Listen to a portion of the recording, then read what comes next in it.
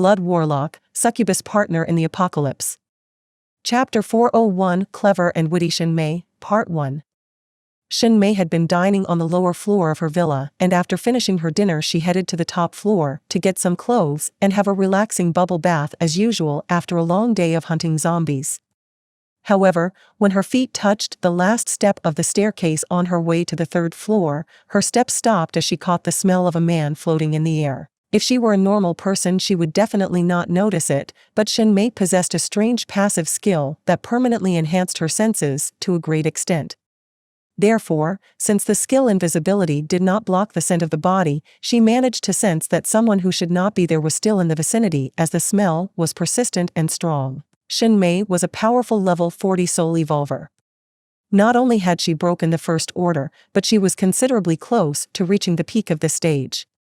Moreover, she was a rarity among soul evolvers as despite possessing the passive skill sniper as one of her main skills, she actually liked to fight melee while using different throwing weapons to keep her enemies at bay. Basically, she could melee fight quite skillfully while being able to take down her enemies from a distance.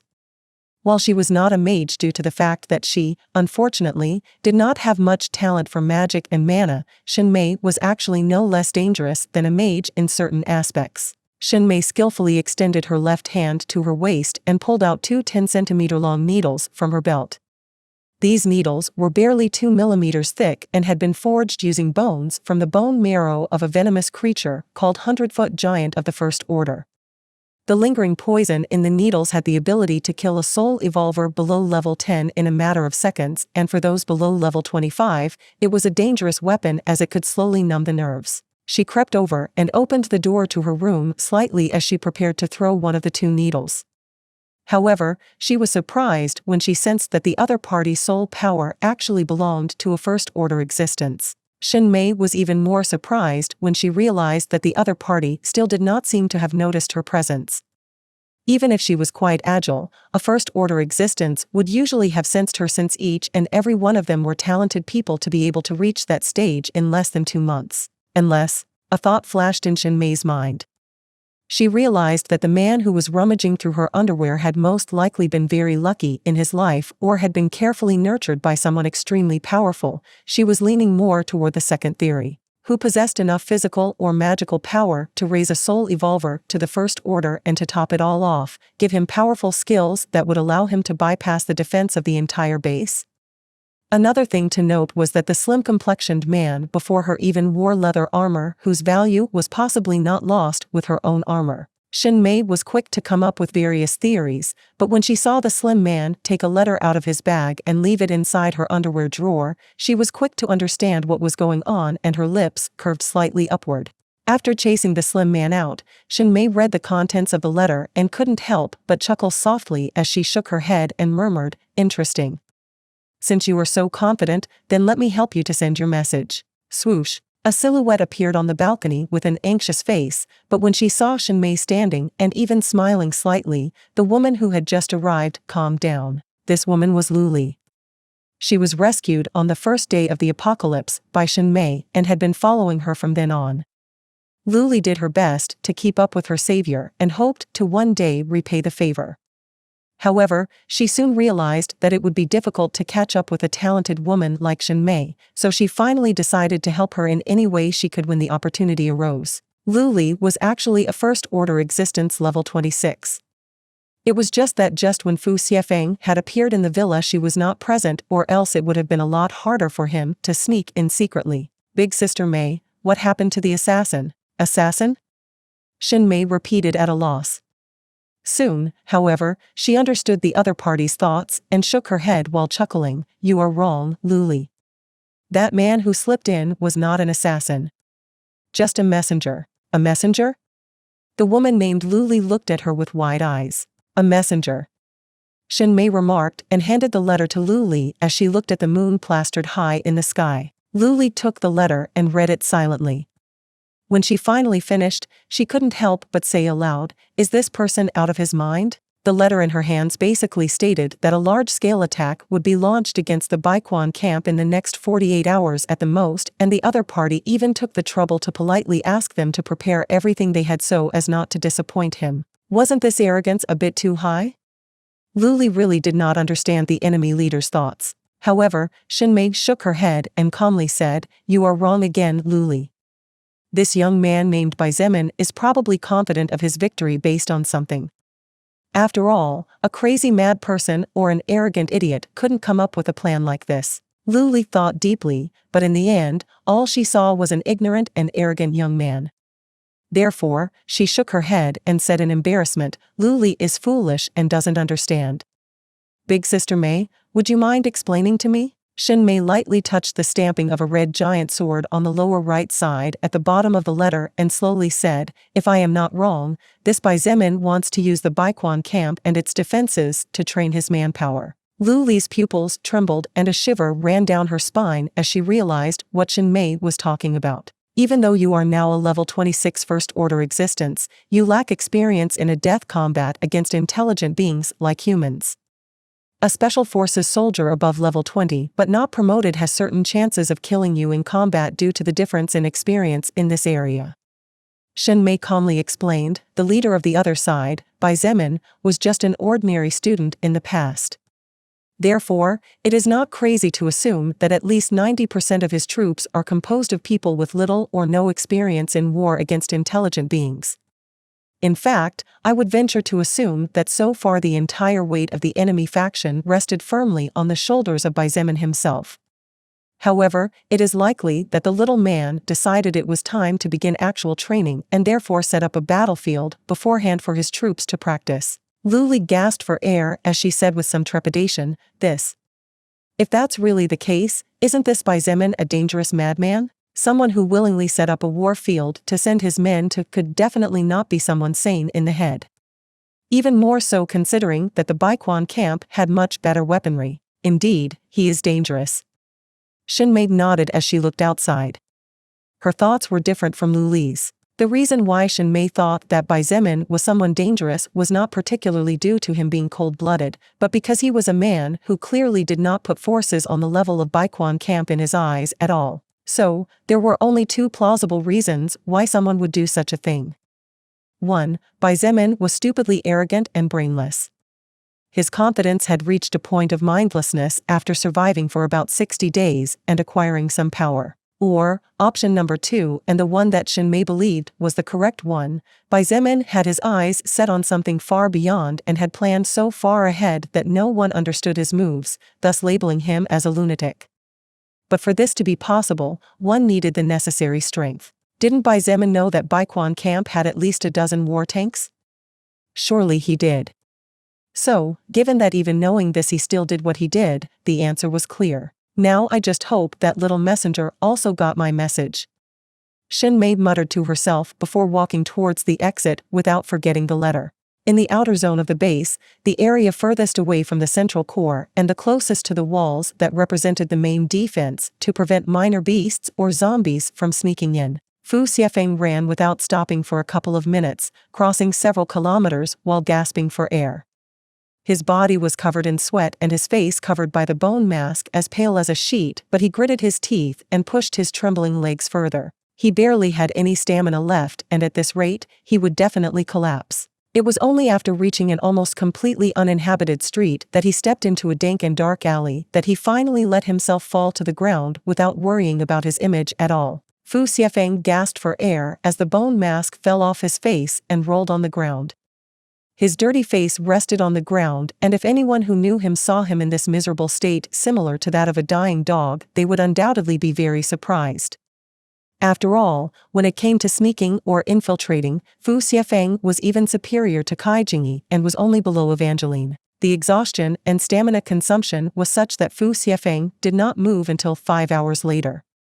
It was only when it was almost 5 in the morning that he finally regained enough stamina to feel comfortable even though he still had yet to fully recover. Ugh. Fu Xiefeng grimaced as his body felt stiff. The most annoying thing was that while his stamina had recovered to an acceptable level, despite not having rested properly, his legs were actually still somewhat weak from forcing himself to keep going. Fu Xiefeng stood up and slowly walked a couple of steps until he finally reached the bone mask and bent down to pick it up. He looked at the place where the needle had scraped earlier and felt a chill as he saw how the mask forged from mutant beast bones capable of withstanding bullets had actually been cut clean off. There was a large, straight line of at least 5 centimeters there. Fu Xiefeng was sure that if he put it on now, part of his face would show through, but this only served to confuse Fu Xiefeng more. He turned around and looked off into the distance. Although his eyes could not reach as far as he wished due not only to the distance, but also to the obstacles in the way, his gaze seemed to reach that villa where that powerful woman who drove him to such a miserable state lived. Fu Xiefeng really thought that he could not escape from there alive. He was even prepared to commit suicide if the other party wanted to torture him to get information about Bai Zemin. Strangely, however, that unknown woman let him go. She didn't even bother to chase him after forcing him to retreat.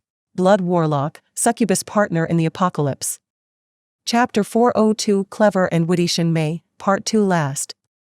While Fu Xiefeng was recovering in the perimeter area of the base, after arriving at Bai Yong's villa, Xin Mei was stopped by some armed soul evolvers at the entrance. "Miss Xin, please wait a moment. I will inform Sir Mayor about your presence," said a middle-aged man with a respectful expression. "Hurry up. It's urgent." Xin Mei nodded and made her voice sound slightly hurried on purpose. The middle-aged man, who was actually the housekeeper as well as one of the people Bai Yong trusted the most, easily noticed the slight discomfort in Xin Mei's voice, so after a slight moment of surprise he turned around and walked hurriedly into the villa. Behind Xin Mei, Lu Li cautiously watched the surroundings. Although Xin Mei didn't really seem to care about the enemy's messenger, Lu Li herself trusted no one but herself and Xin Mei. A few seconds later, the butler returned and invited Xin Mei and Lu Li in quickly. After walking down a corridor and arriving at the first large door on the right, Xin Mei found herself in a large hall with which she was already familiar. Sitting on a couch that looked like it was made of mutant tiger fur, Bai Yong was casually reading a book while enjoying a cup of hot tea. On the small mahogany wooden table, there were several small dishes with some desserts of different tastes, and on both sides of the room there was a pretty maiden standing waiting with respectful expressions for his next order. Xin Mei could not help but grimace a little at witnessing such a scene. It was good to relax. Xin Mei herself took some time each day to relax her mind after a day that was filled with battles, blood, and death. However, wasn't this Bai Yong too casual? A war was about to break out, but he seemed calm as if he were enjoying the spring breeze. Some people are really interesting. Xin Mei didn't know what to feel about it. "Xin Mei, I hear you seem anxious to tell me something?" Bai Yong's voice brought Xin Mei out of her inner thoughts, and when she looked at him again she realized that he had closed the book and was now looking at her with a faint smile. Xin Mei's expression became serious and even slightly altered as she took a step forward and said, "Mayor Bai, I think once you read this letter you will understand." Bai Yong frowned slightly at Xin Mei's unnatural appearance. She was always quite calm and the occasions when she lost her cool were very rare. With a slight uneasiness growing in his heart, Bai Yong gestured to the butler and the latter took the letter before handing it to him with both hands. Xin Mei remained silent as she secretly observed the expression on Bai Yong's face. At first, Bai Yong's expression was curious. However, as he read more and more of the short contents of the letter in his hands, his curiosity slowly turned to surprise and then turned from surprise to disbelief.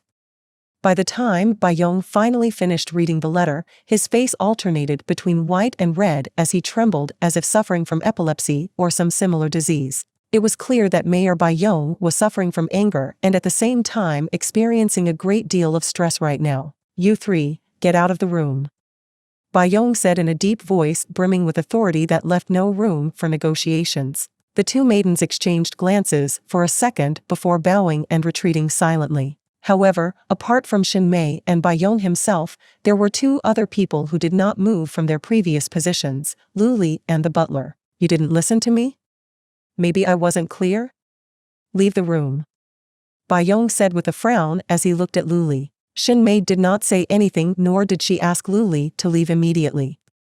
Instead, she waited patiently. Lu Li looked at Bai Yong and calmly replied, "Mayor Bai, with all due respect, the only person I obey is Miss Xin." Bai Yong's frown deepened, but remembering that Lu Li was a valuable first-order soul evolver who also possessed mysterious abilities, his expression relaxed and he looked at Xin Mei silently. "Lu Li, wait for me at the entrance, please."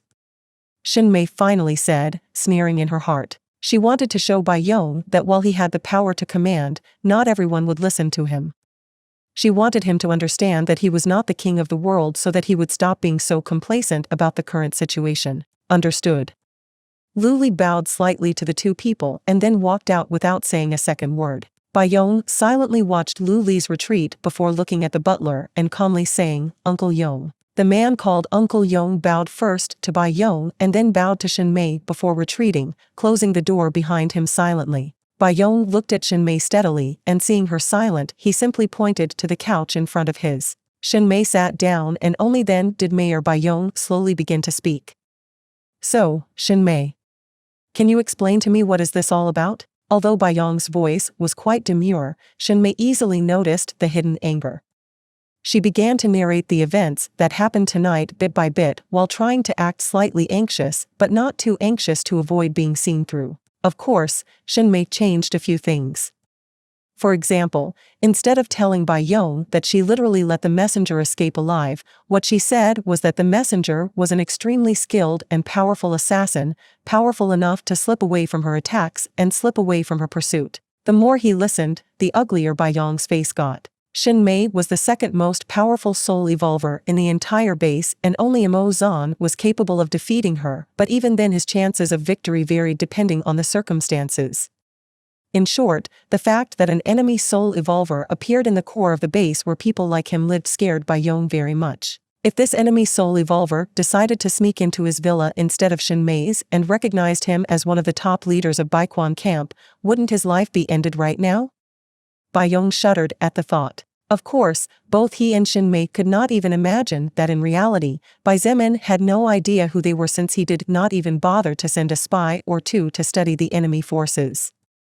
Unless an extremely abnormal second-order soul evolver or third-order soul evolver appeared, Bai Zemin was sure that he could flatten everything in his path by himself if it was really necessary.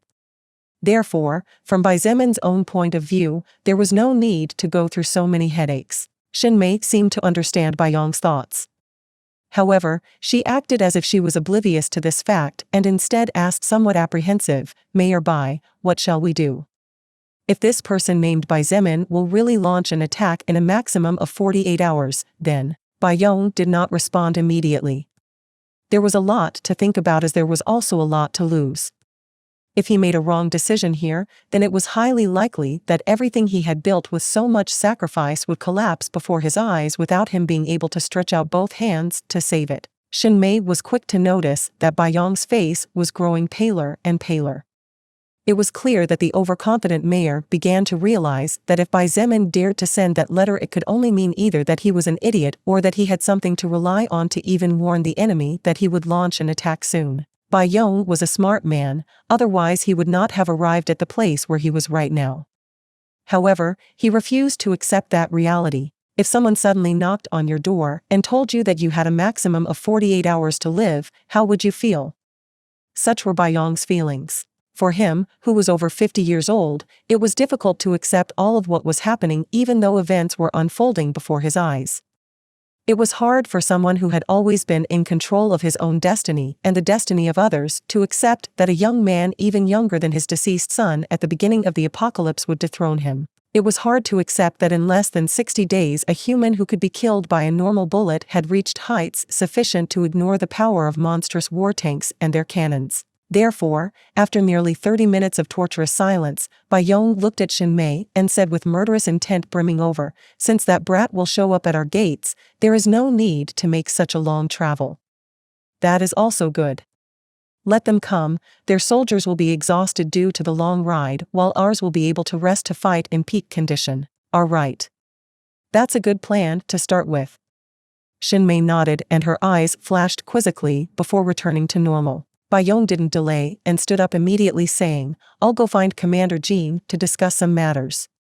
I will take this letter in the meantime." Xin Mei also stood up and told him that he could keep the letter. She then followed Bai Yong to the exit before finally parting ways. Xin Mei watched casually as Bai Yong climbed into a modified vehicle capable of withstanding the assault of mid-caliber bullets, along with the escort of several heavily armed men and some soul evolvers, before departing in the direction of the villa where military commander Jing Shun resided. Big Sister Mei. Luli approached her after leaving the vicinity of Baiyong's villa. What's the matter, Luli? Xin Mei asked in a casual voice. The nerves and anxiety previously displayed while discussing what happened with Mayor Baiyong was nowhere to be seen. Her beautiful face maintained a neutral expression throughout, neither happy nor sad, making it difficult to understand what was going on in her head. Luli hesitated for a moment before shaking her head. It's nothing. Xin Mei stopped her steps and stared at her for a moment. Then, she smiled slightly and asked, You want to know what happened? Luli couldn't help but nod slightly at such a question. Xin Mei chuckled and tucked a lock of hair behind her ear as she calmly said, Luli, if the faction of Baizemin wins, then you and I will become like homeless dogs, and if the Baiquan camp wins, then we can continue as if nothing ever happened. So, I just have to make sure that regardless of whoever wins this war, at the very least, we won't be affected too much. Do you understand what I mean? Luli's face changed and she looked at the surroundings cautiously as she asked in a whisper, So, that assassin from earlier, I let him go on purpose. Xin Mei said without holding anything back. Indifferently, she pointed out, if Baizemin is not an ungrateful bastard and values his men, then if his faction wins he probably won't treat us badly. Take it as him returning the favor of allowing his subordinate to leave alive and kicking after being discovered by me, someone more powerful. Luli's face lit up and her eyes shone with admiration as she looked at Xin Mei's beautiful mature face. Sometimes, ambition can bring doom. In my case, I am comfortable with my current position.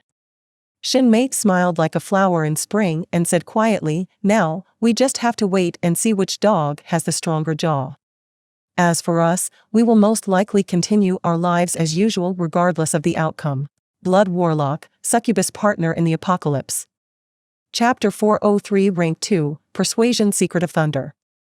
While the alert alarms were sounding silently throughout the Baiquan camp and the higher-ups were busying themselves with slightly serious expressions compared to the disdain shown earlier, Baizemin was minding his own business. After finishing the basic arrangements, which meant that Fu Xiefeng should have already arrived at the enemy's base and probably successfully infiltrated, Baizemin finally had some free time, so he entrusted the minor matters to Wu Yijuan while he went to his workshop. The first thing Baizemin did was to hold on to his new forging tool and swing it a couple of times, hitting bones of unclassified beasts for 2 hours, and after that hitting the bones of a first-order beast for another hour. The reason behind this seemingly useless action was quite important.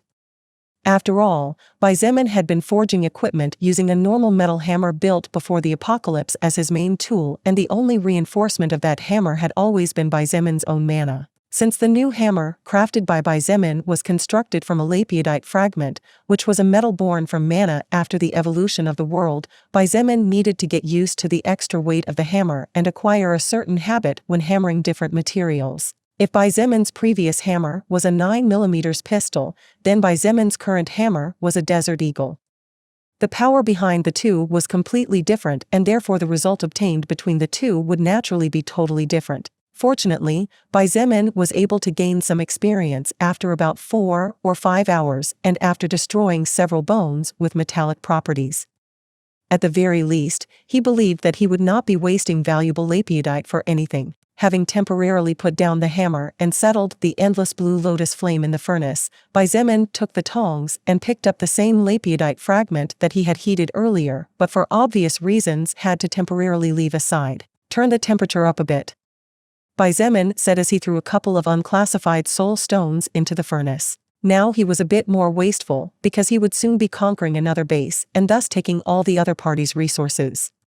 Even if they only had a few thousand of unclassified soul stones, it was more than enough to overcome Baizemin's investment in his equipment. The endless blue lotus flame behaved just like a hungry child when its blue flames embraced the soul stones. Even if they were just unranked soul stones of the lowest rank, soul stones that in the past it would not even look at, the little flame was not picky at all and swallowed all the power inside each one before burning brighter as if it wanted to express to its new master its happiness. I'm glad you like the food. Baizemin chuckled. He slowly brought the tongs holding the lapiodite fragment closer, and his expression turned serious as he said, Blue Lotus, try to remember the temperature from before and keep your flames at that constant height, please. The small blue flame immediately lightened the power of its fire and focused on a single point immediately. Xietain easily found the point on which the small flame was focusing, as while the surroundings were light blue, the focus point was deep blue, almost bordering on black in a certain spot. The lapidite fragment immediately began to heat up as soon as it came in contact with the flames. Although the records of the endless blue lotus flame did not specify what kind of flame it was, and Xietain did not know how to differentiate between the power of the fire, he estimated that at the very least it should be a second-order flame, and was highly probable that the power of the small blue flame in front of him had already reached third order in its highest condition. It didn't take more than a couple of minutes for the lapidite fragment to turn fiery red, and Xietain also noticed how the metal of his tongs began to waver a bit. Had it not been for the fact that he had surrounded the tongs with several layers of his mana, it would definitely have melted in an instant. Reinforcing the mana around the tongs, Xietain brought the lapidite fragment to the working anvil, and with a fierce swing of his right arm, the newly created hammer finally struck real metal for the first time. 1, 2, 3. The sound of metal clanging against metal echoed inside the room, a room that, instead of being filled with all sorts of shelves with scary-looking blood bottles, now looked from a certain point of view more scary, with a lot of processed leather, properly maintained ligaments, a large pot of oil waiting to be heated, and many other stuff. The lapidite fragment did not take too long to mold into the shape Xietain was looking for, thanks to the hammer in his hands. The sound of pounding along with the faint crackling of lightning formed a symphony quite fitting for the weapon that nearly an hour later was created under Xietan's careful control and constant hammering. Having proper tools really does make the desired result be achieved with half the effort needed. Xietain sighed as he submerged both weapons in cold water and watched as the steam slowly rose. While it was two objects that Xietain had forged so they could be considered separate weapons, from his own personal point of view the two objects were one and the same. After finishing the cooling process, Xietain took both objects to the work table and placed both hands on top of them to read the etched records. Persuasion - One-handed weapon. Rank 1. Physical attack power 700. Magical attack power 200. It has a certain probability of slowing the enemy's movements. Durability 3000/3000. Description: a pair of double gloves created in the same way by an adept blacksmith who advances steadily and constantly. Their peculiar shape guarantees the suffering of everything that is hit. They are still incomplete due to the lack of something crucial. Gloves were weapons that could be used for melee combat but were usually ignored, as warriors usually preferred to use swords, maces, spears, daggers, etc. However, for people who were used to fighting with their fists, combat gauntlets were undoubtedly the weapon of choice, because although they lacked sharpness, they more than made up for it when it came to impacting the enemy's body. Of course, Xietain had not given up on using a greatsword. The reason why he forged this pair of gloves was because his entire body was a weapon thanks to his passive skill, Special Forces Soldier. The power of a greatsword was something Xietain had already experienced firsthand. A single swing of a heavy weapon like the blazing scale greatsword could cause everything in its path to be crushed, not to mention a greatsword forged from precious rank 2 metal. Therefore, he decided to forge two different weapons. One of those weapons would basically be the pair of gloves before him. This weapon would be intended for fighting weaker enemies. After all, using the power of a nuclear bomb to kill an ant was pretty far-fetched. At the very least, Xietain wanted to use a grenade to wipe out ants, overkill, but at least at lower levels. With each fist equipped with a gauntlet, Xietan's physical attack power would increase by 700 points immediately per hand. Considering that his previously broken greatsword had 750 points of physical attack power, the power of the gauntlets was undeniable. However, it was clear that in reality, the greatsword was more powerful not only because of those extra 50 points, but the difference in weight was also abysmal. As for the second weapon, it would naturally be a greatsword, Xietan's main weapon. Xietain looked at the two gloves in front of him and frowned. Something is missing. But what is it? Xietain stared and observed the gloves for a long time. Unfortunately, even after almost an hour, he failed to find the missing piece. Curious, he again inspected the records of both persuasion, physical attack power, magical attack power. Xietain muttered to himself as he gently tapped the table, immersed in his inner mind. As if an imaginary lamp lit up above his head, suddenly all his movements sank and he repeated, "Magical attack power? I see." Xietain clapped his hands and took out a soul stone from his bag. Since these gloves are a pair and possess two varieties of attack, it's also possible to turn them into magical equipment. To test whether his theory was on track or not, Xietain immediately set to work. The first thing he did was to make a hole in the top of both gloves. This was a difficult task as because the metal had already taken the shape of gauntlets, there was a possibility of melting slightly when overheated. Fortunately, Xietain proved to be quite skilled with the constant support of the small blue flame and after a bit of effort managed to make two sizable holes in the top of both gauntlets using his dagger. He then cooled the burning metal again by dipping both gloves in cold water, and after observing the registers of both pieces of equipment he noticed that the durability had dropped a bit, which was normal considering that some of the metal had been removed. "Now let's do this." Xietain took out two first-order soul stones and carefully embedded them into the holes he had made previously. Magical forging was something Xietain was still not used to, even though it was also part of blacksmithing itself.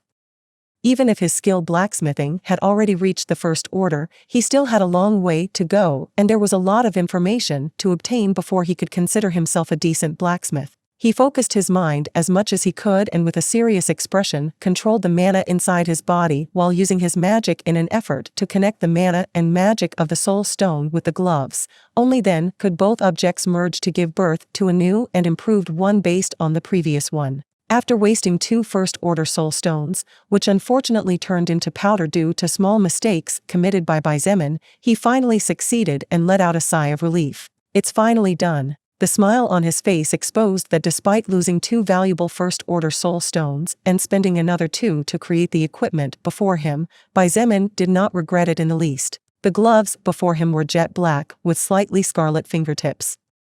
Occasional purple flashes could be seen flickering on the surface of both objects, giving it a truly elegant but at the same time dangerous look. Persuasion, Secret of Thunder Dash. Special two-handed weapon. Rank 2. Physical attack power 1120. Magical attack power 800. Allows the user to control electrical waves slightly. Durability 4000/4000. Description: a pair of gauntlets that work as one. This special weapon was forged by a blacksmith with great intellect who after a great deal of work managed to notice the shortcoming of his previous creation, which allowed the birth of this dangerous weapon.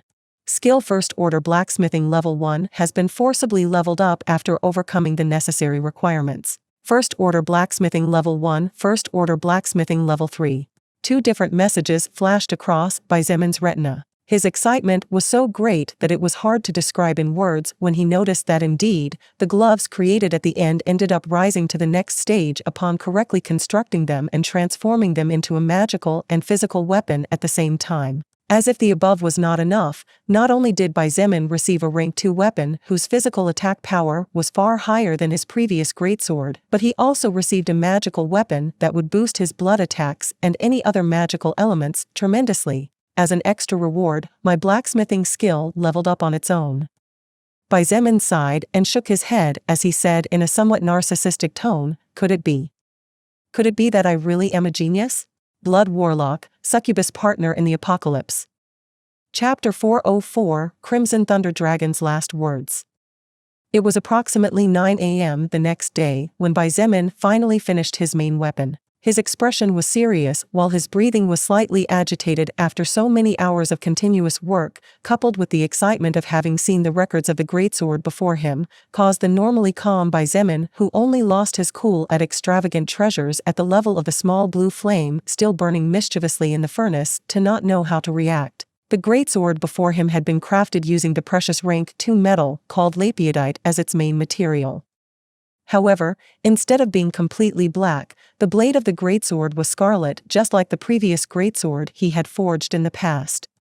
This was because Xietain had melted the bones of the second-order goblin named Xietain and then poured over the hot metal. When both materials cooled, not only had the blade turned completely scarlet but even the previously purple lightning had now turned bright red. The bright red lightning flashes were like little children playing hide-and-seek since most of the time they were hidden inside the blade of the weapon.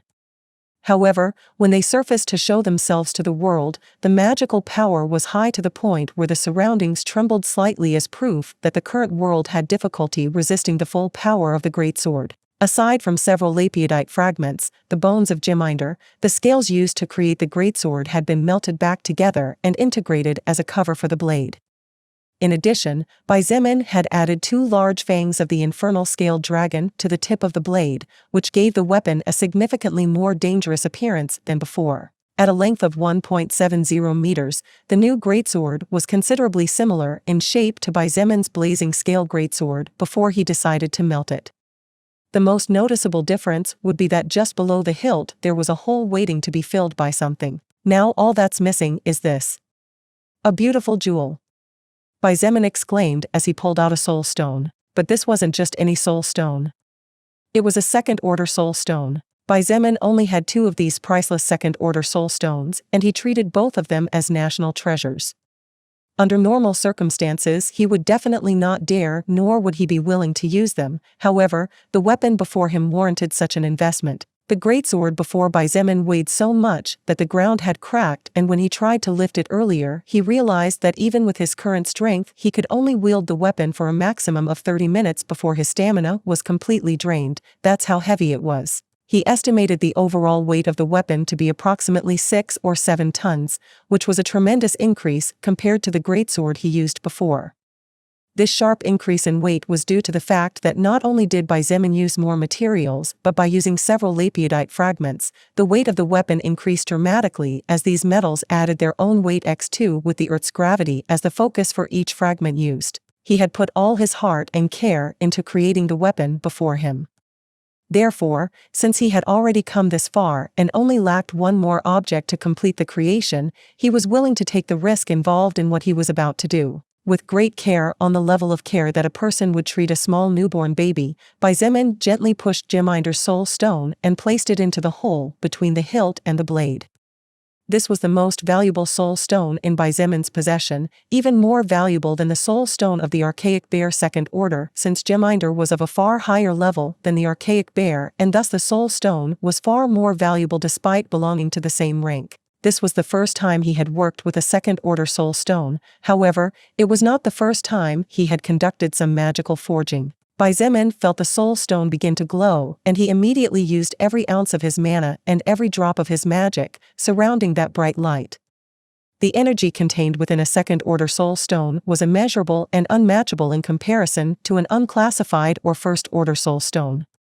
Xietain felt his mana drain rapidly as the wild energy fiercely struck the walls of mana he used to surround it. Xietain gritted his teeth and shouted, "Whether by hook or by crook, you're going in there." With a single thought, his mana was completely drained and his face immediately turned sickly pale.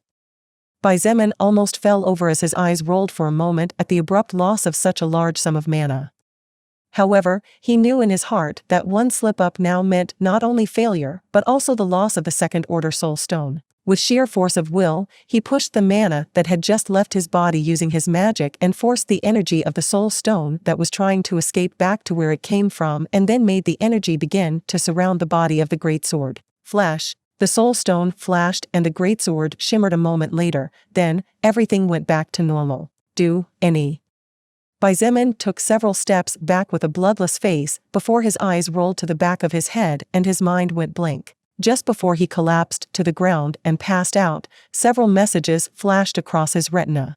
Crimson Thunder Dragon's last words has been successfully created. Skill First Order Blacksmithing Level 3 has been forcibly leveled up after surpassing the necessary requirements. First Order Blacksmithing Level 3, First Order Blacksmithing Level 5. The chance to forge Rank 1 equipment is increased to 90% and the chance to forge Rank 2 equipment is increased by 10%.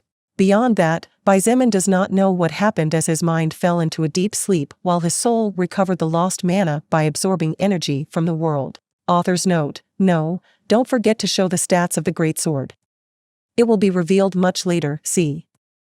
When Xietain opened his eyes again, he had no idea if it had been only a couple of hours, days, weeks, months, or years.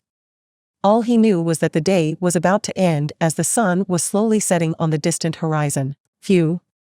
Xietain slowly sat up and found himself in his own room inside his villa. His face had mostly regained its color, but his lips were still slightly pale as proof that his mana had not yet fully recovered. After all, Baizemen's mana was simply too large to recover so quickly. The greater the mana of an existence, the lower the chances of consuming it all, and the longer one could maintain activated skills, as well as the greater the number of skills one could use in combat at the same time. Consequently, however, the longer the time required to recover and replenish the mana reserves. At least this served to confirm that it had not yet been 24 hours since he fell unconscious. But who is the person who carried me all the way here? Baizemen was about to get up when his door was slowly opened. Oh? I see you're better now. A beautiful woman with blonde hair as light as the golden rays of the sun walked into the room and then closed the door behind her. So it was you who brought me here, Evangeline. Baizemen chuckled before saying gratefully, really, thank you for protecting me while I was out. One of the few people Baizemen knew he could trust and didn't need to fear suddenly being stabbed in the back was undoubtedly the beautiful lady before him, Evangeline. Evangeline had mysterious goals, but it was clear that she needed someone like Baizemen to take over all of Russia. Besides, she was taking care of several young children who were now attending school, thanks to the kindness shown by Baizemen, so she was not alone and had people to worry about. Betraying Baizemen would only do her more harm than good, and she really had no reason to do so. Besides, while the relationship between the two was not exceptionally close, they both respected each other and got along well. As far as Evangeline was concerned, Baizemen was a leader worth following, and to him, she was a valued subordinate he could rely on in times of need. Evangeline simply shook her head before standing silently. As she looked at him, Baizemen took the opportunity to look at her. She wore a tight leotard that covered her upper body, dark leather gloves that covered from the tips of her delicate fingers to the boundary between her arm and forearm. At the bottom, she was wearing black leather shorts that squeezed her small but firm backside tightly, exposing the entirety of her thighs and only covering what was necessary. Although Baizemen knew that the reason she dressed like that was to move more comfortably at necessary times, to lighten the load to increase speed and to avoid restricting limb movements, he couldn't help but think that she was quite daring to wear such tempting clothes in broad daylight. Were it not for the pair of different colored daggers on the purple leather belt cinched around her small waist, he was sure that many men might try to commit follies to feel the smoothness of those smooth and delicate-looking legs that seemed to reflect the sun's rays. Baizemen. Evangeline's soft but indifferent voice made him snap out of his inner thoughts. Just as his black eyes met her bright emerald eyes, and he secretly wondered if his glance had been misunderstood, Evangeline said in a somewhat strained voice. That giant sword. What's up with that? Ah, that sword. Baizemen nodded, and seeing the shock in Evangeline's eyes, he couldn't help but laugh as he felt proud of his accomplishment. That sword will be my main weapon. Although I didn't see the information attached to the weapon, I more or less know what awaits me since I was the one who forged it myself. Your main weapon. Evangeline looked at him dumbfounded and said in shock, just those gloves that were on the work table alone are more than worthy of being anyone's main weapon, but really? You actually forged a monster like that sword? Will an enemy worthy of forcing you to wield it even appear? Baizemen stood up and stretched his body before looking at her and answering her questions. Evangeline, with the world constantly changing, you should know well how things work now. We are here now, chatting amongst ourselves, but the next second you and I could be devoured by some wild beast or evolved zombie. It never hurts to be cautious. No, no, no. Evangeline shook her head and said with wide eyes, You really need to see the stats on that giant sword of yours. Baizemen couldn't help but frown slightly as his smile slowly retreated from his face. Was the weapon he had created impressive to the point where even the ever-calm and composed Evangeline would show such reactions? To begin with, you're able to lift it? Evangeline frowned and said quietly, I tried to lift it off the ground, but I couldn't even move it an inch. A thing as heavy as that giant sword can even be wielded properly? Blood Warlock, Succubus Partner in the Apocalypse. Chapter 405, Setting Off Self. I can. Don't worry. Baizemen said smiling. After Evangeline heard Baizemen's words, she unconsciously nodded. I see. So your strength stat has really reached the point where you can not only lift that giant sword but also wield it. Evangeline couldn't imagine what level Baizemen's true total power was at. Not to mention that she had seen how powerful his combined skills and combat style were, the skill gravity manipulation that in the past transformed the Soul Evolver of the North Camp into a terrifyingly difficult monster to deal with fell into Baizemen's hands, and although it was still a first-order skill, the power that this skill displayed under his control was immeasurably higher. However, the stronger Baizemen was, the more joyful Evangeline felt in her heart. This was because the stronger he was, the greater her hopes for the fulfillment of her greatest wish, a wish that had been hopeless before, but that when the world changed brought with that change a small glimmer of light in the midst of a long road of darkness. Baizemen simply smiled slightly and did not say much about it. Although he could only wield Crimson Thunder Dragon's last words for about 30 minutes before his stamina was completely depleted, there was no need for anyone but him to know about it. As long as he finished the battle before that time, then everything would be fine. As for if the battle dragged on, Baizemen could always use Persuasion, Secret of Thunder. The power of Crimson Thunder Dragon's last words would only see the light of day in short deadly battles where Baizemen really had no choice but to unleash his full strength. As long as no enemy capable of forcing him into a corner appears, the monster would stay under seal. The next day, the first thing Baizemen did as soon as he woke up was to put on all his equipment: armor, gloves, boots, cloak, dagger, etc.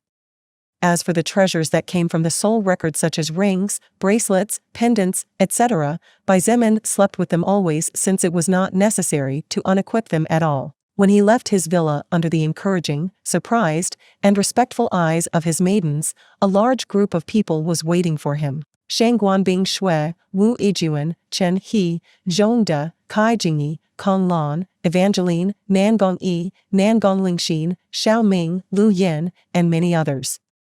There were approximately 30 people present, and all of them were the most powerful soul evolvers in the entire Transcendent faction. Even those soul evolvers who did not belong to the Blood Spear Legion by default and were part of one of the other two great legions were present. The eyes of several of the ladies present sparkled at the sight of Baizemen in his battle armor, completely ready for combat. It had to be mentioned that the present him was truly charming. Not only was he extremely handsome, but his earnest expression, coupled with his warrior's attire, made him especially attractive to any woman. In Baizemen's faction, there were many powerful women, and it was an undeniable fact that many of them were even more powerful than most men. Therefore, anyone who dared to say that women were a weak gender would definitely be in for a surprise for underestimating these fierce tigresses. However, it was true that women were instinctively attracted to strong men. For example, before the world changed, a successful and beautiful woman would definitely not look at a no-good man. However, a successful and handsome man would definitely not ignore a beautiful woman even if she didn't have much to give besides her looks. Women were by nature primarily looking for men who were in a better position than they were to form mates. Men, on the other hand, were less picky in that respect. Baizemen was handsome, powerful, the wealth of an entire faction was in his hands, he was the top leader of a large armed and evolved army as well as the very founder of the Transcendent faction whose goal was to reign supreme. Therefore, he was undoubtedly the hottest and brightest flame of all in the eyes of women. Shangguan Bing Shui took a step forward and her eyes flashed in an odd manner as she calmly said, "Ready to go?" Baizemen was about to nod when he suddenly remembered something and instead said, "Wait a second." Swoosh, his body swayed and disappeared like a ghost. Shangguan Bing Shui barely saw a glimpse of the direction in which he went running. What puzzled her was that he was clearly heading toward the workshop. But before she could think too much, the ground began to shake slightly. The movement was so subtle that a normal person might not have noticed it at all. The next instant, Baizemen appeared once again before everyone's eyes, carrying a sword almost as tall as he was. He was clutching the hilt with his right hand while resting the dull blade on his shoulder pads. At the sight of the giant sword that caused even the atmosphere to shudder slightly every time lightning flashed over the weapon, releasing a terrifying magical pressure, the expression of the vast majority changed, and many of them even took a step back unconsciously. Somehow they felt as if a wild beast was peering at them from the shadows waiting to devour them. As she looked at Baizemen standing in front of her, Shangguan Bing Shui sighed in her heart. At this moment, he had a faint smile on his handsome face, and his usually cold eyes were sparkling with joy. His charm was different from usual, but neither she nor anyone else could deny that he looked really awesome. Of course, little did they know that Xietan's joy stemmed from the fact that now he finally understood the reason why Evangeline was so surprised yesterday while talking about the giant sword. "I told you, that thing is a monster." Evangeline took a step forward and looked at the sword in his hands. Her mouth couldn't help but twitch a couple of times as she said, "You better not use it. At the very least, you can't use gravity manipulation to strike as you did before to kill that first-order earthworm." Xietain nodded with a slightly serious expression on his face. He really did not dare to use gravity manipulation while throwing Crimson Thunder Dragon's last words from great heights. The result could be catastrophic beyond description. He was secretly shocked because he really didn't expect to be able to forge such a terrifying monster. While it was true that the goblin leader Xietan's second-order soul stone had helped a lot, the result was far beyond what Xietain had estimated at first. Shangguan Bing Shui finally snapped out of her initial surprise and remarked, "That sword of yours. How much does it even weigh?" Xietain smiled bitterly and shook his head. "I will reduce its size with infinite reduction to make its weight fall by 50%. Even so, this thing will still weigh more than an automobile. Even with the weight reduced by half, that sword will weigh more than a car?" They all looked at each other in dismay before forcing wry smiles. This leader of theirs was a little too crazy, wasn't he? Under the gaze of thousands of survivors, a convoy of approximately 30 vehicles modified to survive the changes brought by the apocalypse sped through the streets of the base, kicking up clouds of dust and disappearing beyond the south gate. "I hope they win. Otherwise, what will become of our lives?" said a young man who had just arrived not long ago at the base but was slowly starting to live a new life thanks to the order there. This young man had even gotten a job in the machine workshop, helping to make improvements and modify different vehicles on a daily basis or just dismantling others. He was quite satisfied with his current life compared to the hell he had to live before he was found by a team of the Bloodsword Legion and brought here.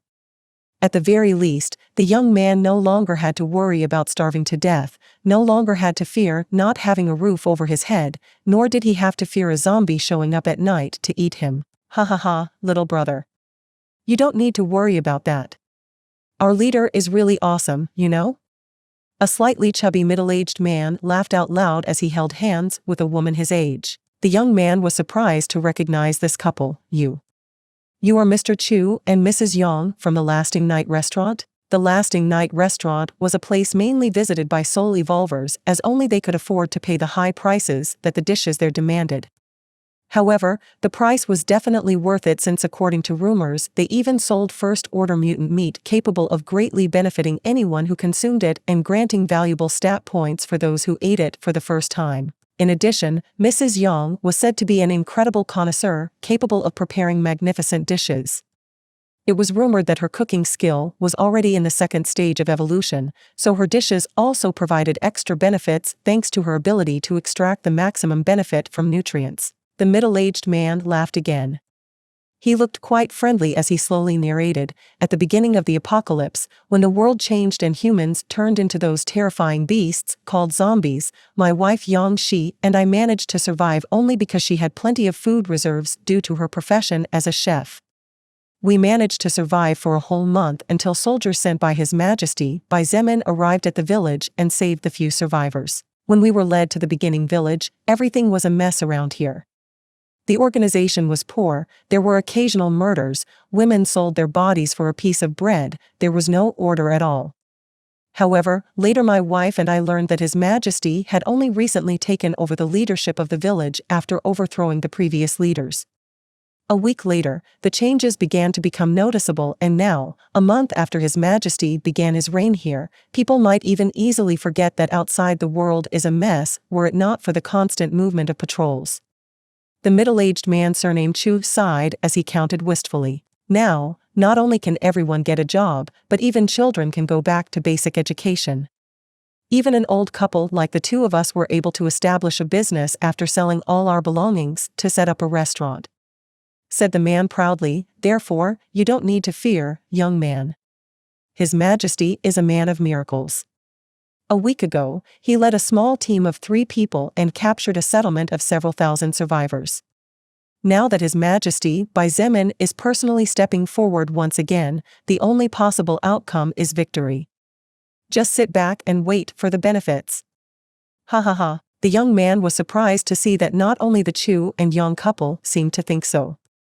Many other survivors who were listening as they watched the dust cloud drift further and further away with the advancing vehicles nodded in agreement. To these people who were rescued from hell, the society established within the walls of the faction of Baizemin was no different from heaven. The eyes of the survivors were bright, there were no people wearing shabby clothes, everyone who wanted to work had meat and rice on their tables, those more intelligent and daring were even able to set up their own businesses. From a certain point of view, the world of these people had slowly begun to spin again, and the core of it all, the main engine, was the young man named Baizemin who together with 700 soul evolvers set off in a southerly direction to attack and conquer another settlement. Blood Warlock, Succubus Partner in the Apocalypse. Chapter 406 Submit and Prosper Oppose and Perish. The number of modified vehicles that Baizemin mobilized for this operation was only 30 units. Most of the vehicles were freighters with just enough food to last for 3 days. However, given that the number of soul evolvers was over 700 men and women, the amount of food could not be underestimated. The soul evolvers possessed more powerful bodies, and contrary to what was expected or depicted in the cultivation novels, the more powerful the body was, the more energy it consumed to maintain itself, and therefore the more food they needed to consume to keep up. The only way to counteract this was to consume meat or derivatives of high-level creatures. For example, first-order mutant beast meat possessed enough nutrients that even people at the level of Baizemin and Shangguan Bing Shui could eat like normal humans and not have to eat like pigs. Baizemin hoped that this matter would be settled in the higher stages, or otherwise it might present some problems. Since the road had been cleared of all obstacles and repaired in the worst parts, the speed at which the vehicles could move forward was quite good. It was just that after being modified and replacing the outer casing of fiberglass, plastic, or iron with parts from the bodies of various high-defense mutant beasts, the speed plummeted as the power the engines needed to do was a lot more. However, even so, the vehicles could still move at 60 to 70 kilometers per hour. While not excellent, since on a clear road like this a vehicle should be moving at 110 to 120 kilometers per hour with no problem, it was not bad. Since most of the vehicles were carrying food or weaponry needed for the incoming war, the largest number of soul evolvers advanced on foot. Not all of them had the ability to run at 60 kilometers per hour, but those were the slowest.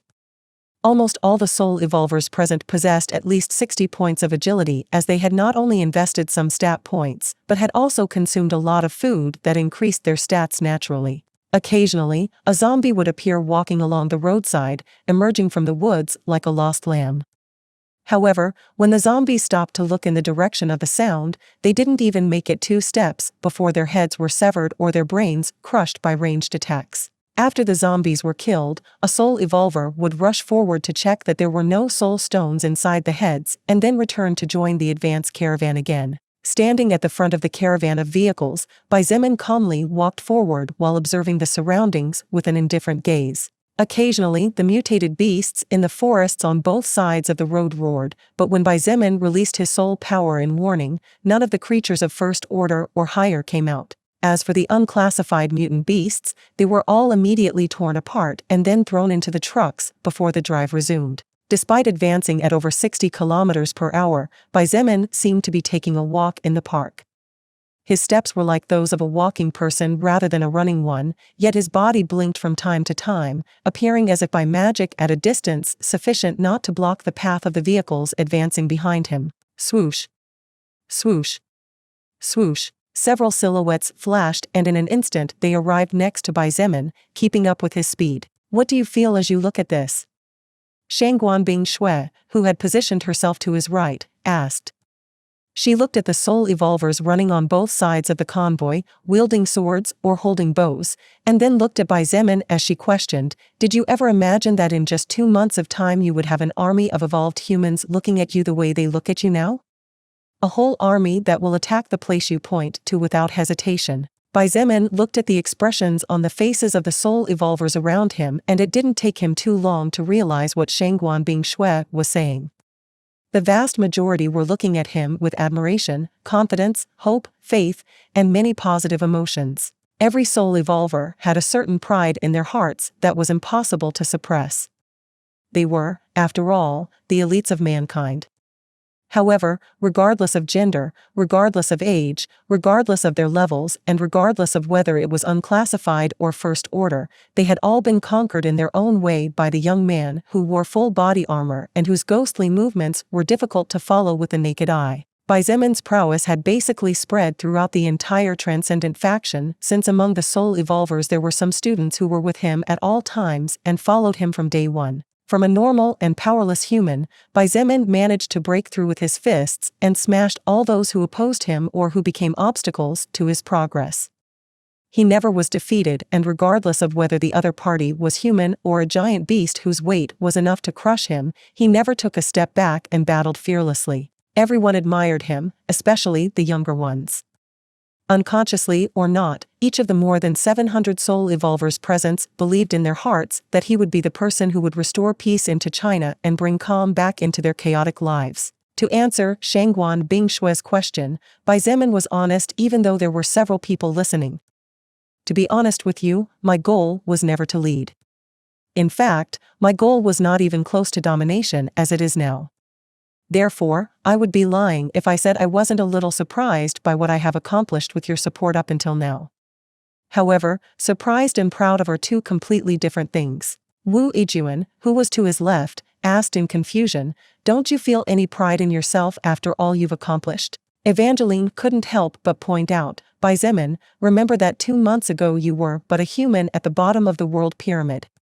Look at you now. Regardless of what great military powers may think, you are undoubtedly one of the most powerful contenders not only to rule over the future of China, but even the world is not beyond your reach." Xietain shook his head and said calmly, "Pride, no matter how small, generally attracts arrogance. That arrogance eventually is sure to transform into carelessness, and that carelessness can be the cause of a giant's downfall. In the south of the African continent, many lions have been found poisoned to death by scorpions. If even the king of the jungle can be taken down by a small creature, who's to say that such a thing can't happen among humans as well?" Chen He, Nangong Yi, Zhong De, Kong Lan, Kai Jingyi, and many others who stood beside Xietain remained silent after hearing his words. The great Genghis Khan was a warrior who unified North Asia and established one of the most powerful empires of all time. However, such a man eventually fell in battle, and now where was his empire? But it was not even necessary to go too far. China itself had many emperors who had fallen due to their overconfidence in themselves. The great Emperor Qin, who named himself the first emperor of China, died a pathetic death after being poisoned by the pills his own alchemists and doctors cooked up.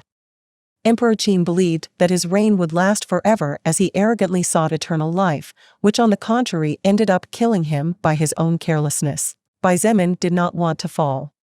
No, he could not fall. There was a lot he still had to do, and there were many people who had their faith placed in him, so they would willingly risk their lives for his cause. At the very least, he did not want to betray the expectations that people like Shangguan Bingshue, Wu Yijun, and Evangeline had placed in him. Especially the first two women, who were basically opposing their families completely and risked being branded as traitors with no chance of escape. "Our journey has just begun," Xietain said indifferently. His eyes flashed coldly as he said aloud, "The North Camp was the first to fall and the Baiquan Camp will be the second to fall. No matter what they do, they will not be able to avoid it.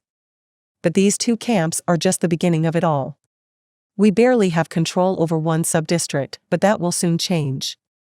Submit and you will prosper, oppose and you will perish.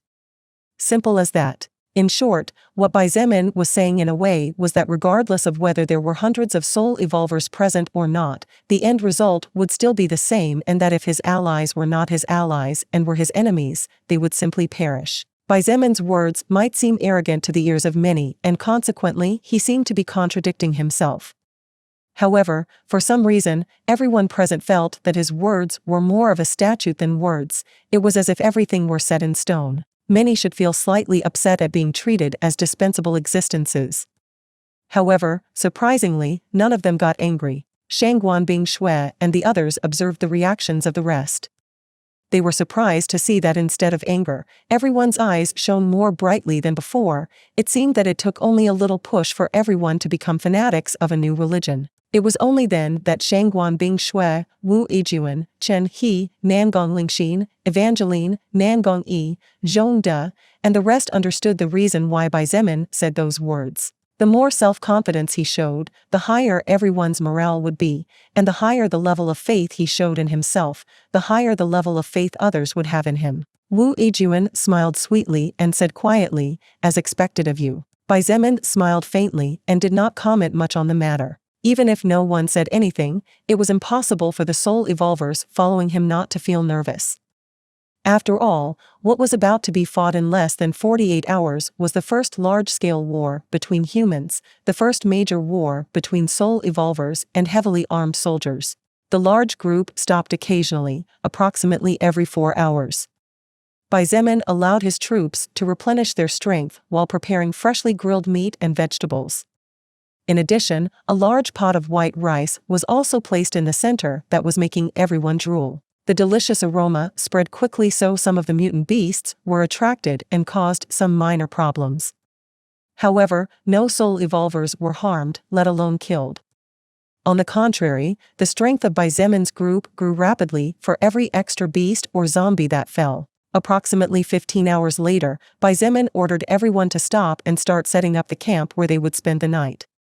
After all, even though they had stopped 3 times to rest, it was impossible to recover the lost stamina completely unless they had a good night's sleep. Just as everyone was setting up the military tents where they were going to spend the night, the sound of a motorcycle getting closer and closer rang out in the middle of the silent night. Chen He narrowed his eyes to adjust to the night and pulled out a beautiful long blue bow from his back. Then, he simply grasped the air, and magically a blue string made of energy appeared. But that was not all, as a second later, a blue arrow, created with magic and mana, appeared between Chen He's fingers, waiting to be shot at once. Blood Warlock, Succubus Partner in the Apocalypse. Chapter 407 Enemy Heavy Artillery Forces. Just as Chen He seemed to be about to prepare to shoot, Bai Zemin reached out his hand and touched his shoulder, which caused the archer's movements to stop unconsciously. "Wait a moment," Bai Zemin said without looking at him and focusing his attention on the sound getting closer and closer. "It's probably Fu Xietain who finished the task I entrusted him with." To be honest, Bai Zemin wasn't quite sure what had happened. According to his estimation, Fu Xietain should already be at least more than halfway past in the direction of the base. However, the Blood Spear Legion was only half a day away from the Baiquan camp, so it was really strange. Bai Zemin gestured and the soul evolvers immediately took cover as they prepared to fight. Only people who were confident of surviving through practically everything was left standing by his side. However, none of those present were really worried, they were simply being cautious because of Bai Zemin's order, or else it was unlikely that the sound of an approaching motorcycle would cause much of a stir. This was just Bai Zemin being cautious by nature.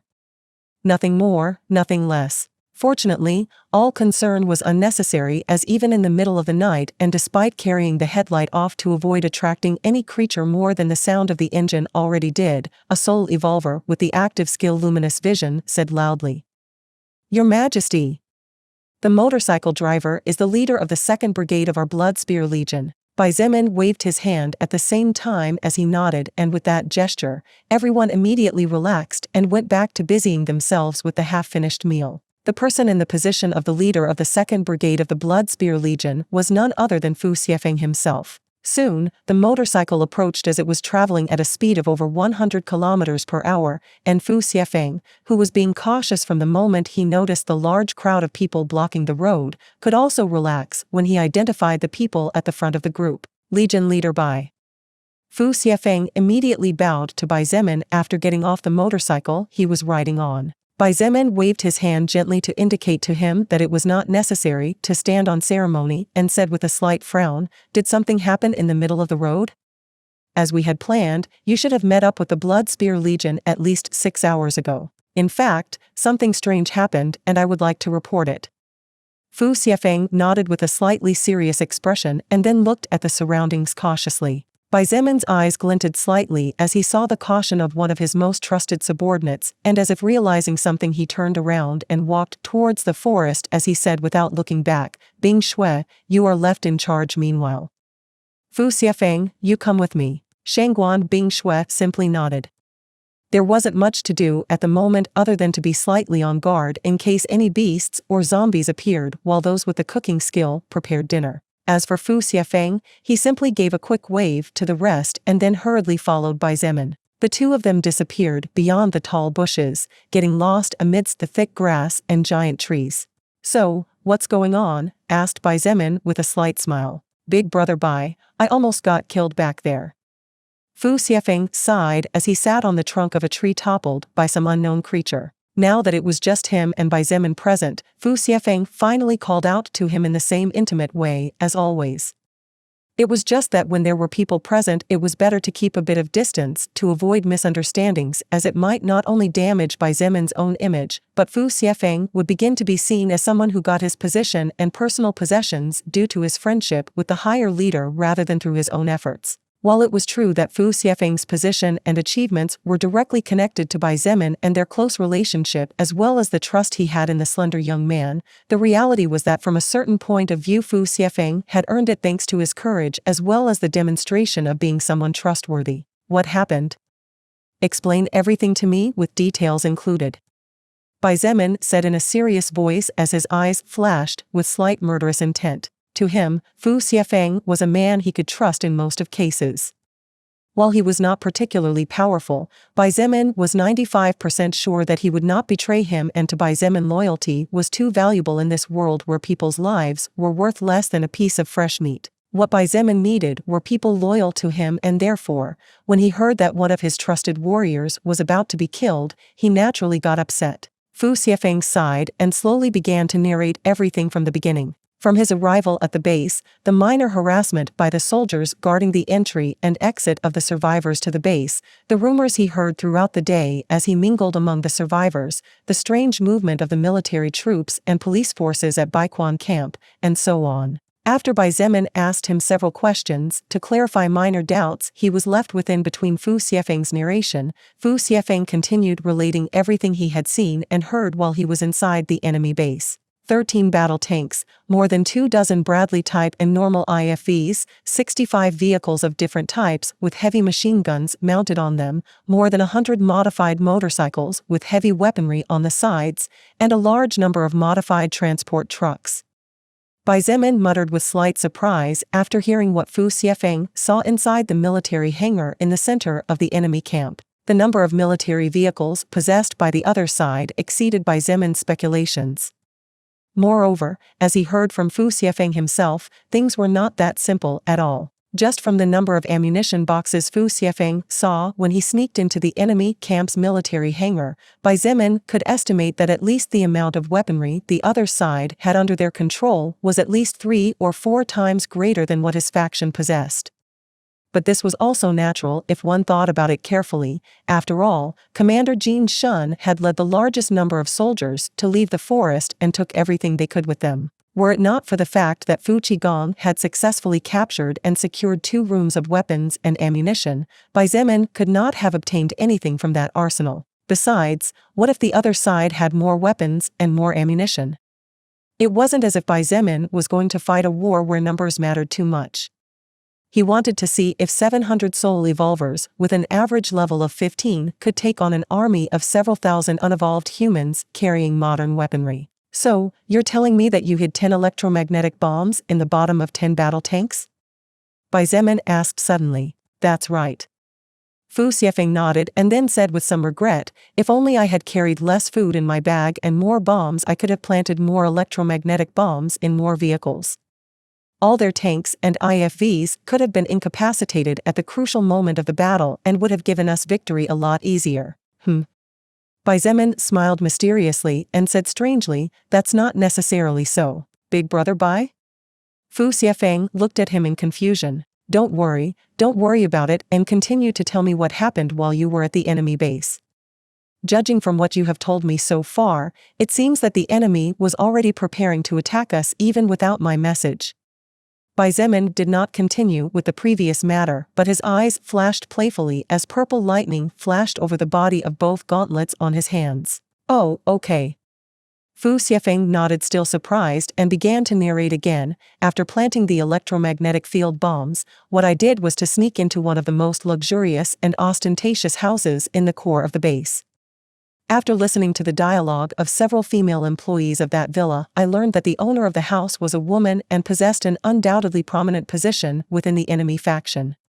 Although it was a bit cumbersome, I finally found this woman's room and prepared to put the letter in a place visible to her. Speaking to this point, suddenly Fu Xiefeng stopped and blushed as if he was thinking about something. Is something wrong? Bai Zemin looked at him blankly. Cough. It's nothing. Fu Xiefeng shook his head and cleared his throat before slowly continuing as if nothing had happened. I initially thought that the owner of that villa was just a beautiful woman who used her body to get to a high position. Perhaps a sugar doll kept by some pervert in a high position. However, nothing could be so different from the reality. In this kind of world, it was normal for those in high positions or with the ability to have more than one partner, either sexually or sentimentally. In Bai Zemin's own faction, there were many men with more than one woman in their homes. Of course, none of these women had been forced at all, and all of them did it to live a better life and to get some extra security. Therefore, Bai Zemin did not find Fu Xiefeng's reasoning crazy, and perhaps he would have thought the same thing in the place of the young assassin. That woman, far from being some pervert's sugar doll, was a fierce lioness. Fu Xiefeng said in an altered voice and shuddered as if he was remembering something traumatic. That woman who attacked me after discovering me is even stronger than Kai Jingyi and Miss Wu. I'm afraid that only Evangeline, Miss Shangguan, and maybe Chen He possess the physical skill and combat experience to defeat her. Hearing those words really surprised Bai Zemin. One needed to know that Shangguan Bing Shui and Chen He had trained martial arts since they were young children. Both of them were extremely skilled in close combat. As for Evangeline, she was without a doubt the most dangerous melee fighter Bai Zemin had met to date. Even someone as powerful as Shangguan Bing Shui admitted on more than one occasion that if someone as skilled as Evangeline ambushed her, her chances of survival would be less than 60%. Tell me more about this woman. Bai Zemin calmly ordered, and the murderous intent in his heart grew more and more. If the other party had such a dangerous soul evolver, then he would have to dispatch her immediately so that his troops would suffer as little as possible. To Bai Zemin, a soul evolver capable of reaching the heights described by Fu Xiefeng was a potential danger that could not be ignored. Therefore, if that soul evolver belonged to the enemy side, she needed to be wiped off the face of the earth forever. Fu Xiefeng did not notice Bai Zemin's murderous intent, so he simply continued slowly. Our confrontation was very brief, as after leaving the letter I focused on escaping instead of fighting. Anyway, the first clash was enough to make it clear to me that I couldn't beat her even if I tried my best. This woman is not only very fast, but also extremely agile in using throwing weapons. Her throwing weapons are not only deadly, but she seems to possess a skill that makes them even stronger, because even my hound mask was easily broken by a casual attack from this person. Blood Warlock, Succubus Partner in the Apocalypse. Chapter 408, Heart's Wish, Part 1. So, this female soul evolver who discovered you seems to be very skilled in close combat and also throwing weapons? Bai Zemin summarized with a serene expression on his face. Fu Xiefeng thought about it for a moment and then said somewhat hesitantly, even though she and I didn't fight hand to hand, since the entire development was mainly her throwing 2 flying needles, just based on the position of her feet and how she moved I could estimate that she is also an experienced fighter. I see. Bai Zemin lightened up when he heard it. Bai Zemin, like all soul evolvers, trained at least once a day in close combat and often gave each other tips to improve. While the armed soldiers also underwent rigorous military training guided by Fu Qigong, the level of difficulty was a lot lower compared to the almost hellish training the soul evolvers went through as long as they were not out of the base in a mission. If not for the fact that the bodies of the soul evolvers were much more resistant, a normal human would definitely collapse before reaching the halfway point of the training regimen. Fu Xiefeng and the rest spend at least 2 hours a day training with people such as Evangeline, Shangguan Bing Shui, Chen He, and Bai Zemin. Therefore, it was only natural that they all became good in hand-to-hand combat at surprisingly high speeds.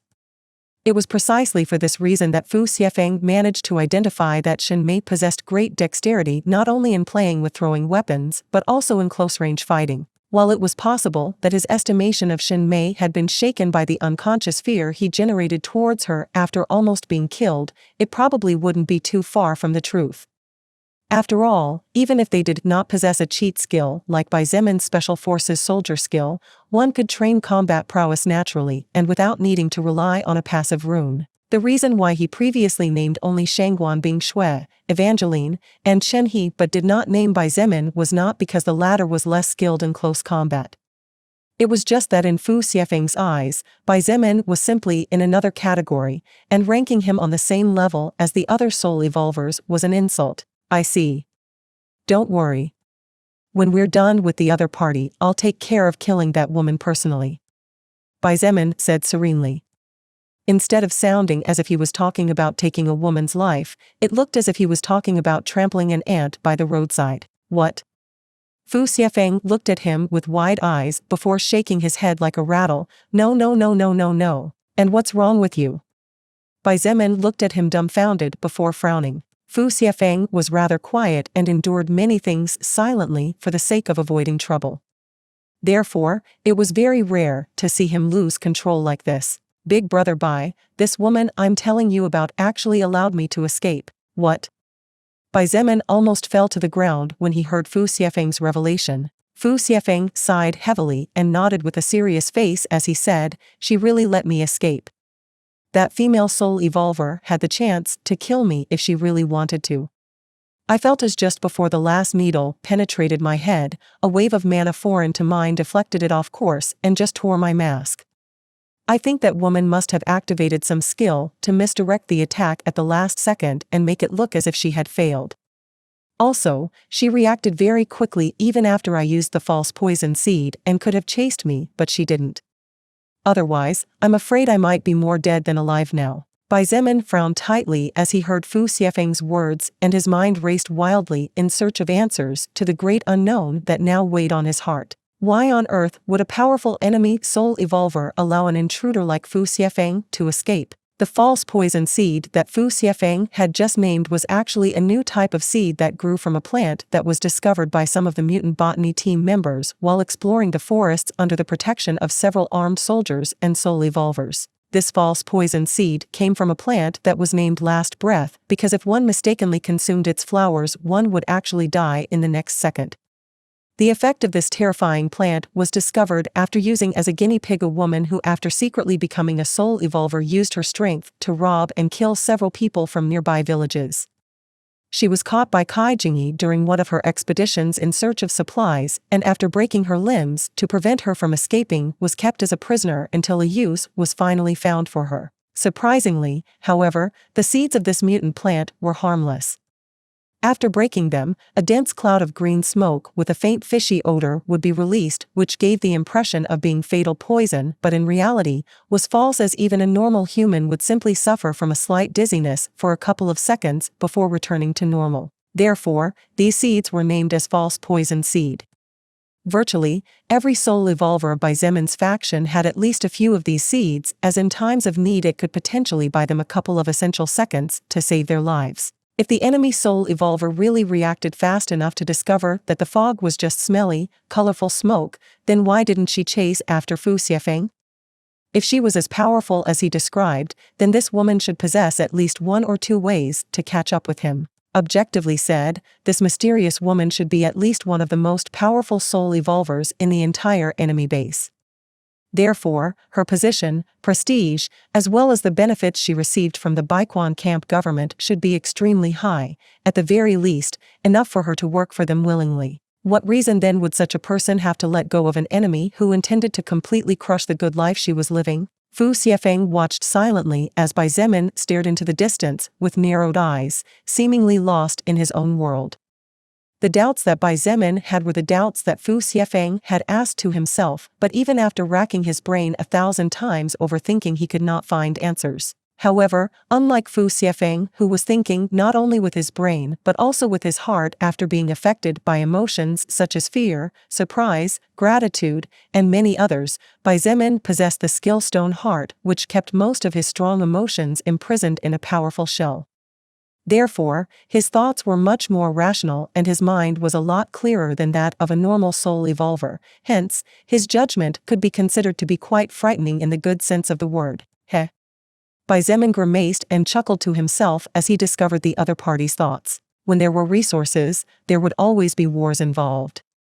When there were wars, there would always be a winning side and a losing side. Draws did not exist, and even if both sides managed to come to a difficult agreement, it would be after both sides had lost many things in the process.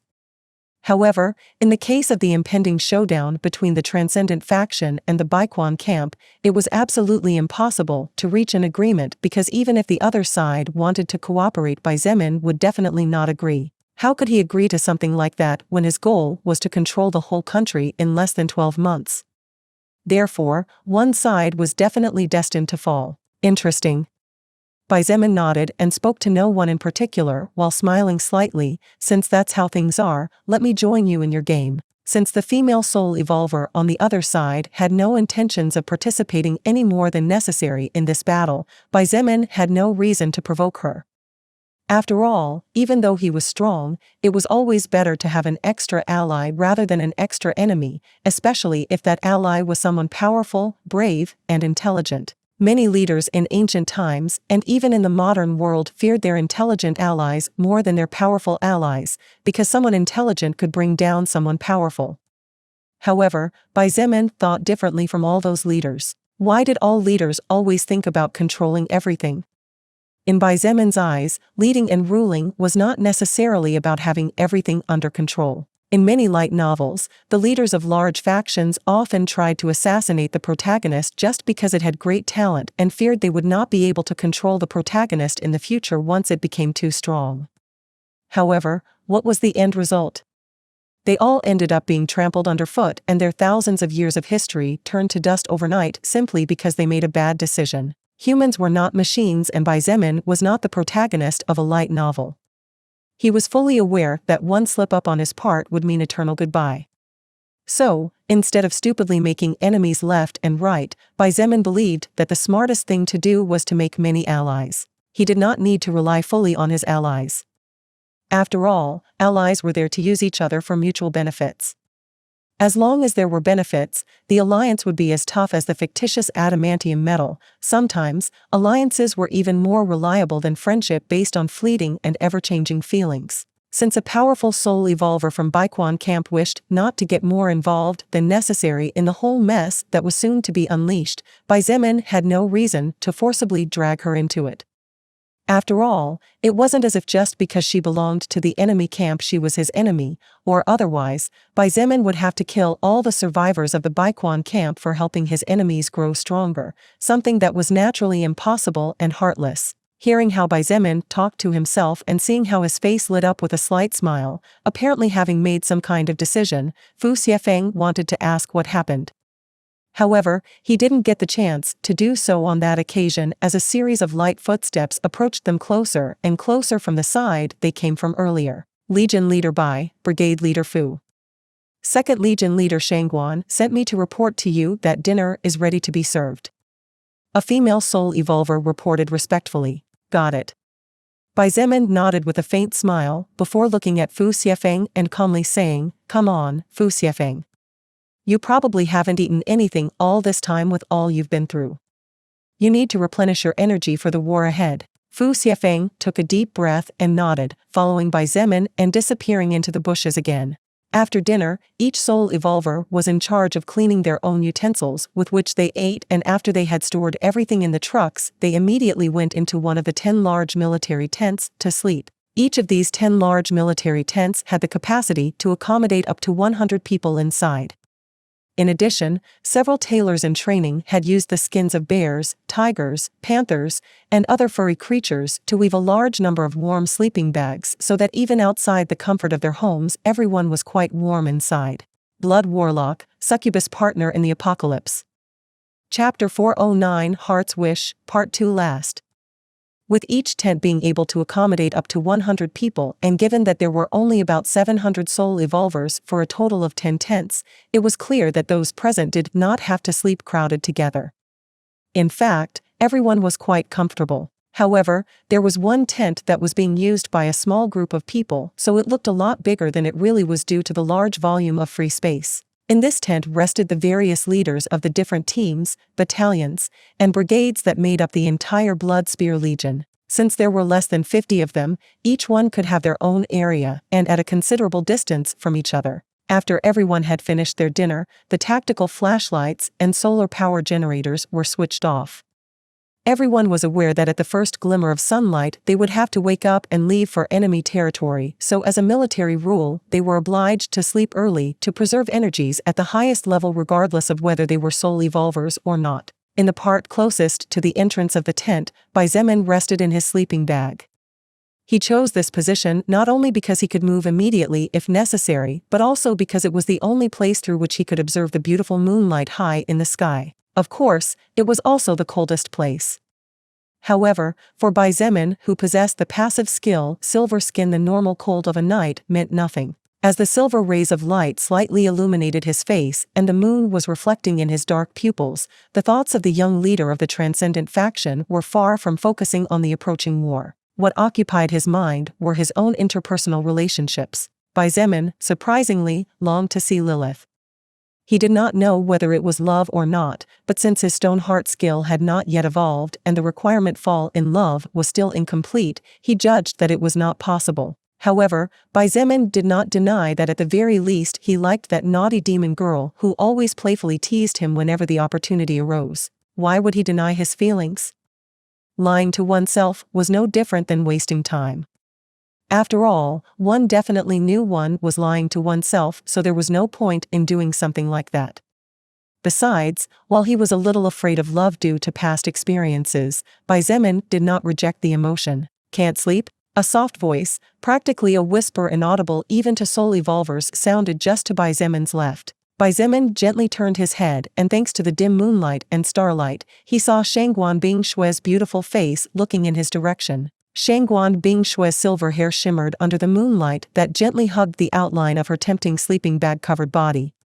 That pair of blue eyes seemed to have seen the world as she looked at him. They were so beautiful that any man would be more than willing to lose himself eternally in those eyes, slightly cold but at the same time free from impurities of the world. Something like that. What about you? Xietain asked instead of answering her question. His voice was also low enough for only her, who was 2 or 3 meters distance away, could hear him. I was just thinking about what I'll do after all this crazy time finally ends. Shangguan Bingshue whispered. And you? Have you ever thought about that?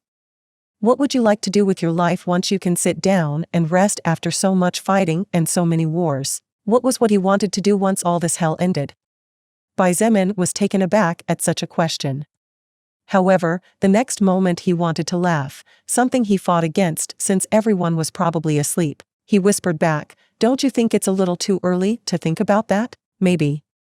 Shangguan Bingshue replied. Xietain listened as her sleeping bag seemed to rustle softly, which proved that she was moving slightly inside. After moving a little closer to the edge to be closer to him, she continued, "But don't you think it's good to think about that sometimes? At least in my case, it helps me to keep pushing myself every day. To fight for a goal, or even a wish maybe. A goal or a wish." Xietain muttered under his breath, and as he looked into her eyes he lost himself in his own inner world. To be completely honest with himself, Xietain had never thought that far ahead. If he ever achieved the great goal he aspired to, what would he do with his life from then on? If Xietain really succeeded in becoming the most powerful existence in the universe, then he would have no more reasons to fight for. Then, what would he do with his life? What would be his goal from then on? Unlike in the past, when Xietain was striving to finish his studies in order to get a decent job, if he would one day become the supreme existence of the universe he would probably have everything in his hands. So what would be his goal?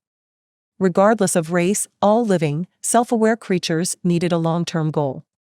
Otherwise, life would become monotonous and boring. An image flashed in Xietan's mind, startling him. Even though the faces were blurred, practically an illusion, he believed that was the answer he was looking for. "I guess that making my own family," he answered without realizing it. It was as if those words were coming out of his mouth and expressing the feelings in his heart all by themselves. A family. Shangguan Bing Shui repeated his words softly. They both looked into each other's eyes, but although their eyes looked at each other, their souls did not. They were individually in their own imaginary worlds, lost there for a brief moment and temporarily forgetting the problems they faced. I think that's a wonderful goal," she finally said with a slight smile as she closed her eyes. "There's still a long way to go though." Bai Zemin also smiled slightly and turned over to sleep. "Good night, Bing Shui." Then, as usual, Bai Zemin held tightly onto a dagger and struggled to fall asleep, leaving his consciousness half awake. "Good night to you too," she whispered back. Soon, Shangguan Bing Shui detected how Bai Zemin's breathing completely relaxed and turned completely steady. As she looked at his dark hair barely visible from inside the sleeping bag, thousands of thoughts flashed in her mind. Although Shangguan Bing Shui herself had asked Bai Zemin that weird question, she had no answer of her own. From the beginning, her whole life had been focused on taking revenge and proving to the world that she could stand on her own. Therefore, the thought of becoming one of the most powerful and respectable existences in the universe was something she had never thought about. But now that there was a path in front of her, a path that was being forced open with the two tenacious hands of the young man a short distance away who was even younger than her, Shangguan Bing Shui did not know what to do. With each evolution, she could feel her life expectancy increasing immensely. Although she was unsure, Shangguan Bing Shui judged that the purity of her soul and the upgrade of her body would allow her to live at least 300 years at present. But this number would only grow longer and longer. If she really reached the peak, could it be like Bai Zemin said in the past? Could she really live for eternity? Could she bear the passage of time and live until the rocks split and the universe gets destroyed? If it was really possible, then what would she do with all that time? After all, what we were talking about here was eternity. Eternity. What a big word, despite having no more than 8 letters. The representation of infinity itself. Wouldn't it be sad to spend a whole eternity in solitude? Such a thought flashed in the mind of the woman who was given the title of Ice Princess by the men of the Transcendent faction because of her usual indifference and coldness. Shangguan Bing Shui could not stop her lips from curving into a wry smile as she looked at the back of the young man a few meters away who was now sleeping like a panda bear in the middle of winter. The more they interacted, the more she changed. But was she really changing? Or maybe this was her real personality. A personality that she had been suppressing by herself without even realizing it. Shangguan Bing Shui did not know the answer to this question. The only thing she did know was that living in eternity alone did not sound too pleasant. Even if she managed to find her mother, was that really enough? An image flashed in Shangguan Bing Shui's mind as she thought about such a question. Her blemish-free white face suddenly gained an unnatural slight blush. The rays of moonlight only served to boost that heavenly beauty that only increased day by day even more. Fortunately or not, no one managed to appreciate such a beautiful scene, or else all those soul evolvers who secretly called her Ice Princess would most likely change that nickname to a different one. After all, what cold person would ever reveal an expression as tender, emotion-filled, and charming as the one she had shown a moment ago? What did she see in her own imagination? Who knows? Probably only Shangguan Bing Shui herself. Blood Warlock, Succubus Partner in the Apocalypse. Chapter 410 Prelude. The next day, before the first rays of sunlight had even risen, some of the soul evolvers who were used to waking up early to go out and hunt some zombies were already up and out of their tents to do their morning training. From the moment it was discovered that even zombies could generate a soul stone in their heads even though the odds were much lower compared to beasts, all the soul evolvers tried to earn some extra money. For example, one unclassified soul stone could be exchanged at the base for 1 red coupon. In other words, as long as you had the courage and hunted enough zombies, you could earn extra income by selling those soul stones that were useless to them except to improve some skills occasionally. Most soul evolvers had a few passive skills and very few possessed more than 2 active ones. After all, obtaining skill scrolls from low-level monsters was getting harder and harder, and so the difficulty of acquiring runes increased tremendously. At the beginning of the apocalypse, level 8 zombies were basically mutations among mutations. However, now the majority of zombies were level 8 to 9. The speed at which zombies grew under the growth of the world itself was undoubtedly frighteningly fast. At the same time, if before a level 8 or 9 zombie had a high chance of dropping a skill scroll, those chances were now a lot lower, if not nil. After all, it was basically impossible for a normal human to defeat a creature 8 or 9 levels above them. This was because, slowly but surely, the zombies were starting to get faster. They were still somewhat manageable if one was careful, but it was no longer as easy as it was 2 months ago. While the soul evolvers could sell soul stones to the base in exchange for food coupons, which were basically the faction's currency at the moment, the armed soldiers couldn't do such a thing. After all, the guns and ammunition belonged to the base and not to them. They could not just take the guns and bullets to do whatever they pleased. Another thing that limited them was that all the loot obtained in working hours belonged to the base. This was a very severe rule that had to be respected, or otherwise one would not only lose their privileges, titles, and even the housing granted by the government, but would also be blacklisted from ever getting anything from the base ever again. With such severe punishments, everything went smoothly. It was about 6:20 in the morning when Xietain opened his eyes. After washing his face and brushing his teeth, Xietain stepped out of the tent and noticed that Wu Yijun was already supervising everything with the help of Kai Jingyi. The two women also noticed him and smiled at the same time. Xietain approached and after returning the good morning casually asked, "Wu Yijun, when do you think we can leave?" "In about 30 minutes should be fine," she answered after thinking about it for a moment. Wu Yijun looked at him and asked back, "Is something wrong?" "No, it's nothing important." Xietain shook his head. "It's only been around 35 hours out of the 48 hours I promised to give the enemy camp, and we are only roughly 10 hours away from reaching the vicinity of Baiquan camp. That leaves us with 3 hours to relax a bit. Haha." Kai Jingyi couldn't help but laugh ironically and pointed out, "If the enemy camp's high commanders heard your words, I wonder what kind of expression they would have on their faces? Although I don't know what kind of expression their faces would have, there is something else I do know." Xietain replied with a faint smile. "What is that?" Kai Jingyi asked curiously. Wu Yijun looked at him as well, blinking her big bright eyes as she waited for his next words. Xietain smiled coldly and said with indifference, "I know that if they knew that no matter what they may do they would not be able to escape from being defeated, they would obediently kneel, just as I suggested they do. Because by the time I set foot inside their camp, the vast majority of the higher-ups who currently enjoy undeserved privileges by making use of past connections, despite having no real power whatsoever, will be sent from heaven to hell. In the transcendent faction established by Xietain, all the higher-ups possessed some sort of ability. None of them were useless trash who just relaxed without working.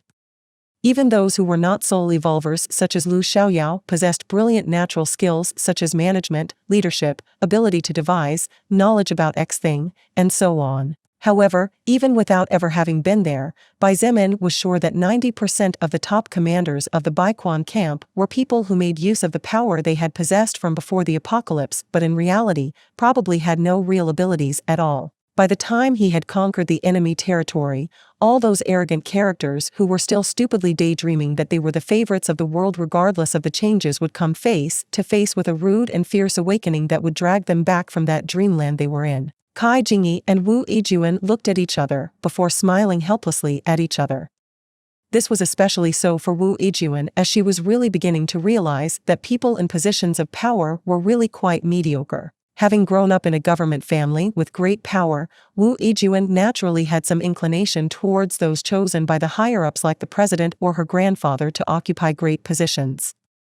However, the North camp proved to be a great disappointment, and the Baiquan camp that was about to fall proved that they were no different from the former. Wu Yijun only hoped that her father and grandfather were not stubborn people who only looked at the ground beneath their feet without caring if the world around them collapsed.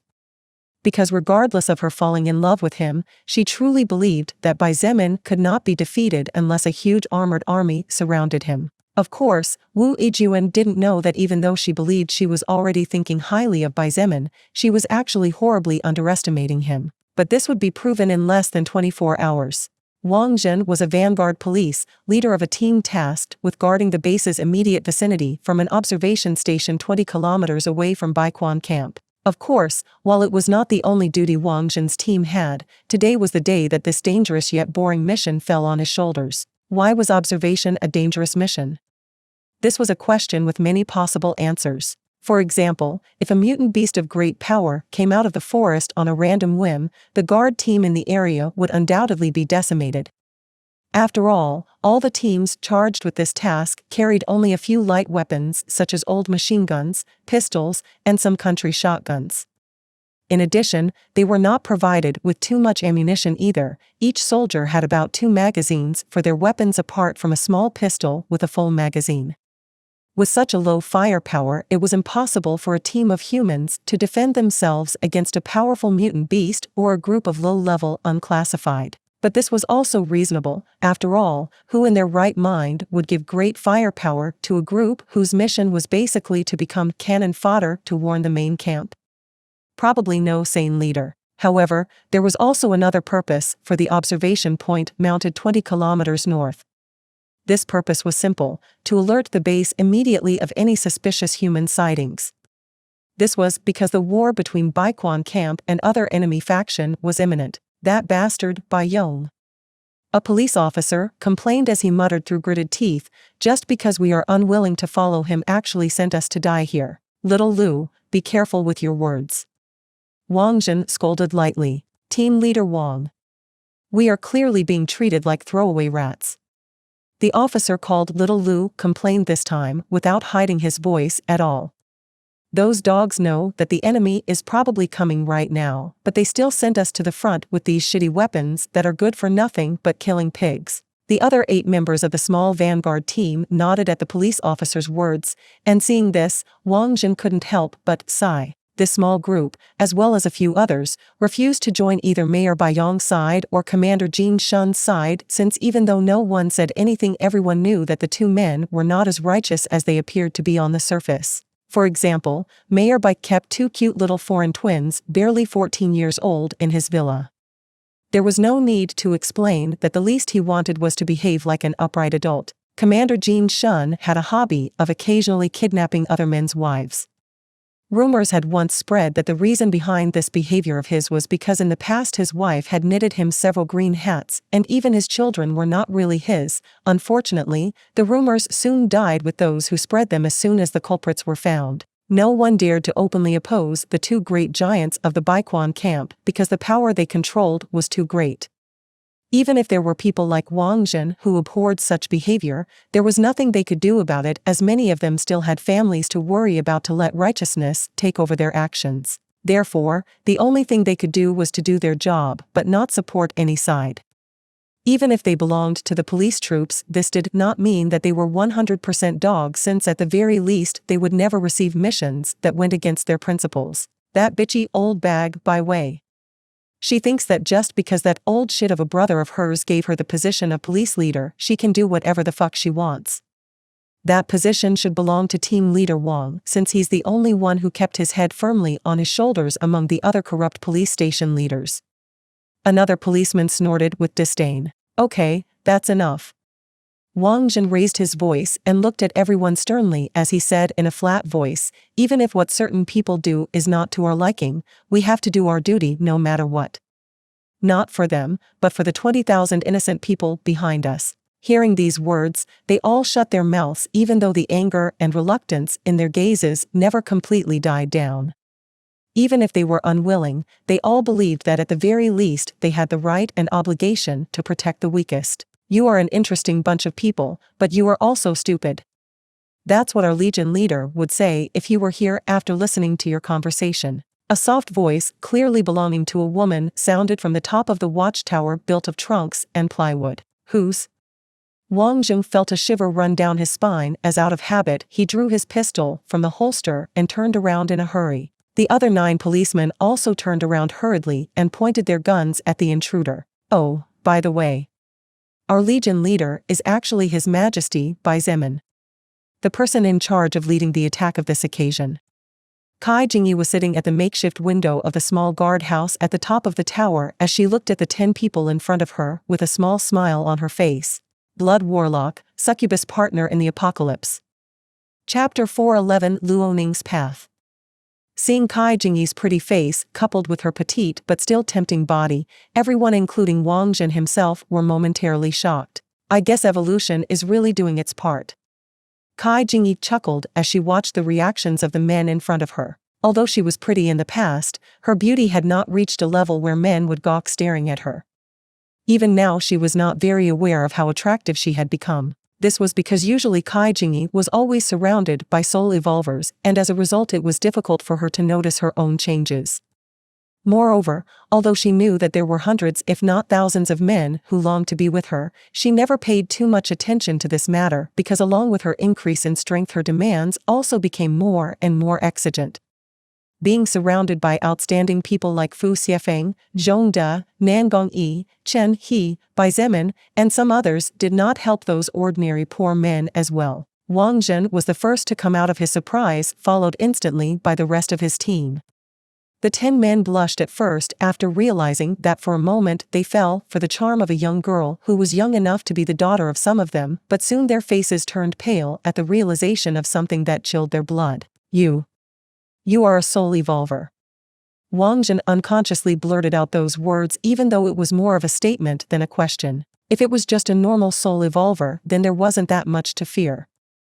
Normal soul evolvers had low levels, and although they were stronger than the average person, they were no different in the fact that a shot in the head could end their lives in a second. However, soul evolvers with active skills and with the ability to appear behind them definitely belonged to the higher caste of soul evolvers, high-level soul evolvers.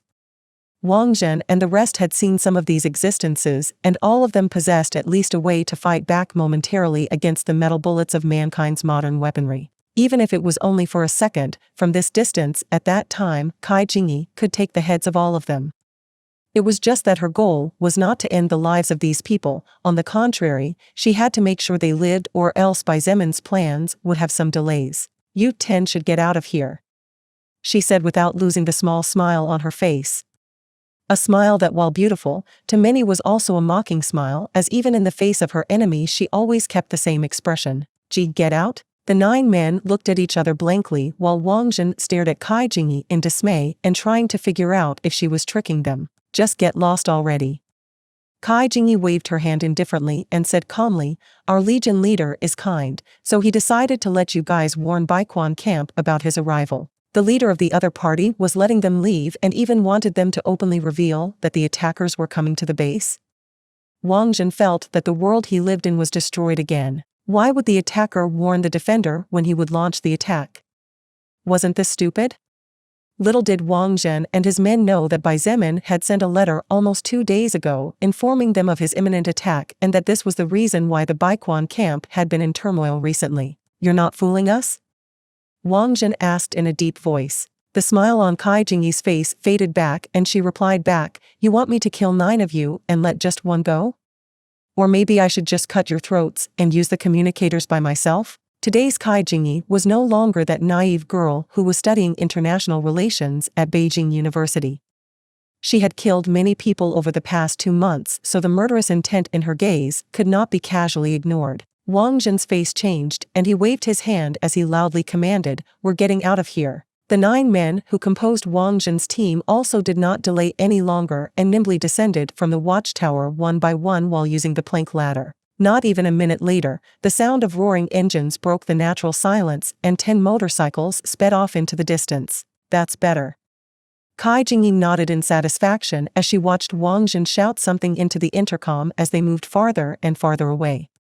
Then, she simply sat on top of the guardhouse atop the watchtower made of trunks as she looked in a northerly direction. Approximately 10 minutes later, the sound of approaching engines was finally heard by her and a moment later a large group of people came into her range of vision. It was the Blood Spear Legion that had just arrived after Bai Zemin sent her to scout and warn the soldiers in case she met any monitoring groups. Honestly, Bai Zemin had not thought about the scouting teams since from his point of view they did not mean anything.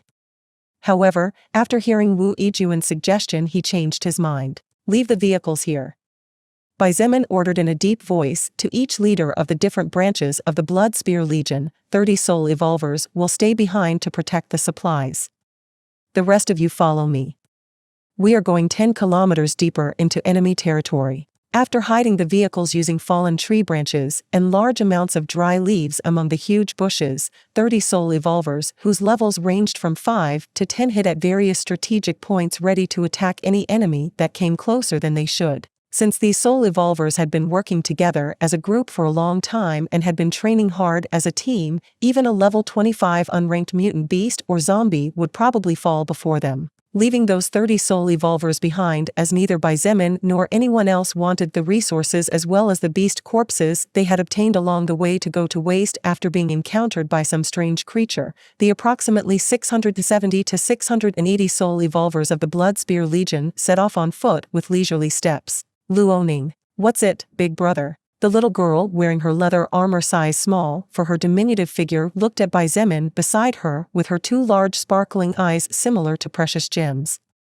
She even carried a sword with strange serrations on the blade and two small knives at her waist. She looked like a brave and powerful warrior despite being only 9 years old. Summon your creature and try to find traps along the way, please, he said calmly. However, Luoning puffed out her cheeks and said dissatisfied, Big brother, how many times have I told you not to call my little cats like that? The corner of Xietain's mouth twitched several times when he heard this, and the nearby soul evolvers couldn't help but laugh. Luoning was truly loved by everyone, and her presence as well as her purity was like a ray of light amidst so much darkness and sadness. Everyone spoiled her whenever they could, and if anyone dared to bully her, they would immediately become the target of the Blood Spear Legion as well as the other two great legions of the faction. So, can you summon your little cats? Xietain said, not knowing whether to laugh or cry. Imachem. Luoning nodded like an old woman finally satisfied with her junior's attitude, causing some finally couldn't help but burst out in laughter. Probably only she in the entire Transcendent faction could make Xietain not get angry after saying such words and showing such a carefree attitude around him. Well, she was also the only one who acted so careless around him to begin with. Luoning pointed forward and 3 ink-black cats with eyes as bright as the sun appeared before her. Xietain looked at the 3 summoned creatures and smiled wryly. How were those things cats? If this was the previous world, these 3 cats could easily have been mistaken for 3 giant and terrifying panthers. Although Luoning had yet to advance to First Order, her summoned Shadow Cat skill had already reached First Order level 5, so she could now summon up to 3 cats at the same time while the mana consumption to maintain each summon was greatly reduced. Luoning was following a rather strange evolution path as she used all her stat points to increase her strength stat and mana stat whenever she had the chance. When Xietain asked her in the past why she was so sure about following such a weird path, Luoning said something that surprised him. At that time, she said, my shadow cats are very agile, big brother. Therefore, little Ning doesn't need to increase her agility anymore, nor does she need to increase her stamina. Shadow cats can be my mount after all. In fact, Luoning's words turned out to be very true. Therefore, her path of evolution was that of a melee warrior, but instead of fighting alone, she relied on her summons. The major difference between Luoning and the other summoners Xietain had met so far was that she would not become a fish out of the water waiting for death in case her summons were destroyed, as her own power could not be underestimated. Blood Warlock, Succubus Partner in the Apocalypse. Chapter 4:12 Luoning breaking through enemy lines. When Wang Zhen and the rest of the team in charge of guarding the northbound 20 kilometers away from the walls of Baiquan camp arrived back at the base, they immediately noticed how the armed soldiers, soul evolvers, armored vehicles, and even the tank team were moving in an agitated manner. On the outside of Baiquan camp, there was a large part of the city that had been destroyed during the first days of the apocalypse, so it had been left outside the walls. On the rooftops, hidden behind the walls, camouflaged in the shadows, armed soldiers, police officers, and soul evolvers were waiting for the moment when they would receive the order to attack the enemy. On the main streets, they had used large rubble as shelter, while Type 78 machine guns were placed on both sides, while in the center was an iron giant. The giant Type 69 and 79 war tanks pointed their 105mm caliber cannons rifled. Although the Type 69s were considerably weaker than the Type 79s, they still could not be ignored. Even if the tanks Type 69 performed rather poorly for the People's Liberation Army, these war machines were mysteriously the best defensive performers because although they lacked greater mobility and armament compared to the Type 79, the Type 69 made up for it with its superior defense. In addition, dozens of IFVs of different models were mobilized along with more than 100 military vehicles mounted with Type 77 machine guns not only inside the ruined city but also on the flanks of the forest where more than 2,000 camouflaged soldiers awaited the arrival of the enemy to riddle them with bullets using numerical superiority and knowledge of the terrain. In the command center, far from the front lines and protected by more than 20 defensive lines, Mayor Baiyong together with Commander Jin Shun had gathered under the custody of 2 soul evolvers each, because although they were cooperating at the moment, the reality was that no one of them trusted the other. Protecting Baiyong were his 2 most powerful soul evolvers, who at the same time also seemed to be the 2 strongest in the entire Baiquan camp. These 2 were Mo Zan and Shin Mei. As for the 2 soul evolvers protecting Jin Shun, they were both level 39 and 40 soul evolvers respectively. Although the overall strength of each of these 2 sturdy men was inferior to the overall strength of Mo Zan and Shin Mei, they were both equipped with heavy weaponry to the teeth along with a set of active skills that could not be ignored. When these 2 soul evolvers worked together, even Shin Mei and Mo Zan had to be careful as the skills of the 2 complemented each other exceedingly well. Mayor Bai, I don't see your sister present. I wonder what's wrong? Jin Shun asked as he looked at the various monitors before him. He looked quite relaxed as he crossed one leg over the other and enjoyed a warm snack. Several cameras had been placed throughout the forest and in different parts of the ruined city outside Baiquan camp to observe in detail the war about to break out. That way, the commanders in control could take charge to give quick orders and cover the places the enemy managed to break through as well as devise plans to slowly wipe out the opposing forces. My sister Bai Wei temporarily handed over control of the police forces to me. You don't need to worry about her, Commander Jin. Baiyong replied insipidly while cursing Jin Shun in his heart. Jin Shun was like a little pig in heat, anything that moved was a latent target for him. Baiyong's younger sister, despite her age, could still be counted as a beauty. It was no secret that Jin Shun had tried to take her to his bed on several occasions. Of course, Bai Wei refused without even hesitation. Not only was she only interested in handsome young men while Jin Shun was like a pregnant woman about to give birth, but Bai Wei was also aware that Baiyong would send assassins after her head even if she was his blood sister. After all, if Bai Wei were to become the lover of the commander that Baiyong was secretly competing with, having her close to him would be no different from having a time bomb attached to his body. I see. Jin Shun simply nodded, seemingly not caring too much about Baiyong's words. However, he was a bit disappointed as he had hoped to lure the mature woman into his bed through showing her his greatness. Jin Shun was self-conscious. He was not good at fighting and the courage he once had in his youth had deteriorated over the years to the point where he hardly dared to lift a weapon. However, he was really good at strategizing based on his military knowledge. Baiyong was also aware of this fact. Therefore, after finishing all the preparations based on receiving the notice from Longjin's group, he looked at the man beside him and said in a deep voice, Commander Jin, I hope you will inform me of your plans. That way I will be able to relay orders to my troops to coordinate with your men. Jin Shun sighed and said regretfully, if Mayor Bai were willing to temporarily hand over command of his troops to me, the odds of victory would be much higher. Why don't you consider it better? Baiyong scoffed in his heart. How could he not understand what a treacherous old fox like Jin Shun had in mind? If Baiyong really handed over temporary control of his troops, Jin Shun would most likely use his men as cannon fodder. By the time this war was over, even if the Baiquan camp defeated the enemy faction, Baiyong himself would have lost everything. Jin Shun even betrayed his comrades with whom he had gone through countless hardships in the past. Who dared to deposit even a hint of trust in such a person? Whoever did so would definitely not live another day to see the sunlight. However, Baiyong was a smart man who had seen wind and rain throughout his life as the mayor of a large subdistrict such as Baiquan subdistrict, so he did not let his emotions show in his expression and said straightforwardly. As one of the leaders in charge of protecting the safety of the citizens of the motherland, I naturally cannot allow Commander Jin to carry this great burden alone. We will definitely eradicate the usurpers and regain peace again as high officials of the Great China. High officials, my ass.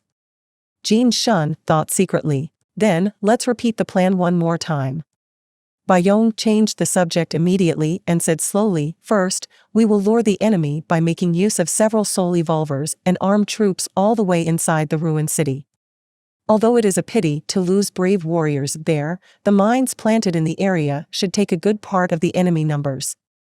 Then, we'll use heavy fire to decimate as many as possible after launching concentrated fire at strategic points, and finally, we'll use the overwhelming numbers of our combined forces to wipe out the remnants. MHM. Jin Shun nodded indifferently and said somewhat complacently, according to reports, the enemy commander is so arrogant that he only brought around 700 men with him. Our troops total in excess of 7,000 and our weaponry far exceeds the few vehicles the counterpart brought. Even if the other side is powerful and has experts capable of fighting 1 versus 10, the difference in armament is simply immeasurable. This battle is over without even beginning. The plan set by Jin Shun and tactically approved by Baiyong was really cruel. They were going to use the lives of hundreds of men to lure the enemy into a trap. The worst part of it was that the Allied troops would not necessarily be killed by the enemy but would be sent to their deaths by their own allies without knowing it. Shen Mei's heart grew cold and her gaze became slightly spine-chilling as she unconsciously clutched a small bronze bell in the fist of her hand. She had no intentions of completely betraying the Baiquan camp, she would simply try to stay out of this whole mess as far as possible. However, what she had just heard caused her already low confidence in the higher-ups of the base to plummet to historically low levels. Hey. You've got to be kidding, right? Mo Zan suddenly shouted loudly as he took a step forward and looked at the monitors. Everyone inside the command room was startled at the sudden outburst. However, Shen Mei noticed something that made her guard go up even higher, only this time she was protecting herself from Mo Zan, so without anyone noticing she took a step to the side to make some distance between the two. Then, like everyone else, she looked at the monitors, and what she saw made her face twitch several times. On the giant screen, in color and in high definition, a little girl could be seen running wildly on a completely black panther. The little girl was wearing deep purple leather armor and in her right hand was a serrated sword that was even larger than her own body. The girl's body as well as her hair tied in a long ponytail jumped up and down due to the sudden movements of the Black Panther. The funniest thing was that despite having the face of an innocent baby, the girl had a serious expression as she charged towards the ruined city after leaving the cover of the forest. Ha ha ha ha ha ha. Mo Zan couldn't help but burst out laughing as he pointed forward and said disdainfully, that idiot surnamed Bai. The really stupid guy actually sent a little girl to break through the defensive lines. The corner of Baiyong's mouth trembled and his expression turned slightly ugly as he heard Mo Zan's words. Wasn't his surname Bai as well? Even though Baiyong knew that Mo Zan was referring to Bai Zemin and not him, he still couldn't help but feel unhappy in his heart. On the other hand, Shen Mei's expression also sank slightly at the sight of the little girl. Her expression only got worse when she realized that what the little girl was riding was not a panther, but a big black cat. Was she wrong? Did she misjudge the leader of the enemy faction? Did this Bai Zemin really believe that just because he had sent a little girl, the wolves would take pity on her? Indeed. Shen Mei's concerns proved to be true immediately. Jin Shun picked up the intercom and pressed a number before saying in a deep voice, Shaoli, kill that damn brat and the cat. Shen Mei sighed in her heart and unconsciously shook her head after hearing Commander Jin Shun's command. Shaoli was one of the best snipers in the battalion under the direct command of Jin Shun himself. He was a veteran with excellent records where 89% of his shots always hit the target regardless of distance and weather conditions, an ability that had been further enhanced after becoming an evolver soul focused on ranged combat. On the north wall of the Baiquan camp, Shaoli received Jin Shun's instruction and immediately got into position as he focused the tip of his precious barret with the sight directly pointing at the enemy's head. His expression was as hard as stone, unperturbed by the fact that his target was a 9-year-old girl. For people like him who had dedicated his life to the army, his family was the soldiers while the commander's orders were similar to his parents' orders when he was still young. Shaoli narrowed his eyes and his index finger gently stroked the trigger, preparing to fire in just seconds. Blood Warlock, Succubus Partner in the Apocalypse. Chapter 413 Luoning vs. 1,000-man armed army. Luoning rode comfortably on her summoned shadow cat. Although she looked quite brave, she actually looked quite comical as well, since her body was simply too small in comparison to the shadow cat, whose size was comparable to that of a normal panther before the world changed. The crocodile tooth sword in her right hand was a rare grade treasure that increased her strength stat by plus 21 points, and since strength was one of the two stats Luoning was aiming for, she preferred to keep that sword instead of using one that would increase her physical attack power directly. At least temporarily, she would change it later when 21 strength points didn't mean much to her overall power, or when she found a better sword. Her armor was a rank 1 equipment that increased her defense by plus 490 points. Luoning had verified with the help of several big brothers and big sisters, or uncles and aunts as she called the soul evolvers and soldiers of the base, that no lower caliber bullet could even affect her after hitting the armor, let alone injure her. This was the case even at very close range. After leaving the cover of the forest and breaking into the ruined city, Luoning immediately saw the 8+ meter high walls made of mutant tree trunks in the distance. Humph. You all are evil people who made Big Brother angry. All of you need to be punished.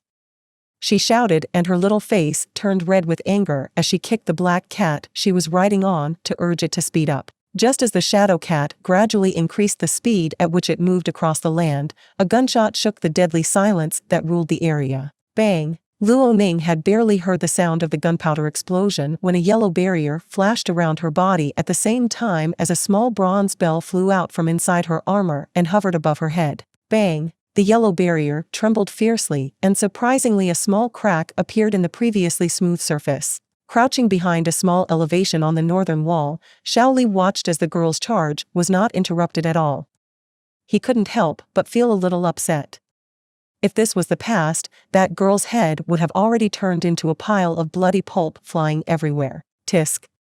He clicked his tongue and hurriedly adjusted the sight before activating bullet reinforcement and air propulsion. The skill bullet reinforcement was only an active skill unclassified level 3 at first, but Shaoli had upgraded it to first order level 3 at present. This skill at its current level allowed Shaoli to strengthen a bullet of any caliber up to x 10 times compared to its previous one, which was quite considerable.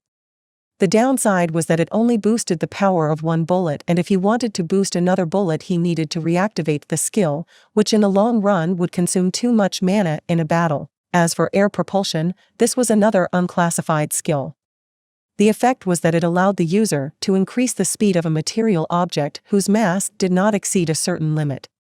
In Shaoli's case, he could make his shots exceed the speed of sound. These two active skills plus Shaoli's own ability made him a formidable sniper. Unfortunately, Luoning had several godly treasures on her that were handed over by Zemin and Shangguan Bing Shui before she charged towards the enemy. Luoning snorted and kicked the black cat furiously. The summoned creature seemed to feel its master's wrath as it immediately increased its speed to the limit, reaching approximately 120 points of agility in less than 2 seconds. Luoning did not stop there and immediately activated second-order lightning movement level 5. Lightning flashed around her body and the black cat's speed increased sharply once again. Since the black cat came from a rune engraved into Luoning's soul, it wasn't necessarily incorrect to assume that the black cat was a part of Luoning herself, something like an extra extension. With now almost 200 points of agility, the speed at which Luoning moved was simply monstrous and made it extremely difficult for Shaoli. The expert sniper fired several times, but unfortunately failed to hit almost every time, while the few shots that did hit were actually repelled by the barrier. Luoning noticed that she was finally reaching the area pointed out to her by Zemin earlier, so she stopped her mount's gait and while pointing her sword forward she shouted, "Go!" Swoosh! Swoosh! 2 black cats suddenly jumped out from the shadow of the black cat Luoning was riding on and charged forward at lightning speed. In the command center, the expressions on Jin Shun and Baiyong's faces were extremely ugly. But when they saw the little girl turn around to flee while the other 2 black cats charged towards the mined area, the 2 of them understood that this was what the enemy wanted to do from the beginning. Fire! Kill that little bastard and stop those cats from reaching the center of the ruined city. Jean Shun shouted at the top of his lungs as he clenched the intercom tightly in his hands. Do what Commander Jean said. Now. Baiyong also did not lag behind and immediately ordered in a deep and urgent voice. The soldiers who received orders as well as the various officers of the police forces immediately started firing without question. Bang. Bang. Bang. Bang. Bang. Bang. Bang. Bang. Bang. Bang.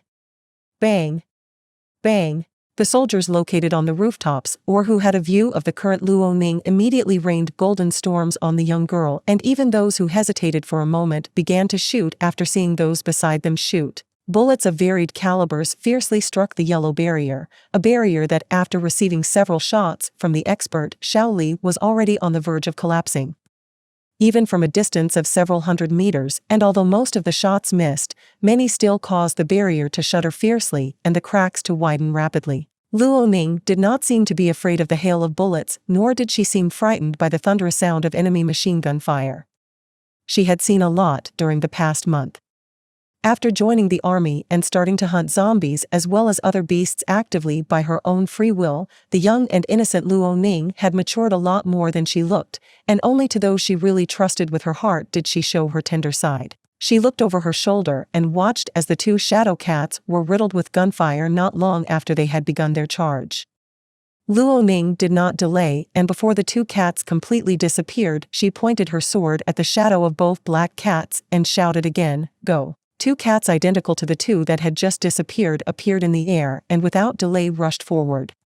Unfortunately, the enemy firepower was too heavy and the range covered by the hail of bullets was simply too extensive to escape, so that barely 300 meters later they were torn to pieces just like the previous two. However, just like before, two more black cats emerged from the shadow of the two that had just been destroyed and under Luoning's command charged deep into the ruined city. Bang! The barrier finally couldn't take it anymore, and after reluctantly receiving a final bullet hit it collapsed. The broken bronze bell that Bai Zemin had given her earlier flew back into Luoning's armor, who was now unprotected as hundreds of bullets flew in her direction. In the command center, the incredulous expression on Shen Mei's face told how inconceivable she found what she was seeing. It was hard to believe that a little girl actually had such power. Even if the girl could only taunt an entire army thanks to the defensive ability of a powerful treasure, her bravery as well as the ability to continuously summon terrifying beasts were enough to make her a respectable existence even inside the Baiquan camp. However, just then the yellow barrier that protected the little girl from danger finally could no longer withstand it and collapsed. Shen Mei felt pity in her heart and turned away as she really did not want to see the blood of a girl no more than 10 years old splattering on the ground because of the cruelty of other humans. Shit. Impossible. Ha ha ha ha. Interesting. Shen Mei heard Jean Shun and Baiyong's curse-filled screams along with Mo Zan's wild laughter, which caused her to hurriedly turn her head again to look at the monitors. Phew. She unconsciously let out a sigh of relief. Fortunately, everyone was too busy with their own feelings to notice hers, or else it would really look suspicious. Around the brave little girl, a new yellow barrier had appeared that glowed in all its splendor, while another bronze bell identical to the previous one floated above her jet black hair. Just before the little girl safely disappeared into the forest, the cameras managed to catch her turning her pale face towards the base and pointing her sword again. Although it was impossible to hear her voice from the command center, the movement of the girl's lips made it clear that she had said something out loud. Swoosh. Swoosh. Just as Shadow Cat number 17 and Shadow Cat number 18 were riddled with gunfire and vanished, two other Shadow Cats emerged from the shadow about to be extinguished and apparently received a certain order, as they did not even take a split second to charge in deeply just as their predecessors had done so far. The IFVs positioned nearby as well as the vehicles with heavy machine guns mounted on them opened fire under the guidance of the soldiers inside in an attempt to stop the charge of the two beasts. However, it was already too late because the speed at which the two black cats were advancing was such that they could close dozens of meters in the blink of an eye. After crossing the last 100 meters in an instant, the paws of the two shadow cats finally unleashed the hell that was hidden underground. Boom. Boom. Boom. Boom. Boom. Boom. Boom. Dozens of terrifying explosions shook the earth, causing the ground to sink and the buildings 200 meters around to collapse completely. Soldiers in the vicinity were caught in the explosions, and their bodies exploded as limbs and hot blood flew everywhere. Others were simply consumed by the flying shrapnel and their bodies turned into sieves. Only the more fortunate ones who died after taking a heavy blow on the head were spared from witnessing the horrifying sight before them. After approximately 30 seconds, the seemingly endless chain of explosions finally came to a complete stop. The soldiers and soul evolvers awaiting orders stared in astonishment at the large hole in the center of the ruined city, as well as the dense cloud of dust flying everywhere out of control under the careless guidance of the wind blowing from the woods. Some soul evolvers had gone in pursuit of the girl, while others stopped in mid-charge, hesitating after understanding what had just happened. As for the brave little 9-year-old girl, Luo Ning, she had long since fled into the depths of the forest. Even after facing tens of thousands of gunshots, her skin was still as smooth as ever and her hair as firm as ever. And in this way, a 9-year-old girl completely eluded the defenses of an entire armed army. Blood Warlock, Succubus Partner in the Apocalypse. Chapter 4:14 Peace built over bones and blood.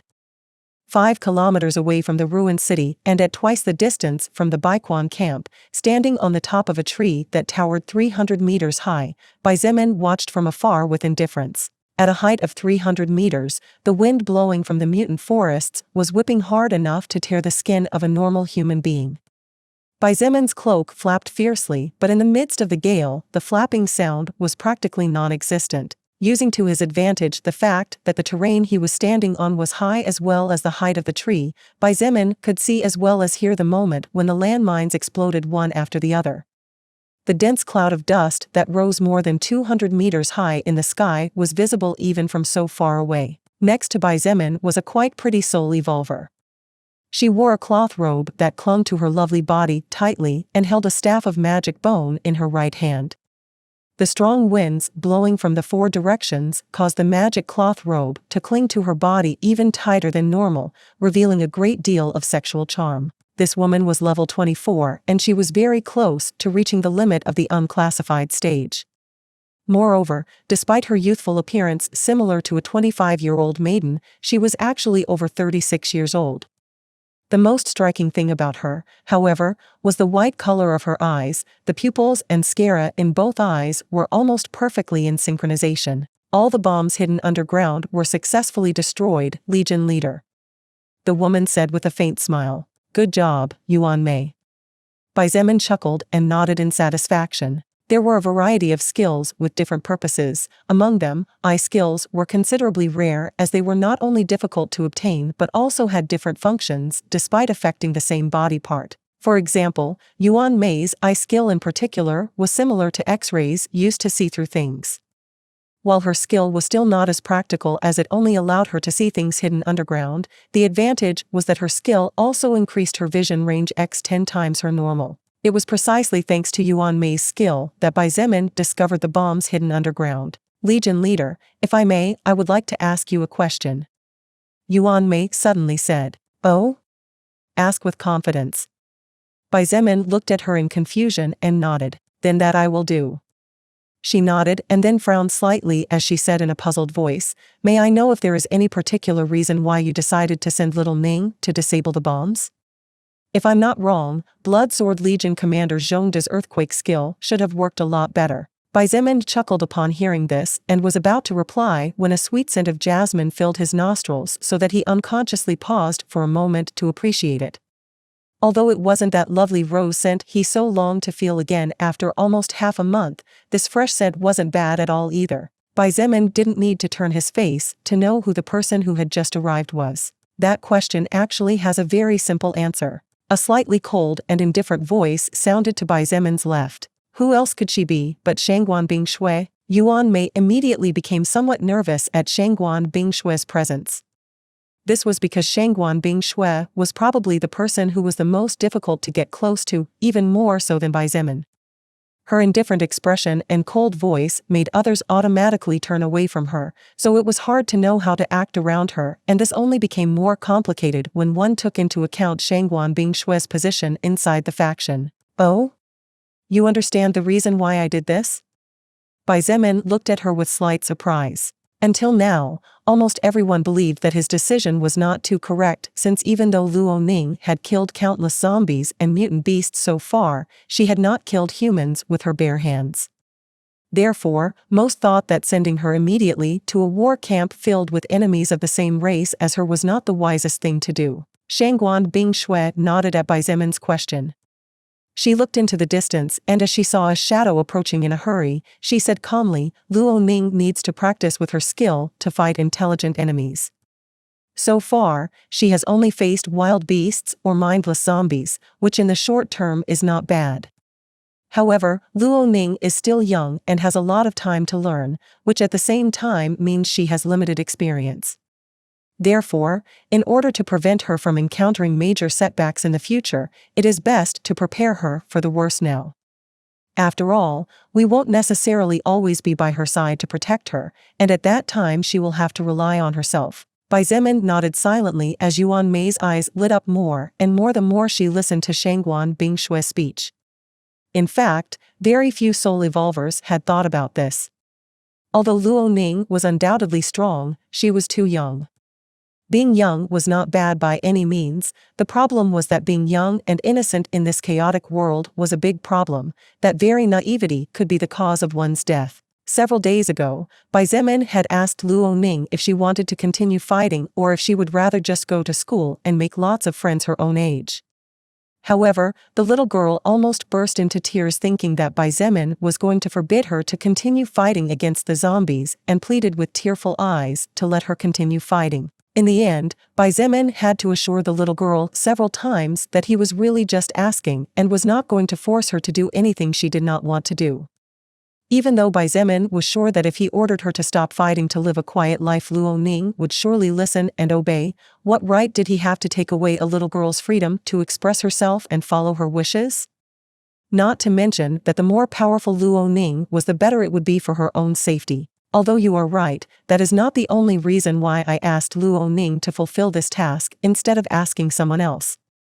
Bai Zemin said, noticing how Luo Ning riding on the back of her shadow cat quickly approached. How would you feel if a 9-year-old girl breaks through the defensive lines of an armed army so easily and then leaves as if it were child's play? He let that question float in the air and jumped down, leaving the two women dumbfounded. After several seconds of awkward silence, Yuan Mei couldn't help but smile wryly as she said, our Legion leader really thinks of some pretty interesting ideas, ha ha ha. Shangguan Bingshui nodded and sighed in her heart. On the ground, Bai Zemin approached Luo Ning and watched her dismount from the shadow cat before she undid the summoning. Big brother, I did as you asked.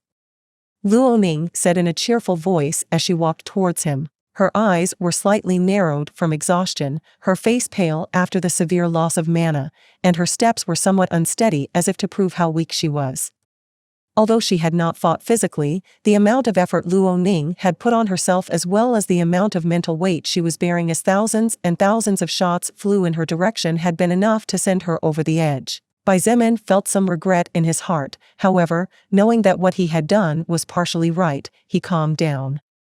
He reached over and caressed her slightly tousled hair as he said in a soft voice, you've done a great job today, little Ning. Why don't you get some rest? Big brother will wake you up when it's all over. Luo Ning gently shook her head, and as she wrapped both arms around his waist, she looked up and said in a serious voice, I want to help big brother more. I also want to help the other uncles and aunts more. When all the bad guys are defeated and Big Brother becomes the king of China, peace will finally return to everyone's life, Big Brother promised after all. The eyes of the soul evolvers who were hidden and heard Luo Ning's words could not help their gazes from softening as they looked at the little girl. Many of them felt pity, others felt gratified, but there was no doubt that they all wanted to protect her. To date, Luo Ning was the only small child who fought tenaciously and woke up early every day to train with the adults or go out to hunt enemies.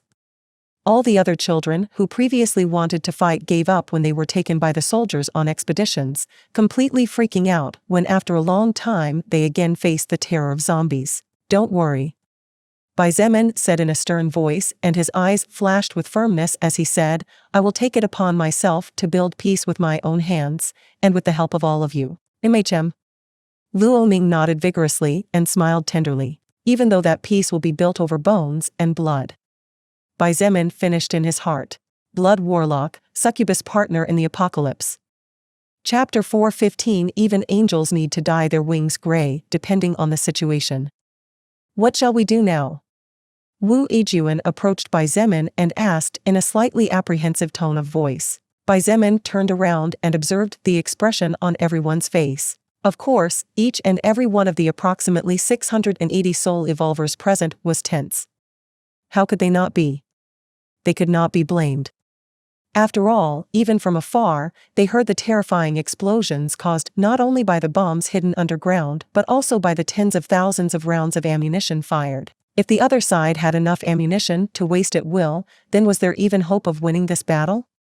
Although they had monsters like Xietain, Shangguan Bing Shui, Chen He, and a few others supporting them, truth be told, the firepower of modern weapons still weighed heavily on their hearts. As humans who had grown up in modernism, it was hard not to think about the power of the firearms they had seen in movies and TV series.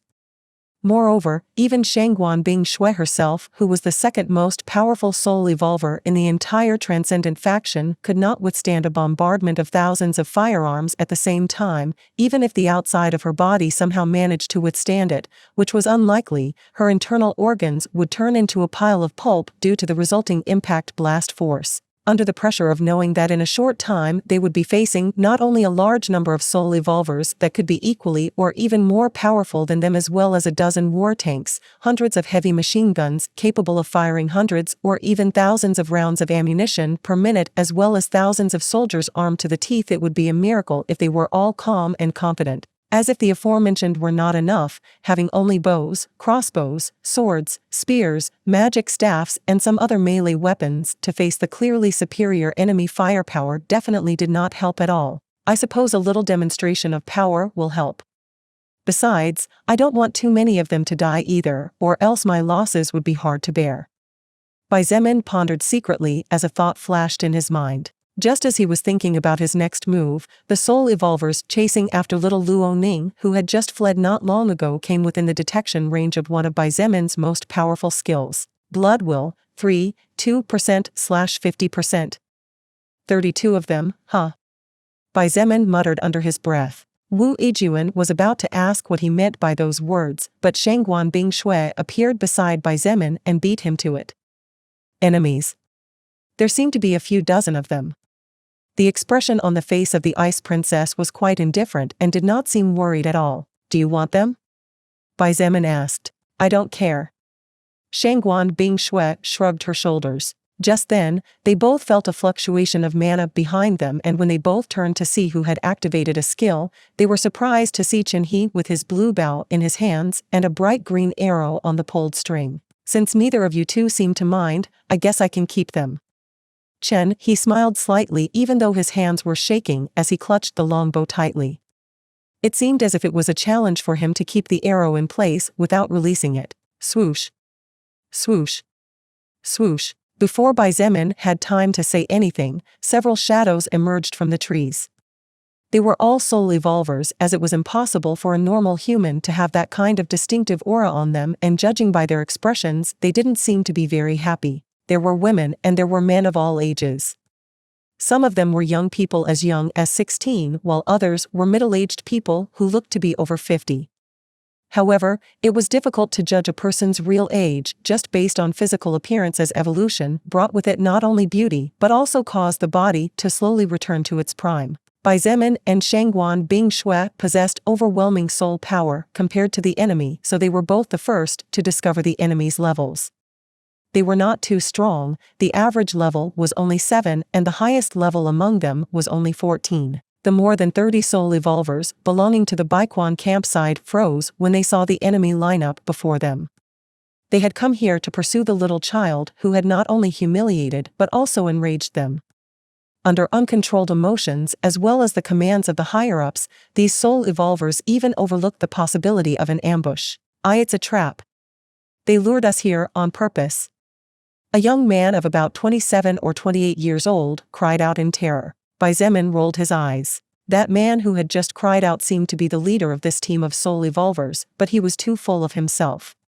Ambush? When in hell had Xietain or someone on his side planned to lure the enemy to kill them? Retreat. The man from before roared, not before turning around to flee. Even before the others moved, he had already moved back a dozen meters. The other soul evolvers cursed in their hearts and quickly turned around with the intention of fleeing in different directions. Although they had crossed a couple of meters in a few seconds, they all cursed their parents for not having given them 10 more pairs of legs at birth. Unfortunately for these soul evolvers, their fates were sealed. From the moment they showed themselves in front of the Transcendent faction group, their lives were over. None of the soul evolvers led by Xietain had any intention of letting any of them live, enemies who had clearly come with the intention of capturing Luo Ning and murdering her, or who knows, it might be even worse considering how cruel mankind was in chaotic times. Swoosh. Swoosh. Swoosh. Swoosh. At lightning speed, tree branches, bushes, thick surrounding grass, and even seemingly dead leaves turned against the 32 soul evolvers who were trying to flee. As if it had a sense and intelligence of its own, the wildlife 20 meters around the area they were in seemed to become active, and before the soul evolvers of Baiquan camp could take another step, their feet were wrapped by different types of plants. They all fell to the ground without even getting a chance to roll, as their bodies were soon completely coiled into something similar to spider silk cocoons. Even their mouths were tightly sealed. Xietain, why are you interfering? Chen He frowned and looked in a certain direction with some displeasure. Why are you going crazy? Wu Yijun also frowned and said, somewhat offended, I'm simply making sure they don't run away, and that's all. Run away? You think a small group of level 10 soul evolvers can possibly escape from me? Chen He sneered. Even if I gave them a kilometer head start, they would still fall anyway. Chen He, you. Wu Yijun looked at him in surprise. This was possibly the first time she had seen her childhood friend, who was like a blood brother to her, act this way. Chen He was usually calm and polite, rarely losing his composure, let alone going crazy over something as insignificant as this. Therefore, Wu Yijun did not know how to react to such him. Xietan's body disappeared from its previous position and appeared like a ghost beside Chen He. Chen He, keep a cool head. He gently tapped his shoulder and said calmly, if you want to get soul power, there are many beasts to hunt in this forest and millions of zombies to kill once we conquer the enemy camp before us. Is it worth fighting someone dear to you for something so insignificant? To be honest, Xietain understood and knew the reason why Chen He was acting strangely. Over the past few days, the man had witnessed the woman he had loved since he knew about the attraction between men and women interacting with another man in such an intimate way. Based on this point alone, Chen He's slight mental instability was understandable. Moreover, since Chen He had always been the center of attention and the most praised genius of the younger generation in addition to his family backing, it was natural that in his heart he felt at least a little superior to the rest of the men. But from the moment the apocalypse began, from that fatal day one, a previously unknown and unexceptional young man had been superior to him in every aspect. Therefore, it was understandable that Chen He felt bad and wanted to somehow retaliate a little. Xietain knew perfectly well how much it hurt to be heartbroken. Worse, he knew better than anyone how a person's personality could go from pure white to gray in a second when bad thoughts were clouding the reasoning. Because Xietain knew and understood all this, he did not bother to reprimand Chen He for his childish attitude. After all, as humans, it was natural to have certain slips occasionally. As long as it wasn't something unceasing, of course, otherwise, there was no way Xietain could be so kind. Chen He took several deep breaths and finally calmed down after much effort. He gave Xietain a look of thanks, to which the latter responded with a faint indifferent smile. Then, Chen He looked at Wu Yijun and said regretfully, I'm sorry for speaking to you like that before, Yijun. For a moment I lost it there. It's all right. Don't worry. The offended expression on Wu Yijun's face receded faster than it appeared.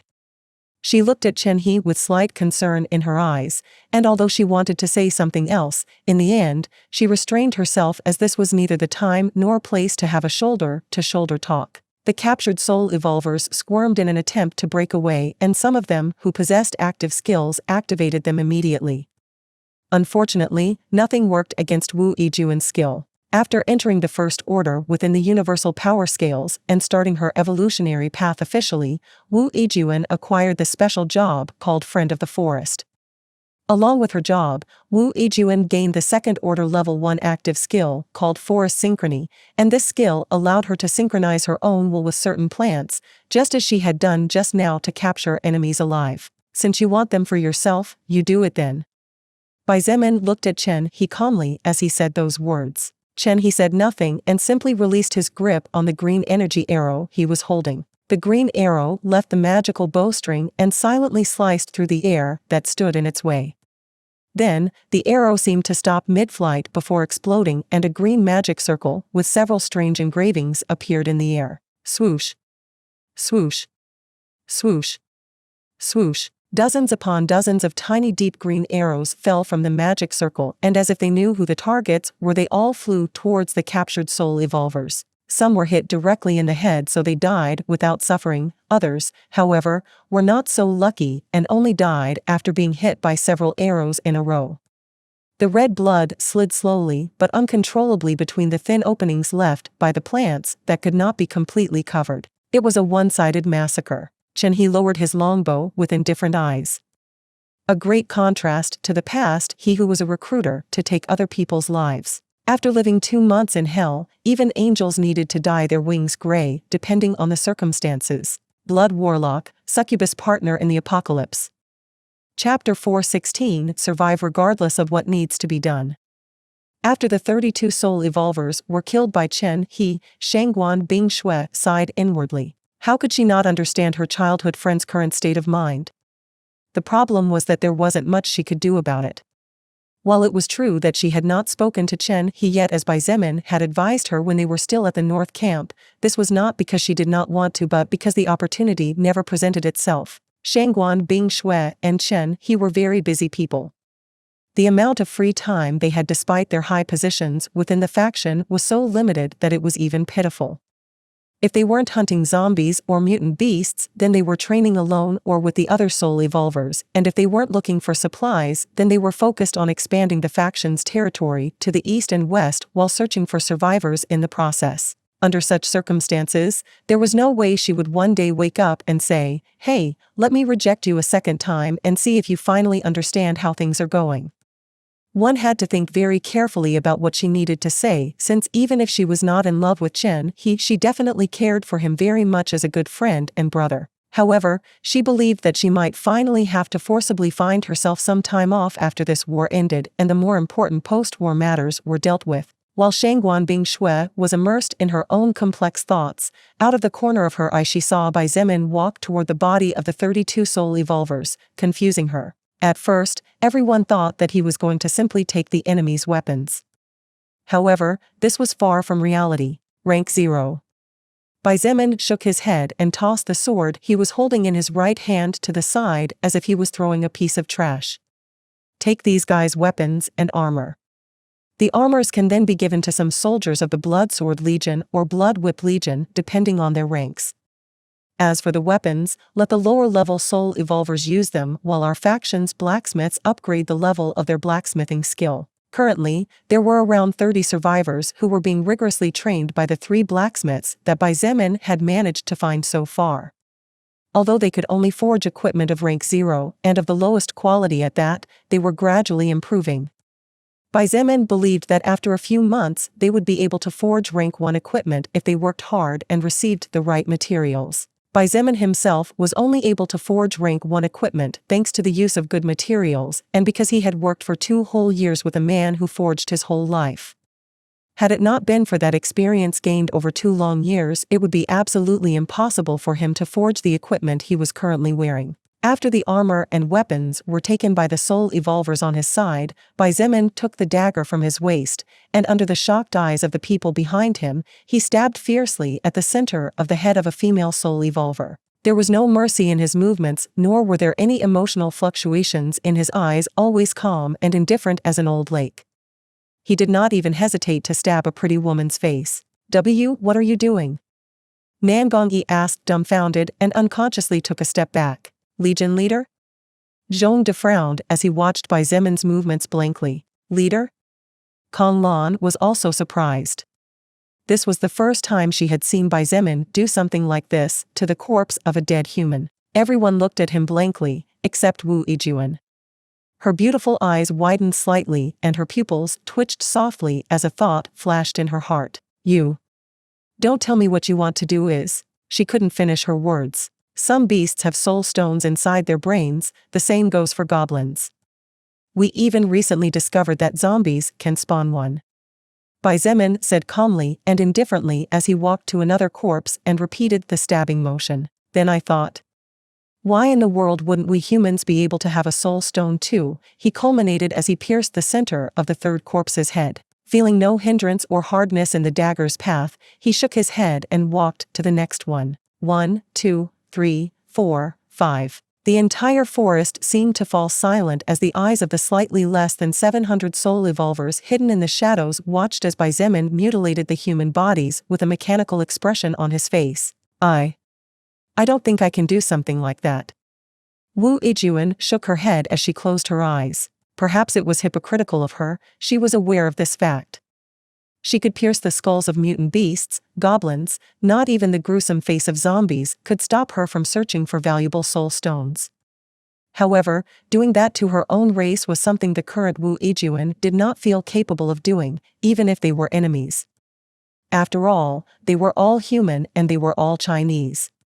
There was no hatred between them, and the only reason behind their animosity was that they fought for different leaders and for different purposes. In fact, Wu Yijun was not the only one who thought this way. There were many more who thought the same way she did. Maybe you don't. Xietain said as he stood up after piercing the brain of the last soul evolver, the leader of the group. Then, holding in his bloodied hand a small rock, he said coldly, but I do. Everyone's eyes automatically gathered on the gray-colored soul stone in Xietan's hand. Many of them could not believe it while many others sighed as in their hearts they knew that such a thing could happen but refused to accept it. Only a small minority in comparison kept an indifferent expression on their faces. I will do whatever it takes to survive. I don't care how others see me. The winner, the real victor, is the one who survives the longest. Everything else doesn't matter. Compassion for the dead? I doubt that my enemies will have compassion for my corpse if at some point I fall, so no one has the right to demand anything from me. At Xietan's words, everyone fell silent. One did not have to think too hard to realize that while his words sounded somewhat cold and perhaps not something a 20-year-old who 2 months ago was just a normal student should say, they were logical and true. Death means the end of everything. We just have to survive, or otherwise nothing will be meaningful. Kai Jingyi smiled slightly and said calmly, what's the use of keeping certain moral codes from the past in this new world? Haven't all of us seen enough so far? In one of her search for supplies in one of the villages that were almost a day away from the central base, Kai Jingyi had seen with her own eyes how a father ate the lifeless body of his daughter, a body that was already half finished. The saddest part of this story was that the daughter had clearly been killed with several stab wounds, which made it clear that the father had done this under the torture of hunger. She did not judge the man saying words of righteousness, because she did not have the qualifications to do so.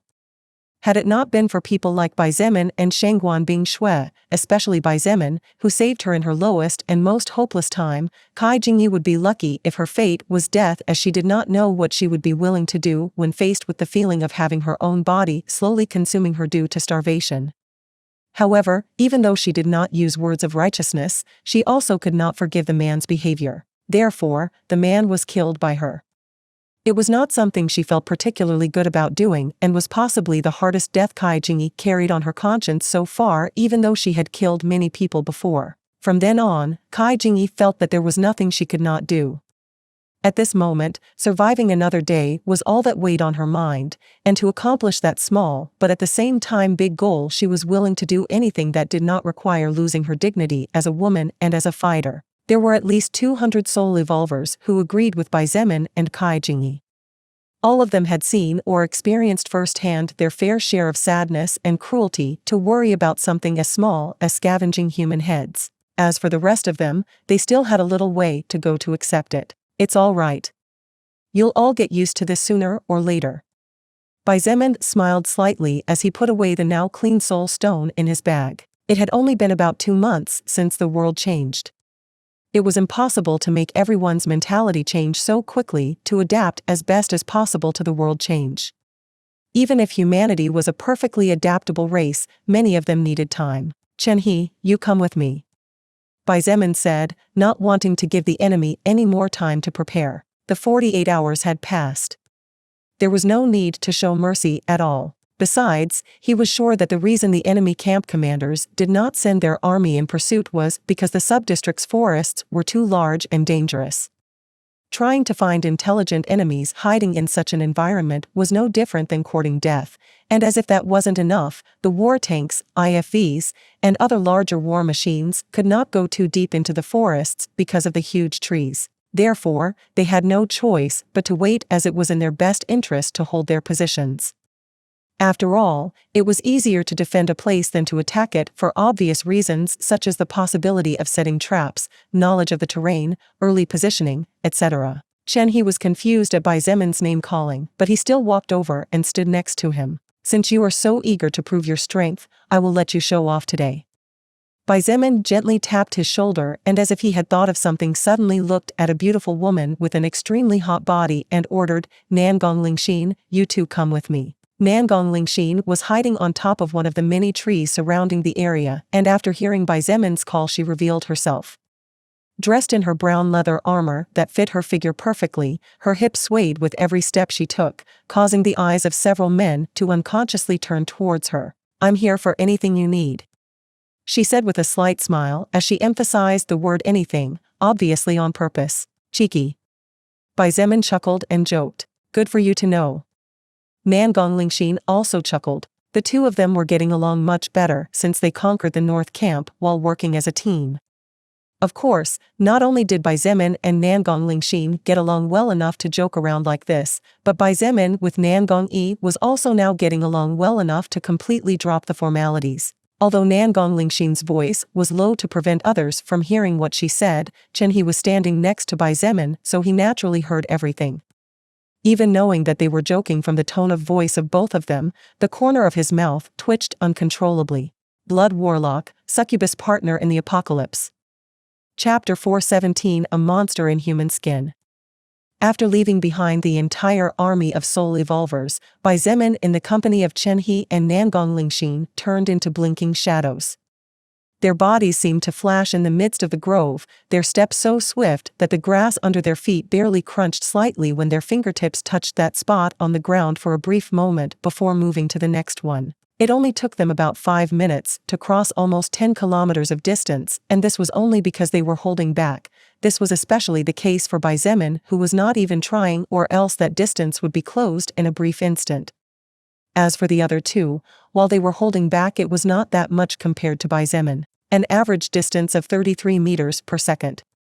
Something like this was unthinkable in the past, but now it was possible for those at high levels or with powerful active skills capable of boosting agility. This lightning movement skill really is awesome. Nangong Lingxin commented as she felt her body become much lighter and more agile compared to herself before she activated the second-order skill she obtained after consuming the treasure fruit that Bai Zemin bestowed upon her several days ago. Since Nangong Lingxin's level was 25 and she was in the process of completing her breakthrough quest, her agility was naturally lower than Chen He's, not to mention Bai Zemin's.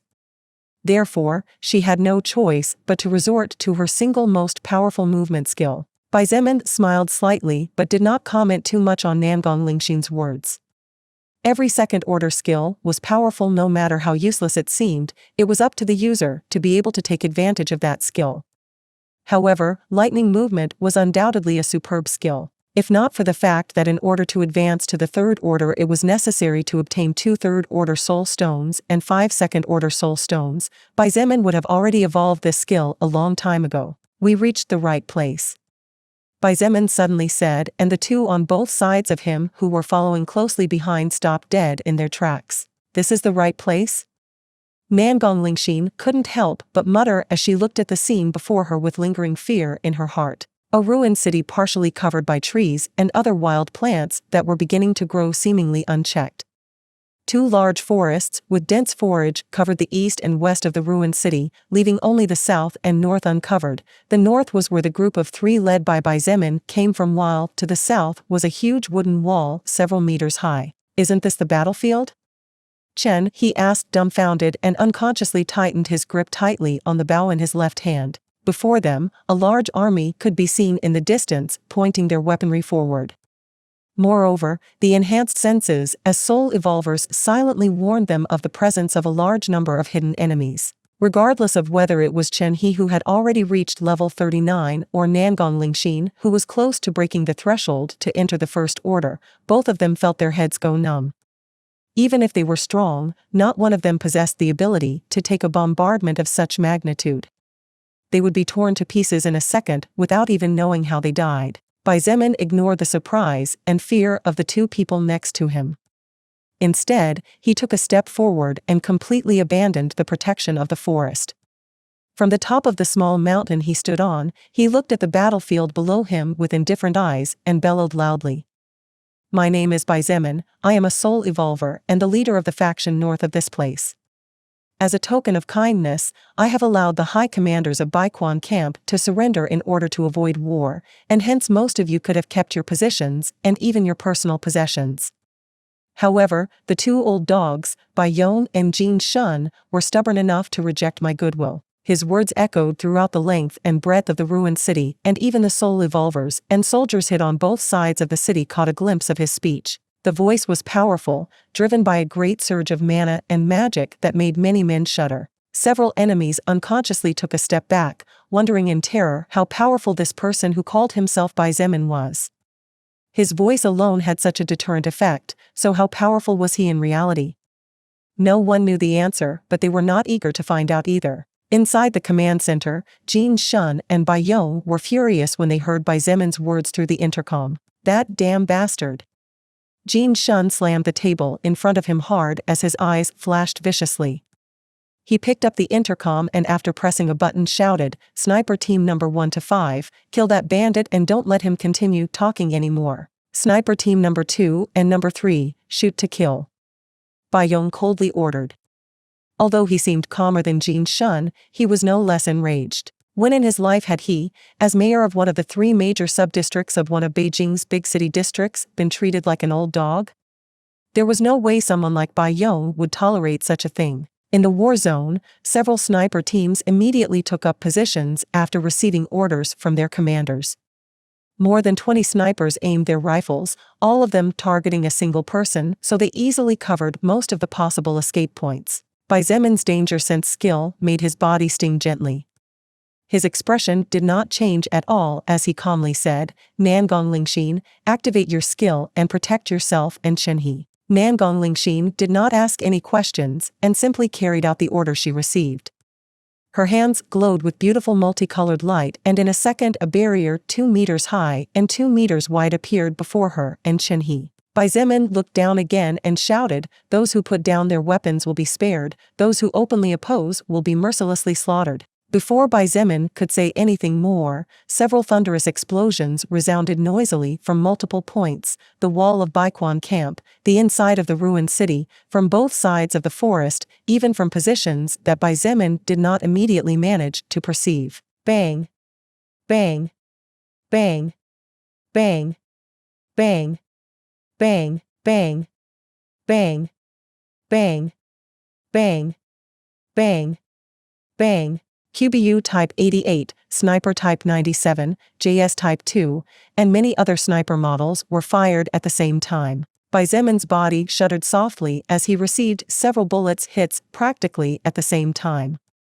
There was no part of his body that was not hit: head, chest, abdomen, legs, arms, heart, etc. Just when that slight shuddering stopped, one last shot thundered like thunder in the middle of the storm. Bang! Bai Zemin's head tilted back, his eyes looking up into the clouds, making it hard to see whether he had been wounded or not. However, no one really believed that a human could survive something like this.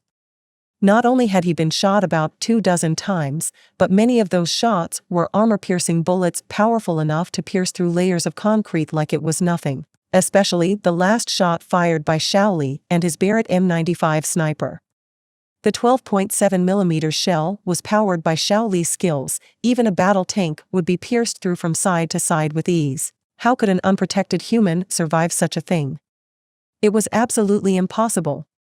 Everyone witnessed the enemy leader being hit directly in the forehead. Chen He and Nangong Lingxin froze as they looked at Bai Zemin with trembling eyes. They didn't know if he was alive or dead. Time seemed to freeze for a few seconds as the echoing gunshots, especially the last one, echoed throughout the war zone. What happened next was not different from a nightmare for the defending army. Slowly, the head of the leader of the enemy faction that was pointing skyward came down. Under the astonished eyes of the soldiers watching with binoculars and the disbelief of the snipers who had fired, two indifferent black eyes gazed at the world before them. Impossible. Jin Shun shouted with wide eyes, "This is definitely impossible." Mayor Baiyong's face turned as pale as a sheet. His body staggered back, and had it not been for him hurriedly grabbing onto the table beside him, he would have definitely lost his balance and fallen to the ground. The eyes of Mo Zan and the two soul evolvers protecting Jin Shun widened.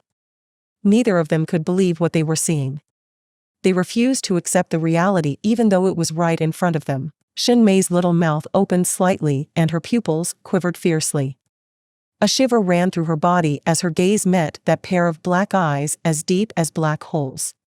Even though they were miles away, even though Xin Mei was only seeing an image projected by the cameras placed all over the war zone, she felt as if her very soul was about to fly out of her body. Never in her life had she felt as much fear and helplessness as she was feeling now. And no wonder. If Bai Zemin had been protected by a treasure just like the little girl who rode a big black cat to evade the defenses and make the bombs planted underground explode, then they would not be surprised. However, they all saw how the bullets hit his body. Even if his body was mainly protected by shiny black armor, his head and part of his limbs were not. It must be some treasure, some transparent barrier must be covering his body secretly.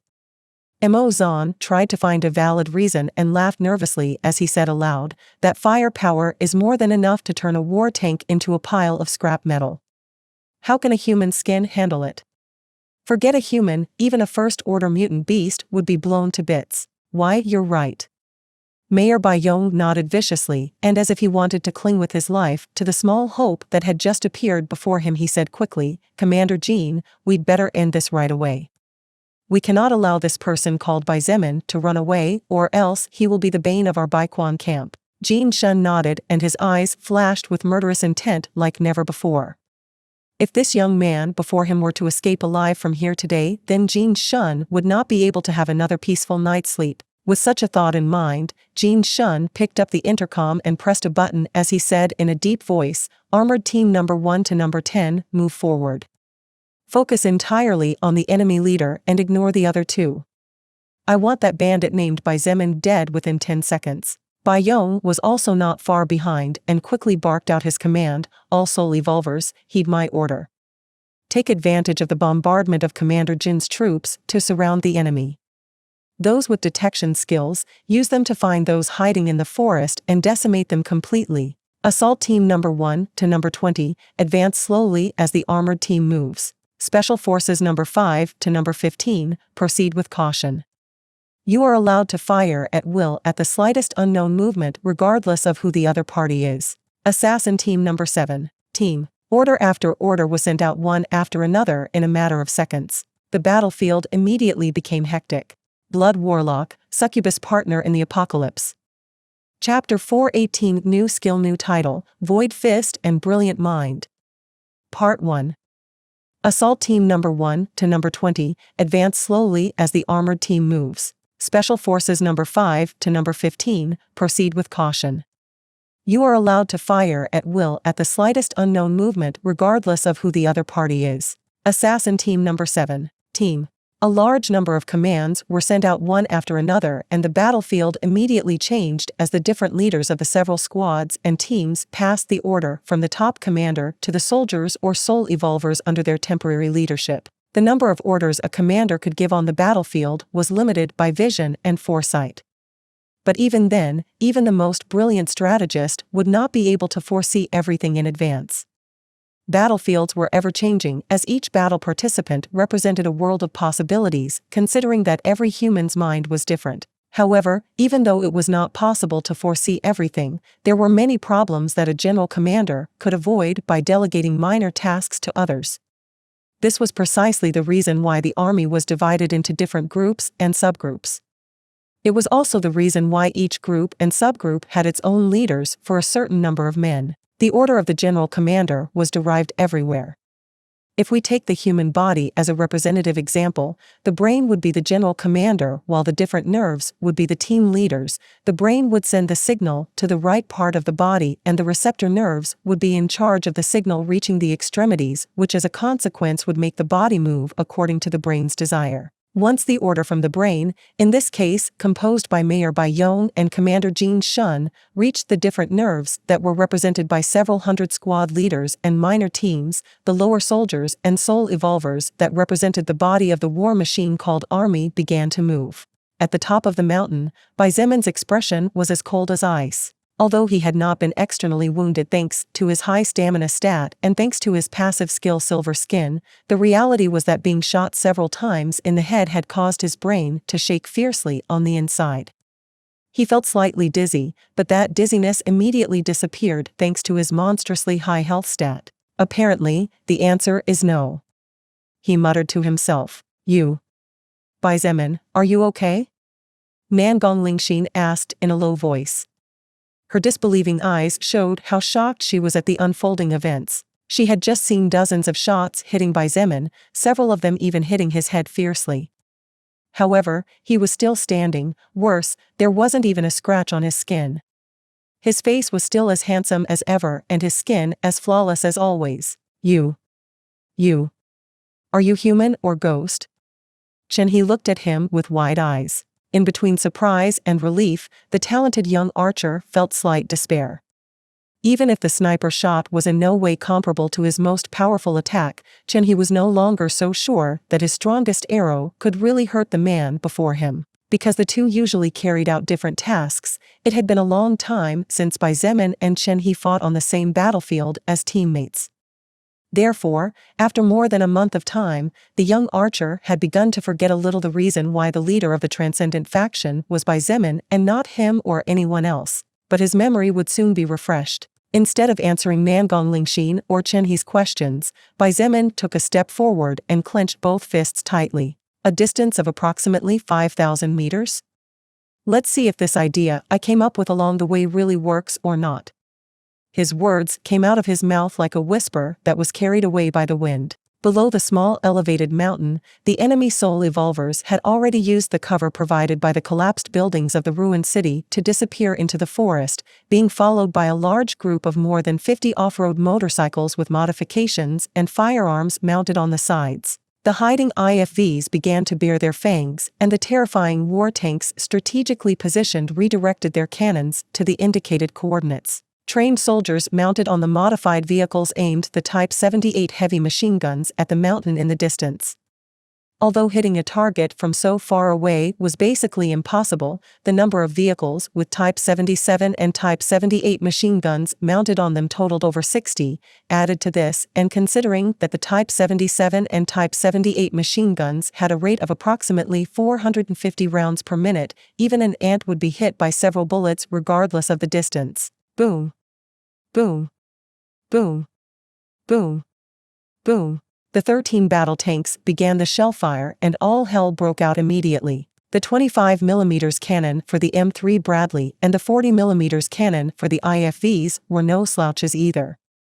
Nearly 30 of these beasts fired not only their cannons, but their 7.62mm machine guns also began to rain intermittent bursts of fiery fire in the direction of the small mountain.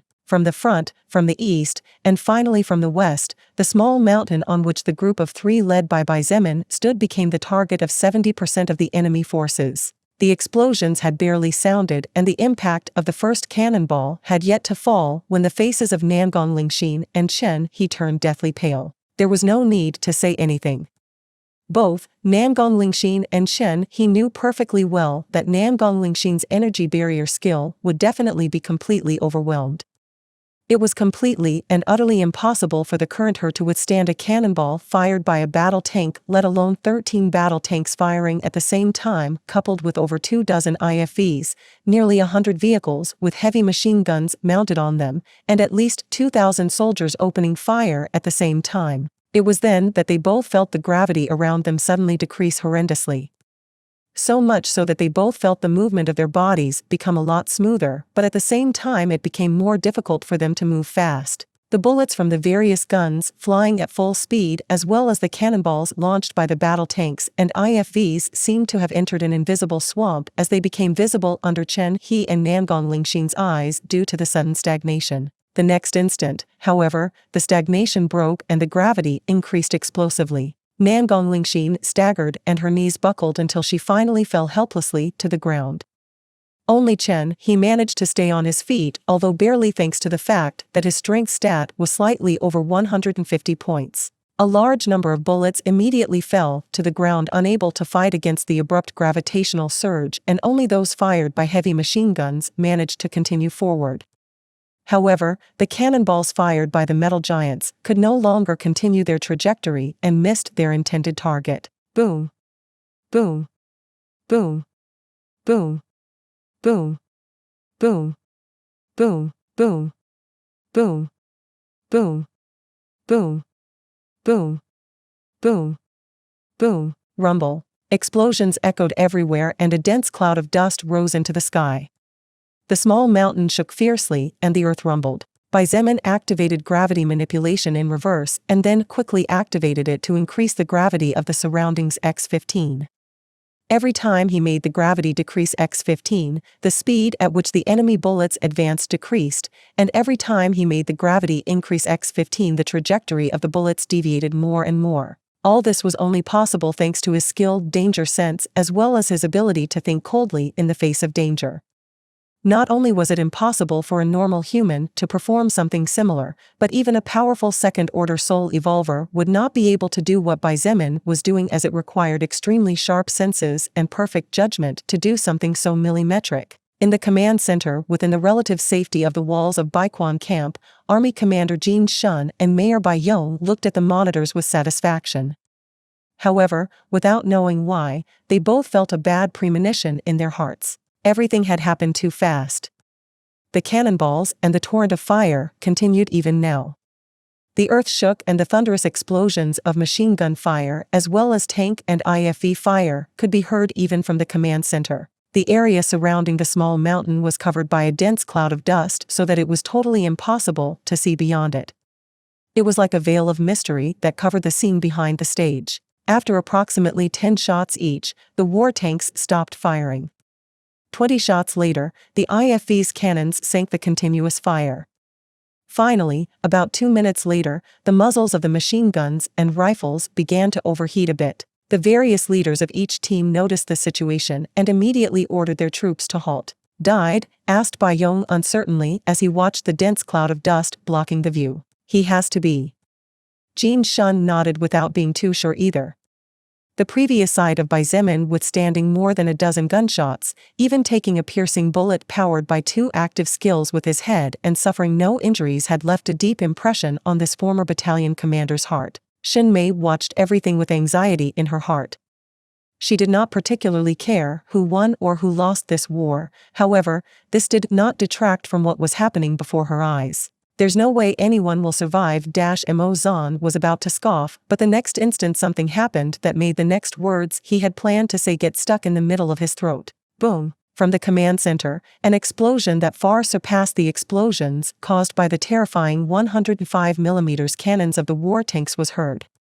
So, it was hard to even try to imagine how terrifying that explosion had been for those in the war zone. Blood Warlock, Succubus Partner in the Apocalypse. Chapter 419. New Skill, New Title, Void Fist and Brilliant Mind.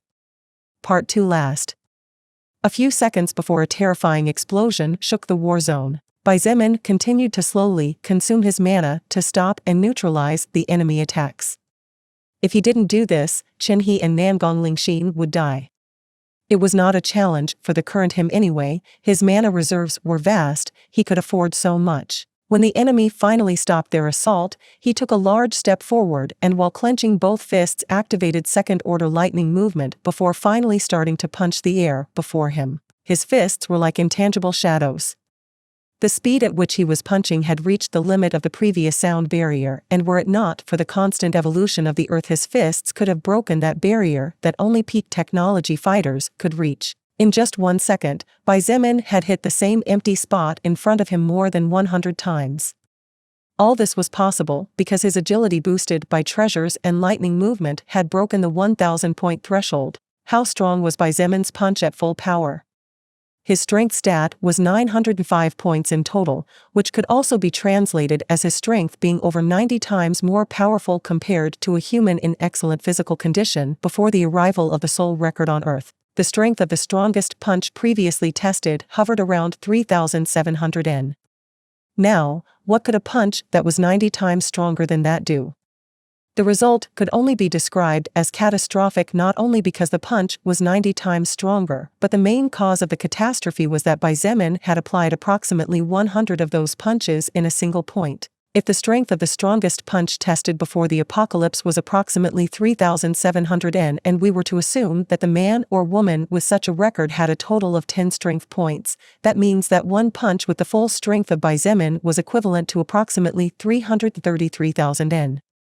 However, since he had stacked 100 of those punches into a single point, the equivalent power was over 33,300,000 N. 33,300,000 N converted into kilogram force was equivalent to approximately 3,395,655 kilograms of pressure, and if one took into consideration that the world's largest aircraft, an Airbus A380, weighed approximately 570 t, which was equivalent to 570,000 kilograms, this meant that the pressure caused by Xietan's 100 punches stacked one on top of the other in the space before him was equivalent to more than 6 of these giant air monsters put together. Boom! A terrifying explosion shook the entire war zone as a second after Xietain started punching the void in front of him, the 100 fist marks piled perfectly on top of each other. Surprisingly, one could faintly see what appeared to be a crystal fist in front of Xietain.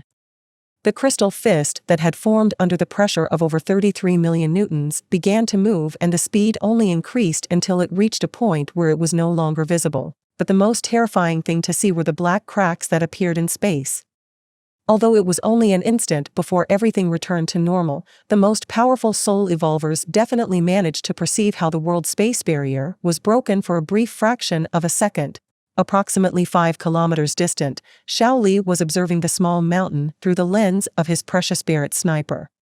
His finger stroked the trigger, preparing to fire at the first suspicious movement once the dense cloud of dirt and dust covered everyone's vision. Suddenly, and without warning, the large dust cloud abruptly dispersed just as an explosion that left the minds of the normal soldiers blank shook the surrounding atmosphere. Xiaoli's pupils contracted to the minimum possible, and before he could even press the trigger, when his eyes caught sight of the silhouette of the enemy leader still on his feet, his body exploded in blood mist. Even the sniper rifle in his hands was not spared and was completely destroyed beyond saving. Xiaoli was not the only unfortunate one. The distance between Xietan's position and his main target, which was Xiaoli, was just over 5 kilometers. Therefore, the fist-shaped crystal mark instantly pierced over 5,000 meters and crushed everything in its path. Abandoned buildings in the path of the crystal mark were finally collapsed, trees that were beginning to take root were crushed and turned into a pile of broken splinters, roads along the way were turned into long dirt trenches, etc. As if what was stated above was not enough, the soldiers that were 300 meters around the area where the fist-shaped glass mark passed through, as well as the armored vehicles that were in that area, were blown beyond oblivion. The bodies of the soldiers and police officers swelled briefly before exploding with hot blood and broken bone fragments flying everywhere, while the armored vehicles appeared to be caught by a pair of giant hands as they were smashed to the ground to the point of becoming flat steel plates. The echo of the explosion had reached far beyond the forest, causing a large number of birds to fly uncontrollably all over the place in panic. On the other hand, there were more than 400 armed men who fainted on the scene. Some of them suffered varying degrees of injuries after being hit by the shockwave, while the luckier ones simply fainted as a result of the shock to their brains. The shooting stopped completely, and the battle zone was filled with screams of terror as the wounded who were still conscious grunted in pain on the ground. Standing on the semi-flattened mountain of earth, Xietan's chest was rising and falling continuously as his agitated breathing could be heard by those beside him. His face was slightly pale, and a bead of sweat slid silently from his forehead to his left cheek before falling with a silent tinkle onto the earth. His arms were trembling slightly and his fists were still clenched tightly. While it seemed like what he had done was simple, it was far from it. Punching with all his strength approximately 100 times in a row at such a high speed was not something just anyone could do. If a normal human punched a punching bag with all their strength at full speed, they would definitely get exhausted quickly and their limbs would go numb after a short while. What Xietain was experiencing was similar. As a soul evolver, his limits were far beyond those of a normal human. However, possessing power far beyond that of a normal human, that seemingly unreachable limit was not as difficult to reach as it appeared to be if he gave it his all. Xietain looked behind him and discovered that Lingxin had fallen to the ground. The beautiful woman had a blank stare, and from the way her head was reeling it was obvious that she did not have the ability to defend herself at the moment, probably not even to think clearly. Even though Xietain had protected the two people behind him from getting hurt, the power of his previous attack was simply too great to fully withstand. It was good enough that she had not fainted. As for Chen He, he was doing better compared to Lingxin. However, even he shook his head several times as if to shake off the dizziness. Seeing that the two people behind him were out of danger, Xietain focused on the messages he received from the soul record. You have discovered and unlocked 3rd Order Level 1 active skill Void Fist. Void Fist, 3rd Order active skill, Level 1, user's agility must exceed 1000 points to activate. Stacks the power of each fist in a single point after repeatedly hitting the same area. After reaching a certain limit, the Void Fist will be released in the indicated direction without distinguishing between allies and enemies. The power of the fist marks is not lost while the skill is active. The current limit is 100 fist marks. The limit can be increased in conjunction with the growth of the agility stat and the evolution of the skill. Consumes 300 stamina points to activate and has no cooldown time. You have acquired the title Brilliant Mind. Brilliant Mind, it becomes easier for you to discover and unlock skills by natural means.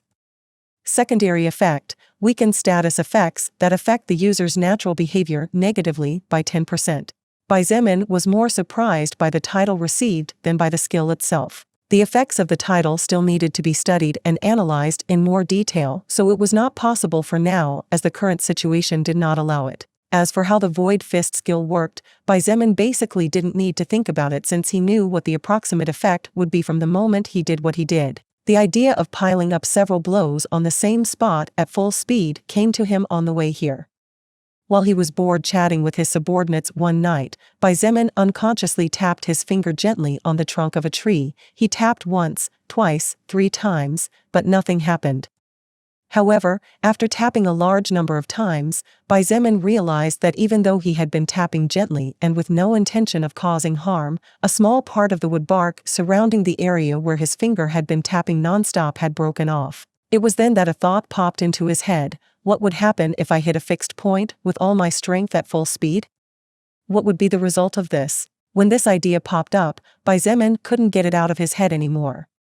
It was as if it had taken root there to stay forever, and therefore he needed to test his theory. Now, the results were in front of his eyes, and although he was very exhausted, he was also incredibly satisfied and proud of himself. It had only been approximately 2 months since the soul record arrived on planet Earth, but during that short time, Xietain had managed to unlock 2 powerful active 3rd Order skills. Both of them possessed a great deal of destructive power and at this point were basically 2 of his greatest trump cards. The craziest thing of all was that despite being in the middle of a war, the effect of the Brilliant Mind title went into immediate effect as different ideas that could serve to unlock more skills began to appear in his mind one after another. Blood Warlock, Succubus Partner in the Apocalypse. Chapter 420 Zon heads to the battlefield. In the command center, everyone's expressions froze completely as they stared at the different monitors with fixed eyes. It was impossible for any of them to accept what they were seeing. There was no reasonable or logical way that a normal human's brain could accept what was happening before them. No, forget about a normal human, as even the 4 soul evolvers present could not believe what they were seeing. The small mountain had been almost completely flattened, but it still stood upright enough for the 3 people at the top to look down on the battlefield. All around the small mountain were countless ammunition of different calibers, and one could even see the cannonballs fired by the battle tanks and IFVs smashed into the ground. Countless surrounding trees had been turned into a pile of broken wood, and the map surrounding the ruined city in a northerly direction had changed under the fierce bombardment of mankind's modern weapons. However, there was a small safe circle around those 3 people who should be dead. That small safe circle was like an invisible barrier protecting them, since not even the 105mm cannons managed to break beyond it. "Don't fuck around with me." Xietain cursed under his breath and muttered, "You're telling me they have a barrier capable of repelling tank cannons?" Forget about repelling tank cannons. A single Type 78 heavy machine gun bullet was more than enough to blow Xietan's brains to pieces. Xin Mei was also frightened and could not take her eyes off the central monitor that focused on the indifferent expression on the handsome face of the enemy faction leader. Xin Mei considered herself a very intelligent woman, and despite being greedy, at the very least she thought she had her feet firmly planted on the earth and her head on her shoulders. She wanted it to stay like this, and therefore she controlled that greed. She never allowed her ambition or desire for power to cloud her reasoning. It was precisely thanks to this characteristic of hers that after encountering the messenger that night, by a twist of fate she wisely decided to chase him away instead of killing or capturing him. Of course, Xin Mei knew that if 2 nights ago she had decided to capture or kill the evolver soul of the enemy camp, her own position might improve and she would definitely receive a good reward. However, one needed to be alive to enjoy the privileges. Xin Mei knew that a big war was coming, and if her side ended up being the loser, then no matter how many benefits she had before the battle, everything would break as easily as soap bubbles. Therefore, she finally decided to play it safe. She believed that the leader of the other side must be someone powerful and probably possessed some kind of treasure that made him have a great degree of confidence in his victory. However, she definitely did not expect to see what she was seeing. Even in her wildest dreams, Xin Mei never expected that the enemy leader, Xietain, would be so monstrously powerful as to withstand the continuous bombardment of thousands of soldiers, including a dozen battle tanks, more than 24 IFVs, nearly 100 vehicles with heavy machine guns, etc. How is this possible? Commander Jin Shun's eyes were wide open. His gaze seemed to be bloodshot as he looked at the indifferent expression of the enemy, an expression that in Jin Shun's eyes looked mocking and disdainful, as if he was provoking them. Mayor Baiyong felt his heart was about to burst out of his chest. However, he surprisingly proved to be quite attentive, for, as if noticing something, he hurriedly said, "Why isn't he attacking? Surely he's exhausted." Xietain shouted and stepped forward excitedly. "I refuse to believe that after launching an attack of such magnitude and withstanding so many heavy attacks, the so-called Xietain guy can continue fighting just like that. He definitely needs time to recharge his batteries." Then, without waiting for orders or much of anything, Xietain ran out of the control center like an anxious dog. "Xietain? Xietain? Where the hell are you going?" Mayor Baiyong hurriedly shouted. If Xietain, who was his most powerful soul evolver, left at this moment, then Baiyong's own personal safety would fall greatly. There was no way that only Xin Mei alone could completely contain Jin Shun's 2 soul evolvers. "I will seize the opportunity to kill that dog, Xietain. You all should do your stuff." Xietan's voice reached the ears of everyone in the command center, getting fainter and fainter, which proved that he had already gone too far away to turn back. "Damn bastard." Baiyong slammed the table roughly and cursed through gritted teeth. Soul evolvers were the new powerhouses that had risen in power from among normal humans when the soul record intervened in everyone's lives. These soul evolvers had mostly eccentric attitudes and behaviors, as they were all proud and arrogant, to some extent making them incredibly difficult, if not impossible, to control. Xietain was a powerful soul evolver of level 45, and his power was unquestionable. All of his enemies had been crushed or turned into a pile of ashes before his magical attacks, so his pride and self-confidence were sky-high. Even Mayor Baiyong could not control him completely. In fact, the only reason Xietain decided to listen and cooperate with Baiyong was not because he was afraid of Baiyong's power. After all, as a powerful soul revolver, Xietain could survive on his own anywhere else. The real reason why he listened to Baiyong to some extent was because Xietain loved beautiful women and knew that he could only find beauties in large camps. Simple as that. However, there was a big problem. And this was that Xietain would not tolerate anyone above him.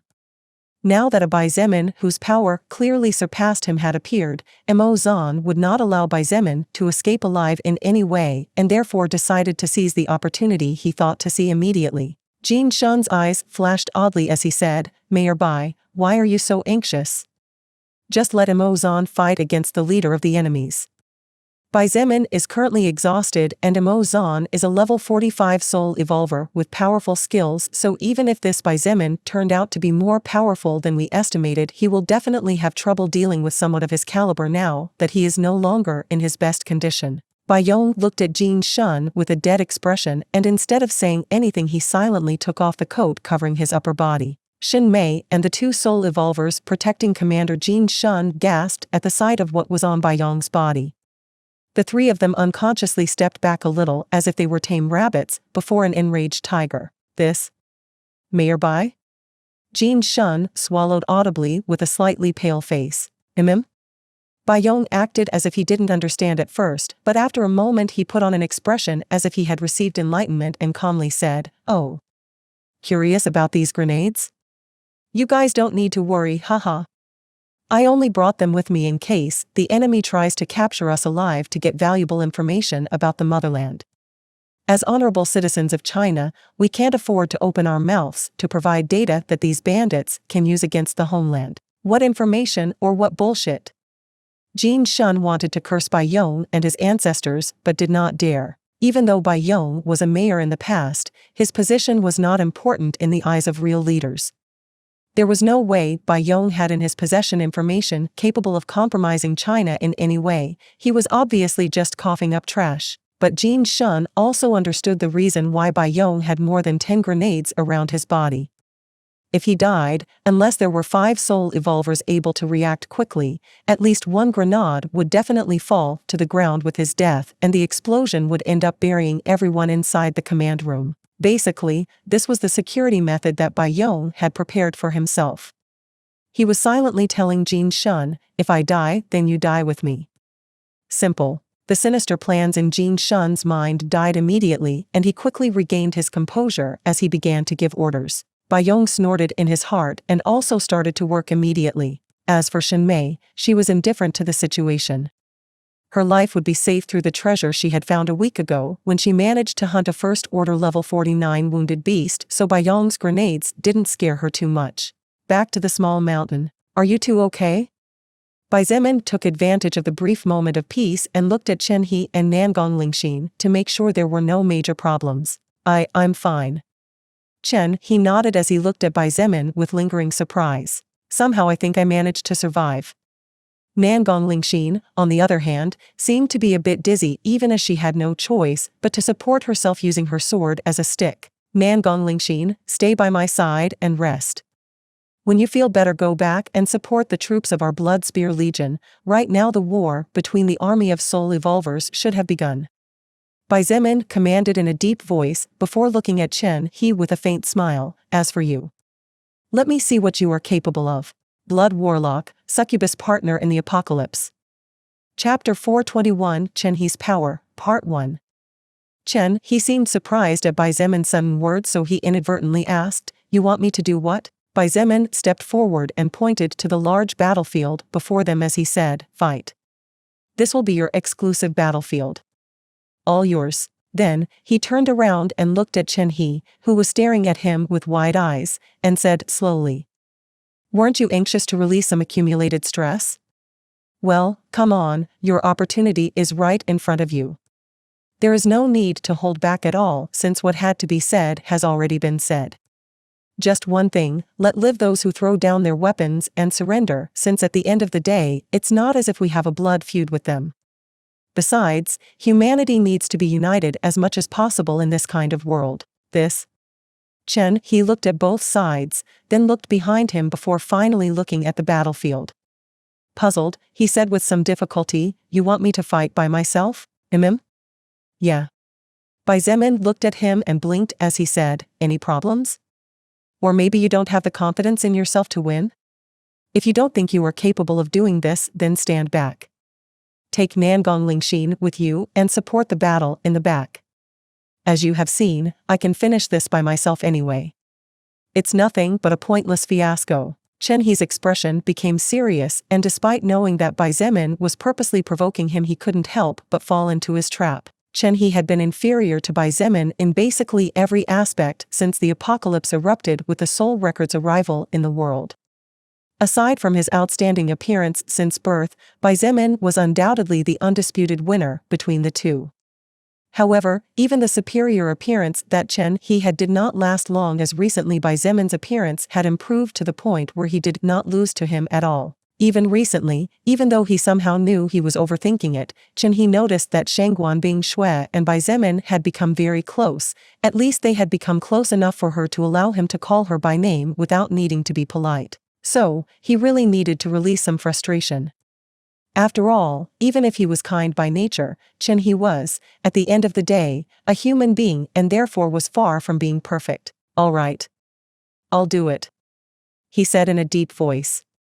Chen He imbued some mana into the beautiful longbow in his hands and said calmly, "Although I'm afraid that many enemy machines will be destroyed in the process." Bai Zemin chuckled and took out a small device from his pants pocket. "In that case, let me do something first." He pressed the remote control button in his hand, which made Chen He and Nangong Lingxin look at him in confusion.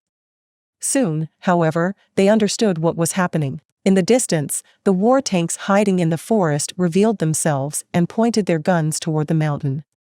Together with the 5 tanks inside the ruined city, the 13 war tanks had formed a strange semicircle formation with the walls protecting the base behind as the final line. Bang!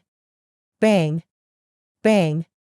Bang! There were first several small explosions, and then several electric and magnetic waves visible to the naked eye were released and propagated from 10 tanks to the outside.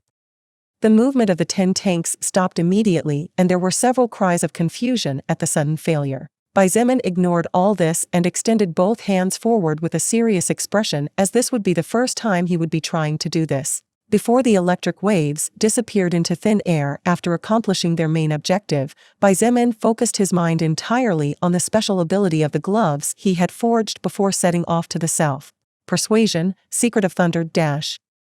Special two-handed weapon. Rank 2. Physical attack power 1120. Magical attack power 800. Allows the user to control electrical waves slightly. Durability, 4000/4000. Description: the ability to control electrical waves was what Bai Zemin needed right now to accomplish his task. "Who would have thought I'd be using this so soon?" he muttered in puzzlement before immediately releasing 20% of his mana. 20% of Bai Zemin's total mana was not small at all considering Earth's current level of evolution. All that mana was pushed by his magic stat, which at this point wasn't small at all either. Swoosh. Swoosh. Swoosh. Swoosh. Swoosh. Swoosh. Mana was an invisible energy, but one that all intelligent, sentient beings could perceive, even those not evolved were no exception to this rule. Therefore, when a great wave of mana spread unnaturally, all the soldiers, police officers, and the soul evolvers of Jin Shun's faction who stayed behind felt it clearly. That wave of mana seemed to have a will of its own, but in reality, it was Bai Zemin who was controlling it while using the ability of the gauntlets he was wearing. It was not easy at all. In fact, it was more difficult than he estimated it would be. Approximately 40% of the electric waves could not be contained and disappeared into thin air after a small crackle, causing Bai Zemin to become livid. While he already knew that this was highly probable since the manipulation ability over external electric waves that Persuasion, Secret of Thunder granted him was quite low, he still couldn't help but be annoyed when he failed. Under his control, the remaining 60% were spread across the length and breadth of the war zone. Approximately 70 total enemy military vehicles were hit while the rest managed to escape unscathed due to Bai Zemin's inability and because of the gauntlet's limits. What a pity. Bai Zemin wailed while his enemies cursed and wailed just like him and for similar, but at the same time different reasons. I think I'd better stop being surprised or I might have a heart attack soon. Chen He and Nangong Lingxin no longer knew how to rate Bai Zemin from now on. Among the 70 vehicles that stopped working after being hit by the electric waves charged with magnetic power were 12 IFVs. The rest were armored and modified vehicles with heavy machine guns mounted on them. Chen He, go. Bai Zemin only said those words before walking towards Nangong Lingxin and softly asking, "I'm sorry about earlier. Can you walk?" Nangong Lingxin chuckled and shook her head. "You know, if I was another woman or another kind of girl, I would have definitely taken advantage of this." Bai Zemin grimaced and walked away as he said loudly, "If you're well enough to joke, I guess you're really feeling well." Nangong Lingxin laughed, forgetting for a moment that they were in the middle of a deadly war. She even tried to get Bai Zemin to come back to look for her, but he ignored her. Of course, even though the two of them were joking, this did not mean that their guards were down. This was visible only by the fact that Nangong Lingxin kept her barrier skill active to protect her body from possible snipers. After all, she was not a monster like Bai Zemin who was able to endure a headshot. She would really die if such a thing happened. Chen He watched until the two disappeared and closed his eyes for a moment. Amidst all the commotion, he noticed that even though Bai Zemin had left together with Nangong Lingxin, they both took different paths after entering the forest. Nangong Lingxin is advancing in a northerly direction. But Bai Zemin stayed quiet. He muttered to himself before opening his eyes again and smiling wryly.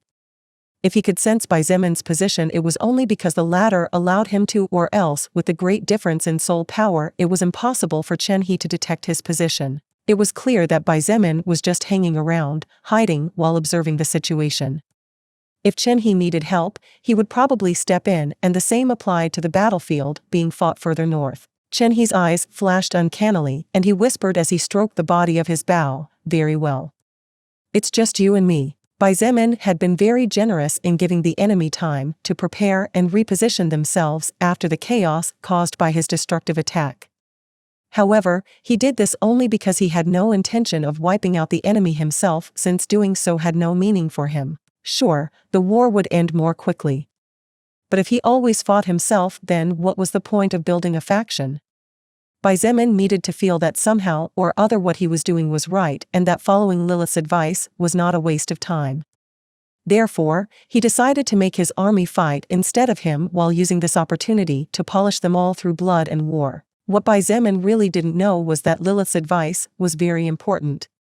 He did not know it now, as it was still in the early stages of the apocalypse and her power was overwhelming. However, later in time, he would understand that there were always limits to what a person could do by themselves. It was not for nothing that higher existences like the God of the Bible or Lucifer had established their own factions.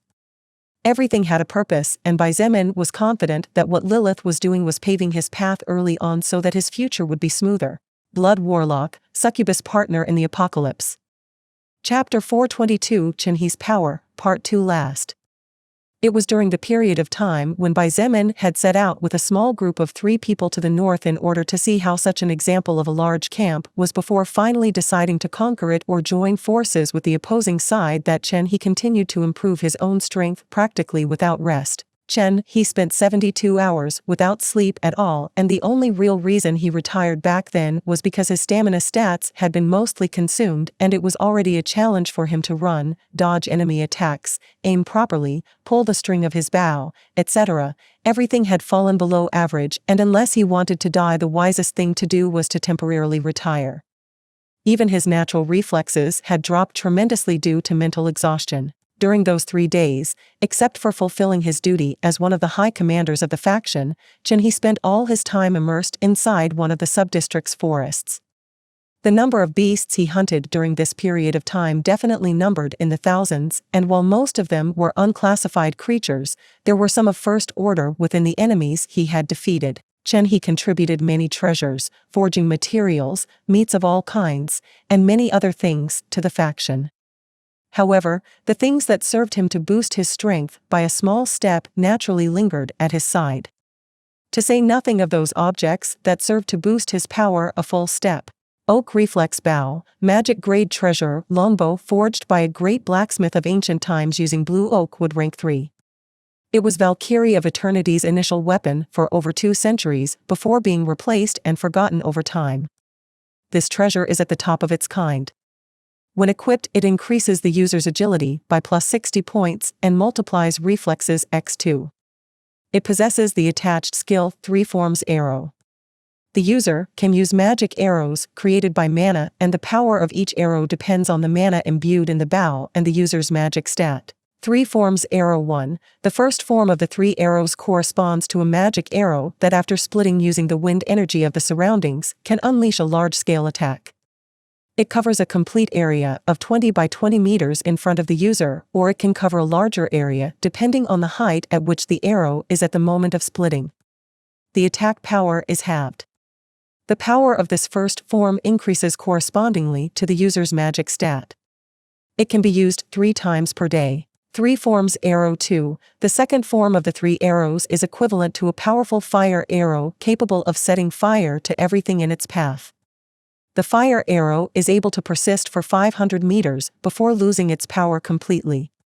The power of the fire arrow increases depending on the user's magic stat.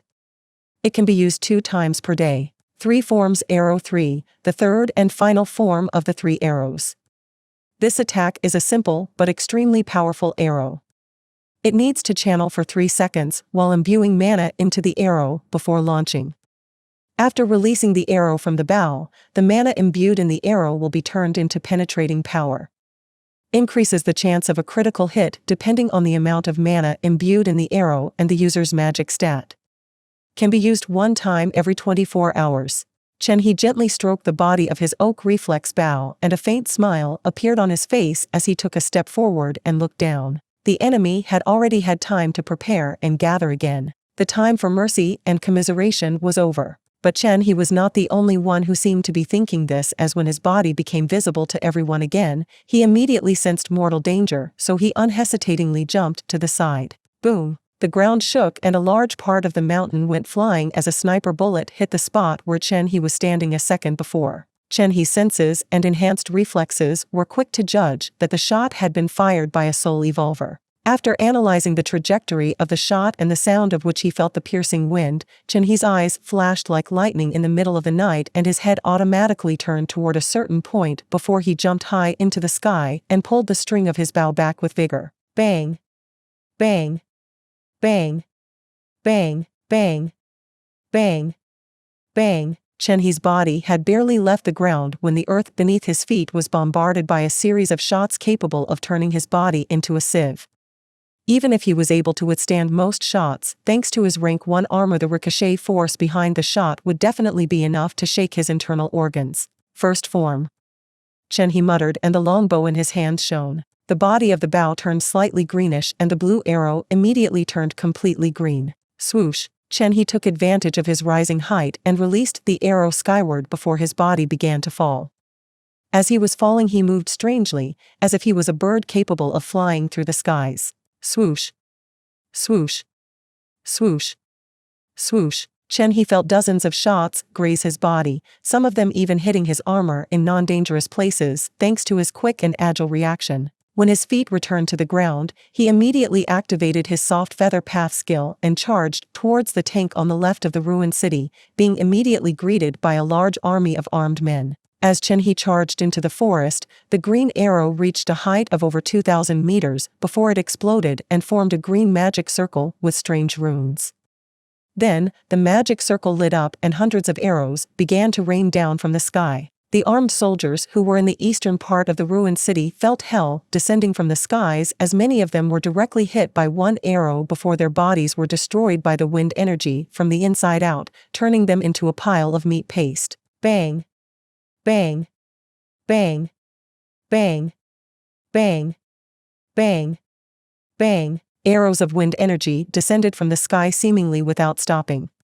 Abandoned and dilapidated buildings were hit again and again until some of them finally couldn't take it anymore and collapsed. A soul evolver belonging to Commander Jean Shun's faction carried a strange-looking sniper rifle that clearly had not been built by Earth-human hands.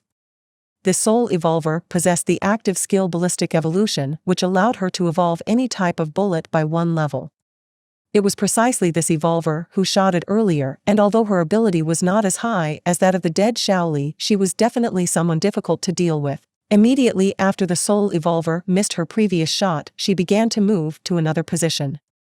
However, her agility was not very high as all her stats went to mana and magic to make the effect of her skill more prominent. Therefore, the speed at which she moved was nothing out of this world. Swoosh. Swoosh. Swoosh. The wind swooshed and the soul evolver barely had time to raise her head when in her eyes were reflected dozens of green arrows falling in her direction. She couldn't even mutter a single letter before her body was filled with bloody holes. A group of soldiers piloting one of the 3 operational war tanks desperately tried to aim the machine's 105mm cannon while unleashing a hail of bullets, trying unsuccessfully to hit the enemy archer who moved through the forest trees as if he were a ghost. Just then an incredibly thick tree appeared in the firing range of the soldiers inside the battle tank and the enemy disappeared behind it. The soldiers who were in charge of the cannon and machine guns aimed at the other end of the tree expecting to find the enemy there. However, even after a few seconds the expected enemy never showed himself. Where the hell is he? The infantryman in charge of controlling the 105mm cannon shouted anxiously. Don't let your guard down, he might come out the same side he disappeared. The one in charge of firing one of the main machine guns at the front pointed agitatedly. The tree 100 meters away from them was so thick that even the battle tank they were piloting looked like a toy in comparison. Fighting against high-level agility-type soul evolvers was hell for the heavy infantrymen because while one shot was all they needed to take home the victory, the problem was precisely that the shot had to hit at least close to the enemy to have any effect. Therefore, it could be said that the probability of victory of these men was 50% and that of the enemy soul evolver was also 50%. A battle to the death. Even for soldiers who were used to this kind of battle, it was impossible not to feel pressure. After all, no one really wanted to die. It was just that there was often no other choice, and unfortunately, this was one of those cases. Just at that moment, the lead pilot and commander in charge of the battle tank spotted something on the machine's monitor, aimed the guns at the center of the tree and opened fire. The group leader, whose military rank was sergeant, immediately bellowed. The soldiers did not ask questions or hesitate even though they did not know why they would have to shoot at the tree. After all, a tree that big would definitely not fall even after taking 5 rounds from the 105mm cannon. As soldiers, their only function was to follow orders. This was a principle that had been deeply instilled in their minds since they entered the army, and only under certain circumstances were these men willing to go against this principle. The machine roared and the machine gun barrels moved. The most terrifying thing was naturally the long muzzle of the cannon. A single shot from this beast could break through all defenses and turn even the most powerful evolved human into a pile of meat paste. Even Xietain had no way of surviving a 105mm cannon.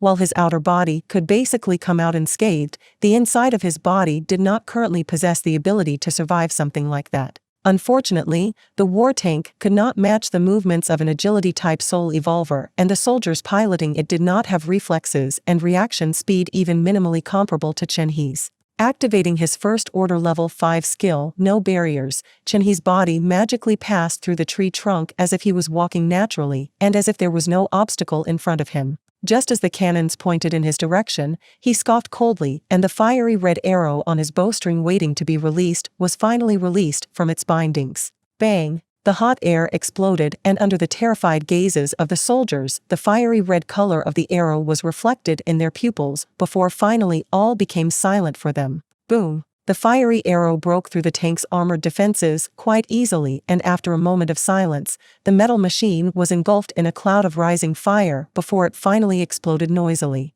Pieces of metal flew everywhere, set on fire. They looked extremely beautiful as they left a trail of hot smoke when one of them soared through the sky before finally falling to the forest grass and slowly extinguishing, leaving behind nothing but a pile of broken scrap metal. He did not give the destroyed war tank a second glance, and as he disappeared into the darkness of the forest, he once again became the hunter. Blood Warlock, Succubus Partner in the Apocalypse. Chapter 423, Soul Power Purity. Chen-He's power proved to be considerably terrifying, slightly surprising Xietain. This guy grew quite a bit while I wasn't paying attention to him. Xietain nodded in satisfaction as he watched Chen-He destroy enemies without apparent mercy. In the past, Chen-He was quite a submissive person. His kindness was so high that it bordered on stupidity. To be completely honest, Bai Zemin even came to think that Chen He's future would not be good, as his own attitude and behavior in this new world limited him tremendously. However, Chen He's transformation was extremely satisfying. While there were still things that Bai Zemin and he disagreed on regarding certain matters, it was nothing too severe, since as human beings differences would always exist. I guess human beings really are creatures of habit and adaptation. Bai Zemin chuckled as he watched the enemies falling like flies. It didn't matter if they were foot infantry troops, armored infantry, or soul evolvers, they were all shot down sooner or later, and none managed to stop the arrows of Chen He's bow. The large forests surrounding the area and the ruined city had become Chen He's personal hunting ground, while the enemy who was supposed to put up some fight was slowly being slaughtered. Let's see how the other battlefield is. Bai Zemin looked behind him and his body swayed gently, disappearing from his position in an instant as if he had never been there in the first place. Approximately 10 kilometers away from the ruined city, deep within one of the forests, a battle that was no less terrifying, despite the fact that no battle tanks or IFVs were involved, was being fought. Zhongde, wearing heavy plate armor and carrying a giant two-handed mace, looked extremely brave. His formerly silver armor was almost entirely dyed red, and a metal helmet with two horns on either side that covered his face, barely exposing both eyes, made him look more like a wild bull than a human. In front of him were two soul evolvers, and just judging by the aura exuded from their bodies, it was clear that both were first-order beings. However, their current conditions were not very good. One of the soul evolvers carried two maces and wore heavy plate armor. However, his face was as pale as a sheet, and the two maces were covered with cracks all over. Most frightening was that on the left side of the abdomen and just below the ribs, it could be seen that not only was a large piece of armor missing, but the flesh had been forcibly torn off by something. Blood was dripping non-stop, and although the cells were constantly writhing, it was clear that the wound would not heal anytime soon. The other soul evolver was a woman. Her body was seductive and her face was beautiful like most first-order existences. Unlike the first, this female soul evolver carried a normal-looking sword in her left hand and wore leather armor that fit her body perfectly. This woman previously carried a shield in her right hand. Unfortunately, half of her arm was nowhere to be seen at the moment, and all that was there was a large, nasty piece of bleeding flesh. "You guys are really level 29 and level 30? Zhongde asked, with slight scorn in his heavy voice. As he looked at his enemies, he said doubtfully, "My level is barely 26, and I just broke not long ago, but you can't even take a single hit." At first, when these two first-order soul evolvers appeared before him, Zhongde was prepared for a fierce confrontation. However, little did he expect that 3 swings of his giant mace would be enough to leave the enemy in such a miserable state. Even the swordswoman was not very fast. While it was true that Zhongde was under the effect of the active skill lightning movement, his agility was only 90 points, quite miserable considering his level. As if that wasn't enough, the weight of his armor and mace caused his movement speed to drop tremendously, so logically speaking the swordswoman should be able to overwhelm him in terms of movement speed. But nothing could be more far from the truth. The two soul evolvers belonging to Baiquan camp did not respond to Zhongde's question, as they were not only fighting against the pain of their bodies, but were also trying to forcibly suppress the shock they felt in their hearts. The names of these two soul evolvers were Hao Zheng for the male and Yi Jiao for the female. Both of them held quite prominent positions within Mayor Baiyong's faction, and there were very few in the entire Baiquan camp able to stand against them, definitely no more than 10 existences among more than 20,000 survivors in total. Hao Zheng and Yi Jiao were very proud and had great confidence in their strength. Such confidence grew when they both broke through the threshold and became first-order existences. After acquiring their jobs, they both understood how great and immense the difference between an unclassified existence and a first-order existence was. In addition, as more and more soul power was needed to level up, the difference in power between one level and the other only grew. However, the man in front of them proved to be an extremely strange anomaly. Hao Zheng and Yi Jiao could feel that the soul power of the man in front of them was definitely less than theirs. However, when the battle began, both of them did nothing but take a beating. How is this possible?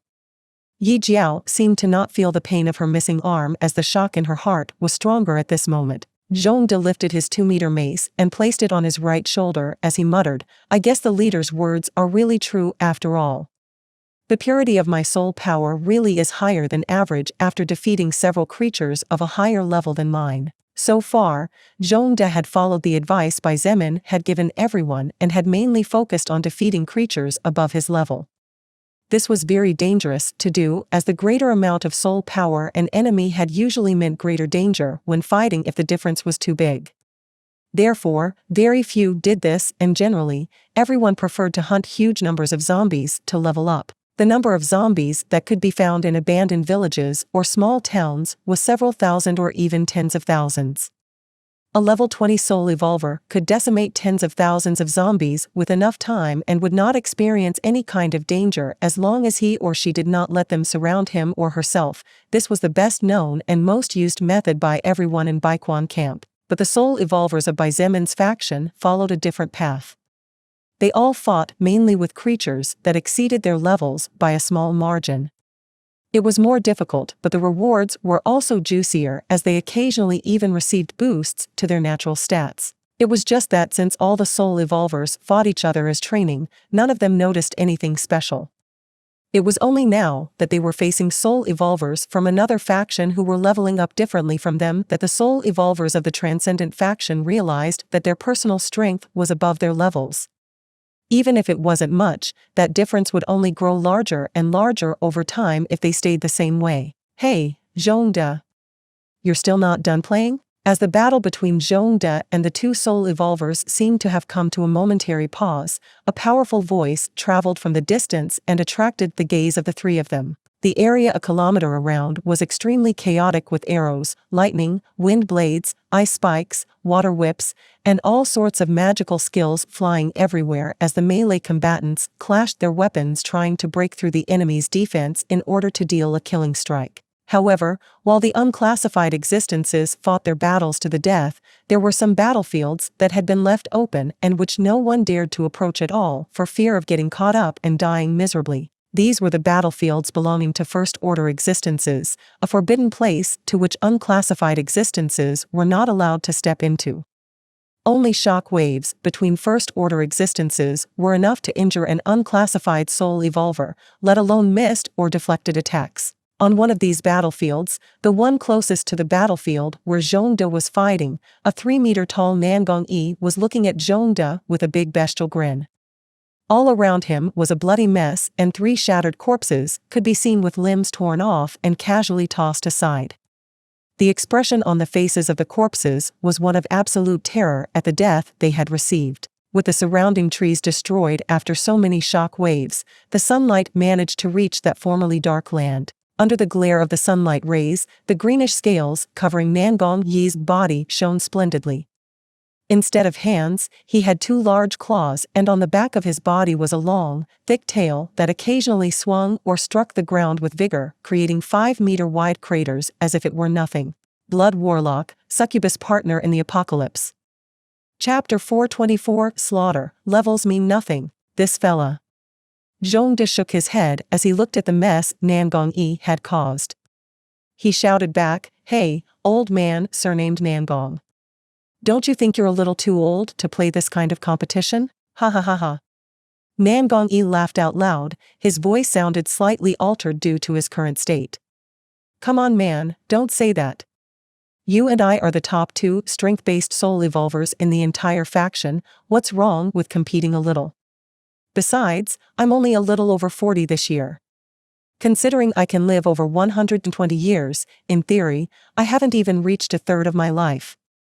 How is that being a little too old, em?" After chatting with Zhongde and handing him several things that Bai Zemin wanted to give him but had not had the opportunity to do so due to circumstances, Zhongde rejected the active skill Scaled Lizard transformation despite knowing how powerful it was after learning that it was a skill that while it granted great power to the user in the initial stages of evolution would eventually become quite useless as over time the natural body would become strong enough to withstand bullets, agile enough to move faster, and eventually more powerful enough to make every blow deadly. Zhongde thought the same as Bai Zemin. He did not think it was a smart thing to occupy a valuable active skill rune just like that for the sake of gaining some immediate power. Besides, Zhongde was already powerful enough as he was and did not need power boosts at the cost of his own future. If the situation was pressing, then the case would be different. But since his life did not depend on it, then there was no need to rely on such a skill. However, when Bai Zemin asked Nan Gongyi if he wanted the skill, the man did not even hesitate for a second and agreed immediately. This surprised Bai Zemin a bit, as he believed that Nan Gongyi was a reasonable person who would also refuse the skill. But in response to this, Nan Gongyi simply smiled mysteriously and told him that in the future he would understand the reason why he made such a decision. In the end, Nan Gongyi was left with the scaled lizard transformation skill, and even though he had not yet evolved to the dragon transformation stage, it was only a matter of time. Zhongde rolled his eyes and did not respond to Nan Gongyi's words. Nan Gongyi was currently level 25 and had already entered the First Order. The 3 soul evolvers he was facing were all level 25, but had not broken the threshold yet, so from the beginning there was no hope for them to win the fight. Instead of getting annoyed with Nan Gongyi, Zhongde looked at the 2 enemies in front of him and suggested for the second time, "I said it before the battle starts, and I will repeat it again, but this will be the last time. Surrender obediently and become subordinates of our Legion leader. All the benefits you have now will probably be improved in the future. Even you, who lost a limb, will have hope of regaining it when our group's main healer becomes powerful enough." Zhongde was a person who by default preferred not to talk too much unless necessary. His temper was also not very good, and when he got upset he would immediately destroy the heads of his enemies. However, in this case, he was quite reasonable. First-order existences, regardless of the purity of one's soul power, were undoubtedly treasures for mankind. Even in the Transcendent faction, which greatly encouraged human evolution, there were only around 15 First-order humans, of which most were barely level 25 with normal jobs. If possible, Bai Zemin wanted to attract as many soul evolvers as possible, and accordingly, his fighters tried repeatedly to lure the enemy to their side. Of course, most of them refused the offer and slowly began to be slaughtered. More than 370 soul evolvers had arrived from Baiquan camp along with more than 3,000 armed soldiers. However, the armed soldiers were being held at bay with relative ease by 500 soul evolvers from the Transcendent faction, and only 180 of them were enough to face the enemies that numbered more than twice as many as they did. Hao Jing and Yi Jiao looked around, observing the diverse battlefields after hearing the enemy's offer before them now, with different thoughts and feelings than when they heard it for the first time. What awaited Hao Jing and Yi Jiao was an even greater shock when they saw that the enemy was slowly but surely overwhelming Baiquan camp's forces. Although the soul evolvers of Baiquan camp were fighting mostly in groups of 3 against a single enemy, the average level of the enemy was higher. Moreover, while half of the soul evolvers from Baiquan camp wore armor and swords, all of the enemy soul evolvers carried swords, spears, armors, bows, even magic staffs. In fact, more than half of the enemies had at least 1 or 2 treasures with them that increased their stats. Due to the extremely severe rules of the Baiquan camp, all treasures had to be handed over to the base no matter what, so all the good stuff always fell into the hands of the strongest soul evolvers or the higher-ups who, despite being just normal humans, wanted to show off to the rest, as they considered the treasures coming from the soul record as a kind of object to show their status and natural power. On the other hand, even though the treasures found by the soul evolvers of the Transcendent faction also had to be handed over first, in the end, 90% of the treasures were divided among everyone, so no one was really suffering a real loss, considering that they enjoyed countless benefits for being part of the faction and adhering to its rules. Unlike Bai Yong and Jin Shun, Bai Zemin did not fear that the soul evolvers of his faction would turn around to bite him in the ass one day. This was because the power difference was too great, and even if his 700 subordinates magically decided to betray him, at the end of the day they would all end up dead. Moreover, Bai Zemin firmly believed that a true leader was not one who oppressed by force, but one who led the troops to victory while earning the loyalty and respect of the people. Forced rule never had a good ending, and the history books were irrefutable proof of this fact. Hao Jing and Yi Jiao realized that slowly, all the battlefields were tilting in favor of the enemy faction. But worst of all, there were 2 people on the enemy side who had yet to step forward and act. Standing on the main branch of the only standing tree, right in the center of the whole mess, two beautiful women looked down as if they were supreme goddesses disdaining mortals. The tree was completely frozen and had been transformed into a huge ice statue that towered over 250 meters into the sky. The ice karambans occasionally fell slowly to the ground before disappearing as if they had never existed. The most terrifying thing, however, was undoubtedly that regardless of how powerful the shockwave or stray magic attack that hit the tree was, nothing managed to destroy the ice that covered it. Zhongde followed the gaze of the two soul evolvers of the enemy faction and immediately understood their thoughts. Forget it, you two. Those two women are too powerful to join this kind of petty battle. If one of them made a move, it would all be over too quickly, and our Legion leader's objective would never be fulfilled. He said indifferently. The two women who had yet to step forward were naturally Shangguan Bingshui and Evangeline. Both women's expressions were indifferent and ice-cold, not the slightest emotional fluctuation could be seen in their eyes as they watched the scene unfolding before them. Regardless of whether an enemy or an ally fell, neither seemed to care at all. Shangguan Bingshui was currently level 46 and Evangeline was level 41, barely above Chenhe. However, the power of both of them was far beyond what the level said. In Evangeline's specific case, even her stats did not represent her full power, as her own personal prowess and combat experience promoted her true power to new heights. Just as Hao Jing and Yi Jiao were hesitating over what to do, a shrill cry coming from a few hundred meters away attracted everyone's attention. That cry basically sealed the fate of the Battle of Soul Evolvers. On a battlefield far away from the rest, Kai Jingyi held a dagger in her left hand and dexterously parried the enemy's sword before her. This enemy was a man whose power scale was First Order level 35.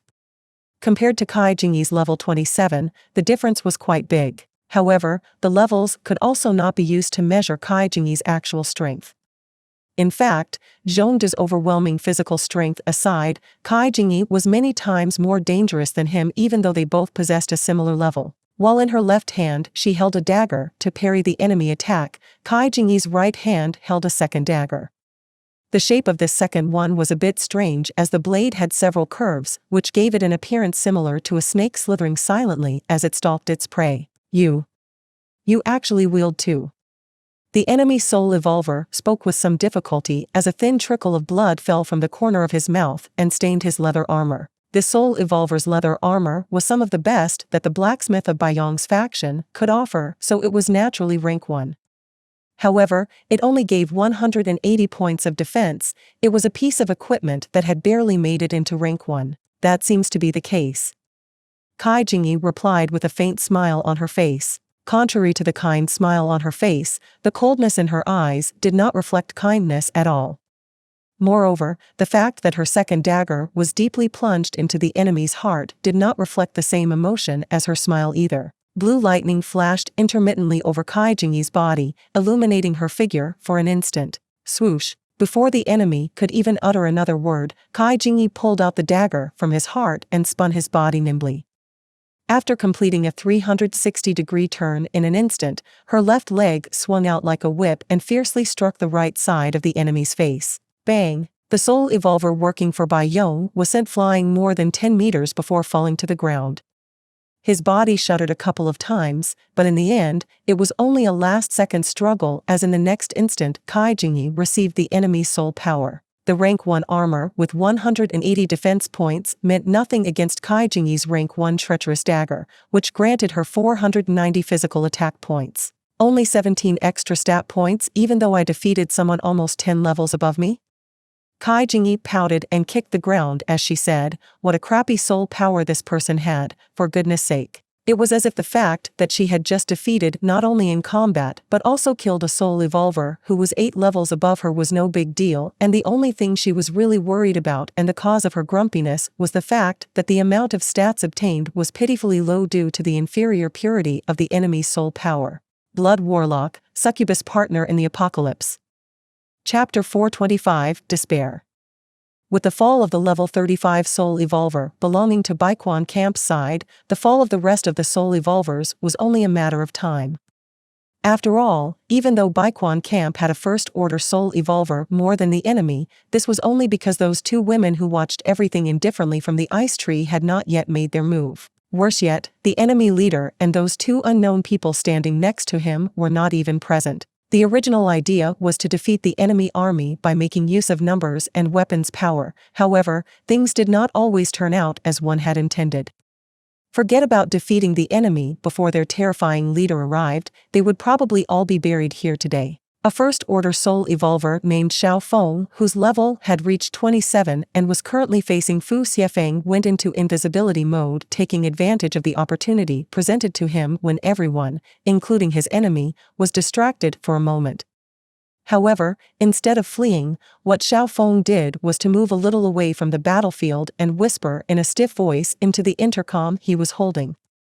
"Mayor Bai, I'm afraid I don't have good news." In the command center, the faces of Commander Jin Shun and Mayor Bai Yong were pale as they watched the monitors before them. There were previously more than 200 cameras placed at different points in the ruined city. They had even sent a group of soul evolvers to hold back the beasts on the outer perimeter of the forest while placing cameras around the area as well.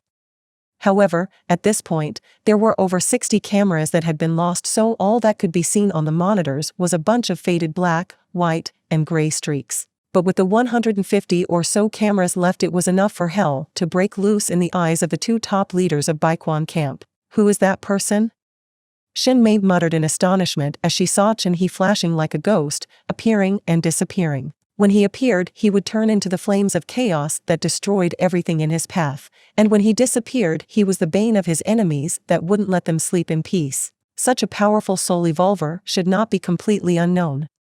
Xin Mei believed that with the power that the archer of the enemy side was showing, Jin Shun and Bai Yong should have gotten some information about him. On camera number 5, an IFV who was desperately struggling in an attempt to hurt the enemy was turned into a huge burning fireball after receiving several magic arrows and exploding. However, the enemy archer was not in good condition either. The talented archer's movements were becoming increasingly stiff, his movement speed had dropped by at least 20%, and the power of his attacks, as well as the speed at which he attacked, had dropped tremendously. Bai Yong took a deep breath to calm himself and said in a deep voice that archer's name is Chen He. According to reports, he has been with Bai Zemin since the beginning of the apocalypse and is one of his closest subordinates. He was even conferred important titles and is in charge of a large army of armed men. Regarding his power, before this it was basically unknown, as very rarely was he forced to unleash himself on an enemy, so he mostly uses normal arrows or smaller caliber bullets to finish them off. "I see." Xin Mei simply nodded and turned her gaze back to the monitors. "It looks like this person named Chen, he won't be able to hold out much longer." One didn't need to be a soul evolver to notice the clear drop in the enemy's demonstration of power. Even the two normal people inside the command center noticed it. This Chen, he should be the third strongest soul evolver under Bai Zemin's command. Commander Jin Shun analyzed in a serious voice, "If we can take him down here, it will be a big shock to the enemy morale. But what about Bai Zemin then?" This question was asked by Xin Mei again. Bai Zemin disappeared after making that attack and even took that woman with him. Mayor Bai Yong replied with some relief, "Now that I remember, that woman seemed to be named Nangong Lingxin and her main skill is a magic barrier. Maybe she was the one who stopped the previous attack and received a backlash as a result." Although it was not very reliable, Bai Yong's words greatly relaxed Jin Shun and the two soul evolvers who were protecting him at all times. As for Xin Mei, she remained indifferent about the winner or loser. As long as she wasn't too much prejudiced, everything would be fine. "However, there is something I don't understand," Xin Mei quietly inquired as she looked at the monitors in an attempt to locate the now missing archer. "If that young man named Chen He is the third strongest of the enemy faction, then who is the second?" Chen He's power could be categorized as terrifying in a single word. With his current power, he was literally capable of taking on a large battalion of soldiers or a small ironclad battalion, and he was proving it live and direct. That person would be a beautiful young lady named Shangguan Bingshui. It was the commander of the military army who answered this time. His slightly excited voice sounded inside the command center. "That woman is not only beautiful like a heavenly fairy, but also possesses a power capable of scaring ghosts." Then, as if realizing something, he said with a hint of regret in his voice, "A pity. A young, beautiful, and talented woman falling to nothing more than a bandit's dog." The same as Bai Yong, Jin Shun had sent some people to investigate the enemy camp, so it could not be said that he was completely uninformed. When Jin Shun saw the picture that one of his spies had secretly managed to take of Shangguan Bing Shui, he felt his whole body go soft. Never in his entire life had he ever seen a woman as beautiful as she was, beautiful to the point where there were no words to say but plenty to feel. Unfortunately, Jin Shun was not an idiot. According to reports, Shangguan Bing Shui practically disdained almost all men to the point where she would not give them a single look, and as if that were not enough, her power could only be described as bellicose. A character like her who was arrogant and proud as well as extremely powerful would definitely not completely submit to any man. It was impossible for Jin Shun to even dream of holding her captive for him. After all, soul evolvers possessed all sorts of mysterious skills, and as long as they were given enough time, they could recover their mana and stamina to 100%, becoming killing machines once again. Shangguan Bing Shui? Shen Mei blinked and muttered under her breath, "Where did I hear that name before?" Besides, also beautiful and arrogant. Just then, one of Bai Yong's intercom lights lit up, and immediately afterwards a low, anxious voice reached everyone's ears. "Mayor Bai, I'm afraid I don't have good news." "Xiao Feng? What's happening?" Bai Yong's expression changed after recognizing the voice of one of his strongest men, and for some reason he felt a bad premonition in his heart. The number of enemy soul evolvers greatly exceeds what we had estimated at the beginning. They numbered around 700 at the start of the battle. What? Bai Yong and Jin Shun shouted at the same time with their eyes wide open. Both men saw the disbelief in each other's eyes when they heard the news. Shen Mei and the other two soul evolvers looked at each other as they gasped in shock. 700 soul evolvers?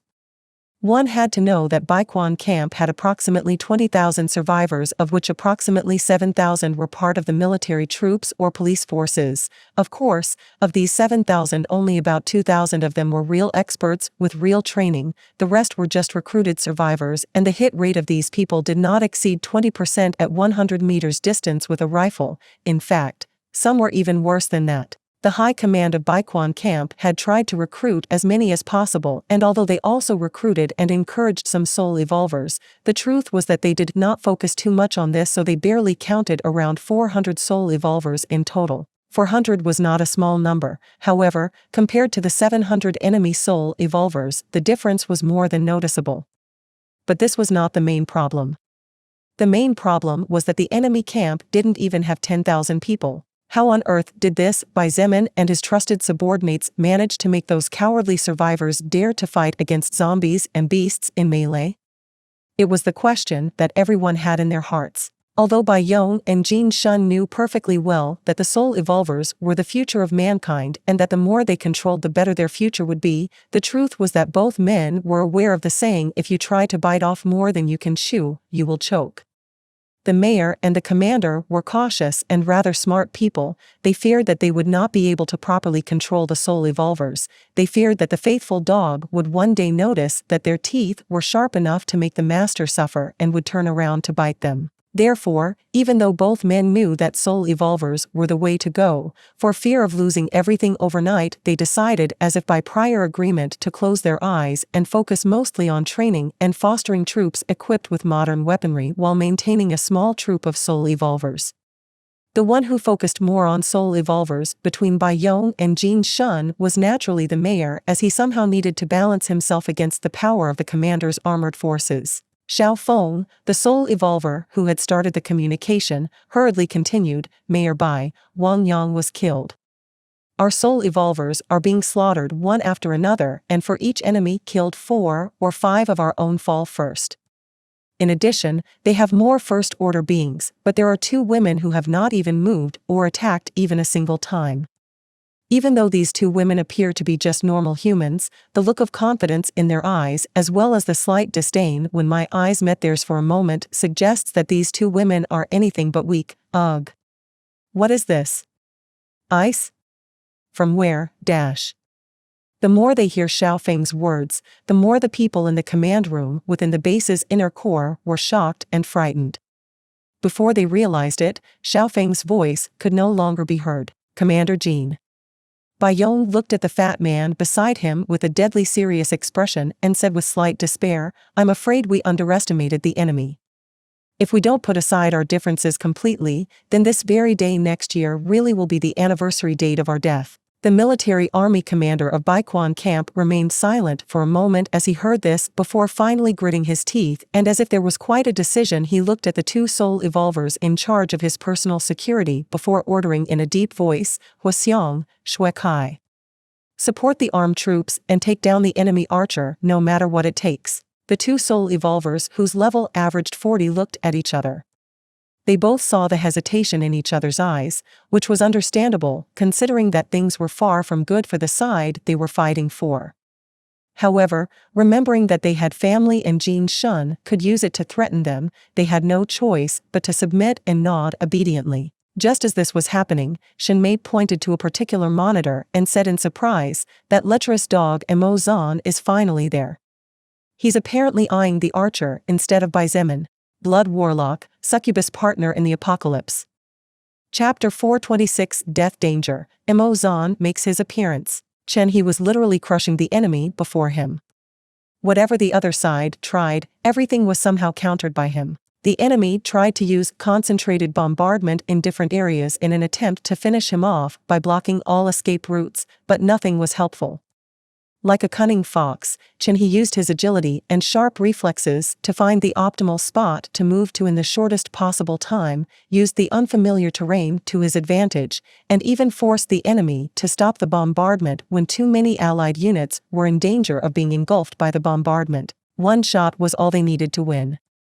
Both Chen He and the enemy knew that one shot would mean the end of everything. The foot soldiers or the infantrymen mounted on the fierce war machines that took advantage of the heavy weaponry believed that eventually, the numerical advantage would lead them to victory, but it turned out that this could not be further from the cruel and crude reality. The interior of the ruined city was virtually unrecognizable and now truly lived up to the name the survivors of Baiquan camp had given it. There were hardly any complete buildings, and those that were still barely standing were in such a bad state that a mere breath could knock them down. A group of soldiers, consisting of about a dozen infantrymen among which were 2 level 12 and 13 soul evolvers, was slowly advancing down one of the streets in the northwest area. "Where is he?" whispered one of the soldiers as he blinked in an attempt to make the bead of nerve-induced sweat that was creeping down his left eyelid go away. His teammates did not respond. They were all extremely tense. They had seen with their own eyes what this demon could do with his arrows and how fast he was able to move. None of them were fooled by the enemy's handsome appearance. To do such a thing, to judge him by his youth alone would be no different from digging their own graves. The way they gripped their firearms was no longer as confident and light as at the beginning. This was visible by how their arms occasionally trembled and how their fists were white due to the difficulty with which the blood circulated through their veins because of the strength they used. The grips of their firearms were covered with sweat from their palms, proof enough that this was not a place they wanted to be in nor a situation they were comfortable with. To avoid being finished off by the enemy so easily, so that they would have more chances to at least hurt the other side, the leaders of larger squads had decided to split their teams into no less than 12 men per group. "I still don't think splitting up is a good idea." The same man from before continued speaking. He simply couldn't stay silent. Only by talking could he quell those nerves that threatened to drive him to madness. No one blamed him for this. Many felt the same way. When death lurked and you knew it was there even when you were not able to see it, only at that moment you could understand how precious life was, your life. The arrows of the enemy have a great destructive range. The higher-level soul evolver replied in a low voice as he pointed to a ruined building with his eyes before walking there with his team following closely behind. "If we don't split up into smaller groups and stay all together, a single shot from that archer will wipe out hundreds. Many brothers have died so far because of that." That was one of the terrors of facing Chen He, wanting to use numbers to overwhelm him. Unlike traditional arrows that only hit a single target in most cases, his arrows created from his own mana were capable of creating 10-meter craters when they hit the ground, and every living thing around them simply turned into a pile of meat paste. Even those farther away could not elude the resulting fast-moving shock wave. So far, more than 600 men had been killed by Chen He, while approximately 2,000 of them had received wounds that kept them unable to return to the battlefield. Terrifying numbers for a battle that had only lasted a little more than 30 short minutes. Worse than that, the real losses had yet to come to light, and that was not counting the amount of ammunition expended as well as the amount of weaponry that could no longer be used after being partially or completely destroyed. The group of 12 men walked into the building, stopping for a moment after walking past the large shattered glass door. All that was inside, apart from broken glass scattered on the floor and dried bloodstains, was a completely empty reception room. The luxurious lights that in normal times illuminated the great hall were out, so the soldiers could only rely on the sunlight that penetrated beyond the door behind them and from the large windows above. The level 13 Soul Evolver waved his hand and advanced as he raised his Type 95 assault submachine gun to eye level. His team soon followed, not noticing that a silhouette was hanging from the ceiling like a spider as it observed them with cold eyes like a predator eyeing its prey. Bang! The cold wind from the forest blew strongly, causing one of the broken window frames to sway and hit the wall hard. This caused the men under pressure to panic, and they quickly turned their bodies in that direction while preparing to fire immediately. It was clear from the fact that they did not fire in panic that these men were soldiers with real military training and not a group of normal survivors who had been given some guns. Chen He, who was clinging tightly to the candlestick, seized the opportunity and dropped down while picking up the dagger he previously held with his mouth. It was just a flash, they didn't see it coming. His dagger flashed in the middle of the darkness like lightning in the middle of the night, and in just a blink of time 11 of the 12 men were killed. All of them had cuts in their throats, so no matter how much it hurt or how hard they tried, all they could do was unconsciously drop their weapons in order to hold on to their bleeding necks. Chen He was fast enough not to fear firearms as long as he was aware of the danger. Unfortunately, after fighting and rushing for so long, his condition was no longer the same as before. Not only did the stress of knowing that one mistake would lead him to the eternal grave weigh on his head at all times, but his stamina had also been exhausted and dropped below 60%, while his mana had been drained by more than 80%. That remaining 20% of mana was something Chen He wanted to save for times of crucial need, so he stopped using his bow and started hunting groups of soldiers one by one. This was group number 4 in his count. Although the magic arrows that Chen He's oak reflex bow could generate were powerful, the consumption of mana was not something to scoff at. Even more so for someone like Chen He, whose main stat had always been agility. There were several minor bloody injuries on his body, proof enough that the current him could no longer continue in the same manner as before. There were several occasions in which he had no choice but to activate his treasures to save life, or else the insignificant grazes that had practically already closed completely would be more than just insignificant grazes. To begin with, Chen He was never arrogant enough to think that he could completely decimate the enemy, an enemy which had enough troops and armament to build a battalion of 10,000 men with ease.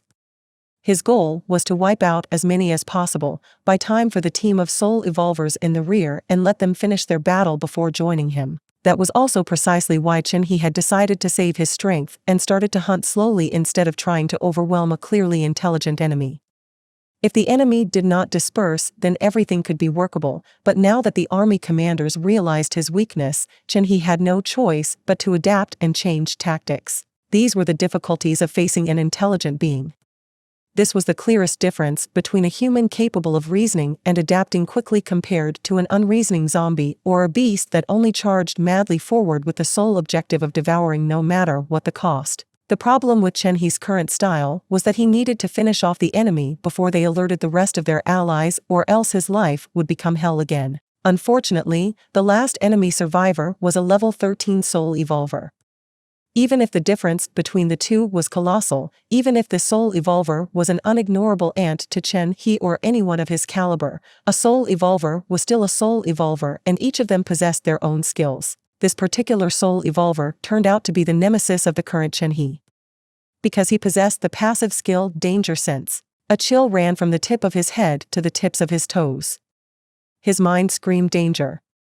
The soul evolver didn't even try to turn around, he knew there was no point in doing such a thing.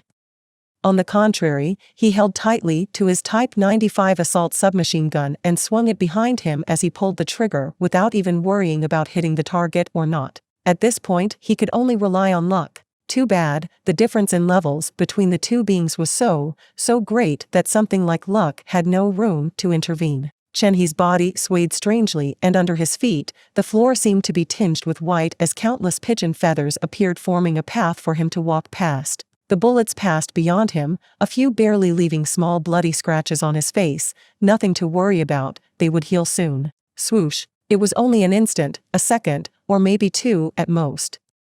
That was how long the burst of shots lasted before the soul evolver fell to the floor while clutching his stabbed heart before looking at his enemy with fear and despair after feeling his life leaving his body. Chen He could not care less about his enemy's situation.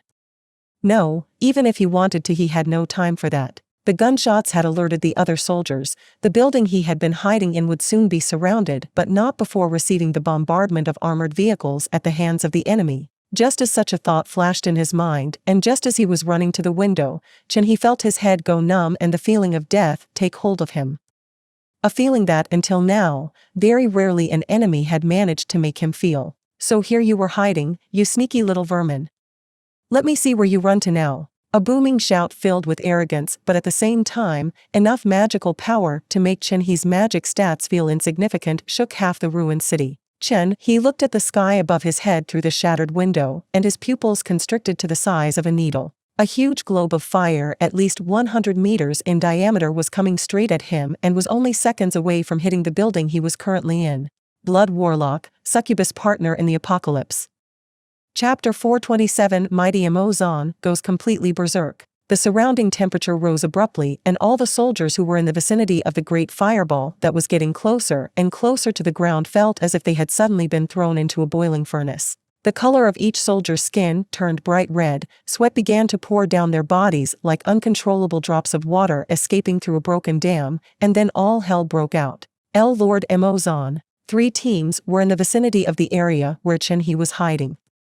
These 3 teams, consisting of a total of 36 men, cried out as they felt their skins dry and then shrivel up as if the years were passing quickly for them. Worse yet, not even a second later their skins and flesh began to shrivel, stick to each other, and wrinkle like a nylon bag exposed to high temperatures. When the huge fireball reached 50 meters above the ground, the screaming, wailing, and howling of terror stopped completely. They had all turned to ashes.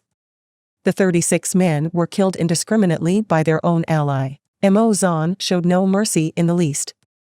His only goal was to finish off the enemy before him regardless of the consequences.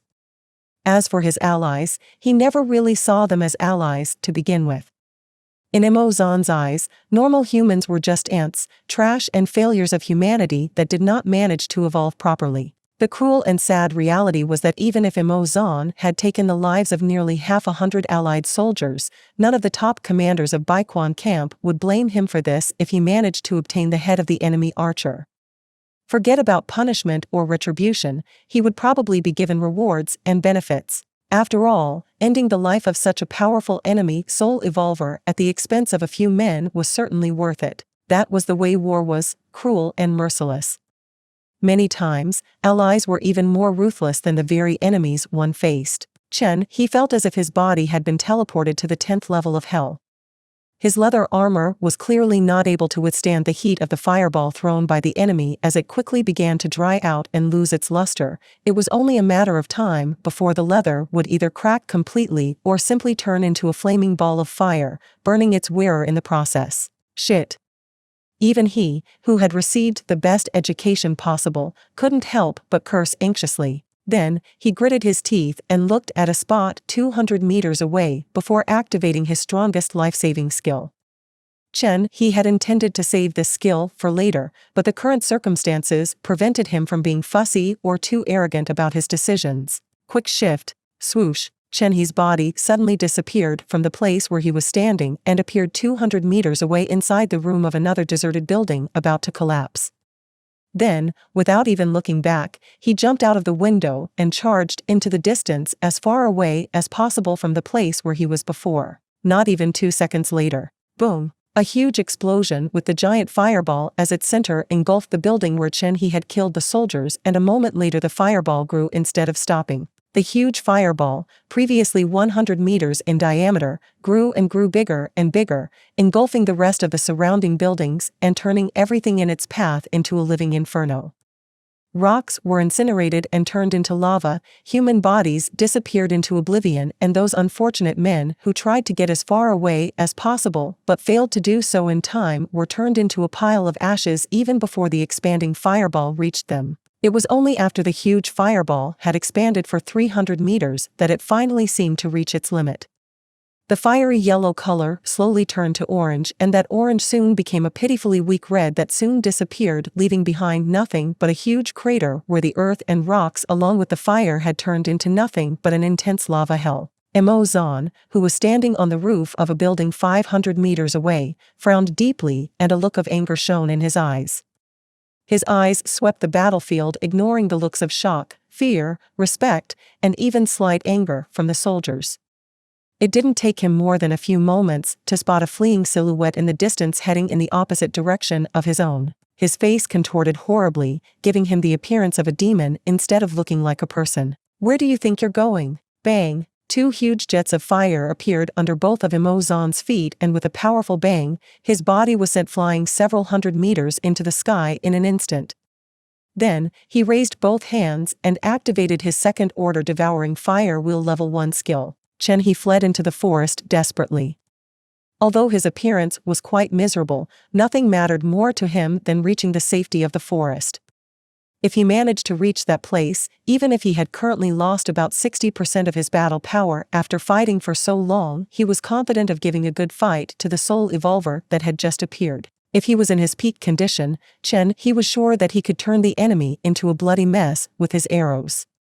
But his current him was like a punctured soccer ball that was losing more and more air, so it was no longer possible to do such a thing. Therefore, he needed to fight in a place that would allow him to better show off his Trapper Archer abilities. The class Trapper Archer was a special job that he had chosen from the options that the Soul Record had moved for him when he reached level 25. After much effort, he finally completed the quest he was given and managed to obtain the job. As its name indicated, the job Trapper Archer was a class dedicated more to one's cunning and dexterity than to destructive power. However, if the holder of such a job did his or her task well, the destructive power that the job Trapper Archer could display could even surpass a job focused on pure damage. It all depended on the skill and intelligence of the carrier. "I only have 10% mana left," he lamented at the same time as his eyes flashed with anger. The skill he had used to escape earlier, Quick Shift, was the skill attached to a magic-grade treasure that allowed he to leave a mark at a location so that the user could teleport there later. This skill was definitely amazing for saving lives, but it had two drawbacks, and these were that the skill had a cooldown time of 48 hours and could only be used within a maximum distance of 1,000 meters around the user. However, the biggest drawback of this skill was that the user had to pay 10% of their total mana to activate it. In normal times, that 10% of mana in exchange for covering such a large distance in an instant to save one's life was nothing to mention, but in He's current situation, what the Quick Shift skill had done was to buy him time, since he did not actually manage to get out of danger completely. He felt the temperature of the place rise explosively again, and as he looked behind him over his shoulder without stopping his footsteps, his expression turned ugly. "Stop running and fight," Xietain roared from the skies. Above his head was a fireball 60 meters in diameter, and with each passing moment, the size increased more and more. He did not bother to respond and instead aimed his bow at the enemy as he continued to move away. Swoosh! Swoosh! Swoosh! 3 blue arrows shot out at the same time. The wind was easily pierced, and the 3 arrows aimed with precision at the point where Xietain would be in the next instant, as his body was currently in the middle of its descent after having risen about 300 meters high. The first arrow was aimed at the throat, the second at the head, and the last directly at the heart. If Xietain was hit by these 3 arrows, even the god of the heavens could not save him. Unfortunately, despite He's amazing skill in predicting and calculating the enemy's trajectory within a certain time limit, as well as his monstrous accuracy, Xietain was not a level 45 soul evolver for nothing, and his magic skills were nothing to scoff at either. "It's worth nothing," Xietain scoffed loudly. The 3 arrows were about to hit him, but when they entered the range of 30 meters away from his body, they seemed to have come into contact with some kind of strange energy as they immediately exploded mid-flight. That bastard! Chen He gritted his teeth and pushed his legs to the limit. Even the energy arrows formed by mana could not withstand the heat of the huge fireball. Die! Chen He didn't even turn around after hearing that roar, as he immediately felt the scythe of death hovering over his neck once again as the temperature grew higher and higher. His face was extremely serious as he pulled a strange-looking spear-like arrow from the quiver behind his back. Then, he put it into his magic-grade bow and shot with all his might. The arrow flew at surprisingly high speeds, exceeding by at least 5 times the speed at which the huge fireball was falling from the sky. Finally, after flying 400 meters, the arrow struck hard and stuck deep into the trunk of a tree on the outer perimeter of the forest. Chen He, who was holding a beast tendon that had been used as a string that was attached to the arrow, was also sent flying along with the power of the arrow so that his displacement increased tremendously. Behind him, a second terrifying explosion shook the ruined city again. The nearby trees began to slowly catch fire even though the flames did not reach them, proof enough of how hot the flames launched by Emozan were. Chen He seized the opportunity and hurriedly disappeared into the forest. Emozan reached the outer perimeter of the forest a few seconds late, and when he saw that his enemy had disappeared, his expression became extremely ugly. Then, however, he laughed fiendishly and roared towards the sky. "You little bastard, let me see if you can still hide after this." He pointed with both palms pointing towards the sky, and several magic circles appeared above his head as he laughed out loud. "All of you filthy cockroaches can burn in hell. Fire meteor." Bang! Bang! Bang! Bang! Bang! Bang! Bang! Bang! Bang! Bang! Bang! Several dozen basketball-sized fireballs exploded from inside the magic circles and flew into the forest. Trees, bushes, wild plants, etc. Approximately 50 meters wide with Emozan as the center began to burn in the forest. The flames engulfed everything, gradually swallowing more and more wood, slowly but surely causing what seemed to be a fire capable of wiping out the entire forest to spread. "No, Lord Emozan, please stop." The soldiers and soul evolvers watching from afar paled completely as they witnessed the flames spread further and further. Even the expressions of those in the command center had turned lifeless upon seeing this. "That idiot. He's gone crazy." Baiyong cursed loudly. Shen Mei's face was also pale as a sheet as she said, "It's the end." Blood Warlock, Succubus Partner in the Apocalypse. Chapter 428, Miserable State. The reasons why everyone was so anxious were varied. However, apart from the soul evolvers and soldiers who had their brothers and comrades fighting inside the forest, the most anxious person was undoubtedly Mayor Baiyong. This was because 90% of his soul evolvers were inside the forest facing the enemy right now. If the fire spread and reached them while they were in the middle of the fight, then they would all die. This meant that Baiyong would be losing a limb. From a certain point, he would be losing at least 60 to 70% of his total strength, just like that. On the other hand, Commander Jin Shun had mixed feelings. He felt joyful, but at the same time, he was terrified by what Emozan had just done. This was because everyone knew what happened when the mutant beasts were cornered by the flames. All the affected beasts would start looking for a way out even if they had to face the fire. Simply put, a stampede of mutant beasts could crush Baiquan camp in its entirety. Emozan didn't seem to care at all. He watched as the flames spread more and more with the help of the fierce winds. "Ha ha ha ha." Emozan laughed out loud as he shouted with bloodshot eyes, "Bai Zemin. Coward. Come and fight me like a man. Is everyone in that shitty faction of yours trash who only knows how to run?" As he jumped into the trees, Chen He's expression was as cold as ice. He arrived at the top of a tree 450 meters away from Emozan and watched as the flames had already engulfed approximately 200 meters wide and 300 meters long of the forest. The mutant beasts were not in that area yet, even those unclassified creatures were at least 1,000 meters deep into the woods, so the worst-case scenario had not happened yet. Chen He did not utter a single word. After taking a deep breath and while holding all the air in his lungs, he pointed his bow forward, and after imbuing a pinch of his mana, the blue-colored magic string appeared. Then, he pulled the string back with all his might while silently activating the strongest skill of his weapon. An arrow of purple energy slowly began to form, and as Xietain imbued more and more mana into the arrow, the purple color became deeper and deeper to the point where even the blue color of the bow began to change slightly to purple. 1, 2, 3 seconds. 3 seconds was the time needed to channel the third form of the 3 arrows that Qianhe's magic bow could shoot. This particular third form increased the chance of a critical hit by 50%, and the piercing ability of this attack could only be described as terrifying. Qianhe had only been forced to use this attack once so far when he faced a level 42 defense-type mutant beast, an attack which granted him victory after a tough battle in which his attacks could not break through his enemy's tough defense. This was the second time someone forced him to use this attack, and to Qianhe's dismay, the enemy was a human whose physical body was extremely weak, especially since the enemy was a mage. Qianhe gritted his teeth, and after expending all his mana, he released his grip on the bowstring. Outside the forest, Xietain kept shouting and taunting the enemy. His words were more and more cruel, and his vocabulary had no limits. Seeing how that powerful archer fled with his tail between his legs, and seeing how his flames swallowed everything in their path, made his ego, damaged by the demonstration of the power of the enemy leader, puff up again. Humph. So what if you are strong? At the end of the day, it's no use if your attacks can't overcome mine.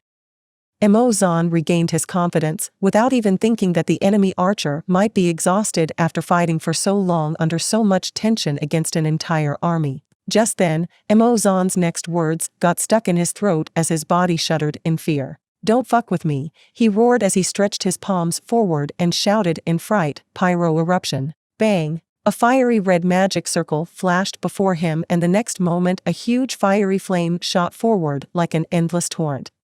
Walls of fire after walls of fire flew forward and incinerated everything in their path. The power of this skill was undoubtedly a lot more terrifying compared to the power of the fire meteor skill previously used by Xietain, as it was focused in a single direction, while fire meteor was a weaker skill focused on covering large areas at the same time. The crimson flames turned everything in their path to ashes and seemed to be unstoppable until they suddenly stopped dead in their tracks, as if they had finally met a wall that could not be overcome. This stalemate only lasted an instant, as the next moment the flames burst noisily with sparks flying everywhere and began to burn even more of the forest, as if a large tank of fuel had been thrown into the flames that were already doing their work before. Swoosh! The purple-colored arrow dimmed greatly after piercing the power of the several crimson walls of fire.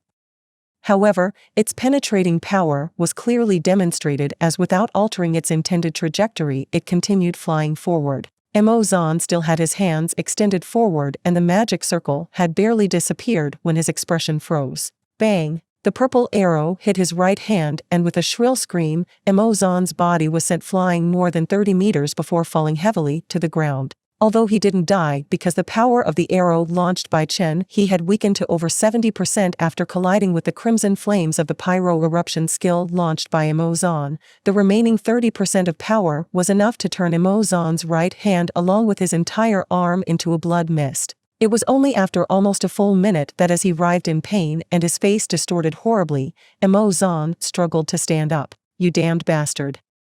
How dare you? An insignificant ant. I am the strongest," he muttered with a pale face as his eyes widened. Xietain really looked like a crazy person who had completely lost all signs of sanity. Qianhe, on the other hand, tried to pull his bow again, but unfortunately for him, he no longer had even 1 point of mana to activate the magic weapon. Even killing the enemy with a dagger became challenging, as everything around him seemed to be spinning as his mana reserves hit the absolute bottom. In fact, Qianhe did not dare to leave the safety of the forest. In his current condition, if he left the protection of the forest, he would immediately become an easy target for enemy snipers. He would not even know how he died. Although the sole power of a level 45 existence was extremely tempting for someone level 39 like him, Qianhe knew that he needed to maintain his life to enjoy the privileges. Just as Qianhe had made up his mind to turn around and return with the rest while praying not to meet a beast halfway, a series of footsteps caused his expression to harden and his body to tense up. At this point, an unevolved level 25 soul evolver would have a good chance of killing him if it caught him off guard. "What a mess you caused here," Hearing that ever-confident and slightly proud voice, Chen-He unconsciously relaxed, and as a result his exhausted legs finally gave way. From the shadows dimly lit by the ever-approaching flames, Bai Zemin came out first, being followed by several people soon after. Nangong Lingxin, Wu Yijuan, Shangguan Bing Shui, Zhong De, Evangeline, Nangong Yi, Kai Jingyi, Kong Lan, Fu Xiefeng, Xiao Ming, Luo Ning, Yan Tu, and many other soul evolvers came out of the shadows. There were even some soul evolvers that Chen-He had never seen before. Some of them were still grunting in pain due to the wounds on their bodies, others had directly fainted, so at least they were not suffering from conscious pain. Those less affected had several scratches, while those in worse condition were being supported by other soul evolvers after losing one of their limbs in combat. Only a few were apparently unharmed. Among them, Luo Ning's eyes were red from crying as she saw how people precious to her were injured and how they suffered. She grew up a lot after seeing the terrifying battle between two human factions and understood the reason why her beloved big brother Bai Zemin would never allow another faction to threaten him. Only through total victory could one live in peace, otherwise, one would always be at the mercy of another and injuries would always be something to worry about. Bai Zemin approached Chen-He and looked at him. The talented archer's condition was quite miserable, to say the least. "Well, I guess you already let out all the anger or frustration you had built up," Bai Zemin said calmly as he saw that there were no serious injuries on his body. Chen-He's pale face gained a slightly embarrassed blush when he heard Bai Zemin's words. Most of all, his embarrassment came from the fact that he was being seen by the woman he loved in such a pitiful state as this. "Are you okay?" Shangguan Bing Shui asked with apparent indifference, but the concern in her eyes did not escape Chen-He's sharp eyes. I'm okay." He nodded slightly as he felt warm inside. Even something so insignificant and small was enough for him. While looking at Shangguan Bing Shui and Wu Yijuan helping Chen-He, Bai Zemin suddenly sensed something, so he turned away and walked towards the flames. Wu Yijuan's eyes were always fixed on him, so when he moved she immediately noticed it. However, instead of following him, she simply stayed and helped her friend as he really needed support right now. Bai Zemin watched as the flames advanced further and fell into his own thoughts. However, before he could think too much, a casual voice sounded from behind him. "Let me handle this." Bai Zemin looked over his shoulder and saw that at some point Shangguan Bing Shui had approached. He looked over past her and saw that Chen-He was resting quietly while recovering his lost stamina and mana. "Don't worry about it," she said as if she knew what he was thinking. Bai Zemin shrugged his shoulders and said nothing. Shangguan Bing Shui also said no more after seeing him stay silent and instead decided to get to work before it gets too late. The burning smell might end up attracting the beast soon if we don't deal with this now, Shangguan Bing Shui said as she stretched out both hands in front of her. Then, she activated her skill Second Order Ice Maker Level 1 and gathered a huge amount of frost energy in her hands before explosively launching it forward with a powerful boost from her magic stat. The frost energy spread out at lightning speed far and wide in front of Shangguan Bing Shui. Every time the white-colored radiance with faint particles of blue-colored light touched the ground, the burning trees, or anything else, everything was sealed within a thick blanket of white ice. Swoosh. Swoosh. Swoosh. The frost sealed everything in ice, and as the cold spread, the heat began to plummet rapidly. The flames could do nothing against the ice, they did not even put up a fight before they were extinguished. Blood Warlock, Succubus Partner in the Apocalypse. Chapter 429. Sit down and wait. It will be over soon. This woman really is a monster. One of the soul evolvers who previously belonged to the side of Baiquan camp muttered under his breath as he smiled bitterly. Those beside him could not help but smile bitterly as they heard the soul evolver's words, and as they looked at the scene before them they felt extremely complex inside. The battle that had been waged several minutes ago between the soul evolvers of both factions was finally over. The outcome surprised everyone, even the winner could not believe the relative ease with which they managed to defeat their enemies. There were approximately 370 enemy soul evolvers teaming up with around 3,000 armed soldiers. This large army made up of a mixture of evolved humans and humans with modern weaponry outnumbered the army of the Transcendent faction by a wide margin. However, they were still defeated. Of the army of approximately 3,000 men armed with modern firearms, about 70% were slaughtered by a force of about 500 soul evolvers belonging to the faction led by Xietain before the other 30% finally put down their weapons and submitted after realizing that there was no hope of survival if they continued to be stubborn. Among the 30% who submitted were a few who had been soldiers who had previously been part of Commander Jin Shun's troops, and there were also police officers, so Xietain was more than happy to welcome these kinds of people with real training. He had his ways of gradually pushing them to become powerful soul evolvers that, together with the tactical training they received in the past, would turn them into monstrous killing machines that would pave the way for him. Of course, in that 30% there were also many normal survivors who without a gun in their hands were no different from a harmless child in this dangerous world. However, Xietain did not intend to kill them just for this reason either. In fact, Xietain did not hate these people, since the only reason this war had started in the first place was because they were all standing on opposite poles. Of course, defeating the army of 3,000 armed men was not something that had been accomplished loss-free. Of the approximately 500 soul evolvers belonging to the Transcendent faction who had fought, around 200 of them perished on the battlefield. Such losses were not small considering how valuable the soul evolvers were, more so considering that those soul evolvers possessed purer soul power than most of those at their levels. However, Xietain and the rest of the Transcendent faction leaders were already prepared to suffer losses. Although most of them were young, they were not naive children to assume that they could win without human losses. Sure, if Xietain and Shangguan Bingshui personally attacked the enemy camp, then it was highly likely that they would win without suffering casualties. However, if they did that, then Xietan's goal, in which he aspired to train and forge an iron troop with blood, would never be achieved.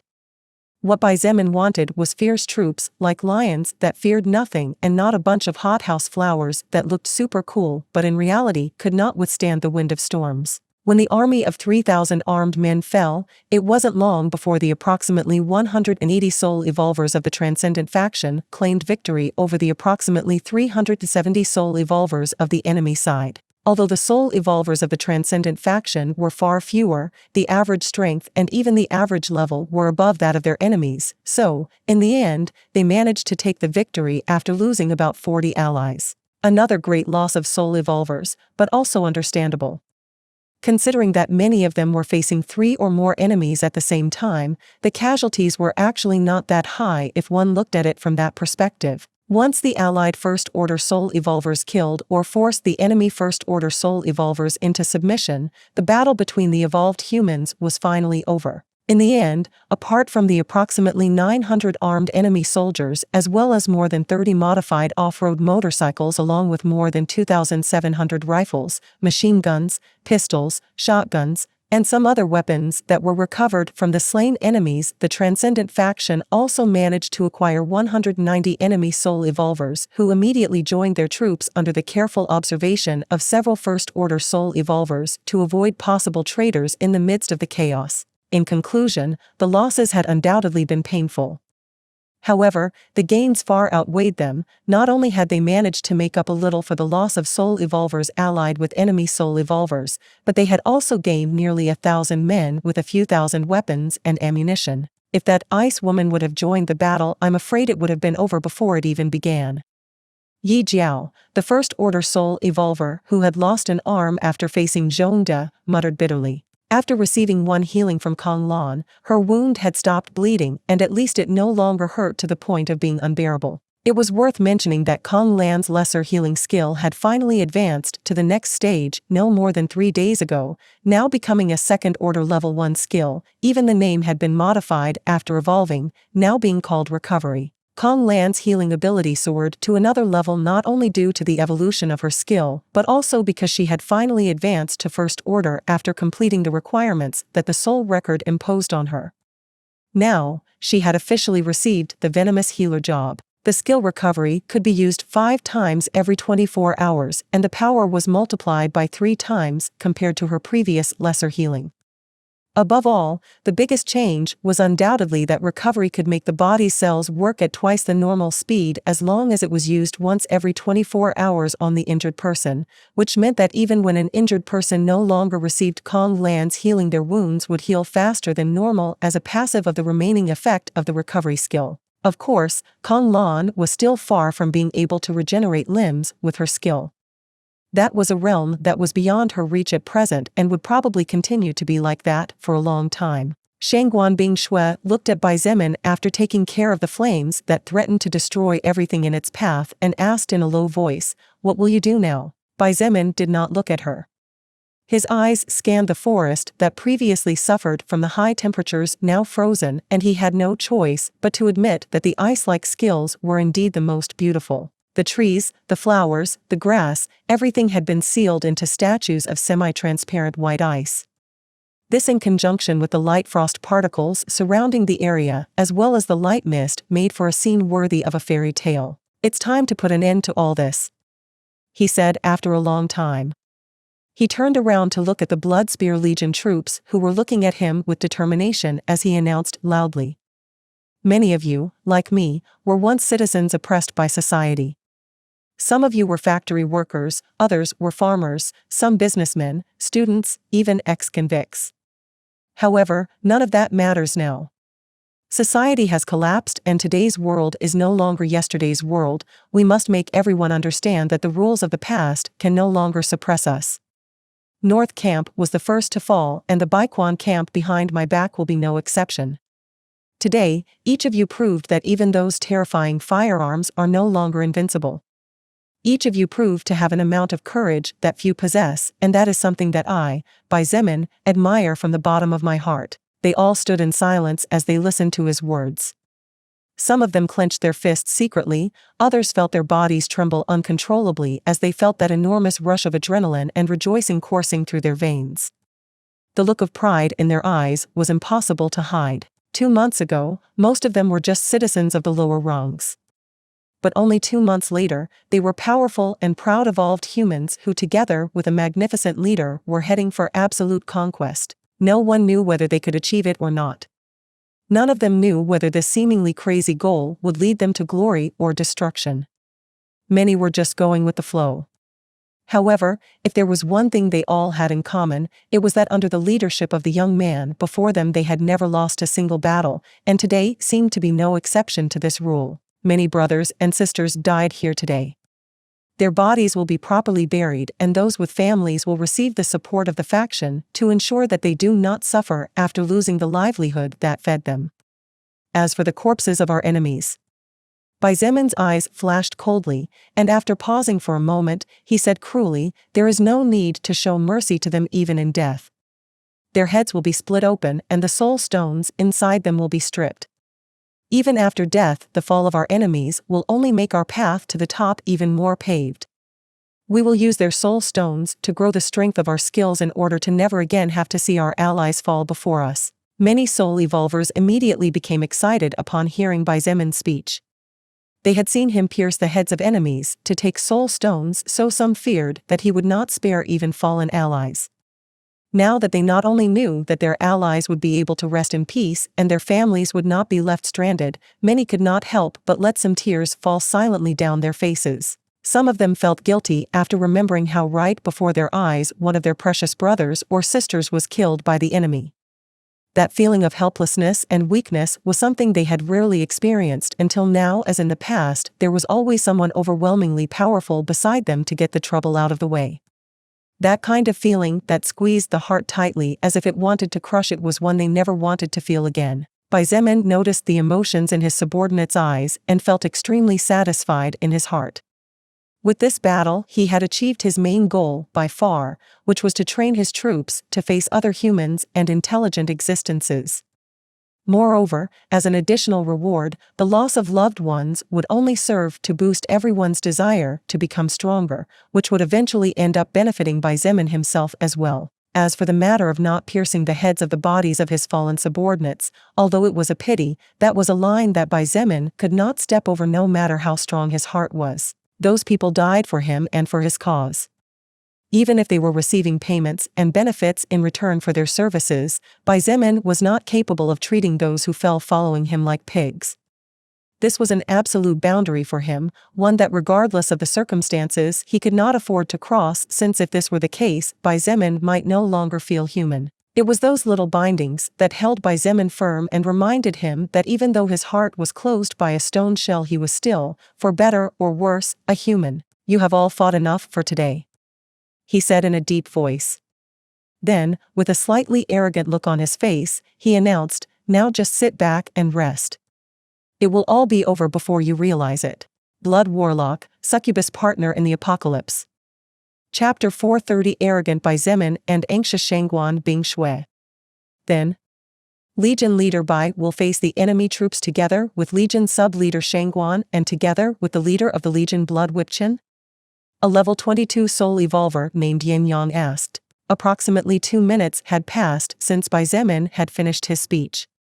After giving some simple orders and leaving Wu Yijun in charge along with the rest of his trusted people, Bai Zemin along with Shangguan Bing Shui and Chen He set off towards the south with leisurely and carefree steps. They were very close to the outer perimeter of the forest, about half a kilometer.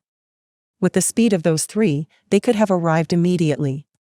But apparently, they were in no hurry. "Why? Do you doubt our victory?"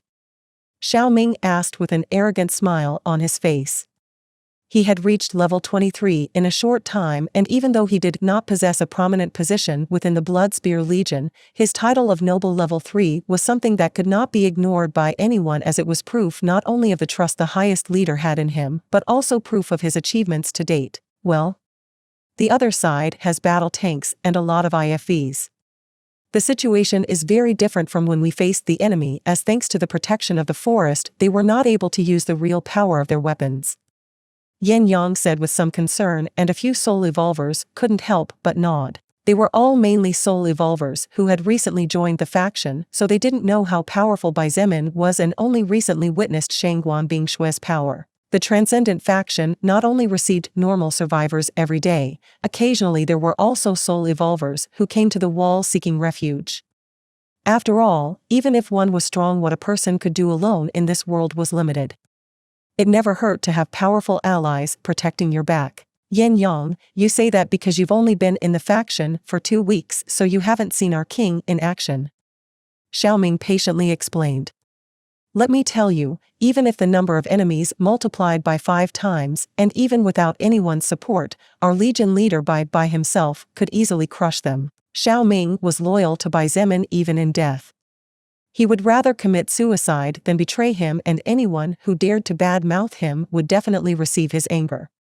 Xiao Ming's loyalty to Bai Zemin was so high not because Bai Zemin was a possessor of great powers, but because Bai Zemin was the person who made his and his family's life better. It was he who gave Xiao Ming honor, and it was he who opened Xiao Ming the opportunity to raise his head high. Before Bai Zemin came to the establishment, Xiao Ming was nothing more than a dog in the faction led by the 4 big bosses. He and his family struggled to survive another minute, often eating dried tree bark to kill the hunger, and going to bed with a completely empty stomach was not uncommon at all either. The arrival of Bai Zemin was like the arrival of God in the eyes of Xiao Ming and his loved ones. It was this young man who gave them a new life when they thought it was the end of everything for them. Moreover, Bai Zemin was responsible and worked harder than anyone else to support himself and his people. He never let the fact that he was the most powerful existence in the entire faction become a reason to loaf around or to lose himself in carnal pleasures and luxury. Therefore, even though Xiao Ming was already almost 30 years old, he was steadfastly loyal to Bai Zemin. In his eyes, Bai Zemin could achieve anything he set his mind on, and it was precisely for this reason that Xiao Ming was the first person to stand up and agree to continue following Bai Zemin that day when he decided to unify all of China under his reign and become king. Forget about a couple of war tanks and several IFVs, Xiao Ming blindly believed that even if an army of fighters arrived, Bai Zemin would take them all down with ease. Is that so? Yin Yang and the rest were not quite sure, despite hearing Xiao Ming say those words. "You guys will see it with your own eyes." Wu Yijun approached with light steps and said with a faint smile, "Bai Zemin cannot be defeated. Numbers are of no use against him." At her words, everyone was silent. All those who had already seen Bai Zemin's power naturally agreed.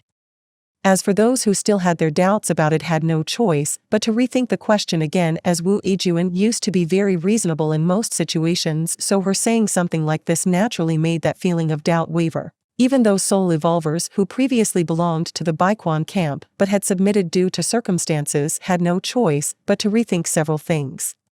If the normal soul evolvers were already so powerful, then how strong was the one who led them all? Be that as it may, their doubts would soon be cleared up and the truth would come out in an instant. Pei Pei, could you please activate your skill?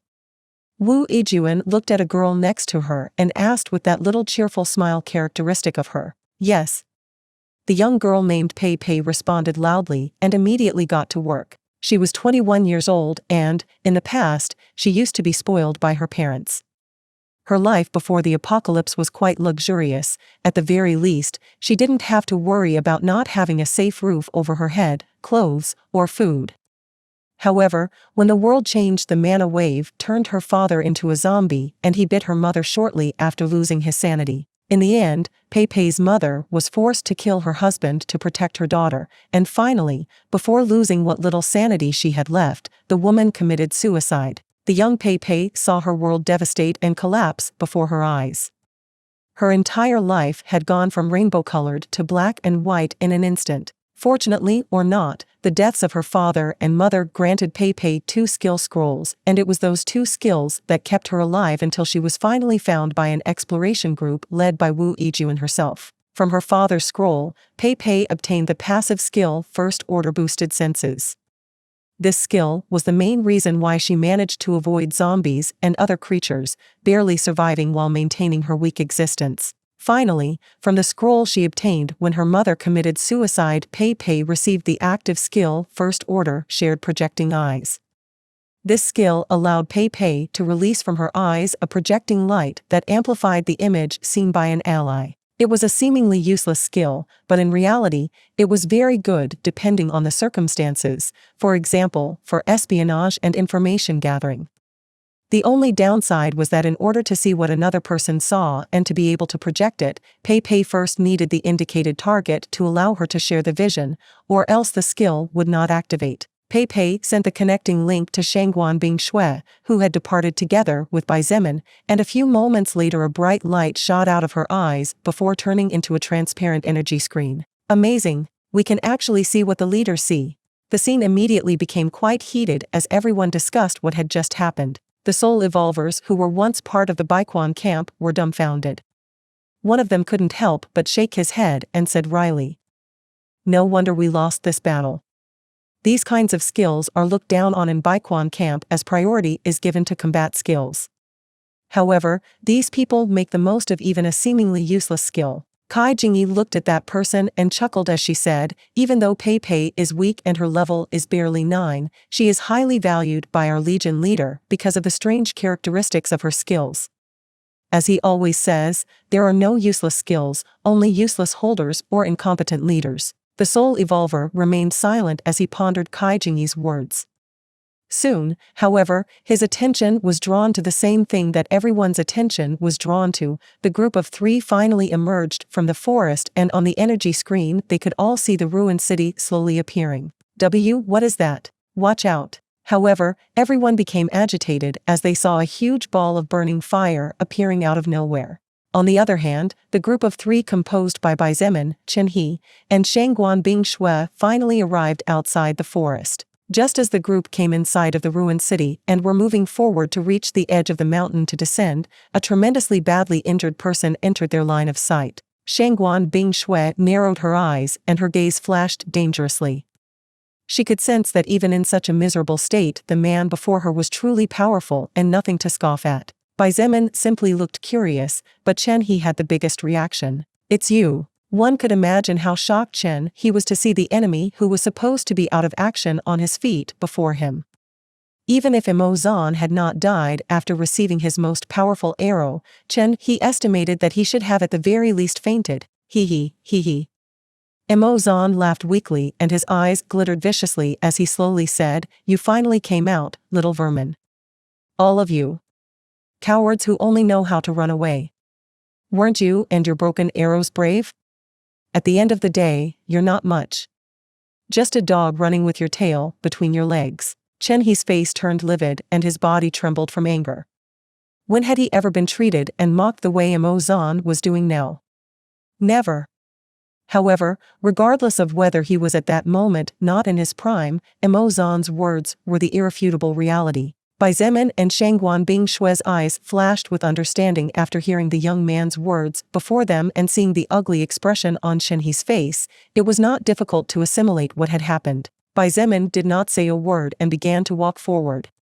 His eyes looked past Mo Zan as if he was nothing but invisible air to his eyes. Bai Zemin, fight with me. Mo Zan shouted loudly and raised his left arm towards the sky before activating his most powerful skill. Fire-like energy began to form rapidly along with burning mana, and in a few blinks of an eye, a huge bright yellow fireball whose diameter exceeded 50 meters appeared floating in the sky. However, Mo Zan did not get any response from Bai Zemin. How dare you ignore me? Mo Zan shouted angrily and frustrated. His mood was already terribly bad after losing a limb while chasing after the enemy archer, so he directly spent all his remaining mana to boost the power of his skill. Bai Zemin. The fireball grew to 100 meters in diameter, but it still showed no signs of stopping. Are you also a coward just like that pretty face back there? Eh? Mo Zan roared with a pale face at the same time as the fireball hovering several meters in the sky grew explosively, reaching 200 meters in diameter in an instant. The temperature rose abruptly, and even the ice that had frozen the outer perimeter of the forest began to show signs of giving way. This surprised Shangguan Bingshue a little, however, upon understanding the level of the enemy in front of her, that surprise soon disappeared. If she was providing mana to the ice behind her back, then Mo Zan's flames would definitely not be able to casually melt it, but since it was now just ice slowly losing its energy, it was no longer so surprising what was happening. Mo Zan bellowed and roared like a wild beast in an attempt to make himself heard. However, Bai Zemin's expression remained unperturbed as he advanced at a steady pace, seemingly oblivious to the heat coming from the flames that illuminated the area as if it were a small artificial sun. When the distance between Bai Zemin and Mo Zan closed to only 100 meters, the latter finally felt something break inside him. With bloodshot eyes like those of a demon, he waved his hand and shouted, "Go to hell, you arrogant bastard." This was undoubtedly the most powerful attack Mo Zan had ever performed. The 250-meter diameter fireball advanced at a snail's pace but steadily forward as it gained more and more speed. At a distance of 100 meters and considering his current condition, Mo Zan definitely could not avoid the damage of his own destructive attack. However, at this point he was no longer thinking at all, and it seemed that his only goal in life was to kill the person before him. 90, 70, 50, 30 meters. The fireball advanced and finally Bai Zemin stopped for a moment. When the huge fireball was 1 meter away and was about to swallow him whole, under Shangguan Bingshue's slightly worried gaze and under Chen He's stupefied eyes, Bai Zemin extended his right hand forward. The movement of his rising arm seemed to be extremely slow, however, it was enough for his palm to come into contact precisely when the giant fireball entered his range. "Don't do it!" Chen He shouted unconsciously. His words only served to make Shangguan Bingshue's heart even more anxious as she knew Bai Zemin's skills very well. He definitely did not possess any defensive skills that would allow him to evade damage from a tremendous magical attack like the one he was facing. Unconsciously, she stepped forward with an anxious look. For a moment her rationality and natural intelligence seemed to have flown out the window. Blood Warlock, Succubus Partner in the Apocalypse. Chapter 431, God of Fire. The flames from Mo Zan's skill were really powerful.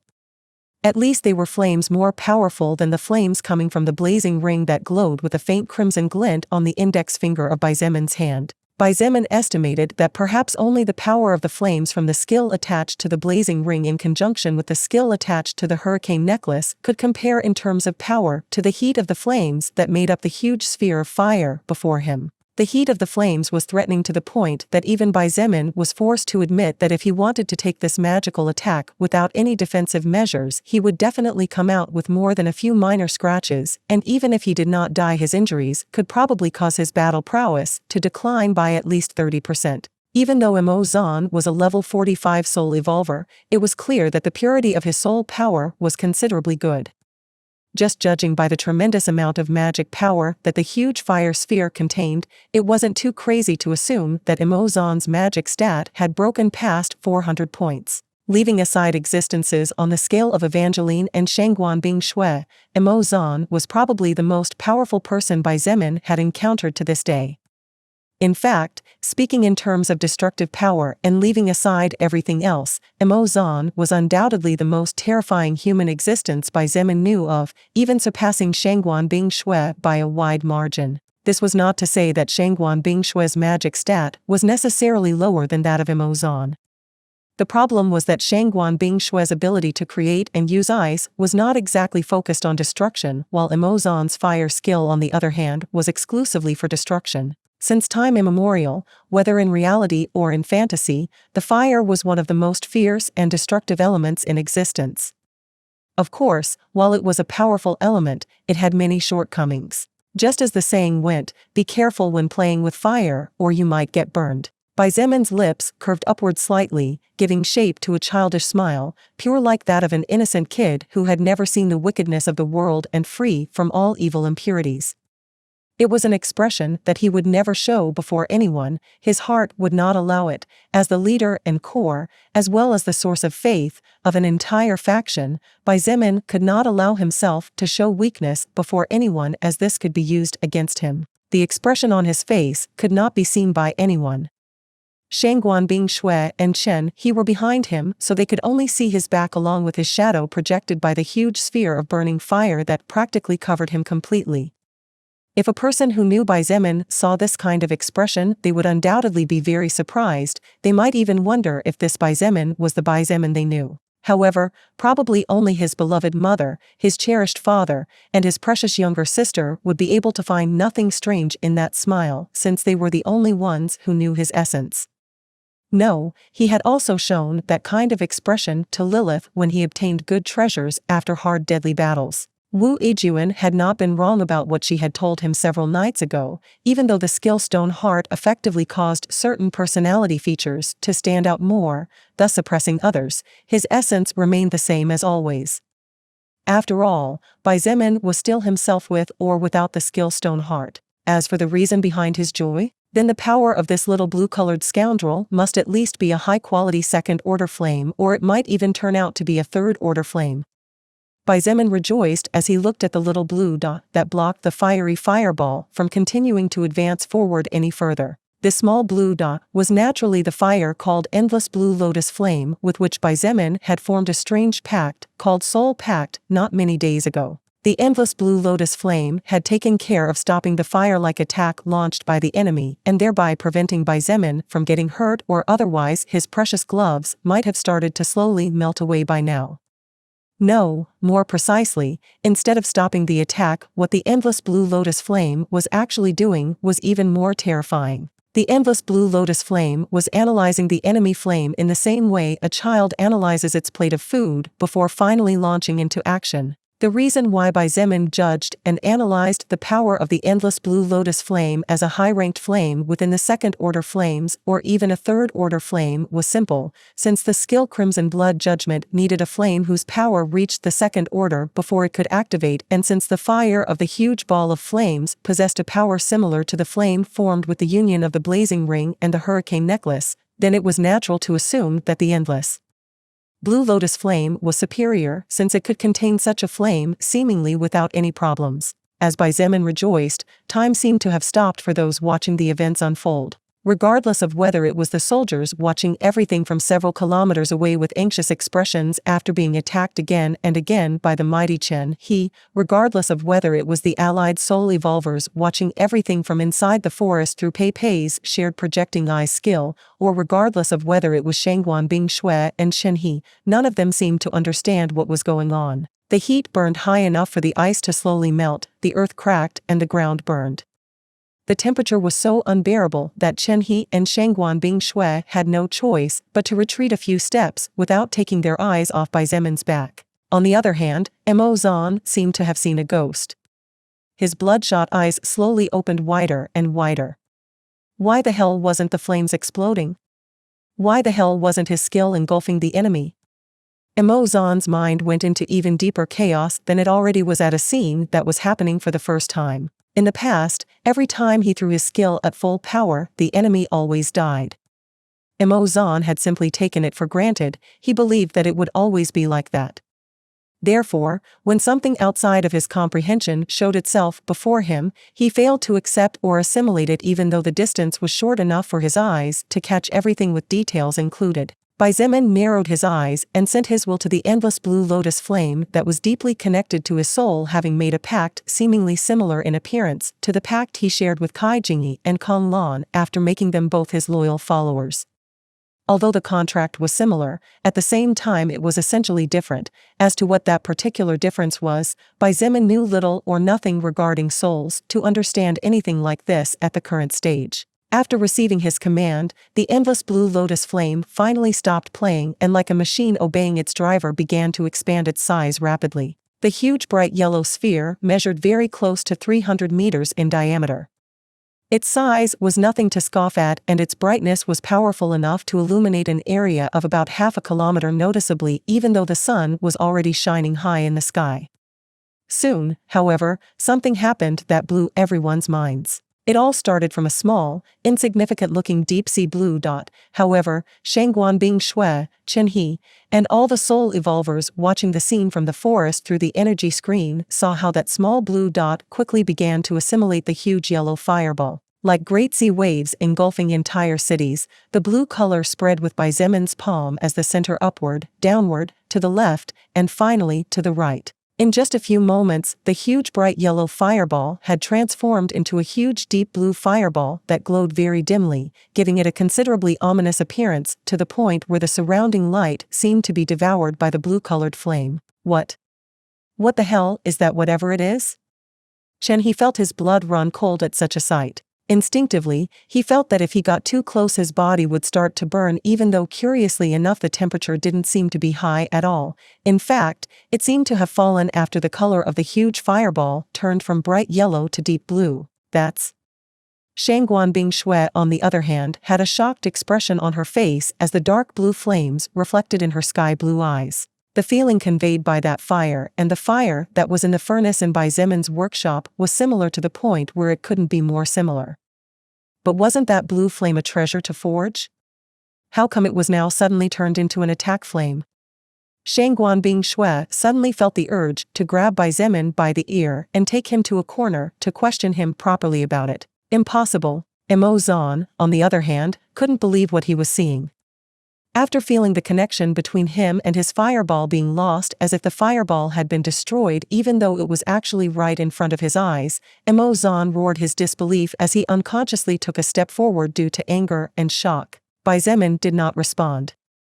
Instead, he grabbed onto the huge fireball with one hand, and as he pushed it over his head with ease, he sent out a wave composed of 200 points of his mana powered by his 900+ magic stat points. Bang! The giant fireball was sent flying into the skies as if it were an inflatable ball that was hit by a truck, soaring in an instant several kilometers high and breaking beyond the white clouds that soon disappeared without a trace. With his right hand still pointing skyward, Xietain clenched his fist and shouted aloud, "Explode!" As those words left his mouth, the wind blowing from the four directions seemed to stop.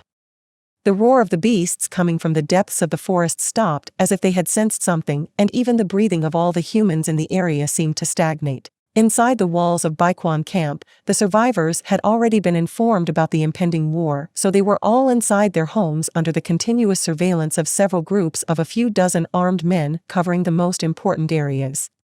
However, they all seemed to have sensed something as they approached the window of their homes and automatically turned their gazes to the distant sky. The golden-colored sun was covered by what appeared to be a second deep blue sun. The rays of light, covering an area of approximately 20 kilometers, took on a slightly blackish hue, and for a moment it seemed that night might be about to descend even though it was only close to noon. "Don't fuck with me."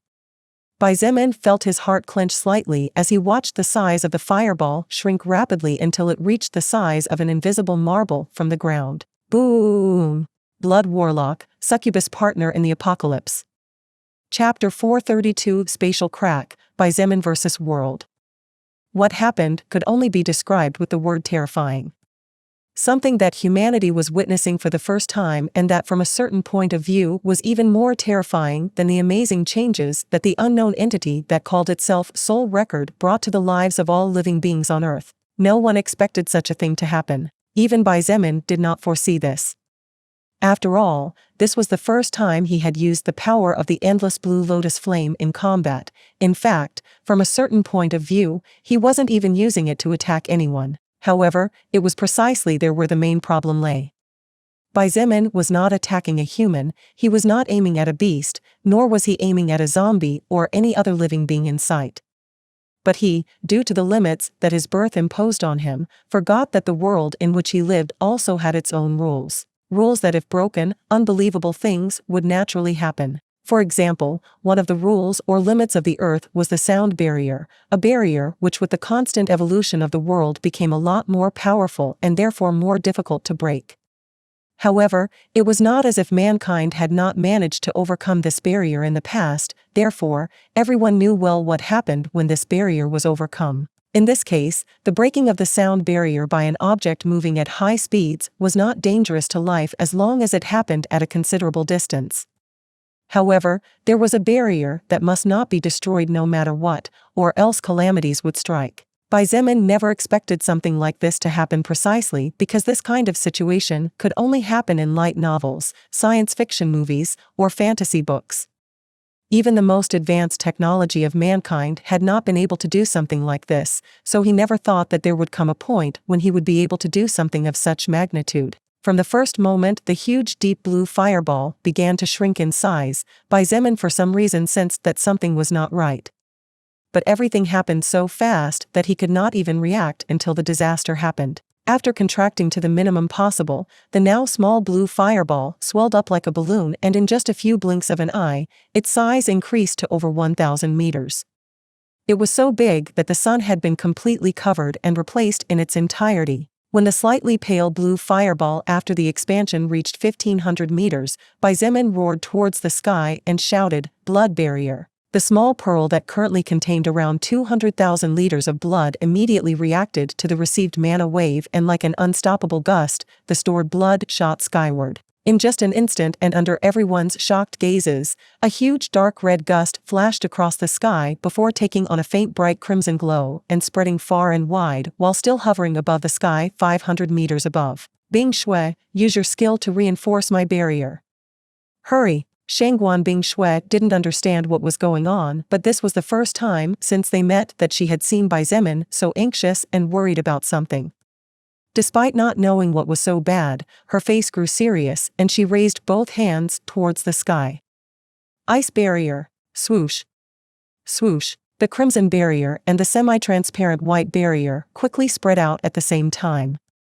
The semi-transparent white barrier seemed to reach its limit after reaching 2,000 meters, but the crimson barrier still seemed to have much more to show as it continued to spread across the battlefield, even reaching certain areas inside the walls of Baiquan camp. Xietain had over 800 mana points in total.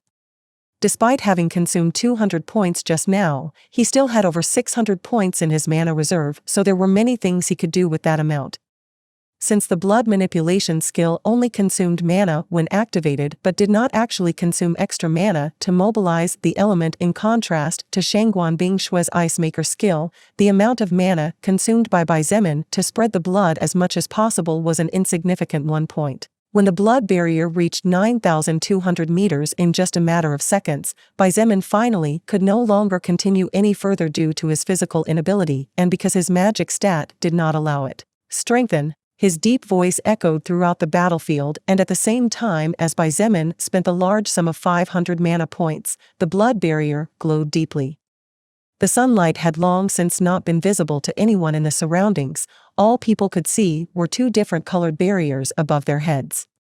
When the crimson barrier glowed, despite being half a kilometer high, that dark blood-colored glow illuminated the ground faintly, giving the earth an appearance similar to the hell described in the legends. It was just then that hell really broke loose. Boom! The huge fireball finally exploded after reaching a diameter of 2,000 meters, and the power united by the flames belonging to Imozon's skill as well as the flames of the seemingly innocent but powerful endless lotus blue flame joined together to give rise to an explosion of warlike magnitude. Xietain did not know how destructive a nuclear bomb could be, as he had never in his life witnessed with his own eyes the explosion of one. Videos that could be found on the internet could show the result of the explosion, but the oppressive feeling could never compare to living it in his own flesh and blood. However, he believed that the power of this explosion was definitely beyond what a normal nuclear bomb could do. Bang! Bang! Bang! Bang! Bang! Bang! The gusts of wind struck and cut through the two magical barriers uncontrollably, and even though the survivors inside the Baiquan camp were being protected by the barriers so they could not see what was beyond, they could actually hear clearly as the threatening blasts shattered one after another. But this was not the most frightening thing. The scariest thing was what happened next. Swoosh! The explosion was mainly concentrated in a single point, the center. When the concentrated magic power and mana broke outwards abruptly, the spatial barrier protecting the earth that did not expect that kind of sudden assault shuddered for a moment before a 20-meter wide and 30-meter long crack appeared without warning high in the sky. Although normal humans could not see beyond the two barriers, soul evolvers whose levels and purity of soul power had reached a certain peak could sense when the barriers actually stretched out. They became quite thin after stretching too far to the point where, if not for the mana reinforcement received, they would have been broken long ago. For the love of God! Chen He whispered under his breath, and his legs weakened before finally collapsing to the ground on his butt. Shangguan Bingshue's face was as pale as the purest snow as her blue eyes quivered in fear. Were it not for the fact that she needed to keep her ice maker skill active to constantly supply mana to the ice barrier she had erected so that it would not lose defensive power, she might as well have collapsed like Chen He. Those inside the forest were also covered by the magical barriers, and very few could see beyond. However, thanks to the fact that Pei Pei's skill was projecting what Shangguan Bingshue saw at that very instant, everyone saw that small but terrifying crack slowly appearing over the skies. See crack. Spatial crack. Kai Jingyi muttered in shock. Although her voice was soft and low, the silence inside the forest was deadly after the shockwaves resulting from the explosion disappeared, so everyone heard her words, and immediately thereafter the sound of gasps rang out. In the command center inside the Baiquan camp, Commander Jin Shun and Mayor Bai Yong had already basically lost any hope of victory they might have had after losing contact with the armed troops and soul evolvers sent into the forest to face the enemy. They had only fought for a little over 30 minutes, but the entire allied army seemed to have been swallowed up by the earth. What hope could they even have against an enemy capable of defeating a force of several thousand men in such a short time? They had none. Even Imozon, the most powerful soul evolver in the entire Baiquan camp and whose destructive power was well known, ended up being badly wounded by the archer named Chen He before he even saw the face of an even more powerful Xietain. However, it was only after seeing how the enemy leader humiliated Imozon and dealt with him as easily as dealing with a small child that everyone thought they finally knew how powerful Xietain was. Unfortunately, and to further fuel the deep despair felt by the Baiquan camp high command, the negative surprises were not yet over. As Bai Yong and Jin Shun's faces lost all color, Shen Mei felt her worldview change again and unconsciously muttered the question they were all asking, breaking the world space. How powerful does an attack have to be to open such a spatial rift? Unfortunately or not, no one could answer that question. Even Xietain himself was not capable. Swoosh. Swoosh. Swoosh.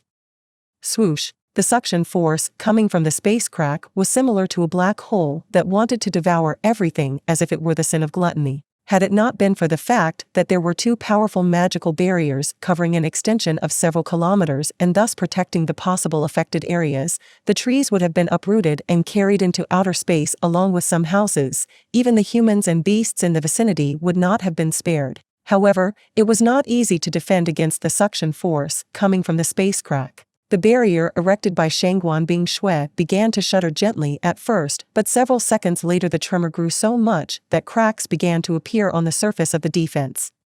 She bit her lower lip hard and provided as much mana as possible, but after about 40 seconds she finally ran out of energy, so her barrier exploded with a loud bang. Her body swayed gently, and she looked at Xietain as she regretted. Xietain, I'm sorry.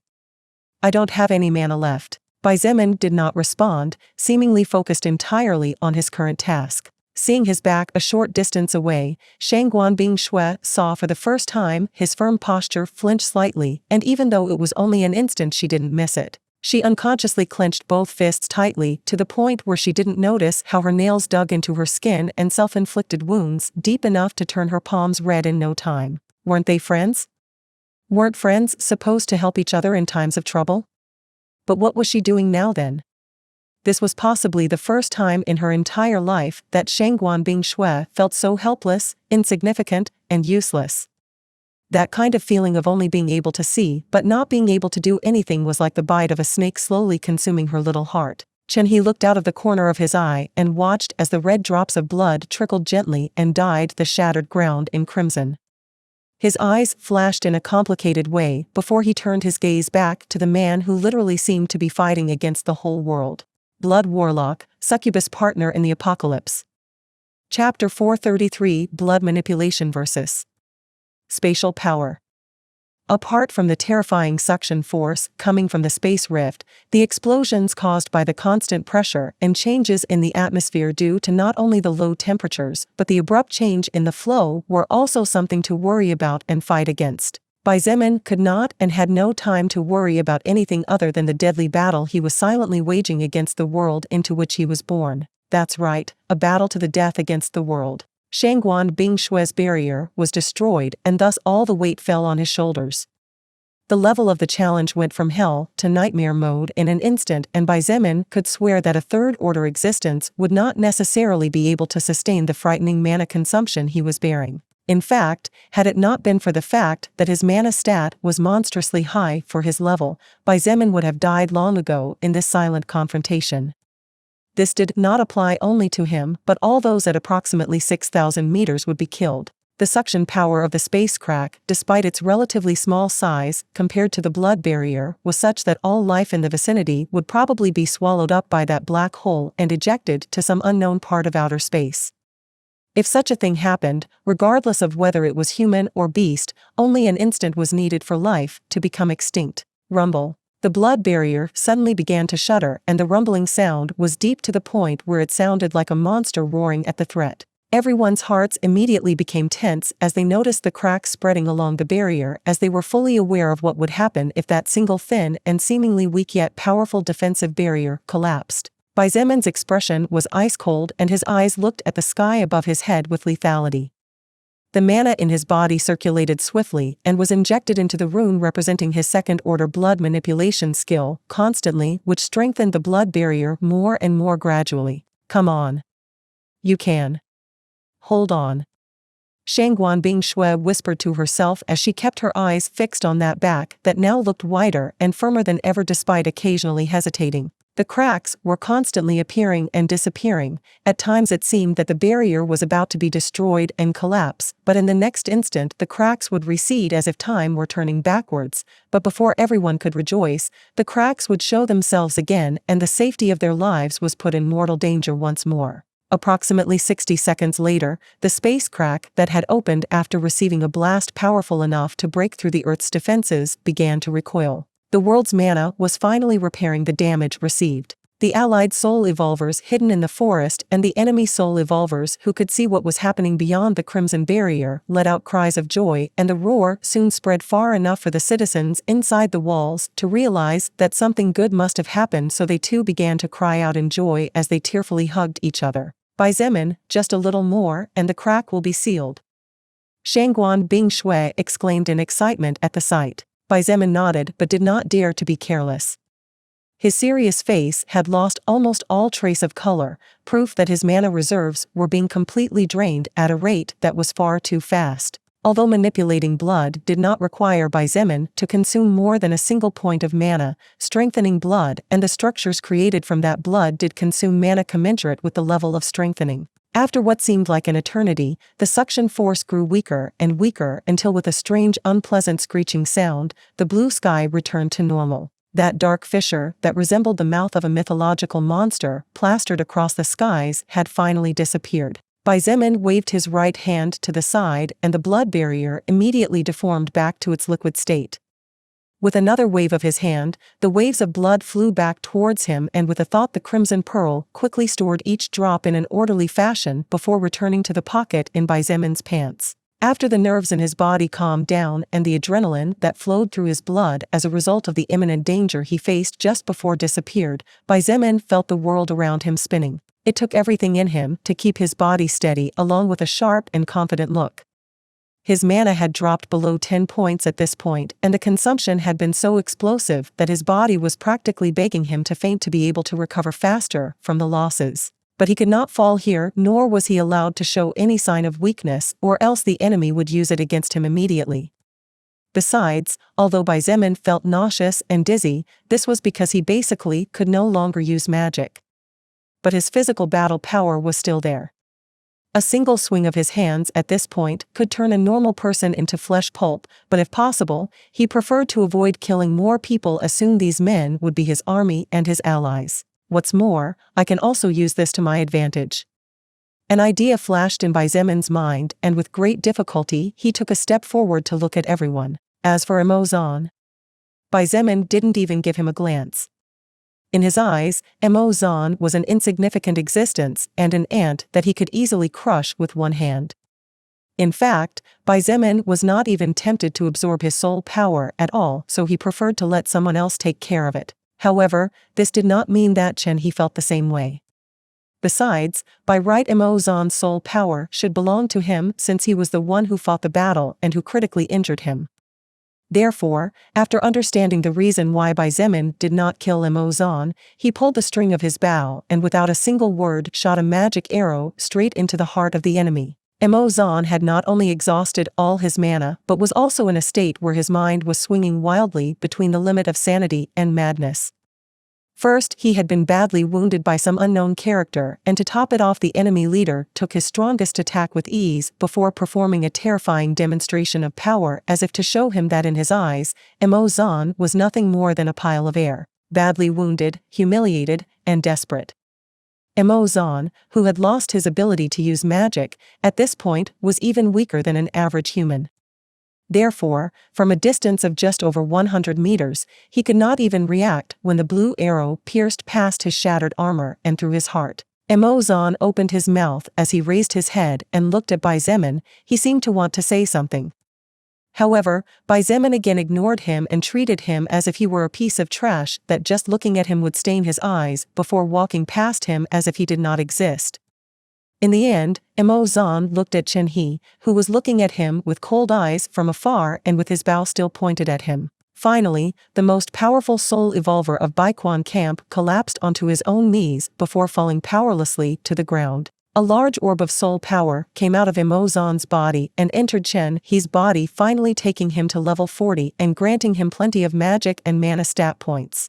Another orb of soul power, smaller and less bright than the previous one, entered Xietan's body. Apparently the soul record considered him as an assistant in the death of Xietain after having taken the final attack of the latter. With the death of Xietain, who was basically the only existence whose mass destructive power could threaten Xietan's faction, the Baiquan camp no longer had a chance to make a comeback, no matter how hard they tried. Xietain arrived at the edge of the mountain, now basically turned into a pile of flat land, and took a deep breath, preparing to bellow once again, demanding the surrender of the enemy troops. However, what happened next surprised him. The enemy soldiers and police officers threw their firearms to the ground before raising their hands in silence. Those operators of the only 2 functioning enemy battle tanks, leaving aside the 10 incapacitated before combat, emerged from the battle machines, and the operators of the IFVs followed not long after. The soul evolvers who were mixed into the army due to possessing skills that enhanced the firearms or the ammunition they used also presented no resistance and obediently raised their hands before walking orderly into a clearing. Xietain could not think clearly at this moment as his mind was still buzzing. Therefore, it was difficult for him to comprehend what was happening. It was then when, along with the arrival of that heavenly scent of delightful pure jasmine, a soft voice reached his ears. After seeing that earlier attack of yours, I think it would be weirder if the enemy camp continues to show signs of resistance. Who else could it be besides Shangguan Bingshui? Bai Zemin glanced over his shoulder at her and noticed that her face was also pale. But what caught his attention the most was that her usually cold and indifferent gaze actually had a slight gentle touch that was hard to describe in words as she looked at him. However, soon Bai Zemin's attention was drawn to the smell of blood and his gaze unconsciously automatically shifted downward. Seeing Shangguan Bingshui's ever-pure white hands stained red with fresh blood, Bai Zemin's gaze changed and he quickly asked, "What happened to you? Are you all right? Why? Worried about me?" Shangguan Bingshui tried to joke, but seeing how Bai Zemin began to frown, she quickly added, "It's okay, don't worry. I inadvertently ended up injuring myself due to nerves. This kind of insignificant wound will heal by itself in an instant." Bai Zemin looked into her eyes for a moment, but it was hard to tell whether she was lying or not because Shangguan Bingshui was an expert at masking her facial expressions. Therefore, after thinking about it for a moment and realizing that indeed that level of injury was nothing worth mentioning, he slowly nodded without pursuing the matter further. However, soon Bai Zemin was surprised after realizing that just now he was indeed worried about Shangguan Bingshui. Considering the passive effect of the Stone Heart skill, a skill which was twice as powerful against the other gender, the fact that he was concerned about her was quite surprising and worth emphasizing. It was probably because he had slowly begun to consider her as an important friend rather than a mere ally or subordinate. Bai Zemin felt that was a reasonable enough thought, so he didn't give the matter any more thought either and instead began to pay attention to what really mattered at the moment. With the enemy's main troops surrendering, there was nothing and no one that could prevent Bai Zemin and his faction from taking control of the Baiquan camp. Blood Warlock, Succubus Partner in the Apocalypse. Chapter 434, Defeating the Enemy, Bai Yong trying to flee. In the command center, Mayor Bai Yong and Commander Jin Shun looked at each other. Both men did not say anything, but just by the look in their eyes, they seemed to understand what they were both thinking, because as if by prior agreement, they turned around with pale faces and walked hurriedly towards the exit of the room they were using as a monitoring center. The two soul evolvers in charge of Jin Shun's protection followed him from the left and Shin Mei followed Bai Yong from the right. "Mayor Bai? Where are you going?" Shin Mei asked as she watched Bai Yong get into a vehicle. Bai Yong looked at her and said in a deep voice, "Shin Mei, now that the camp is about to fall into the hands of that dictator called Bai Zemin, I'm afraid that people like us will not meet a good end. How about coming with me and becoming my personal bodyguard? I have my next target in mind. It won't be long before I get back everything that rightfully belongs to me, believe me in that." Shin Mei was stupefied for a few seconds trying to process the words spoken by Bai Yong, but it didn't take her too long to realize what he meant. It was clear that Bai Yong had no plans to stay in the Baiquan camp anymore now that his forces were defeated.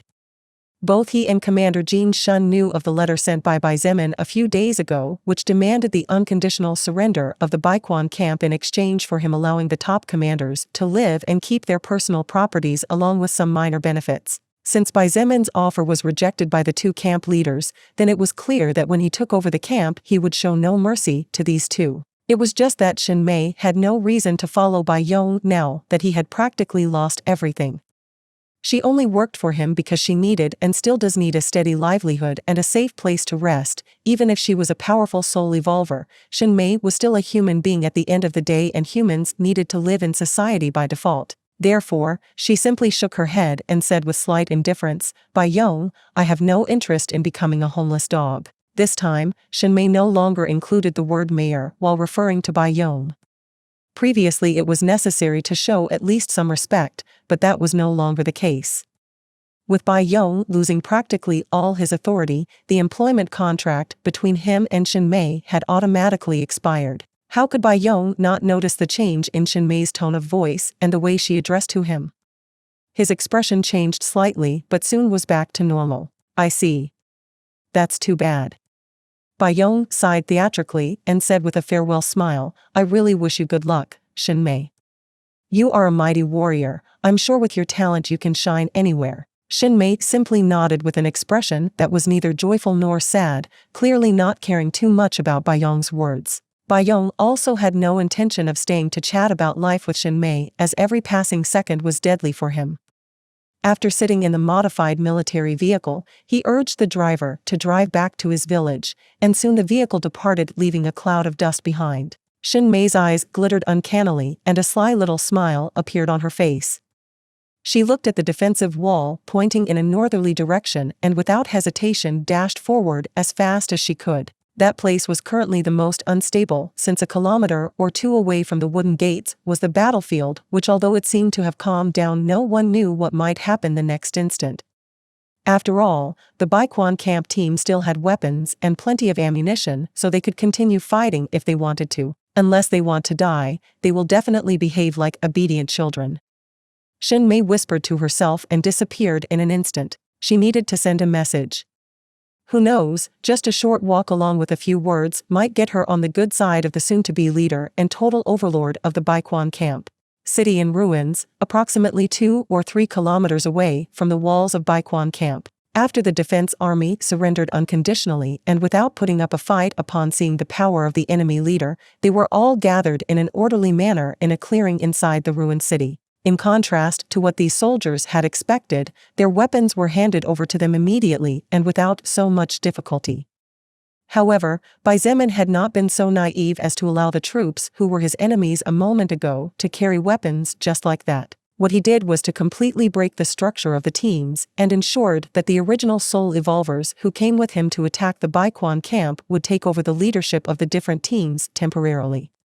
Moreover, since the soul evolvers also underwent military training and tactical training with Fu Qigong at the base, they all had some knowledge about the war machines. After all, although Xietain and his faction aimed to have as many soul evolvers as possible in the shortest possible period of time, this did not mean that they had given up on modern weaponry.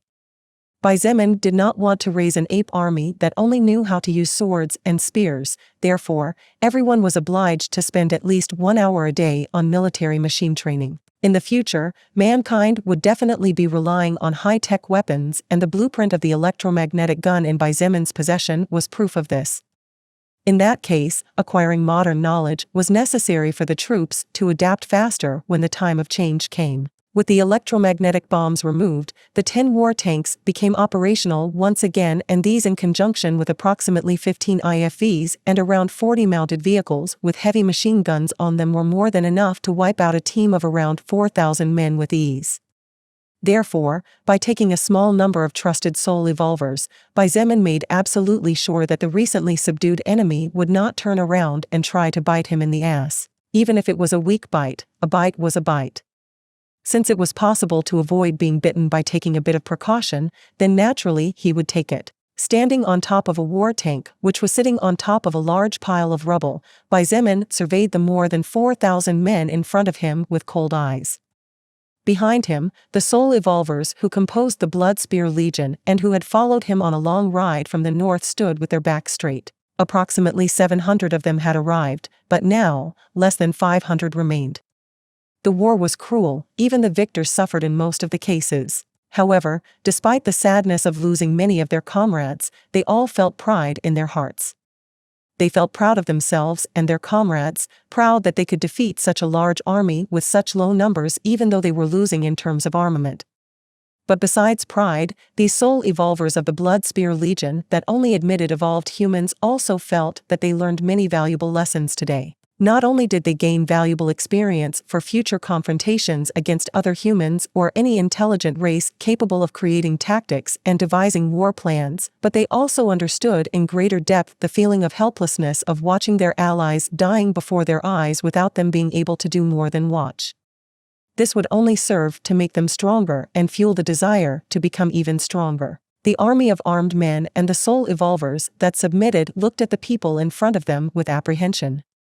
Now they could only wait and see how they would be treated by this young leader. As for putting up a resistance, that was a thought they all hated, a thought none of them dared to have at this time. The opposition was simply too powerful. Their leader was even capable of causing explosions to catastrophic levels, and his magic was powerful enough to damage the world itself. A single attack like the one before and the entire Baiquan camp would be razed to the ground completely. Of course, none of them knew that in reality, Xietain couldn't launch an attack like before just like that, and even if he could, he didn't dare. As I have introduced myself before, I don't think it is necessary for you to hear my name again. However, I will repeat myself for the last time. Xietain said slowly and in a serene voice, "My name is Xietain. I am the leader of the faction located about 40 hours away from this place in a northerly direction, and I am also the person who will be in control of this place from this moment onwards. I will be brief and concise with this, as I have no time to waste with any of you.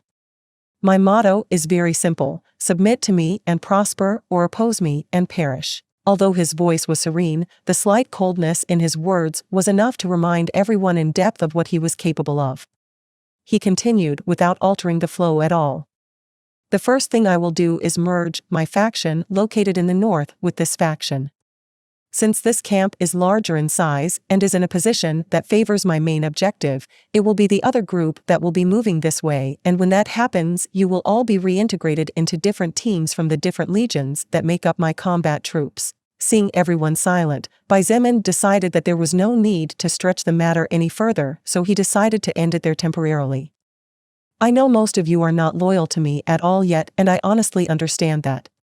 I will see to it that I gain the trust and loyalty of most of you in no time. I have faith in that. For now, I advise you that if you want to keep your heads attached to your necks, you should refrain from trying to cause me problems.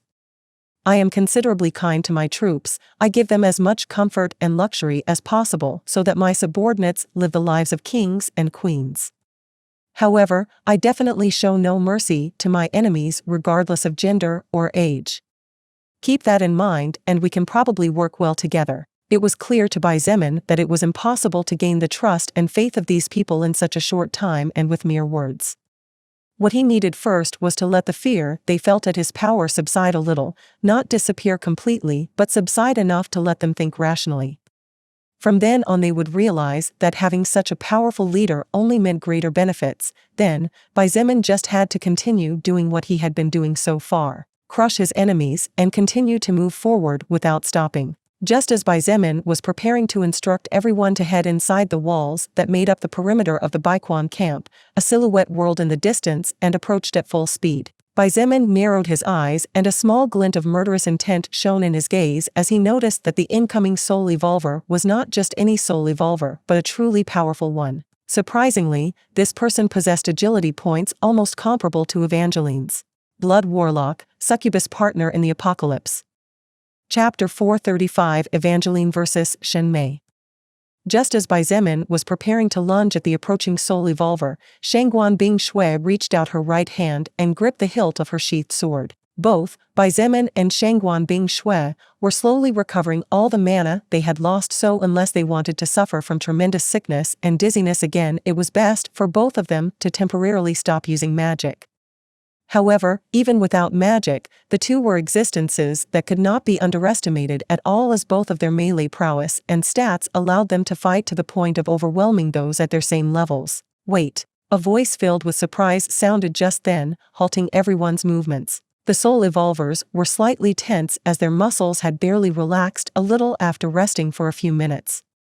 When they sensed the approach of a possible powerful enemy, they all prepared for combat just as they were trained, without panicking. Xietain and Shangguan Bing Shui looked at each other before looking at Fu Xiafeng, who was looking at the person who was now approaching more slowly until she finally stopped when she reached 50 meters in distance. A woman?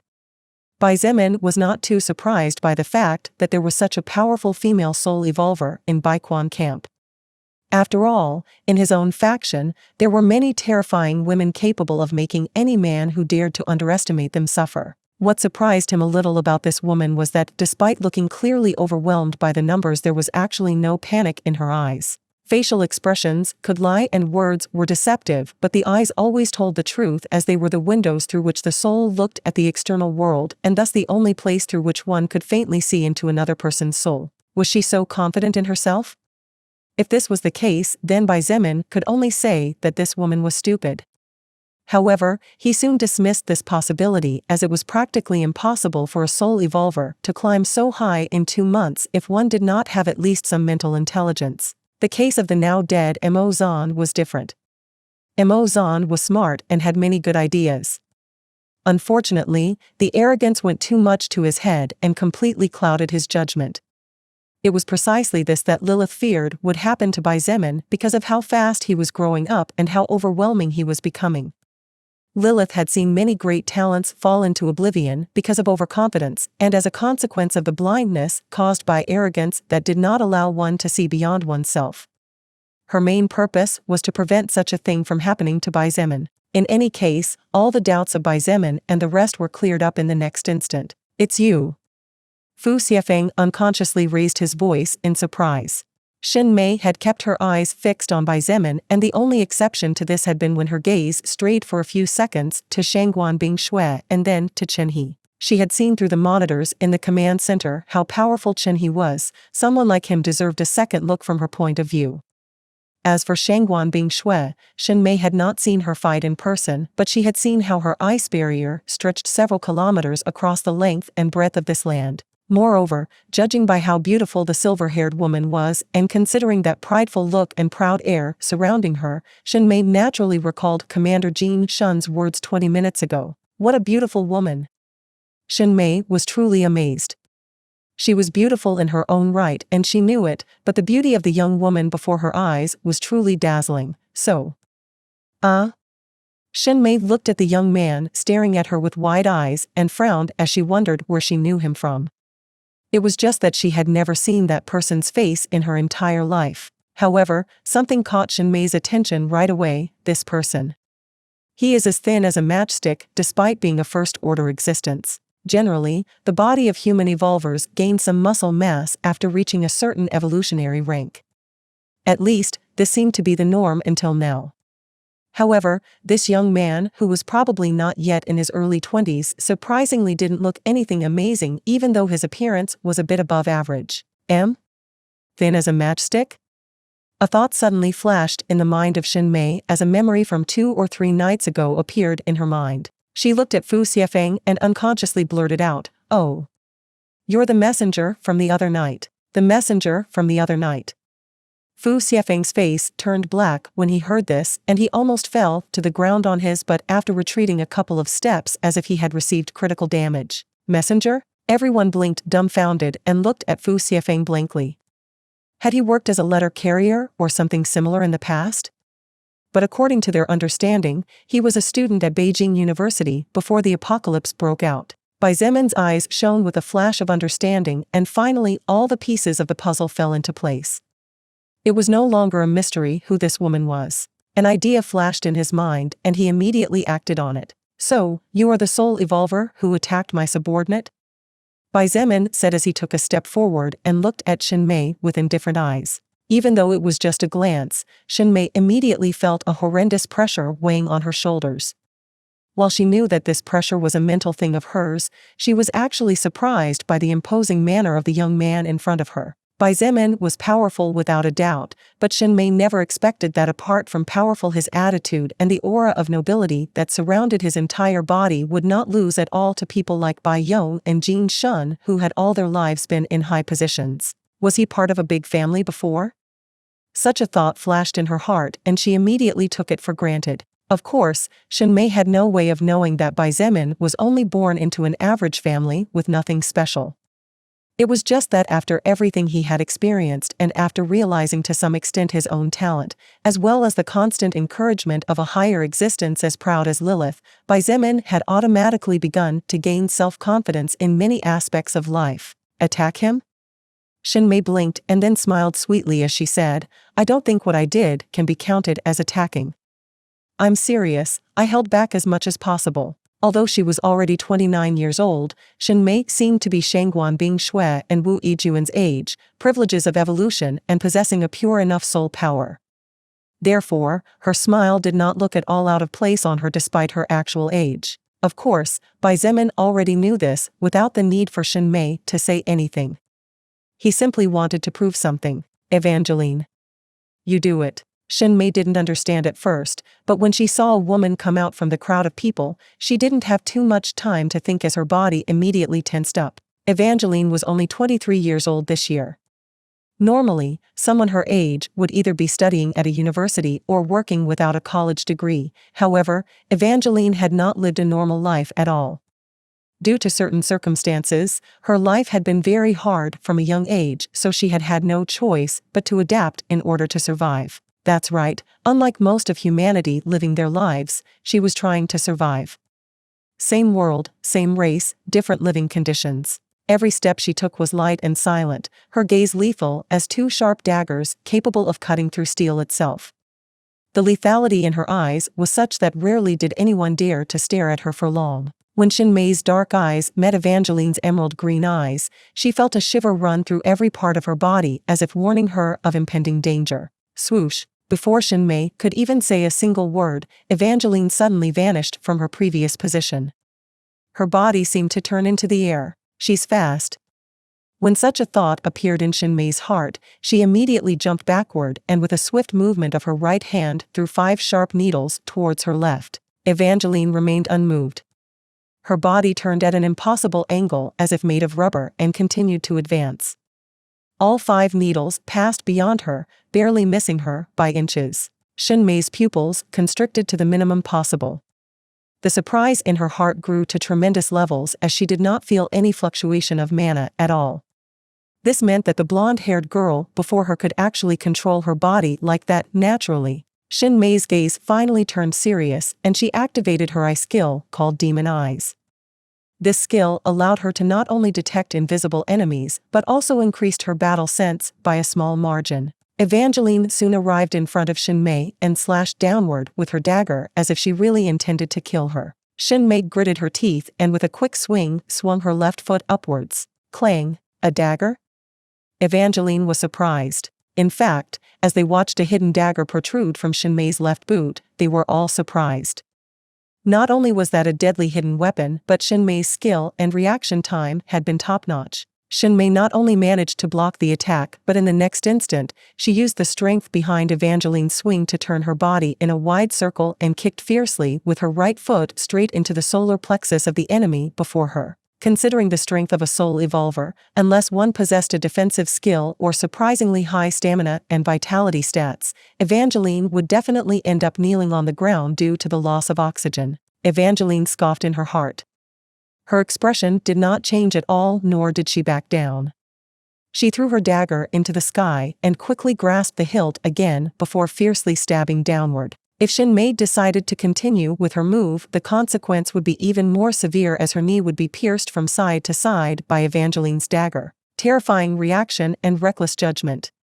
Xinmei was getting more and more shocked with each passing second. She had belonged to a family of martial artists, so from a very young age, her parents had trained her in self-defense. In her generation, she had always been invincible and even a group of 10 burly men were no match for her, not to mention after evolving. However, this woman in front of her had barely passed 20 and already possessed such combat skill. Xinmei had no choice but to admit that the young woman in front of her was more skilled in close combat. Probably the most talented person she had met so far. Realizing that she had no room to retreat as the tip of Evangeline's dagger was already mere inches from her leg, Xinmei was forced to activate a second skill. Swoosh! Evangeline's dagger effectively pierced Xinmei's leg. However, her eyes flashed with surprise as instead of feeling that familiar feeling of flesh being pierced, what she felt was as if she was cutting through a cloud of smoke. Blood Warlock, Succubus Partner in the Apocalypse. Chapter 436, New Member? Xinmei took the opportunity to retreat and with a deadly backflip quickly moved several meters back. Instead of continuing to attack Evangeline, Xinmei simply stood and looked at her with surprise shining in her eyes. "Who are you?" she asked unconsciously. Although there were all sorts of brilliant skills, Evangeline's combat ability clearly did not come from a scroll.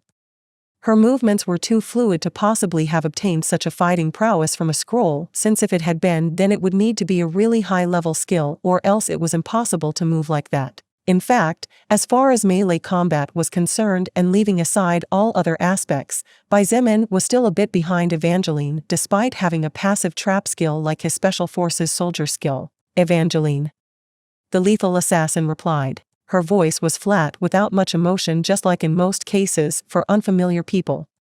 Even when talking to Xietain, it was rare times when Evangeline showed any sign of latent emotion. Hearing the young woman's reply in front of her, Xinmei didn't know whether to laugh or cry.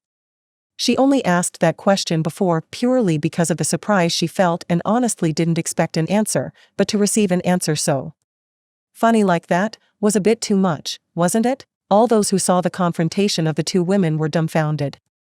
To the eyes of normal humans or most soul evolvers present, Evangeline and Xinmei's movements were agile and swift like two flickering shadows. The confrontation between the two women lasted only an instant, 2 seconds at most. However, the life-threatening situations were several.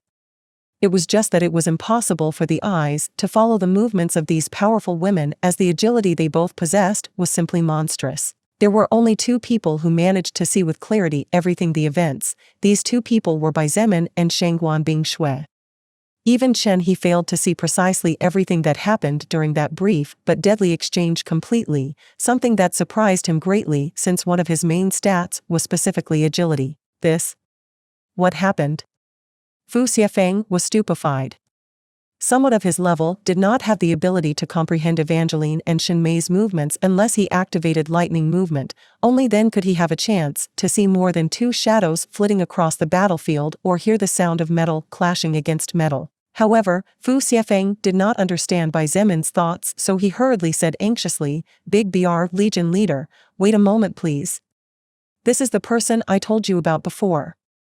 She allowed me to flee alive even though she could have captured me or even killed me if she wanted to." Bai Zemin looked at him and almost laughed out loud. Fu Xiefeng was that kind of person who always felt indebted unless he somehow returned the favor, and since Xinmei had done him a favor regardless of what her true motives were, he naturally wouldn't feel good if he saw her die before his very eyes. "Don't worry.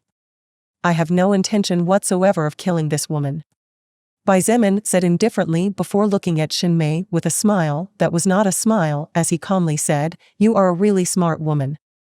I like to be friends with intelligent people rather than having allies with ape-level intelligence." Xinmei sighed a sigh of relief in her heart, and the weight she felt finally disappeared. When the nervousness suddenly left her body, her legs abruptly felt weak, and if not for her willpower she would have collapsed to the ground by now. Just standing before Bai Zemin was frightening enough, let alone facing his entire faction who were like wild beasts watching her from the side, waiting for the right moment to pounce on her and devour her until they left nothing but her bones. Worse yet, there was even a young woman whose battle prowess surpassed her by a wide margin. Xinmei didn't know if the leader of the Transcendent faction would take her act of the night before well. Even if she let Fu Xiefeng go alive, what Xinmei was doing was a gamble on Bai Zemin's character, a gamble that was indeed very risky, as a single misstep would have cost her the life. Fortunately, she was not wrong. On the contrary, she was right in a big way. Xinmei smiled playfully and said quietly, "What can I say? I will do anything to survive. Without harming you and without harming the Baiquan camp, I simply stayed out of all the trouble. Is that wrong? No, not at all." Bai Zemin smiled slightly and shook his head. "As I said, you strike me as a smart woman, and that pleases me. There are many remarkable women who fight in one way or another alongside me every day. I'm sure you'll get along well with them if you decide to join us." Since the other party did not mention anything about Evangeline, then Bai Zemin did not say anything either. However, it was clear to those who managed to keep up with the two women that the winner had indisputably been Evangeline, and that Fu Xiefeng's judgment really was flawed, probably skewed by nervousness and the lingering fear of potentially having been killed that night. Xinmei was undoubtedly strong, but Evangeline was on another level. Just now, Evangeline fought without activating even one of her skills. She only used nothing but her melee experience and agility, but was still able to overcome Xinmei, who only managed to get out of the confrontation unscathed thanks to the activation of 2 of her skills. If Evangeline really wanted her dead, Xinmei would possibly not last more than a few rounds. "Join you guys, huh?"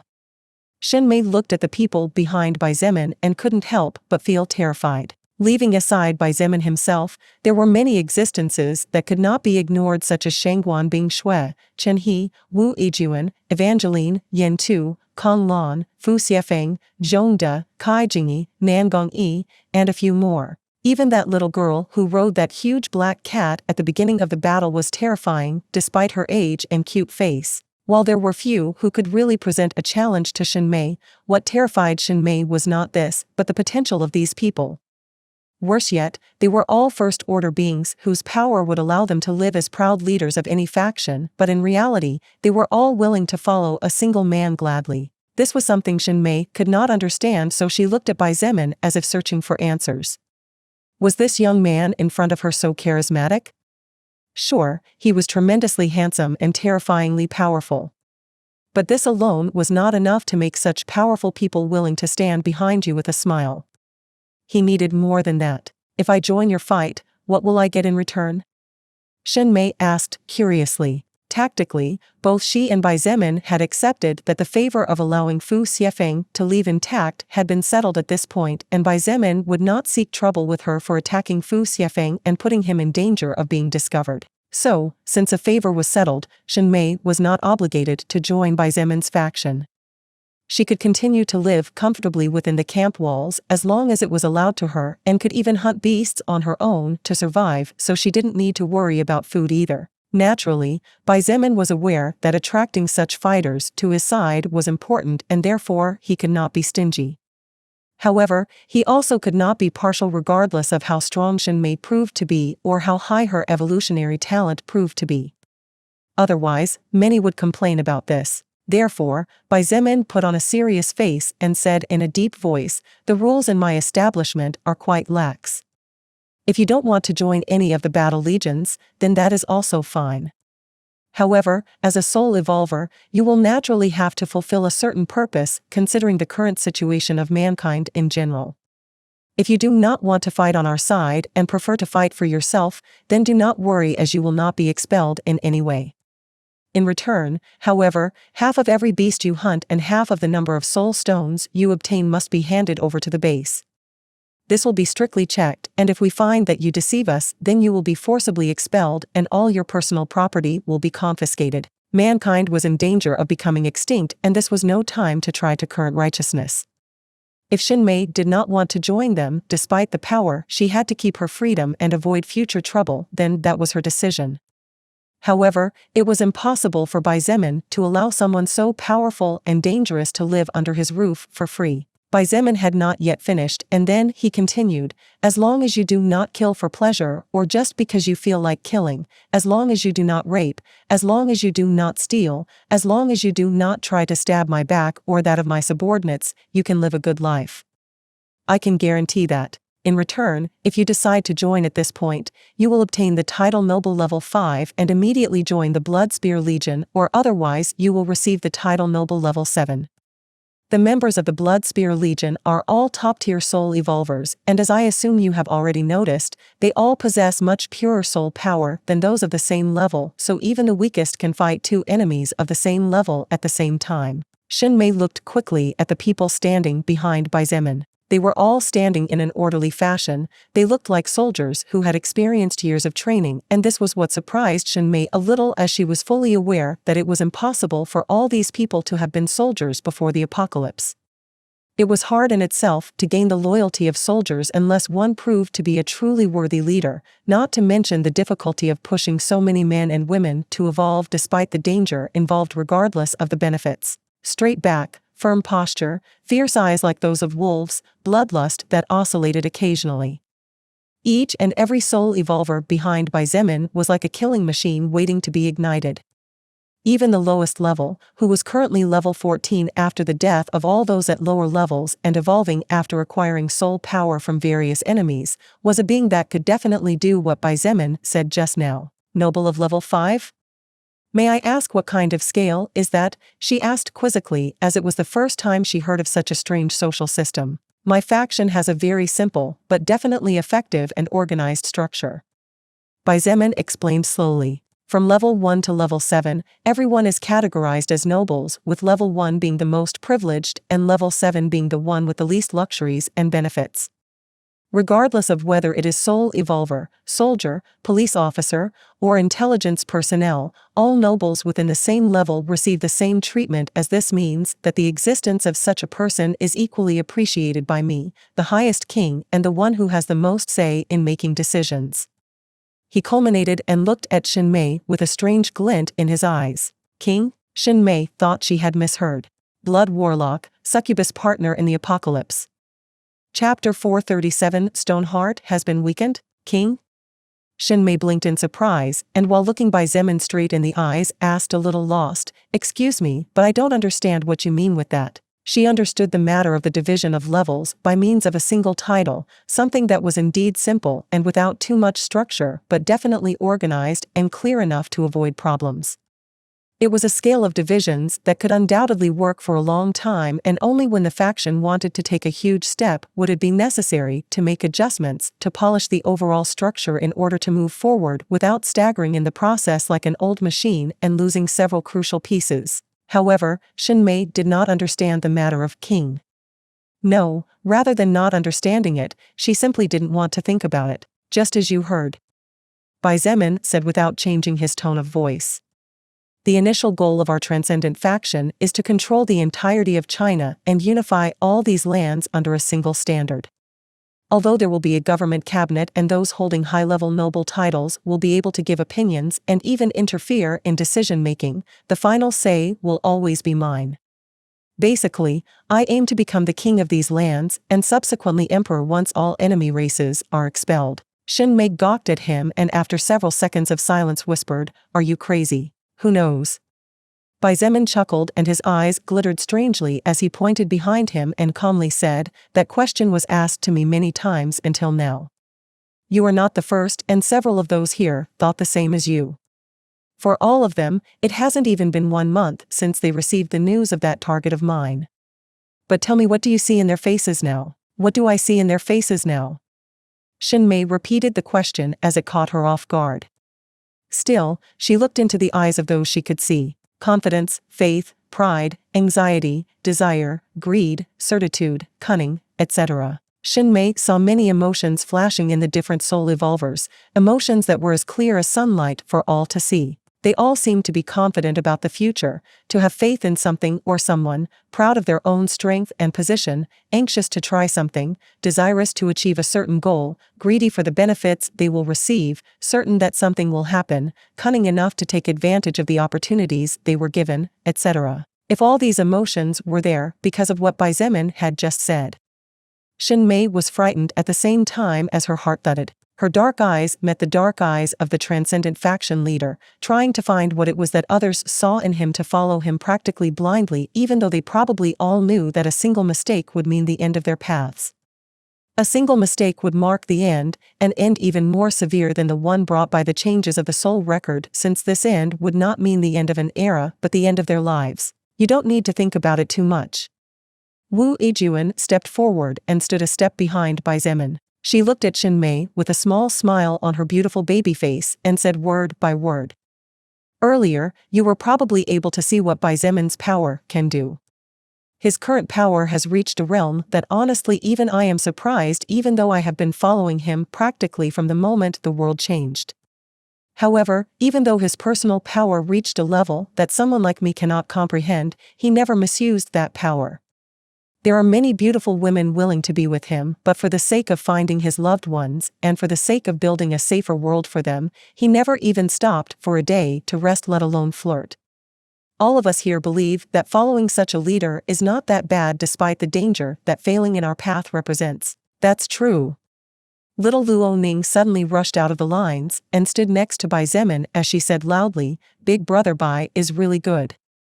Unlike that old man named Lei Su who had many wives and mistreated them, Big Brother Bai doesn't even have a single girlfriend. Ha ha ha ha ha ha ha." Luo Ning's words immediately caused the original soul evolvers of the transcendent faction to burst into laughter. Of course, rather than mockery over Bai Zemin's situation, the reason they were all laughing was because Luo Ning had actually done it again one more time. After all, everyone was more than aware that if he wanted, forget about having a girlfriend, even having 2,000 girlfriends wasn't difficult at all. He wouldn't even have to look for them, and 90% of the female soul evolvers of the faction, which were mostly beauties after evolving and absorbing soul power purer than theirs, would line up to join him. These bastards. Bai Zemin looked behind him and muttered through gritted teeth. Soon, however, his expression relaxed and he shook his head, not knowing whether to laugh or cry. It was naturally impossible to get angry over something as childish as this. Besides, Xietain felt that it wasn't so bad to let his subordinates relax a little after experiencing so many abrupt emotional ups and downs. Xietain blinked in shock. If it was before, he definitely wouldn't have thought like this. Even if he didn't care, at least he wouldn't worry about the mental state of subordinates who were just a means to an end, no matter how slight and insignificant that concern was. Is it because of this title? His attention focused on a certain record, attracted by the title Bright Mind he had just received. Apparently, the title Bright Mind judged by itself that Xietan's practically inhuman thought was detrimental to him, so the effect of the skill Stone Heart was suppressed by 10%. As to whether it was only the thought of slight concern that would appear or whether more would appear was yet to be seen, as this title had just been born. While Xietain was lost in his own thoughts, Shen Mei watched the relieved and smiling expressions of the original members of the Blood Spear Legion. As she watched everyone laugh nonchalantly, as she watched the little girl who could summon strange cats from the shadows narrow her eyes cutely and laugh next to the leader of the Transcendent faction, for some strange reason her heart shuddered strongly. For the first time, Shen Mei's heart and emotions completely overwhelmed her ever-rational brain and mind, rational enough to make wise and optimal choices in times of need, as had happened after deciding to let the then-enemy Fu Xiefeng go alive. So, this is the faction these people call Transcendent, she thought to herself before resting her eyes on Xietain. Even though he was nothing more than a 20-year-old college student in the past, how did he manage to unite all these people under his standard? At this moment, rather than a leader guiding his subordinates, the members of the Transcendent faction looked like a family more than a military unit composed of soul evolvers. Hee. I hope getting carried away by the emotions of the moment won't make me regret it later. Shen Mei muttered to herself. Although Xietan's senses were very sharp, amidst the chaos he did not manage to hear the words of the woman in front of him clearly, even though she was only a couple of meters away. Therefore, he looked at her and asked serenely, "I'm sorry, but I'm afraid I couldn't hear you. Did you make a decision?" "As a matter of fact, I made a decision." Shen Mei nodded and approached him step by step, stopping only when their bodies were close enough that only a space of a palm remained between their two leather armors. As she smiled weakly, she said in a clear voice, "You aroused my curiosity, Xietain. Let me see what all these people see special about you, since at this moment in my eyes, you look no different than a lunatic who aspires to achieve the impossible." Blood Warlock, Succubus Partner in the Apocalypse. Chapter 438, Officially Joining. As Shen Mei smiled weakly, she said in a clear voice, "You aroused my curiosity, Xietain. Let me see what all these people see special about you, since at this moment in my eyes, you look no different than a lunatic who aspires to achieve the impossible." Xietain chuckled as he heard the words pronounced by Shen Mei. He made a small hand gesture to indicate to his subordinates and reliable soul evolvers that there was no need to worry about Shen Mei's proximity. Although at this distance it was practically impossible for a first-order existence to respond if taken by surprise by another first-order existence, which would result in death or serious injury to the ambushed, that only worked with normal beings. But who was Xietain? An anomaly among anomalies. An existence that had been granted a title that allowed him to traverse space and travel between worlds to allow his own world to grow at ease as his own power began to surpass that of the world due to his fast speed of evolution and the purity of his soul power. In that case, if someone like Shen Mei wanted or believed it was possible to hurt him just because they managed to get close enough and catch him off guard, then they were in for a great and rude awakening. One from which ironically they would never wake up. Besides, Xietain believed that a smart person like Shen Mei would not do something as foolish as that, knowing that her life would be over not long after, since even if she really managed to hurt Xietain by a miracle, there were still more soul evolvers that could kill her soon after. Regarding Shen Mei's words, Xietain not only chuckled but also said calmly, "You probably won't regret your decision. Although you will start with a level 5 noble title, with your strength and battle prowess you can easily enter the top 5 soul evolvers of our faction. It won't be difficult for you to climb the ranks while making significant contributions." This time it was Shen Mei's turn to chuckle. She looked Xietain straight in the eyes and said in a strange voice, "Level 5 noble? No, I'm not starting from that low." The expression of many people changed when they heard Shen Mei's arrogant words. She hadn't even spent 2 seconds as a member of the Transcendent faction, but she was already yearning for a higher position? Wasn't she being too greedy? One needed to know that a level 5 noble could enjoy a lot of benefits, among which was a monthly salary enough to buy 100 kilograms of food. Precisely because these noble titles were too beneficial to anyone who received them, Xietain only awarded them to those who held really important positions within the faction he established. There were only about 20 to 30 level 5 nobles in the entire faction and far fewer level 4, 3, 2, 1. In fact, there were only about 50 people who had received a noble title to date. The rest of the members of the Transcendent faction were considered normal citizens and received different salaries depending on how valuable the work they performed was or how many hours a day they put in. So, the fact that a new member coveted such a high position naturally attracted the discontent of many who hoped to climb the ranks of power and privilege. Xietan's dark eyes also glittered dangerously for a second before returning to normal. Mei had been able to devise a truly perfect plan that allowed her and those close to her to get away from any kind of danger. Such a person would definitely not be so foolish as to get on his bad side when they were just beginning to engage in some kind of relationship. I suppose to say such bold words you must have something in return for a higher position than the one I'm offering you now, he said with narrowed eyes and that slight smile still shaped on his face. Before I say anything, I want you to promise me the title level 3 noble. I think the information I'm going to give you now is worth so much. Mei said after thinking about it for a moment. However, Xietain didn't even hesitate and immediately shook his head. No way. The title level 3 noble is much more valuable than you think, and there are only a handful of existences that have received that level of title so far. Most of them are people who have followed me since the early days of the apocalypse and have contributed astronomical amounts of resources. If that's all you have to say, then forget it. Xietain didn't expect Mei to have a mouth as big as a lion trying to devour everything. Noble level 3?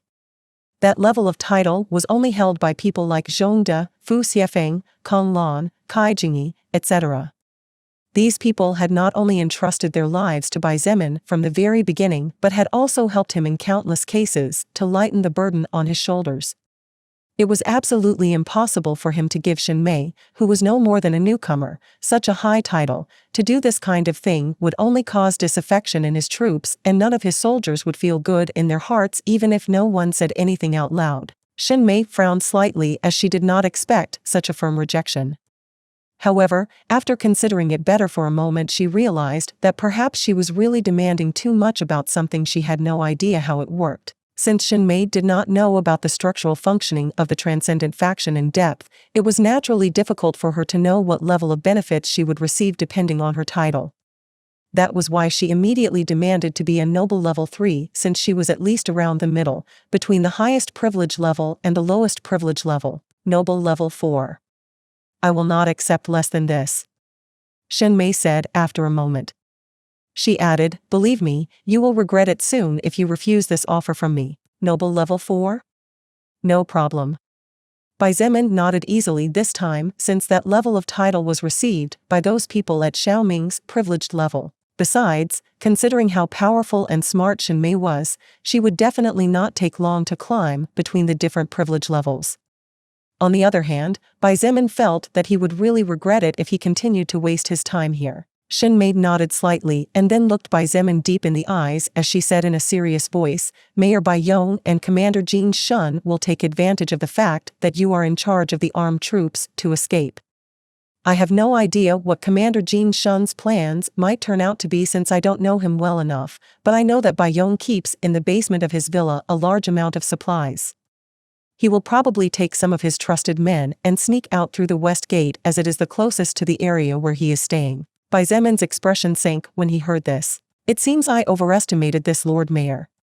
Xietan's eyes flashed coldly as he spoke these words before looking behind him and casually giving an order, who wants to go and take care of this? Honestly speaking, Xietain sincerely expected Baiyong to put up some more resistance. After all, the fall of Baiquan camp meant losing everything for Baiyong.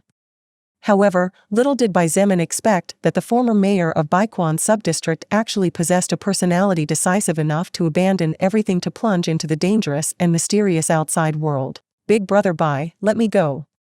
Luo Ning leaped forward and raised her tiny little hand. You? Bai Zemin frowned and said earnestly, forget it. Seeing Luo Ning make puppy eyes and looked as if she was about to cry, Bai Zemin waved his hand and said impatiently, it's okay, I already said no. If I say you're not going, then you're not going. Ugh. Luo Ning grunted and kicked the ground while puffing out her cheeks. Big brother Bai, you're too mean, no matter how much you complain. Bai Zemin ignored her and looked at the rest with a frown. Just as he was preparing to say something else, a slightly cold but with a slight tinge of closeness voice sounded a short distance away from him. Let Luo Ning take care of capturing Bai Yong. I'll go with her to make sure nothing bad happens to her. Bai Zemin looked at Shangguan Bing Shui and the frown on his face slowly relaxed. If that's the case, then I guess it's okay. He said nodding. Arg. Big brother Bai, stop treating me as if I'm a 9-year-old girl. Luo Ning stomped the ground beneath her feet again and complained loudly. But you're 9 years old, little Ning. Wu Yijuan put a hand over her mouth to suppress her laughter even though her shaking shoulders exposed her. Everyone immediately chuckled and looked at Luo Ning affectionately as the little girl clung tightly to Wu Yijuan's arm and swung it from side to side as if she was retaliating. Bai Zemin looked at Shangguan Bing Shui and said to her in a low voice, Bing Shui, be careful. Shangguan Bing Shui's eyes shone strangely when she heard his words. However, she suddenly thought of something and unconsciously looked at Shen Mei. It was only then that she finally realized the reason why Bai Zemin said such words to her, so she could not help but shake her head while laughing at herself. Shangguan Bing Shui said nothing more and instead walked towards Shen Mei before saying in an authoritative voice, you lead the way. Her voice was not only authoritative, her words were cold as was the look in her sky-colored eyes. Shen Mei did not know what to say about such a noticeable change in attitude. While chatting with Bai Zemin, this young silver-haired woman looked like an ordinary girl, but when she spoke to her, her first words were thick with orders and even well-hidden arrogance. But seeing the normal looks on everyone's faces, as if they didn't notice anything strange with this, Shen Mei assumed that either this girl was arrogant as hell with those below her position, or perhaps her personality was cold and aloof with those she didn't know. Shen Mei was more inclined to the second option since she still remembered Commander Jin Shun's report while they were still in the command center, but if the reason behind Shangguan Bing Shui's attitude was her first theory, then Shen Mei could only secretly shake her head in disappointment. Soon and under everyone's eyes, Shen Mei charged into the distance and disappeared in a whirlwind of wind and dust in the direction of the walls of Baiquan camp. Not far away, Luo Ning was galloping furiously on one of her shadow cats with an excited expression and seemingly undisturbed by the blood and destruction in the area. As for Shangguan Bing Shui, her expression was cold and indifferent and she simply took it upon herself to watch Shen Mei as she protected Luo Ning. After the three ladies completely disappeared from everyone's line of sight, Bai Zemin turned to look at his trusted troops and said loudly, from now on Wu Yijuan will be in charge of leading the Blood Spear Legion temporarily. Chen He, Fu Xiefeng, Kai Jingyi, Kong Lan, Zhong De, and Evangeline will be the people to support her when needed. The rest. I think you already know how things work, so I won't waste time explaining anything else. Blood Warlock, Succubus Partner in the Apocalypse. Chapter 439, The Miserable Fate of the Once Arrogant Bai Jian.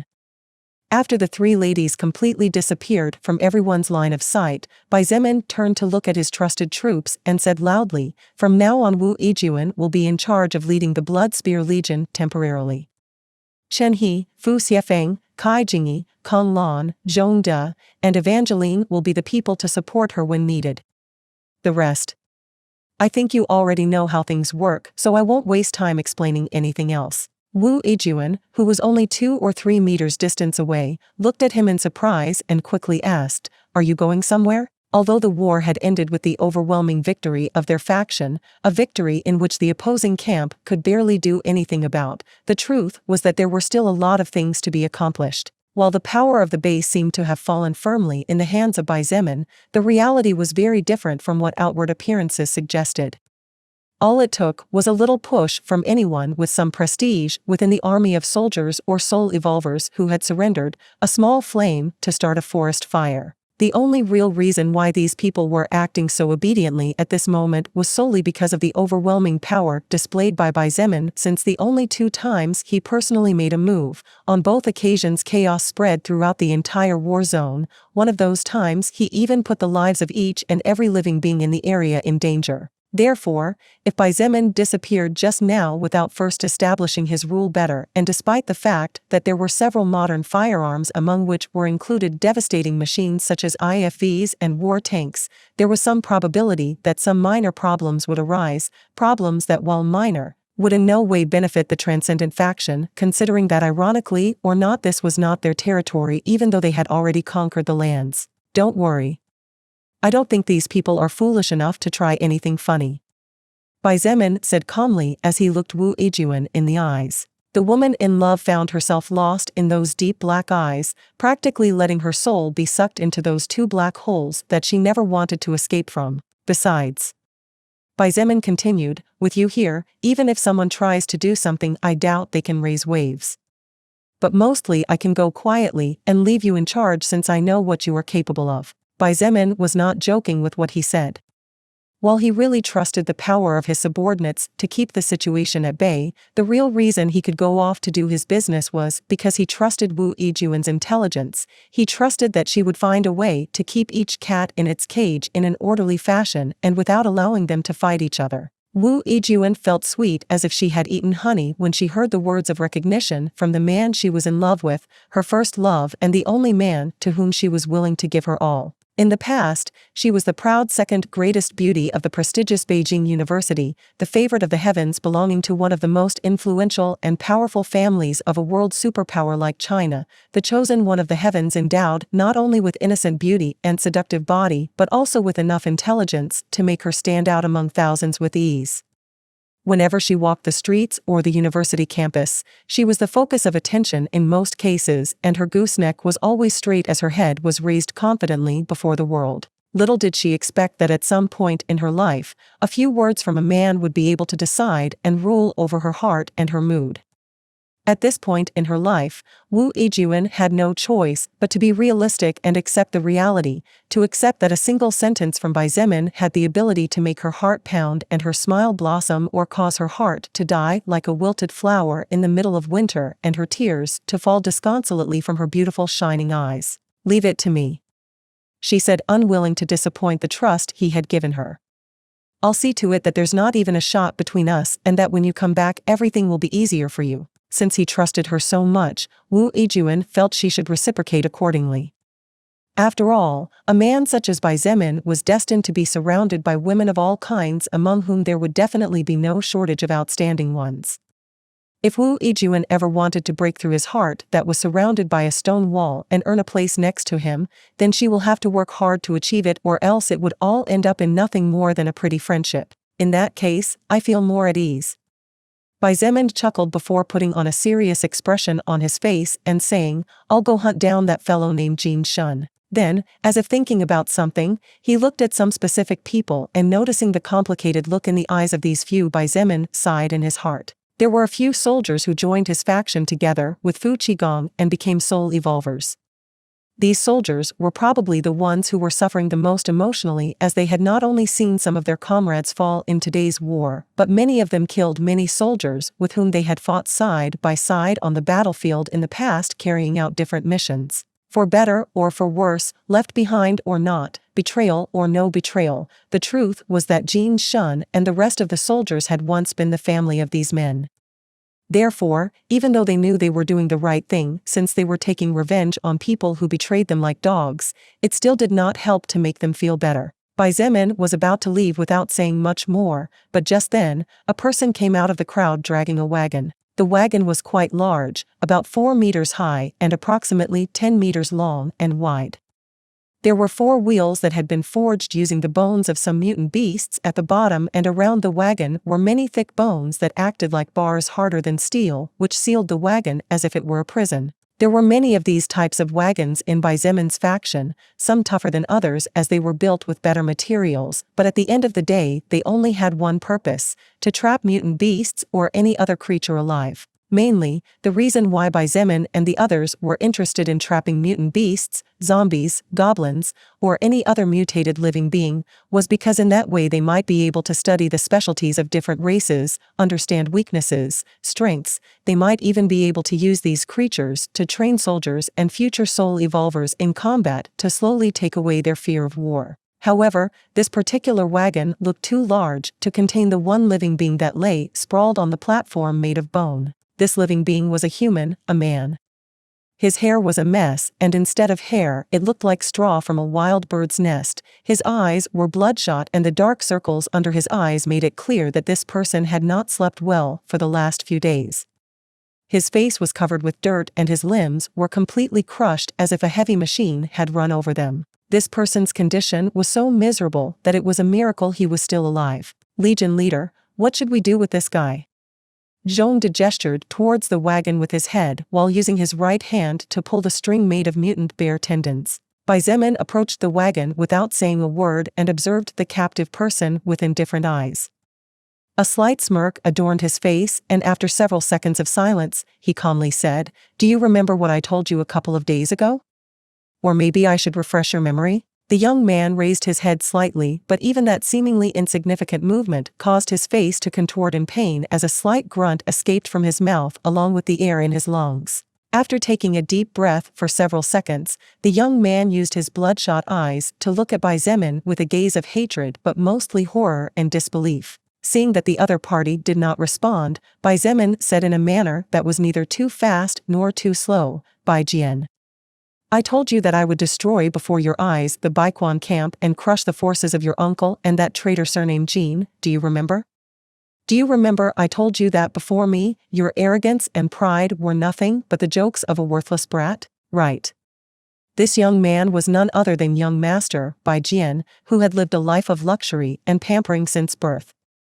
Unfortunately, Bai Jian believed that because his uncle Bai Yong was one of the supreme leaders of a large survivor camp, he could still continue to act rampantly even after the world changed and the old rules fell. This led to Bai Jian offending Bai Zemin without return, so Bai Jian was forced to experience the bad way that this new world had truly ceased to be what it once was. Bai Jian was forced to realize how stupid he had been to blindly believe in the modern weaponry created by mankind of the past. He was forced to open his eyes to the power of evolving humans absorbing large amounts of soul power. For the past 4 or 5 days, Bai Jian lived a life worse than hell and many times tried to commit suicide, but in the end, he did not have the courage to do such a thing no matter how much pain he experienced. With his broken limbs and open wounds, Bai Jian did not receive any medical or magical treatment, so his body slowly began to fill with maggots and other foul-looking larvae that slowly wriggled and ate away at his rotting flesh. The pain was so great that often Bai Jian would roar in pain to the point where his throat would often begin to bleed. If anyone who knew him in the past saw him at this moment, they would undoubtedly refuse to believe that the ever-arrogant and proud Bai Jian, who abused his family's power to do as he pleased and take advantage of beautiful young girls, had fallen to such a miserable state as this. However, one thing was certain: those people who had suffered at the hands of Bai Jian, those innocent victims who were forced to live through hell because of his inhumanity, would definitely be more than grateful to the person who unwittingly avenged them. "Shangguan Bing Shui went to hunt your uncle. I think you know what that means, don't you?" Bai Jian's eyes trembled when he heard this, and his heart finally died completely. All hope had disappeared in its entirety. He had seen the power of the woman named Shangguan Bing Shui during the past few days while she was hunting beasts or zombies, and was terrified to discover that this woman he had lusted actually possessed such terrifying skills. If she had gone after his uncle and his family, then there was really no hope for him anymore. Blood Warlock, Succubus Partner in the Apocalypse. Chapter 440. It is never too late to take revenge. Bai Zemin did not waste too much of his time with someone as insignificant as Bai Jian was to him and to the world as a whole. In fact, had Bai Jian not made him angry after treating him as if he were an ant when in fact the only ant was him, Bai Zemin might not even have bothered with someone like him. Therefore, after letting him see clearly how all the troops had surrendered to him and slowly began to enter the camp walls again under his command, Bai Zemin let someone else take care of Bai Jian. This arrogant young master, who put no one in his eyes, did not live for more than 2 months in this new world.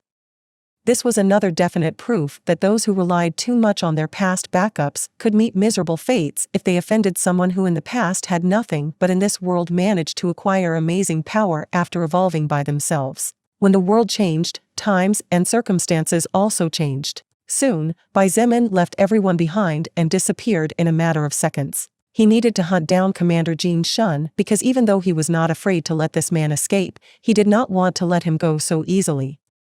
Regardless of how weak Jin Shun might be, an enemy was an enemy and Xietain was not a merciful person. Wu Yijun watched as he disappeared, raising a cloud of dust before the explosive waves of his fast movement with a dreamy look on his face. Yijun, you are really lost, huh?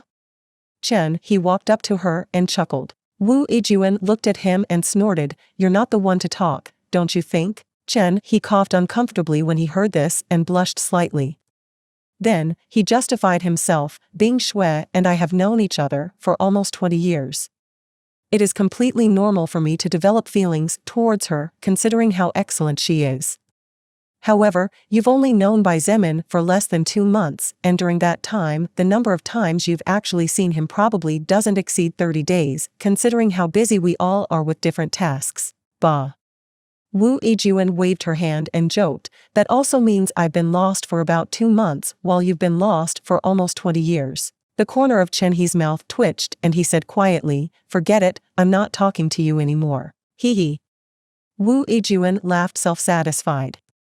It's good that you know what's good for you. From a very young age, Chen He often tried to tease her about anything. Unfortunately for the young archer, Wu Yijun was not as innocent as her baby face suggested and her tongue was quite sharp when it came to making remarks when she wanted it to be. Wu Yijun let out a sigh of relief in her heart as she saw that her childhood friend seemed to be back to normal. She was still worried about him and about his attitude earlier inside the mutated forest, but apparently Xietan's tactic had worked on him. I'm glad you're okay now. Wu Yijun said as she watched the armed army begin to enter through the gates of the camp. I'm really sorry about earlier, I really am. Chen He sighed and apologized for his attitude towards her an hour or 2 ago. Don't worry about it. It's not the first time you've acted like a brat anyway, I'm used to it. You, hee hee. While Wu Yijun and Chen He were chatting, they were actually also paying attention to their surroundings just like all the soul evolvers. The armed troops began to retake the critical defensive points of the wall in the northern direction, and after leaving about 1/4 of the troops stationed there, the huge army split into 3 groups before departing in different parts while being led by trusted powerful people. These 3 groups were destined to protect the other 3 walls of the camp to prevent any enemy creature from sneaking into the settlement, or at the very least to buy time for the more powerful ones to arrive on the scene. The reason Wu Yijun felt safe letting these people go was not only because there were people such as Evangeline, Chen He, Fu Xiefeng, Yen Tu, and many more personally leading one of the 4 areas, but because she had given a small but important speech that had left all the soldiers who were previously loyal to Commander Jin Shun speechless. This time, I will stop holding back. Wu Yijun whispered to herself as she walked through the streets and watched as the survivors whispered and pointed whenever they saw a modified military vehicle passing by them. What Wu Yijun had done was to expose her real identity as the granddaughter of the Chinese Prime Minister. Of course, although her words surprised all the enemy soldiers who had submitted with no other choice, they were still far from being enough to make them listen to her. After all, words were carried away by the wind and were nothing more than empty sounds with no real meaning. However, when Wu Yijun showed proof that she was not lying, those soldiers were forced to admit that before them was a member of one of the most powerful and influential families in the country, and they immediately became a lot calmer. At the very least, now they won't cause any big trouble. She chuckled as she looked at a small snapshot in her hand. Grandpa, I hope you and the others are doing well. In that snapshot was a beautiful young woman of about 19 or 20 years old next to a rather old man of about 60 or so. However, even though the man was clearly an old man, the vigor in his posture and the air of power in his gaze was more than enough evidence to show that he was no ordinary person. It was not difficult to recognize this person as Wu Jianhong. Anyone who had watched the news at least once should have seen him on television giving a press conference. Therefore, the soldiers naturally recognized him easily. Wu Jianhong's position was basically supreme in China. A person such as Jin Shun was important, but only within his military settlement, unlike the premier whose influence extended throughout the country. Therefore, these soldiers unconsciously began to listen more to Wu Yijun without so much prejudice. Although Wu Yijun was not Wu Jianhong, as the latter's granddaughter, she had certain privileges that others did not. At the very least, knowing that she came from that Wu family, the men who were formerly subordinates of the military commander Jin Shun were no longer so reluctant to obey. It seems that there is also a lot of work to be done at this base. Wu Yijun sighed as she surveyed the surroundings. There was a group of 5 level 20 evolvers beside her acting as her bodyguards. All of them were observing the surroundings and unconsciously felt pleased with themselves as they compared this camp to the camp set up with the effort of all of them together. The sparkle in the eyes of these survivors had disappeared. There were some of them who were still wearing bad clothes, and there were areas that were smelly to the point where it was unbearable to even go near there. Although there seemed to be some trade in a few areas, it could not compare to the Transcendent Factions camp.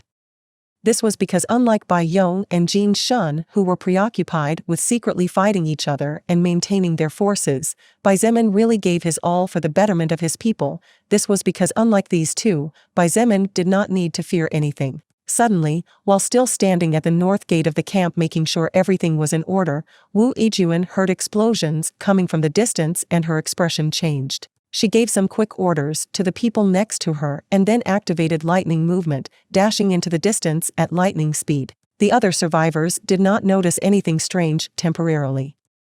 Unlike a first-order soul evolver, these survivors were just normal unevolved humans, so while Wu Yijun was able to faintly hear the explosions coming from several kilometers away, the survivors were unable to do so because the camp was extremely noisy in itself. On the other hand, in the core of the base, Bai Yong and his younger sister had anxious expressions as they watched the maidservants and some soul evolvers quickly move supplies toward the modified military trucks. "Big brother, little Jian?" Bai Wei inquired in a low voice. "Give up," Bai Yong said in a deep voice. "Since the enemy is so tenacious, it's not possible for little Jian to stay alive. At least not in good condition." Bai Wei gritted her teeth and said angrily rather than sadly, "That brat son of mine never listens when I talk at him. If he hadn't been so stubborn about going to that camp to try to negotiate, he wouldn't have met such a fate." "Humph." Bai Yong snorted and said with some indifference, "He has only himself to blame for his stubbornness. Besides, Wei, you and I both know that little Jian's attitude hasn't been good over the past few years. Do you really think he tried to negotiate with the enemy? Most likely that brat tried to force the enemy camp to surrender using sharp words, which finally ended up infuriating that dog Bai Zemin." "Forget it then," Bai Wei sighed sadly. Although she really was sad and furious about her son's death, the enemy's strength was too great at this moment for them to do anything about it. Some might call it cruelty or indifference, but growing up in a political family, Bai Wei had learned from a young age to hold back and look for the right opportunities before going on the attack. What could she do at this point against her son's murderer? Nothing. She would only be sending herself to her own death. Bai Yong naturally knew his sister well, so he looked at her with gentle eyes and promised in a serious voice, "Wei, don't worry. That dog Bai Zemin is indeed strong right now, but he is definitely not invincible. If we manage to reach the center of Beijing after creating our own armed forces and manage to communicate with a missile base, it won't be hard to send him and his whole bandit gang to hell. By then, little Jian's death will be properly avenged." Bai Yong still counted about 15 soul evolvers among whom there was a first-order existence. With this kind of lineup, it would not be difficult for him to make his way to other villages and find more resources and survivors. Then, he would just have to slowly start arming these survivors in exchange for food, and in a few months, Bai Yong believed he would be able to gather a force of 500 or 1,000 men. It was never too late to take revenge. A man who knew how to wait for his moment would always succeed sooner or later. However, this time I will focus on raising soul evolvers. I won't make the same mistake a second time. Bai Yong secretly thought as he clenched his fists until his knuckles turned white. This defeat had been one of the greatest humiliations Bai Yong had ever suffered in his lifetime, and it had been at the hands of a young brat no more than 20 years old. But Bai Yong had quickly realized that the problem lay not only in the strength of the enemy leader, but that the enemy in general was tremendously strong. Soul evolvers, I guess I'll have to put in a little effort myself too. Bayong made up his mind to fight his fears and evolve properly as well. That dog, by Xietain, is tremendously powerful, as hard as it is for me to admit. If at some point I manage to obtain that kind of strength or even surpass it, who in this world could even oppose my words? Even Xin Yuan Wendian himself would have to listen to my opinions. Bayong already imagined himself reigning over the new China. Blood Warlock, Succubus Partner in the Apocalypse. Chapter 441. If someone attacks you, how do you respond? Of course you must attack them. After the important things were moved from the basement of his villa to the various military trucks that Bayong had traded with Jing Shun and then modified before finally hiding them in the case, at some point situations arose where he had no choice but to run away. Bayong ordered everyone to get into the vehicles. A small group of vehicles departed in a westerly direction, directly towards the exit. The people at the base really still had no idea that the war had been lost, and except for a privileged few, the rest were completely uninformed about the fact that the previous lords of the Baiquan camp had been overthrown by the faction several kilometers to the north. Therefore, when the survivors who were beginning to leave their homes after things calmed down saw the military vehicles appearing for a moment before disappearing again at full speed, they immediately panicked and went back into hiding, thinking that the war had now spread from the northern area to the west as well. Although the news that the war was over was slowly beginning to spread after the survivors living in the northern area of the base saw the army returning, it was still some time before the news reached the rest of the base. After all, most survivors could only walk to get around, and only those with good salaries were able to perhaps have a bicycle for transportation. It would still take more time before the news spread far and wide, and since neither Xietain nor anyone else really tried to publicize the defeat of the local camp, even the survivors had little idea of what was going on or what had already happened. Big brother, you really are brilliant. Sitting in the back of a modified jeep, Bai Wei sighed in admiration. You even prepared enough supplies for 2,000 people to survive for 2 whole months, let alone a few dozen like us. Even though this battle was my defeat, that doesn't mean the war is completely lost. Bayong said calmly. We don't have to worry about having no fire as long as we have some firewood. Losers and winners, they are nothing but words, as in a second the victor and the defeated could change their positions. From a young age, father raised me to prepare for the worst-case scenario, and it was only because of this that I made it to where I am now. Bai Wei nodded silently as her eyes flashed with bloodlust. She was a soul evolver whose level hovered around 20, and her strength could not be underestimated. She vowed to herself to become more powerful to get her revenge. She never wanted to be forced to abandon what she believed belonged to her in her own right again. As the vehicles sped forward without worrying about whether they would hurt anyone or not, an eerie silence reigned in the area, and for some reason, Bayong suddenly began to feel uneasy. Hypothetically and theoretically speaking, Xietain should be having a headache reorganizing the troops right now, so it should be temporarily impossible for him to worry too much about other things, unless he were willing to cause mass genocide without worrying about those who decided to surrender to him. However, even if it pained him to admit it, Bayong had no choice but to accept that Xietain was a talented and intelligent young man. This was proven by how he not only knew how to seize every opportunity that came his way from the moment the world changed, but also how he managed to establish his own firm ground in the middle of this raging ocean. If Xietain really did kill each and every one of the soldiers and soul evolvers of the Baiquan camp, then it would be no different from marking his own end. After all, the Baiquan camp had a total of around 20,000 survivors. This was a lot, and certainly not a number that could be handled by just a few hundred people. Moreover, the extension of the Baiquan camp was at least 3 times the extension of the village in which Xietan's base was located.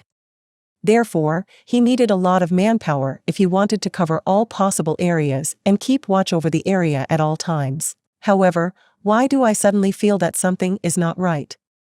Bayong began to grow impatient, and after a moment he ordered in a serious voice, "Quicken the pace.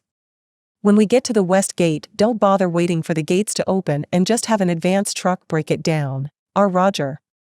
The driver nodded and immediately passed the order over the military radio. The speed of the caravan of vehicles immediately shot up to new heights, and a truck advancing in the rear made its way to the front of the group.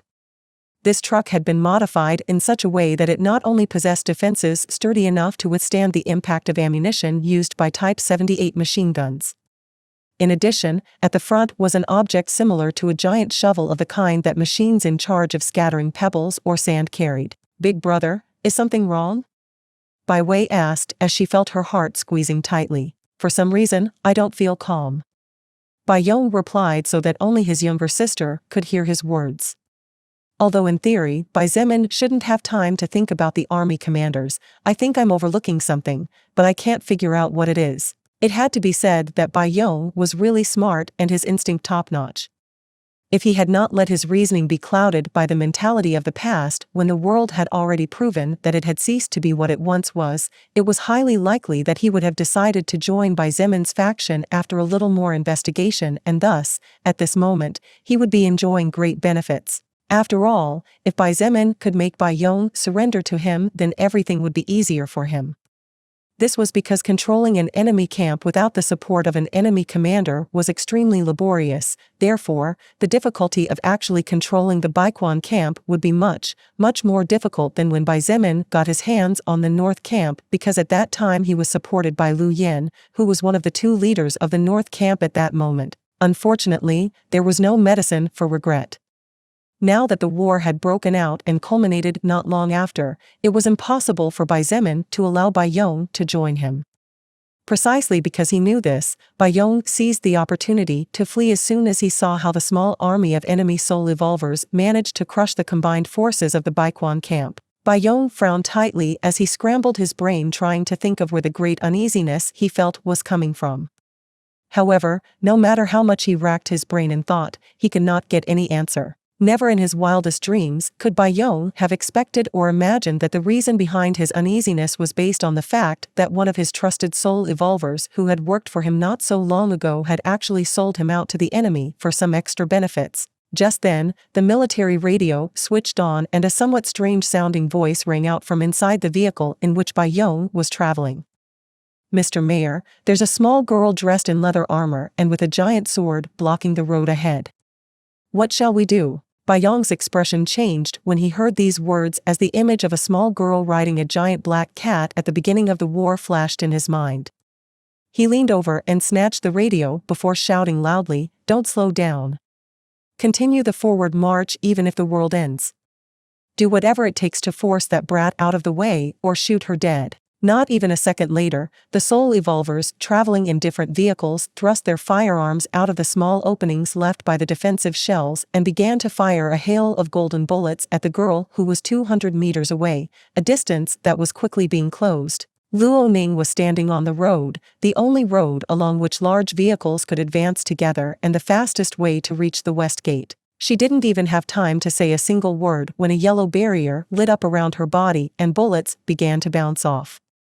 However, the barrier was clearly not in optimal condition as cracks quickly began to appear. Since Bai Zemin's broken bronze bell had already lost all of its daily energy earlier and Shangguan Bing Shui's had withstood a large number of bullet hits during Luo Ning's escape, naturally the energy of the latter's broken bronze bell was somewhat worn out. However, it was still enough to keep Luo Ning safe for a few seconds without a problem. "Arg! Don't you people know how to talk and only know how to attack people?" Luo Ning shouted angrily before pointing forward with her little finger and ordering, "Blackie number 1 and 2, attack." The main advance truck and the one in charge of leading the way was only 100 meters away from Luo Ning.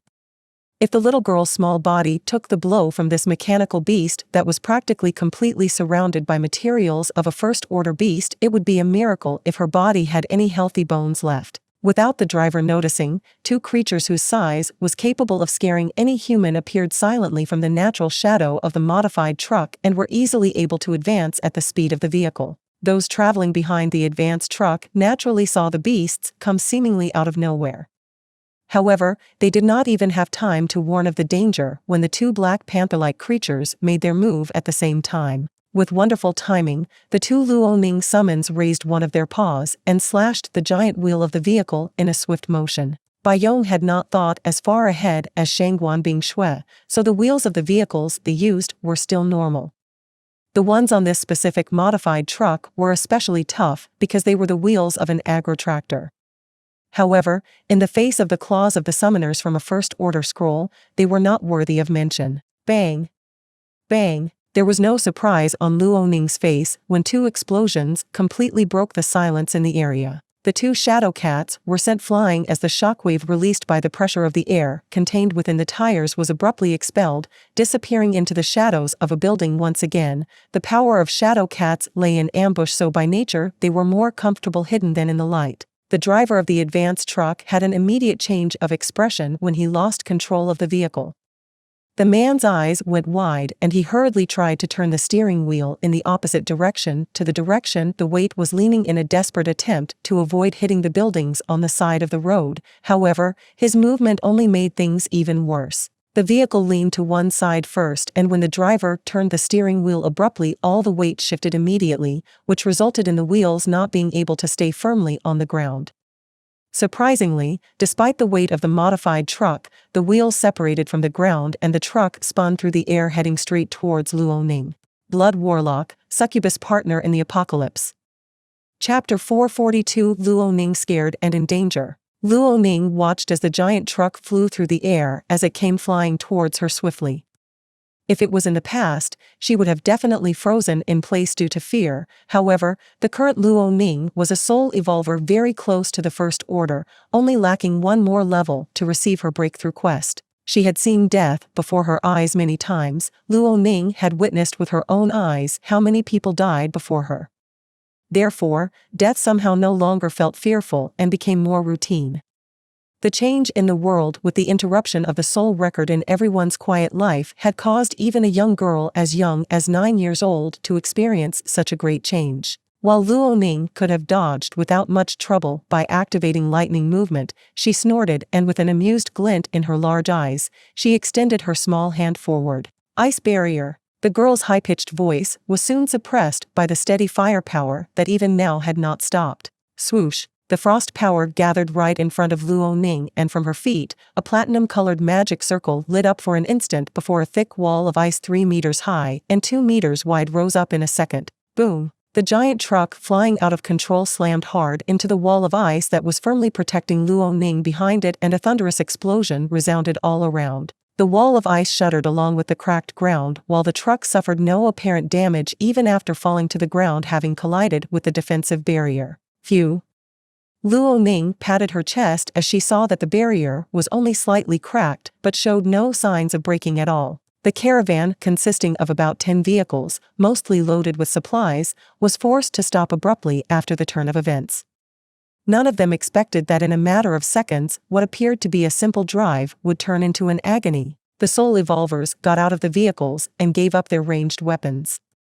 Some of them drew swords from their waists and began to slowly circle the truck as they looked at Luo Ning cautiously. Be careful, this girl can not only summon those cats that disappear and appear from the shadows, but she also seems to be able to control ice, a level 23 female soul evolver warned loudly. Inside the vehicle, Baiyong's expression was dark as he watched the events unfolding. Even Bai Wei, who was a powerful soul evolver, did not dare to come out to confront Luo Ning even though she was just a little girl. What a joke! That harmless-looking little girl could actually raise a defensive barrier capable of withstanding the impact and weight of a truck modified with materials from a first-order creature, so there was no way normal attacks would work against her. Finding herself surrounded by soul evolvers in possession of melee weapons, Luo Ning couldn't help but become nervous. This was the first time the girl had faced humans attacking her with melee weapons. In the past, although there were confrontations where some people tried to kill her using firearms, she always managed to escape from danger thanks to various treasures and her defensive equipment. However, against melee weapons, probably only her rank 1 armor could save her, but even then, her head was not protected. Luo Ning saw and identified some of the swords in the hands of these soul evolvers. There were Xinyuan sword, crocodile tooth sword, heavy saber, and also some spears that Luo Ning didn't know if they were treasures or equipment made by some blacksmith. Swoosh! A soul evolver of level 25 and about to break the First Order finally couldn't take it anymore. Driven by the shame of being held together with his companions by a girl young enough to be his daughter's daughter, this middle-aged soul evolver charged forward and slashed down fiercely with his crocodile tooth sword. Luo Ning could see from the man's eyes the murderous intent, so she knew that if she wasn't careful enough she might actually die. Not wanting to exhaust the remaining energy of the broken bronze bell on weapons she could block on her own and preferring to save the power of the defensive treasure to protect against attacks she couldn't naturally react to like bullets, Luo Ning raised her own crocodile tooth sword and with a cute battle cry tenaciously slashed upwards. Clang! The clanging metallic sound echoed as the giant blades of the two rare-grade swords met in the middle of both warriors. Luo Ning blinked in surprise as she realized that the adult male's slash before her wasn't as powerful as she thought it would be. This was the first time Luo Ning had faced a soul evolver in a battle to the death, so even though she had trained close combat alongside the other soul evolvers at the base in the past, it could be said that she was inexperienced in gauging her enemy's strength properly. After all, allies always had restrictions on each other since they did not want to hurt other allies. Moreover, the soul evolvers of the Transcendent faction were more powerful than the soul evolvers of the Baiquan camp due to the difference in purity of soul power.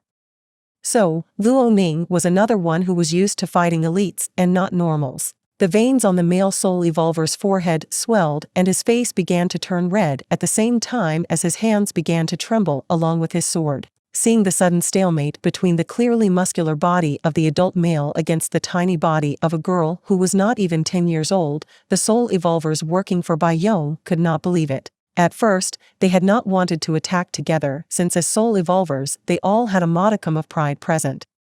Unfortunately, it seemed that they would have to drop that pride soon. Long Chen, you bastard! What the hell are you doing?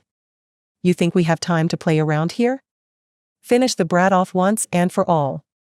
Roared the team leader, a level 29 soul evolver. This soul evolver was the only first-order existence remaining of Bai Yong, and the reason why he decided to stay behind was because like most of those present they had received Bai Yong's support when in the past they were nothing more than survivors of the lowest caste, people who starved to death on the roadside in one of the lowest areas of the camp and only fortunately managed to meet with one of the highest authorities of the establishment. Damn!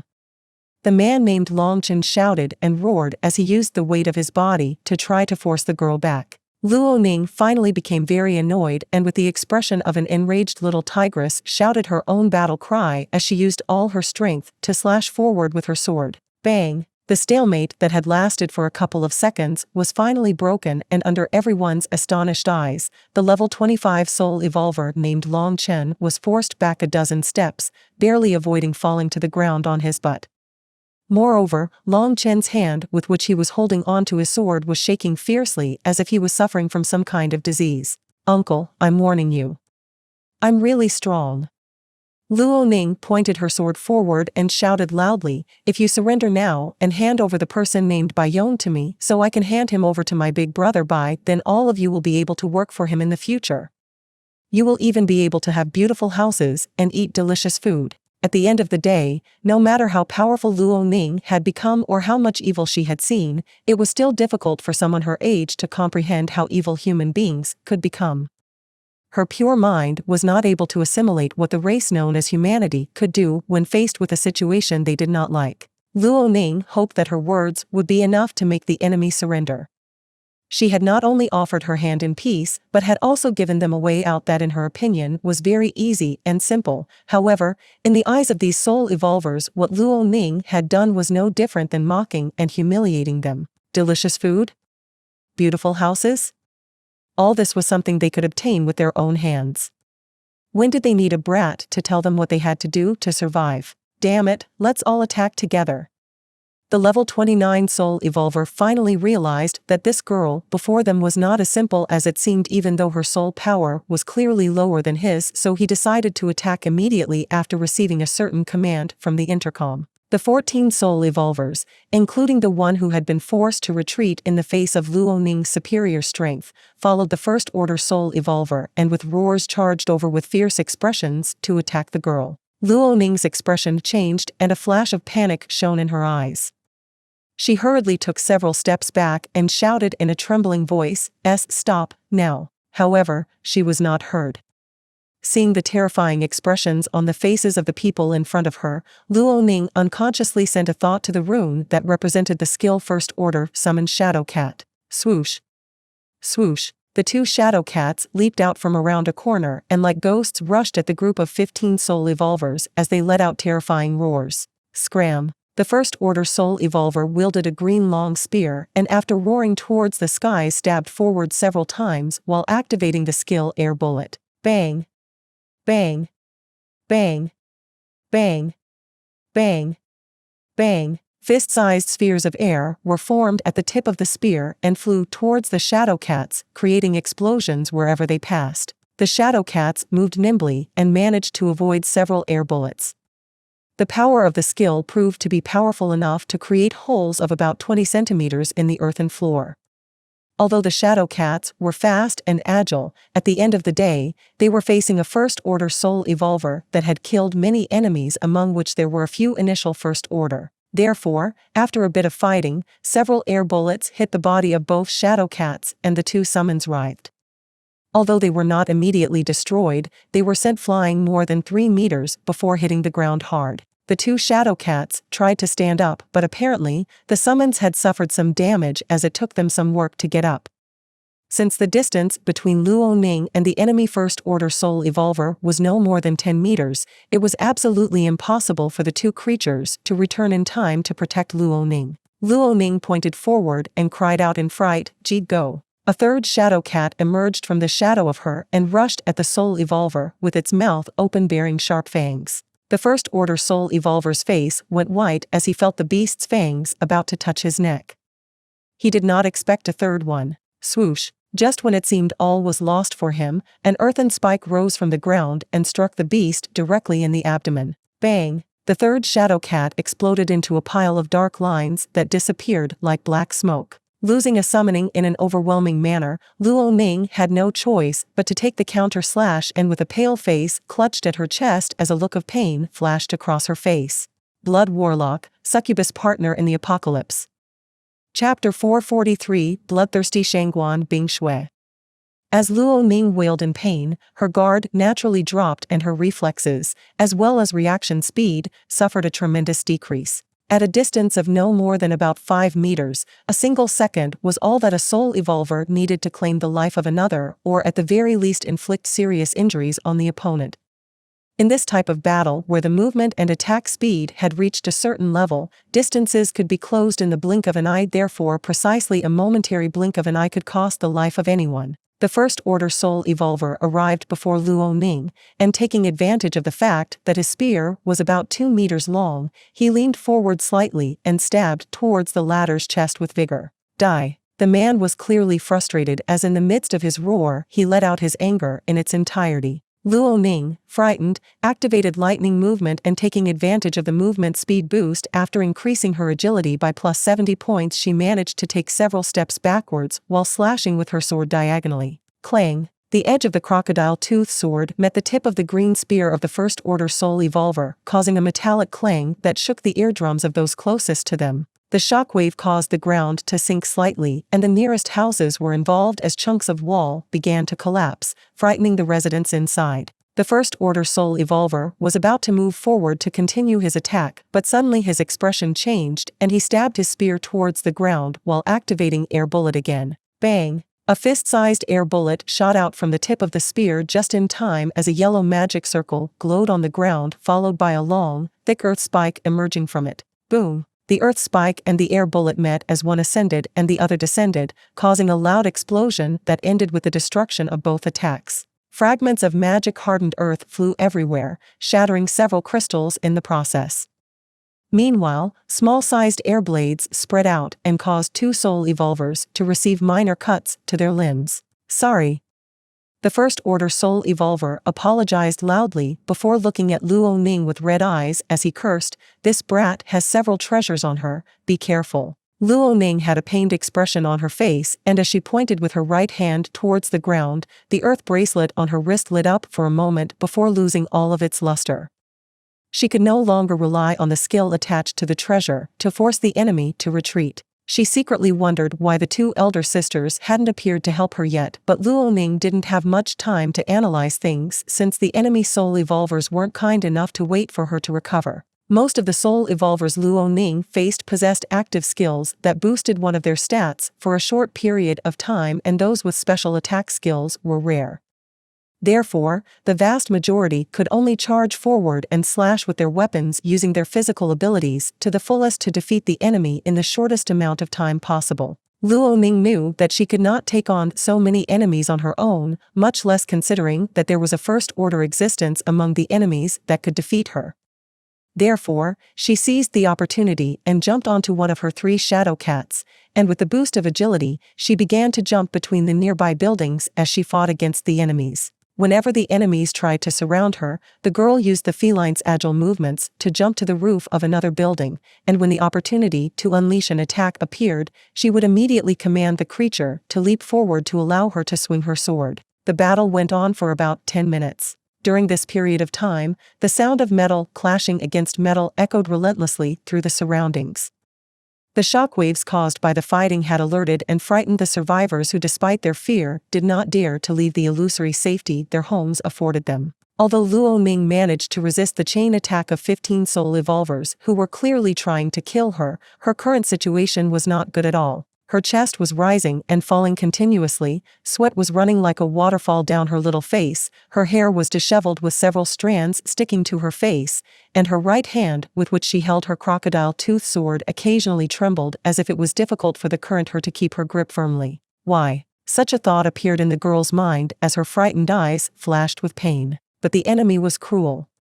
The adults had learned that they could no longer trust anyone but themselves, so, regardless of whoever it was that dared to block their ways to survival, they would have to pay the consequences. Why? Luo Ning raised her sword to block the enemy attack and quickly counterattacked. Just as her sword was about to slash the enemy's neck, Luo Ning's hand trembled and the course of the slash abruptly changed. Slash. Arg. A level 19 Soul Evolver cried out in pain as his left arm was sliced clean off by the girl's sword. However, while one was writhing in pain, the others seemed to have turned into mindless zombies, as the only thing that could be seen in their eyes was murderous intent as Luo Ning's image was reflected in their pupils. Bang! Bang! Bang! Bang! Bang! The First Order Soul Evolver was beyond furious. He unleashed all his attacks in an instant, exhausting almost all his mana not long after. The air bullets hit several roofs, walls, the ground, etc. Many houses collapsed, burying the survivors inside, their fates unknown. 2 Soul Evolvers who focused more on the path of magic through earth spikes or ice picks whenever the opportunity appeared, which also made it difficult for Luo Ning to move freely. Finally, after another 120 seconds, Luo Ning's stamina stat reached a critical point. Fighting against 15 enemies at the same time, enemies whose levels were similar to hers and among whom there were some who even surpassed her, was a feat truly worth mentioning. If Lilith were present, she definitely could have praised the girl for being able to endure well for so long. In the panorama of a universal whole, there were few existences that could do what Luo Ning had managed to do despite being only 9 years old and despite the fact that it had only been about 60 days since the world changed. Unfortunately, there was no use in achieving great things if at the end of the day one could not defeat the enemy they faced. As Bai Zemin said on more than one occasion, the winner is the king and the loser is the thief. It was no use if you ended up dying in the end. With her stamina depleted, Luo Ning's vision blurred and her movements faltered. If not for the shadow cat she was riding and if not for the creature being sustained by mana instead of stamina, Luo Ning would have collapsed long ago. However, luck would not always be on her side. After dodging several air bullets as best as it could, the shadow cat finally failed to dodge 2 of them and was hit hard. Luo Ning flew out of the shadow cat's back, falling heavily to the ground, and while grunting softly tried to get back on her feet. The girl's little legs were shaking gently, and it was only by using her sword as a cane that she finally managed to get back on her feet.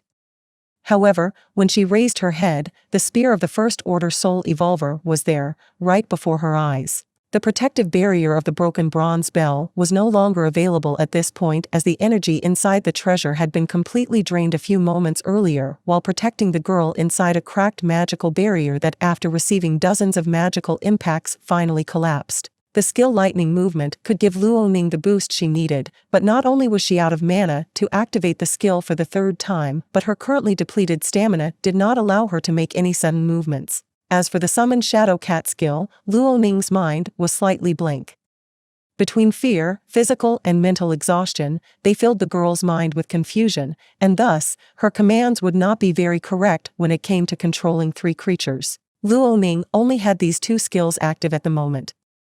Although she could have more if she wanted to, she was also being careful with her choice of skills after listening to the advice of Baizemin and other soul evolvers. Therefore, she really had nothing left to rely on to save her life. Tears appeared over the tired and sorrowful eyes of the little 9-year-old girl. She did not want to die here, she still wanted to see her big brother Bai, big sister Bing Shui, big sister Xietain, and all the other big brothers, big sisters, and all the uncles and aunts in the army. Suddenly, a gentle breeze containing a slight cold air blew at Luo Ning's side, and before she could even comprehend what was happening, her eyes saw a thin and small, but at the same time incredibly big back protecting her behind. That's right. Luo Ning thought exhaustedly. She had forgotten. She had forgotten that she wasn't alone. She had forgotten that the person who had activated that ice barrier at the beginning of it all wasn't her, it had been someone else. A person Luo Ning admired greatly and hoped to one day become as beautiful and powerful as her. Luckily, when such a thought appeared in her heart, Luo Ning's exhausted eyes finally began to close as the nerves and muscles in her tense body completely relaxed. She knew that now, everything would be all right. As the exhausted body of an unconscious Luo Ning fell, Shen Mei appeared like a ghost behind the little girl and gently caught her, letting the crocodile tooth sword break the terrifying silence that for an instant reigned over the battlefield. The eyes of the First Order Soul Evolver contracted to the size of a needle at the sight of the person in front of him. No, rather, the shock in his heart at that instant came from the fact of what this person was doing. The tip of the green spear, which was actually a rare-grade treasure, was being stopped by a small and beautiful pale white hand. Surrounding the hand was a thin layer of ice that completely blocked the cutting edge of the spear, and no matter how hard the man tried, he was unable to advance any further. Air bullet! The First Order Soul Evolver screamed in a panic attack, and the respective rune in his soul lit up. Shangguan Bing Shui's eyes were cold and indifferent like those of death itself. She activated her skill silently and calmly, sending a blast of cold energy into her palm and soon turning it into ice. Crack. Crack. Crack. The ice spread over the surface of the spear of the First Order Soul Evolver, and under the man's terrified eyes, the air bullet that was forming was frozen to the point where a small empty sphere inside it fell softly to the ground without making a sound. Swoosh. The First Order Soul Evolver felt a breeze pass past his body, and an instant later he felt a stinging sensation on his forehead. Then, a thick liquid began to run from his upper body, and just as he wondered what it was, he saw his eyes being covered by a viscous dark red liquid. Blood? Such a thought popped into the man's heart. However, before he could think more or comprehend what had happened, a red line appeared right down the center of his body, from the top to the bottom. Then, under the terrified and disbelieving eyes of the other 14 Soul Evolvers, the First Order Soul Evolver's body was cut perfectly in two. Blood splattered everywhere uncontrollably, and organs were scattered all over the ground. The characteristic metallic smell of blood filled the air immediately, and those who were watching could not help but writhe in fear in their places, while the more timid ones directly fainted on the spot at the bloody scene. All of them had killed in the past. But the way the woman before them had just killed their teammate and team leader was bloodthirsty and cruel enough to make anyone's blood run cold. Blood Warlock, Succubus Partner in the Apocalypse. Chapter 444, Beautiful Way to Slaughter and No Mercy. While blood had splattered everywhere and still continued gushing from both halves of the severed body of the enemy First Order Soul Evolver, not even a drop of blood stained Shangguan Bing Shui's existence. Every drop of blood that flew in her direction was met with particles of cold air that froze that blood into tiny ruby-colored crystals that, as they fell to the ground, glittered in the sun's rays like precious jewels. It only took a few moments for all the blood in the area to freeze due to the low temperature, and as Shangguan Bing Shui stood on a platform of ice, the area around her was filled with these ruby-colored jewels created from the enemy's blood and her ice maker skill. As Shinmei watched from the back, she could not help but be amazed at such a sight. Initially, the place seemed to have turned into a living hell, but a few seconds later, that living hell slowly began to become more like a beautiful heaven of precious jewels. This was probably the first time Shinmei thought that death and slaughter were so beautiful. There was no doubt that Shangguan Bingshue's way of killing was extremely elegant. This, coupled with her natural beauty that seemed to come from another world as the sunlight shone on her, made her look like a goddess who descended from the heavens to the mortal world. Her cold and emotionless eyes looked at the 14 people before her, and without uttering a single word her body swayed gently as she still clung to the hilt of her frozen winter sword. The 14 soul evolvers only saw the beautiful but thorny rose before them disappear, and then all they managed to see was a flash of bright light glinting before them. A moment later, what these soul evolvers managed to make out was the world around them begin to spin before finally realizing that it was not the world spinning but their heads. How horrifying was it to see your own headless body while blood gushed from your neck like an endless torrent? No one could ever imagine themselves in such a situation, let alone get an idea of how horrifying such a sight was. These decapitated soul evolvers were no exception either. However, they had just experienced that feeling for the first and last time in their lives. The 14 heads fell to the ground making thudding noises, followed by the lifeless bodies of the 14 enemy soul evolvers. Before the blood could spread any further, Shangguan Bingshue waved her hand gracefully and the frost energy gathered beneath her feet, casting a silver-colored magic circle. Bang! The frost-like energy spread outward with her as the center, and in a second everything 20 meters in front of her was completely sealed in layers of crystalline white ice. Shinmei's eyes twitched as she saw how excellent control over her own mana Shangguan Bingshue had. This was probably the most perfect magic and magical activation Shinmei had seen since the soul record arrived on Earth. What a beautiful and talented woman! Shinmei exclaimed in her heart as she watched the moonlight silver hair of the young woman in front of her sway gently as the frozen air particles danced around her. Shangguan Bingshue glanced icily towards the vehicle 50 meters away, easily noticing the presence of some people inside. She did not bother to go there immediately and instead turned her body slightly to look behind her. There, Luo Ning was resting in Shinmei's arms. The girl's eyes were closed tightly and there was a slight frown on her face that made her look extremely pitiful. The occasional trembling of her body made one believe that she was having an ugly nightmare from which she could not wake up, which generated a need to hug her to relieve her lament. Seeing Luo Ning in such a state, Shangguan Bingshue's heart was not too affected. Because while it looked like the girl was suffering, it was actually nothing compared to what she would experience if she fell into the enemy's hands. Earlier, while they were on their way here, Luo Ning was very cheerful and did not seem to take all this matter seriously at all. In fact, the girl even asked Shangguan Bingshue to help her put on a show in which it would appear that she could control ice as well, since Luo Ning always liked Shangguan Bingshue's skill. At that time, Shangguan Bingshue had frowned and her heart was discontented, so she was about to scold Luo Ning when suddenly an idea came to her. Then, her frown disappeared in an instant and with a weird glint in her eyes, she decided to play along with the girl. Therefore, the woman who was unwillingly given the title Ice Princess by the survivors and fighters of the Transcendent faction set a trap using the second activation of her skill Second Order Ice Maker Level 1 in a way that only needed a pinch of her mana to activate.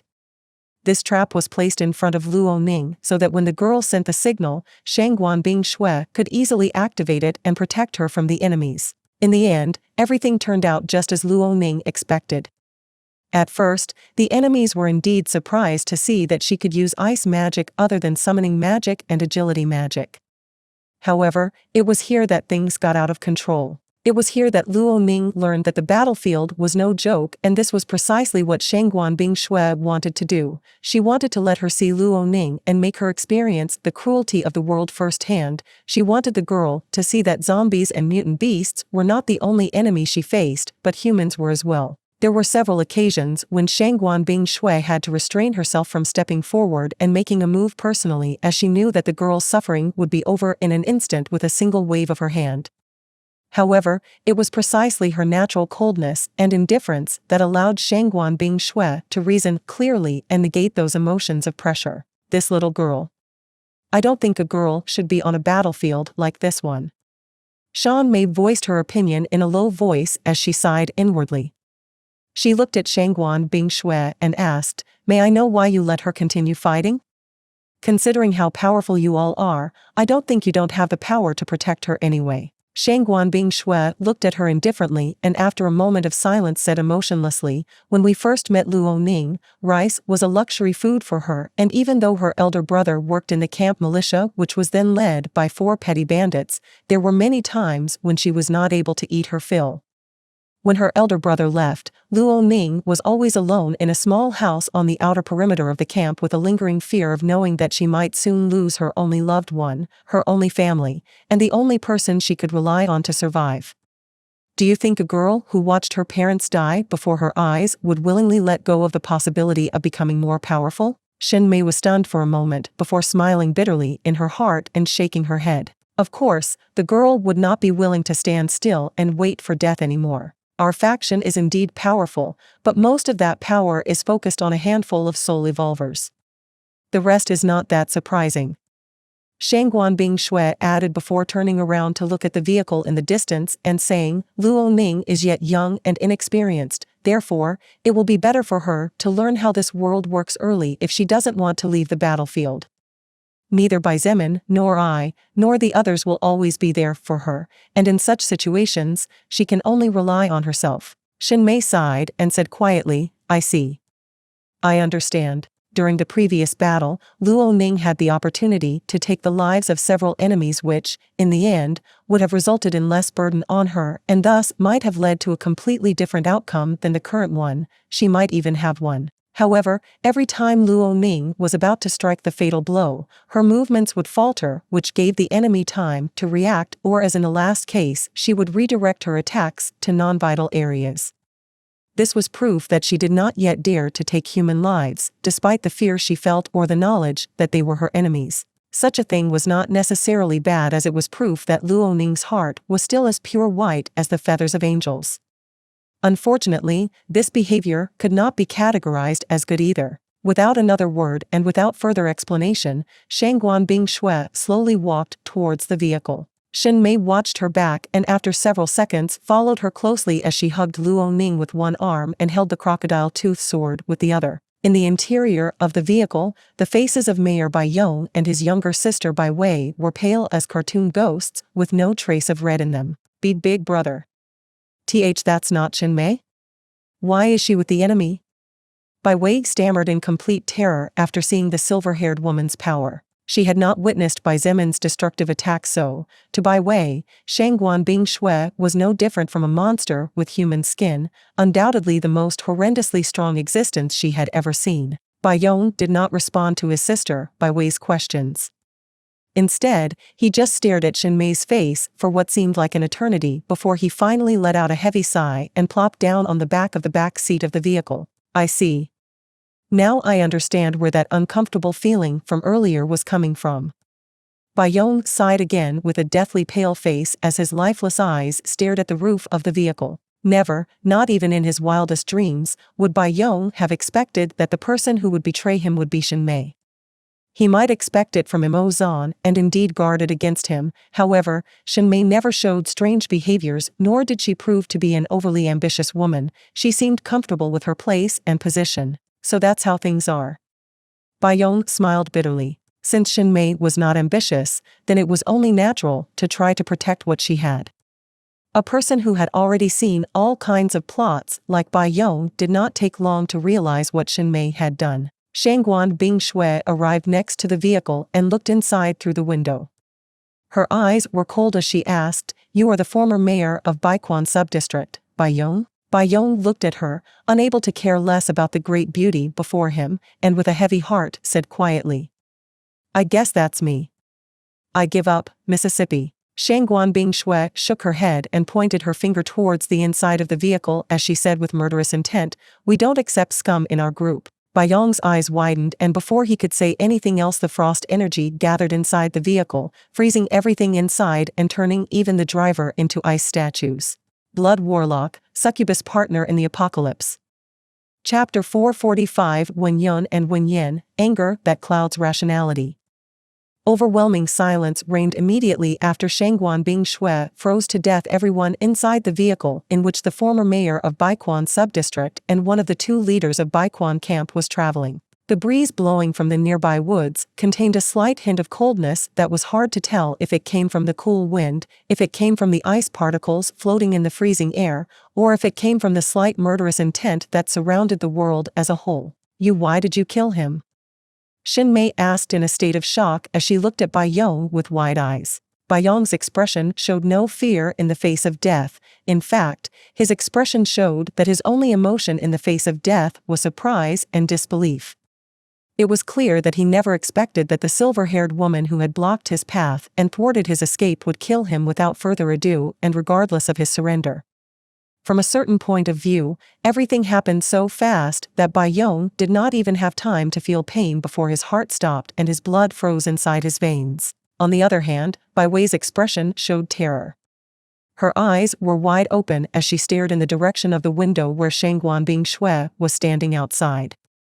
It was just that this terror eternally embodied in her expression was not born out of the fear of death, but rather a fear that had already been creeping in with this whole unfavorable situation for her, as well as the fear of seeing such a powerful enemy blocking the path of escape. Shangguan Bingshui looked at Xin Mei indifferently and did not answer the question she asked.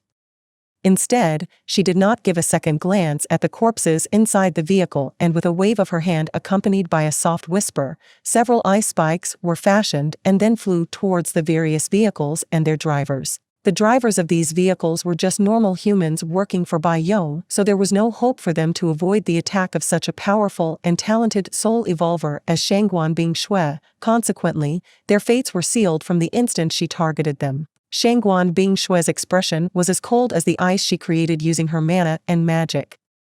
She was not perturbed at all at the massacre she was carrying out. From the point of view of many, what she was doing might be evil or even cruel. After all, what Shangguan Bingshui had just done was to kill the drivers who to some people had nothing to do with the acts committed by Bai Yong. However, from Shangguan Bingshui's point of view, the accomplices were just as guilty as the ones who carried out the acts, and all excuses were useless in her eyes. As for why Shangguan Bingshui was so angry as to carry out such acts, she silently walked to the different trucks and opened the container boxes one by one. Although she found a large number of supplies inside these trucks such as large bags of rice, frozen meat, pure bottled water, milk cartons, cigarette packs, bandages, assorted medicines, soul record treasures, a few forged swords and armor whose rank still needed to be studied, as well as some strange plants. None of this was what Shangguan Bingshui was looking for, so although she felt slightly happy at the discovery, she did not stop and continued on. It was in the 9th cargo truck that she found what she was looking for. The doors that kept the box sealed had been reinforced with bones of some unknown creature, and when they opened, what entered Shangguan Bingshui's range of vision was initially darkness. When the rays of sunlight did their job of illuminating the interior completely as the doors were pushed sideways, Shangguan Bingshui's blue eyes flashed with a hint of pity, but even more so with murderous intent. There, inside the container, were two girls of about 14 years old dressed in clothes that should definitely not be worn by girls of such an age, as this style of clothing was usually worn by belly dancers in ancient times. The two girls were practically identical, and had it not been for the sharp eyes of an evolver soul, even Shangguan Bingshui would not have noticed the slight differences between each girl, despite considering herself a details-observant woman. Both had ink-black hair that reached halfway down their backs, and the scanty cloth that barely covered their bodies showed that they were slowly beginning to grow properly. However, what attracted Shangguan Bingshui's attention the most was the incredibly high fear in the girls' eyes as they looked outward. The fear in those girls' eyes was such that even Shangguan Bingshui was shocked, and for a moment even thought that perhaps there was a terrifying monster behind her. However, as she recalled the cruel things these girls probably suffered in their lives during these short 2 months, the shock she felt disappeared, and her usually cold and indifferent heart was filled with pain and regret. On the way here, Shangguan Bingshui heard from Xin Mei that these two twin girls had been saved by Bai Yong at some point after the apocalypse broke out. As for the exact timing, Xin Mei had no idea, since when she arrived at Baiquan camp these two girls were already together with Bai Yong. The problem was that inadvertently and perhaps without realizing it, Shen Mei told Shangguan Bingshui that these two pretty twins were actually not together with Bai Yong just because they wanted to be, and that it could not really be said that they were saved by Bai Yong in an act of kindness. You two should be Wen Yun and Wen Yen? Shangguan Bingshui asked in a tone so soft that it could melt the bones of any man who heard her heavenly voice at that moment. Maybe it was her beauty that was able to lower their defenses and attract good intentions. Maybe it was the softness with which she spoke that contained the power to please anyone. Maybe it was because the girls did not sense malicious intent coming from her, or maybe it was for some other reason. But after hearing Shangguan Bingshui's question and looking at her silently for more than 10 seconds, the fear in the eyes of the two girls receded a little. I am Wen Yun," said the girl on the left side in a soft and careful voice as if she was afraid of offending someone. She, unlike her sister, had a small beauty mark under her left eye almost invisible to the naked eye. The other girl said nothing and simply clenched her sister Wen Yun's hand tightly as she looked at Shangguan Bingshui cautiously. "I see."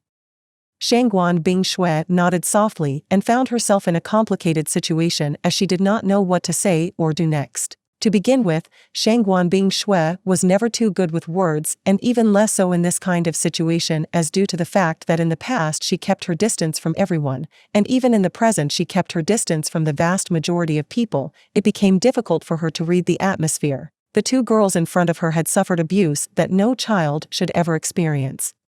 They should be attending their first years of high school, enjoying life, but not only was everything destroyed with the arrival of the soul record, but even after losing their parents Wen Yun and Wen Yen lived a life worse than hell at the hands of Bai Yong. It was precisely because Shangguan Bingshui learned of the heinous acts committed by the seemingly intelligent and steadfast Bai Yong that she did not even give him time to finish his words or the chance to surrender.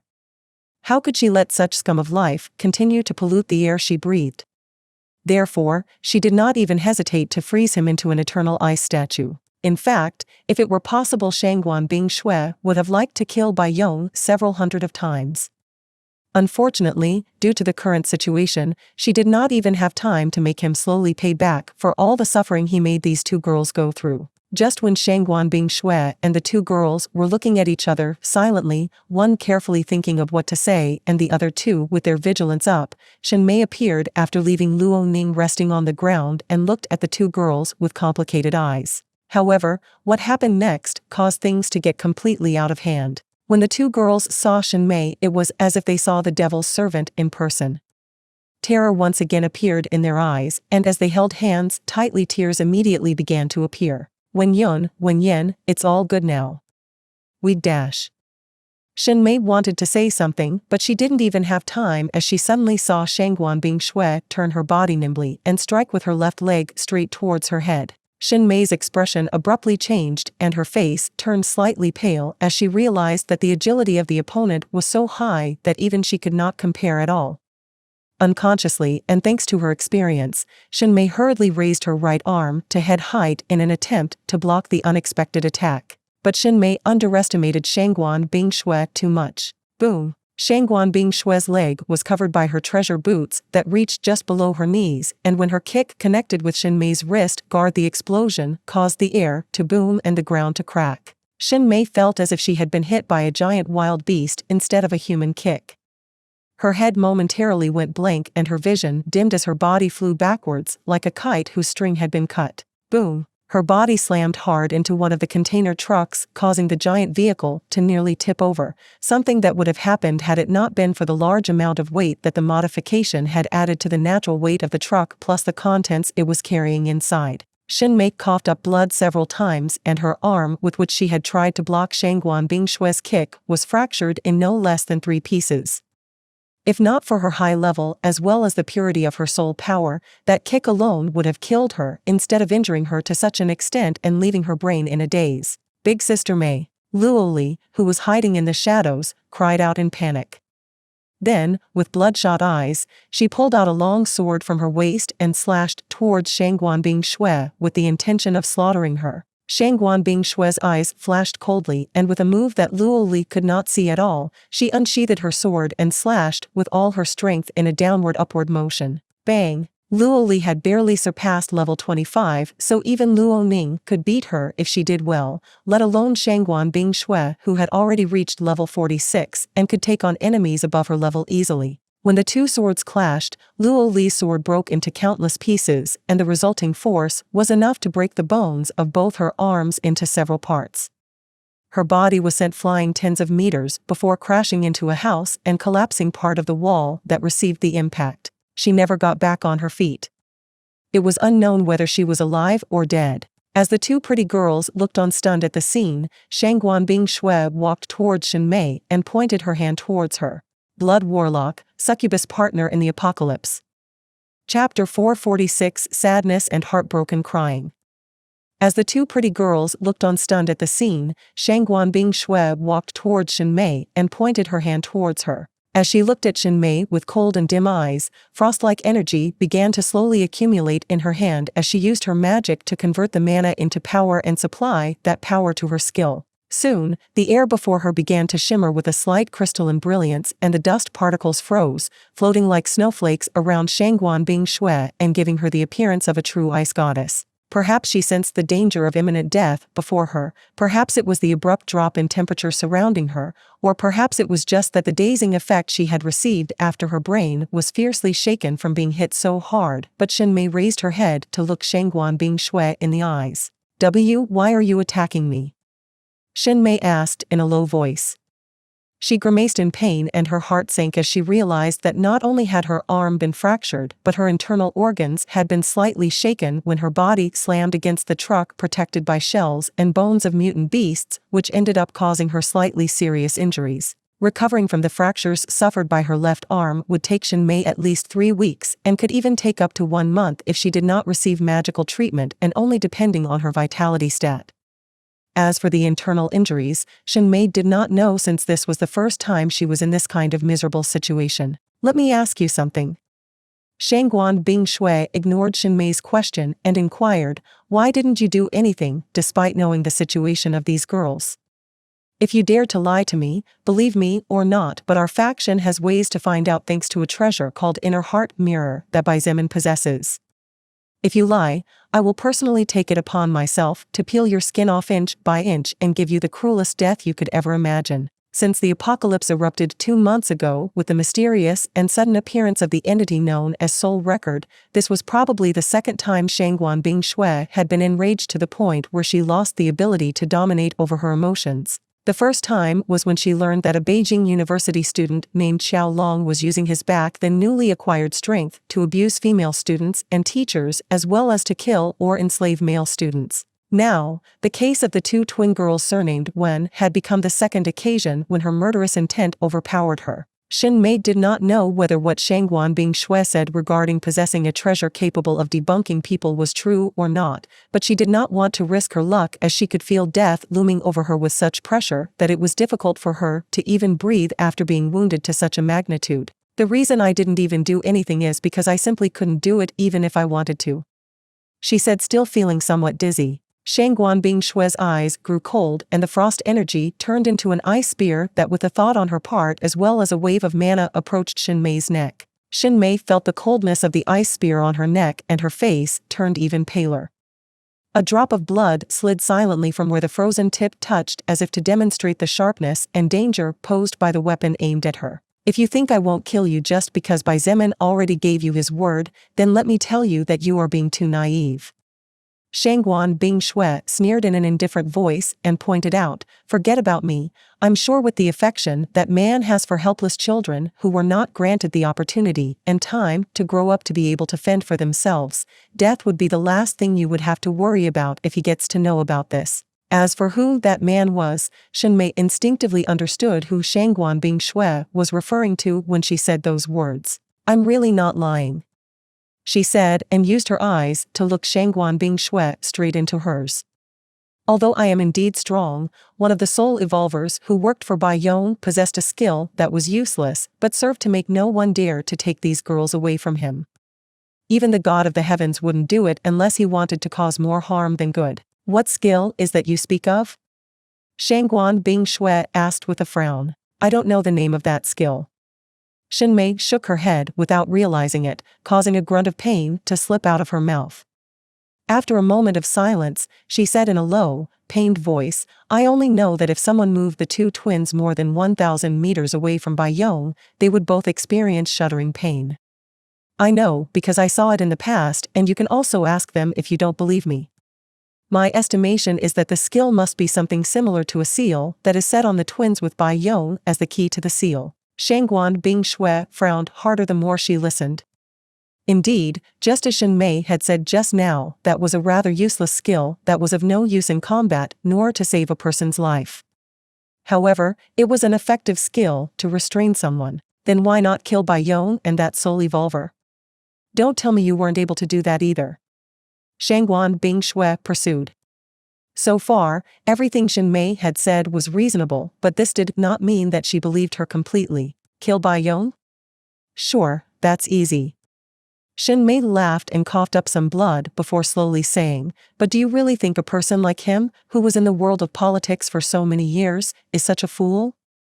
Baiyong hid that soul evolver somewhere unknown along with 60% of the resources of the whole camp, resources that by the way only he and probably his sister Bai Wei know where they are. What Baiyong had with him this time was nothing more than emergency resources that he had kept for himself in case situations like today's happened. For lack of time and fear of being caught, he had no choice but to abandon all other resources temporarily and had planned to infiltrate subordinates who had family to slowly move those resources to the place where he would settle later. Unfortunately, he was killed by Shangguan Bingshui, and with the death of his sister, Bai Wei added to the equation, those resources were somewhere unknown within the establishment. Baiyong had many enemies plotting against him, but in the end none of them dared to make a move. This was because those 60% of supplies that Baiyong controlled were what mainly kept the camp afloat, and if those foodstuffs disappeared overnight, then chaos would spread everywhere once the survivors discovered the situation. In this apocalyptic world, food was the most valuable resource, and only by having large quantities of food would the survivors behave obediently. Without this food, everyone would starve to death sooner or later, and in fear of having to go out into the outside world in search of food, the wrath of these people would first fall on the base government. Shangguan Bingshui gritted her teeth, completely frustrated. She waved her hand, and under Shinmei's relieved eyes, the ice spear turned into small ice shards that fell gently to the ground. If Shinmei killed Baiyong to save the twins, in the end she would only be causing harm to them, since it was impossible for Shinmei to carry two girls while carrying Baiyong's body around. Besides, no one could guarantee that nothing bad would happen to the girls if Baiyong died, and since that soul evolver was in an unknown place, no one could do more than watch, even if they didn't like the sight or just look to the side to pretend nothing was happening. "But you don't need to worry," Shinmei said as she slowly stood up. "What do you mean?" Shangguan Bingshui asked in a dissatisfied voice. She didn't like this woman at all from the first moment she saw her, and her impression of her was only dropping lower and lower. Shinmei pointed at one of the corpses that had been decapitated by Shangguan Bingshui and said in a somewhat weird voice, "That soul evolver was already killed by you before, so I assume the effect of the skill he casted on Wenyan and Wenyin should have dissipated by now." Shangguan Bingshui followed Shinmei's eyes and saw the head of a suspicious-looking man looking up to the sky with frozen blood on the bottom. She sighed in her heart and did not give Shinmei a second glance before walking towards the truck where the twins were. Shinmei smiled bitterly at the sight. She clearly sensed Shangguan Bingshui's enmity towards her, so without saying anything and without waiting for an "I'm sorry for what had just happened," she walked towards Luoli to check her condition. Shangguan Bingshui looked at the twins, who were staring at her with wide eyes, and said slowly and in a low voice to avoid scaring them, "Wenyan, Wenyin. My name is Shangguan Bingshui, and I am an evolved human who belongs to an enemy camp, to this camp that was previously ruled by the man who harmed you." The eyes of the two twin girls shone faintly as they heard these words, and their fear as well as their wariness towards the beautiful woman in front of them dropped quite a bit as they waited for her next words. "The person named Baiyong and all of his men were already killed by me and my teammates, so you two no longer need to fear. We will take care of you from now on." Shangguan Bingshui paused as she didn't know what else to say before continuing, "This place practically fell completely into the hands of the leader of the group I belong to. Both he and I, as well as the rest of us. Follow very strict rules regarding child care, so you girls won't have to worry about experiencing painful experiences like this anymore. Both Wen Yan and Wen Yun stood silently with wide eyes staring at Shangguan Bingshui for a long time. Even after almost a full minute, the two girls still did not seem to wake up from the fantasy they thought they were living in. Right. To these girls, what they had just heard was no different from a fairy tale, a beautiful story similar to the ones their parents narrated to them when they were still alive. For Wen Yan and Wen Yun, the arrival of the soul record had been the end of their lives and the beginning of a seemingly endless suffering. Like many others, the two girls suffered, but the suffering they went through, despite not having to worry about food or being eaten by a wild beast or a zombie, was in some ways worse. Deprived of their freedom, deprived of their dignity, deprived of everything that made a human a human. Many times, Wen Yan and Wen Yun secretly thought that it would be better to die than to continue living a hell like the one they lived through every day. However, both girls gritted their teeth and endured. Wen Yan did not do it for her own sake, Wen Yun did not do it for her own sake. Both sisters, apart from sharing similar appearances to the point of being difficult to distinguish, also seemed to share similar feelings and thoughts. While Wen Yan endured for the sake of not leaving her sister Wen Yun alone, Wen Yun also endured because she knew that if she left this world, her sister Wen Yan would have to suffer her portion as a consequence of her selfishness. Be beautiful big sister. Wen Yun mumbled in her angel-like soft voice.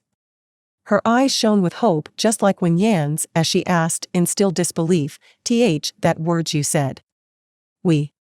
Really? Shangguan Bingshui's heart stung as these two girls found it hard to believe the reality before them to the point where they could not even utter words properly. How much had they suffered? Neither Shangguan Bingshui nor probably any other person would probably be able to imagine. In the end, all Shangguan Bingshui could do was nod without another word for fear that her voice would falter in the face of her uncontrolled emotions. Seeing her nod, the two twins finally couldn't take it anymore. All the grievance they felt, all the pain, the hatred in their hearts, the fear that still overwhelmed them, and countless other emotions, finally completely debordered the hearts of the two girls. The place where death reigned had now become sadder with the sharp and heartbroken cries of two beautiful little girls. Even for a cold and indifferent person like Shangguan Bingshui, it was hard to bear the urge to burst into tears at the heartbreaking sight. Even now, the two sisters held on to each other as if in fear that one of them would disappear.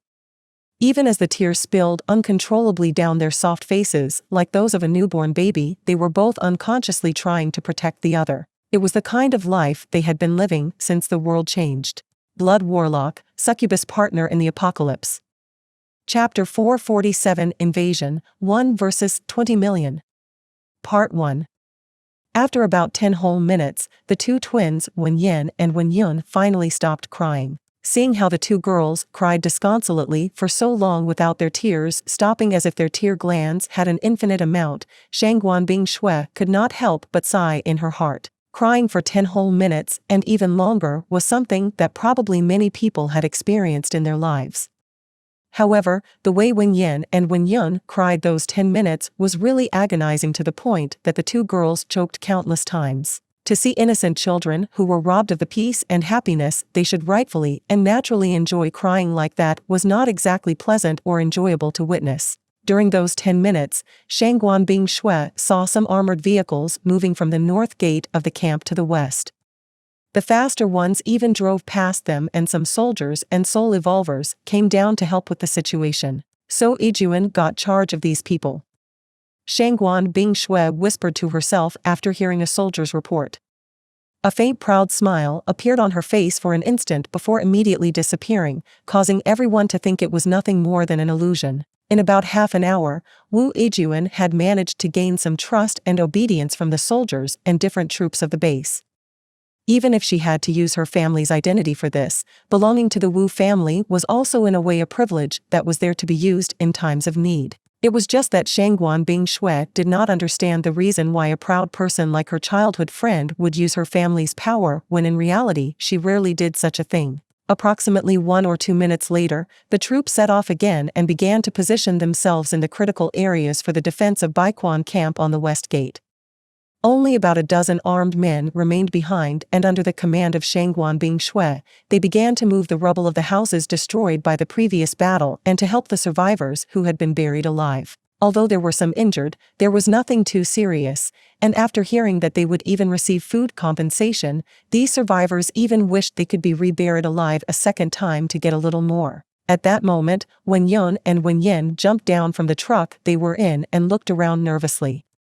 The two girls were still frightened of the people and even more so to see such a large crowd gathered. The survivors had begun to leave their homes, and slowly the news of the defeat of the Baiquan camp army began to spread through the western area of the establishment. These normal survivors were not particularly concerned about who lost or who won the war. From their point of view, it did not matter who the ruler was since they did not have the power to do or change anything.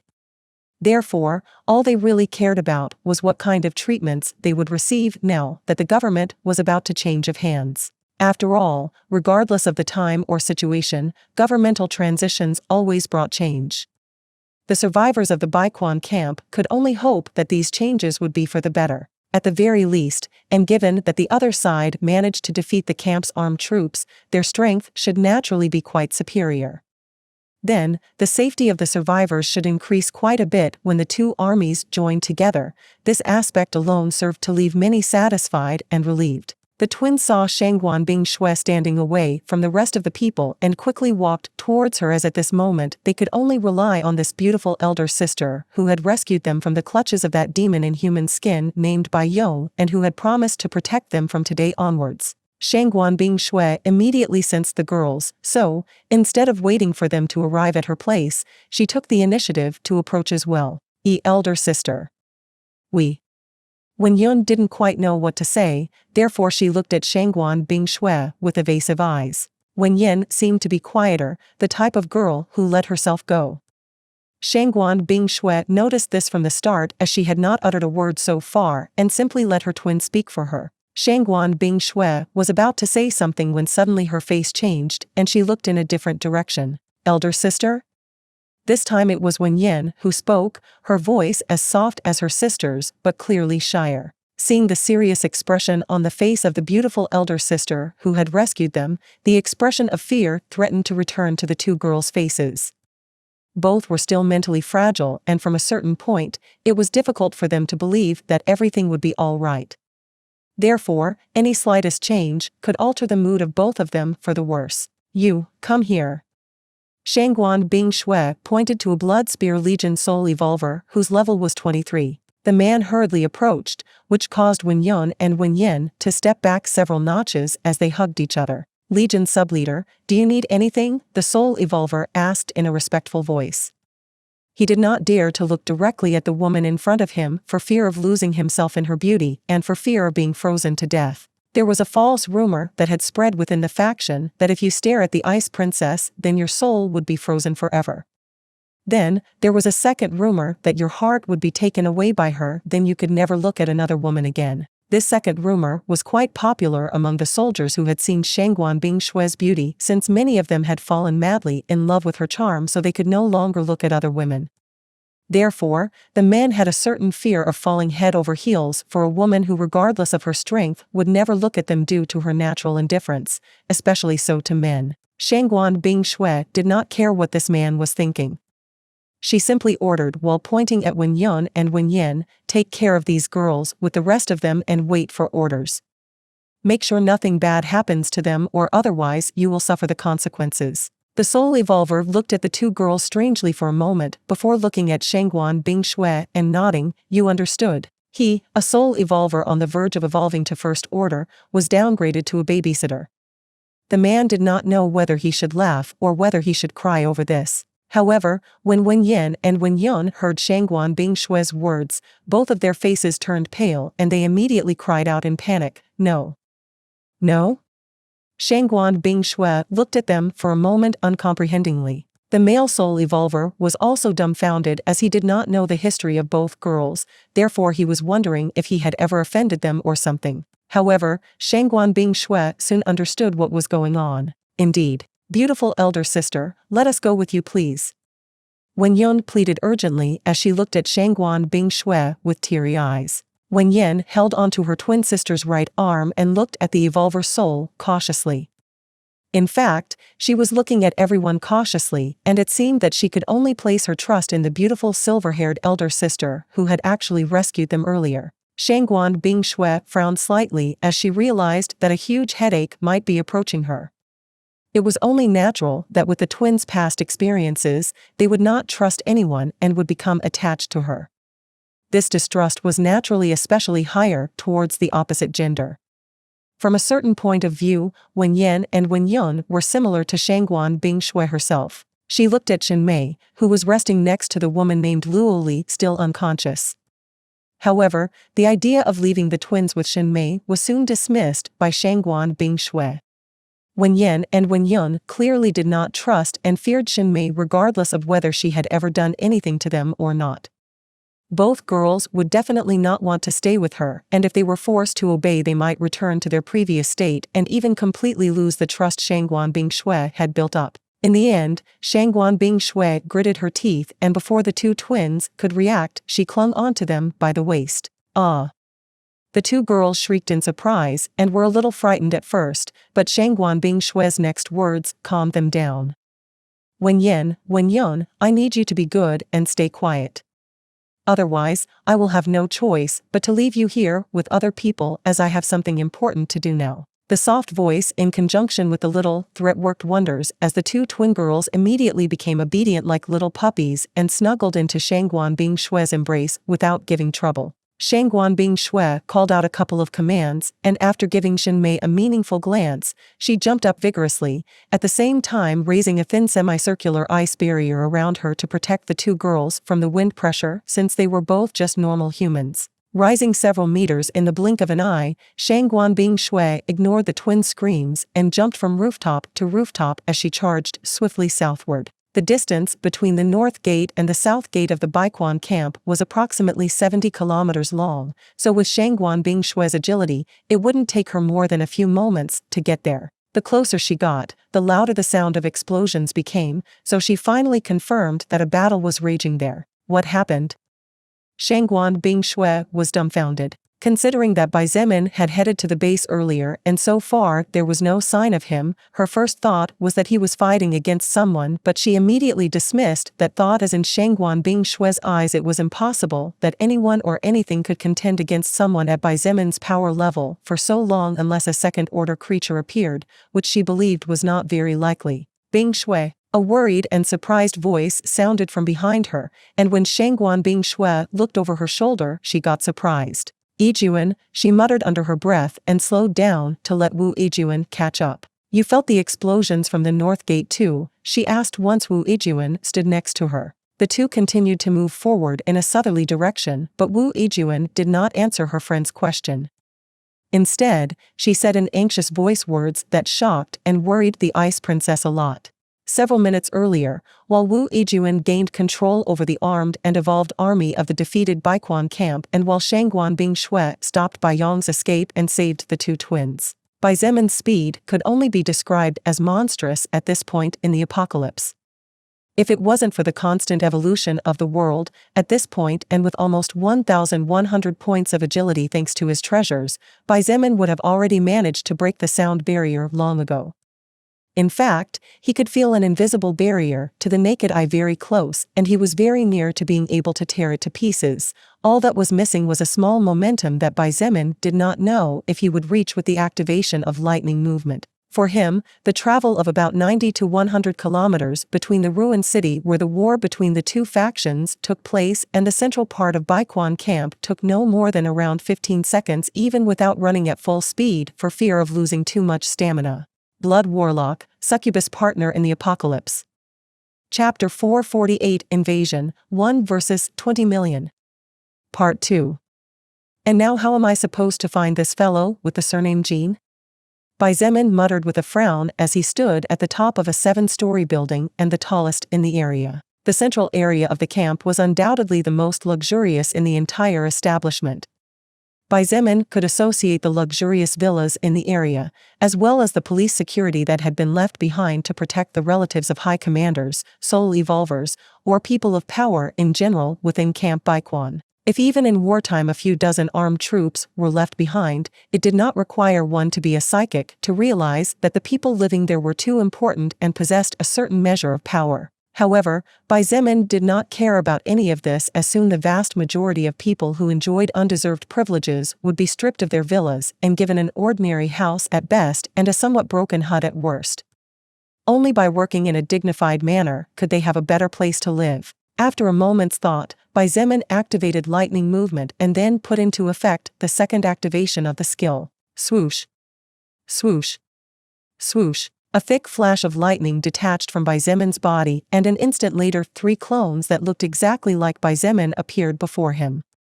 All of them even had that indifferent expression that characterized him, with flashes of lightning flickering on their bodies. Disperse. Xietain waved his hand and the clones nodded before charging at full speed in different directions. Each clone possessed 10% of all of Xietan's natural stats. Simply put, each of the 3 clones he had created with the second activation of the skill lightning movement had 1/10 of Xietan's total agility. Xietan's agility stat, without taking into account the treasure bonus, was currently 970 natural points. This meant that each clone had 97 agility points. While 97 points was an insignificant number in comparison to Xietan's actual power, considering that a newly evolved first-order existence had just over 100 points in its highest stats, then those 97 points could no longer be considered insignificant. I'm practically summoning 3 first-order existences. It really is insane. Xietain forced a smile at the thought of what kind of rarity he was turning into. One needed to remember that a first-order existence could bring doom to a small camp, and only camps with many normal soul evolvers or heavy weaponry could face. Even if Xietan's clones could only fight with their fists and did not have the ability to access his active skills, they had the effect of passive ones. But this was not the scariest thing of all. The scariest thing was that as long as Xietain was willing to invest several stamina points, he could summon a clone infinitely if he did not exceed the limit imposed by the skill. While Xietain was rambling, he was actually paying attention to his clones as well. While it was currently impossible to see what his clones were seeing, it was actually not much different, since he could sense what his clones were sensing. After all, lightning movement was his skill, and it was connected to his soul itself, which meant that the clones also had some sort of connection to his soul. Therefore, even though Xietain didn't quite know how the soul worked, he could at least understand that much. One of the clones charged east, one charged west, and the other charged south. Xietain left the northern area free, since that was precisely where he came from, and it was absolutely impossible that Commander Jin Shun could have escaped from under his nose. The movement speed of the clones was naturally slower than Xietan's ability to move. Therefore, it took the clones a few minutes to get from the central area to the different areas of the base. The first clone to reach the target ordered by the main body was the clone that went to the east gate. On the way, it found nothing strange, and when it reached the gate, Xietain sent the clone a mental command. The clone climbed the wall, and when it reached the top it looked around but failed to find anything. Once Xietain confirmed that Commander Jin Shun had not fled through the east, he simply cut off the supply of stamina needed to keep the clone standing, which made clone number 1 disappear in an instant amidst the crackling of lightning. Clone number 2 was dissolved by Xietain even before it arrived at the gates of the western area. The reason Xietain did this was because halfway there his clone detected Shangguan Bing Shui's and Shen Mei's auras nearby, so there was no need to continue advancing any further. After all, with Shangguan Bing Shui there, it was absolutely impossible for Jin Shun to slip by without her noticing. There's only clone number 3 left then. Xietain muttered and closed his eyes, focusing his all on the last clone standing. Not long after, the last clone reached the north end of the base and after a bit of searching found the area where the gates were located.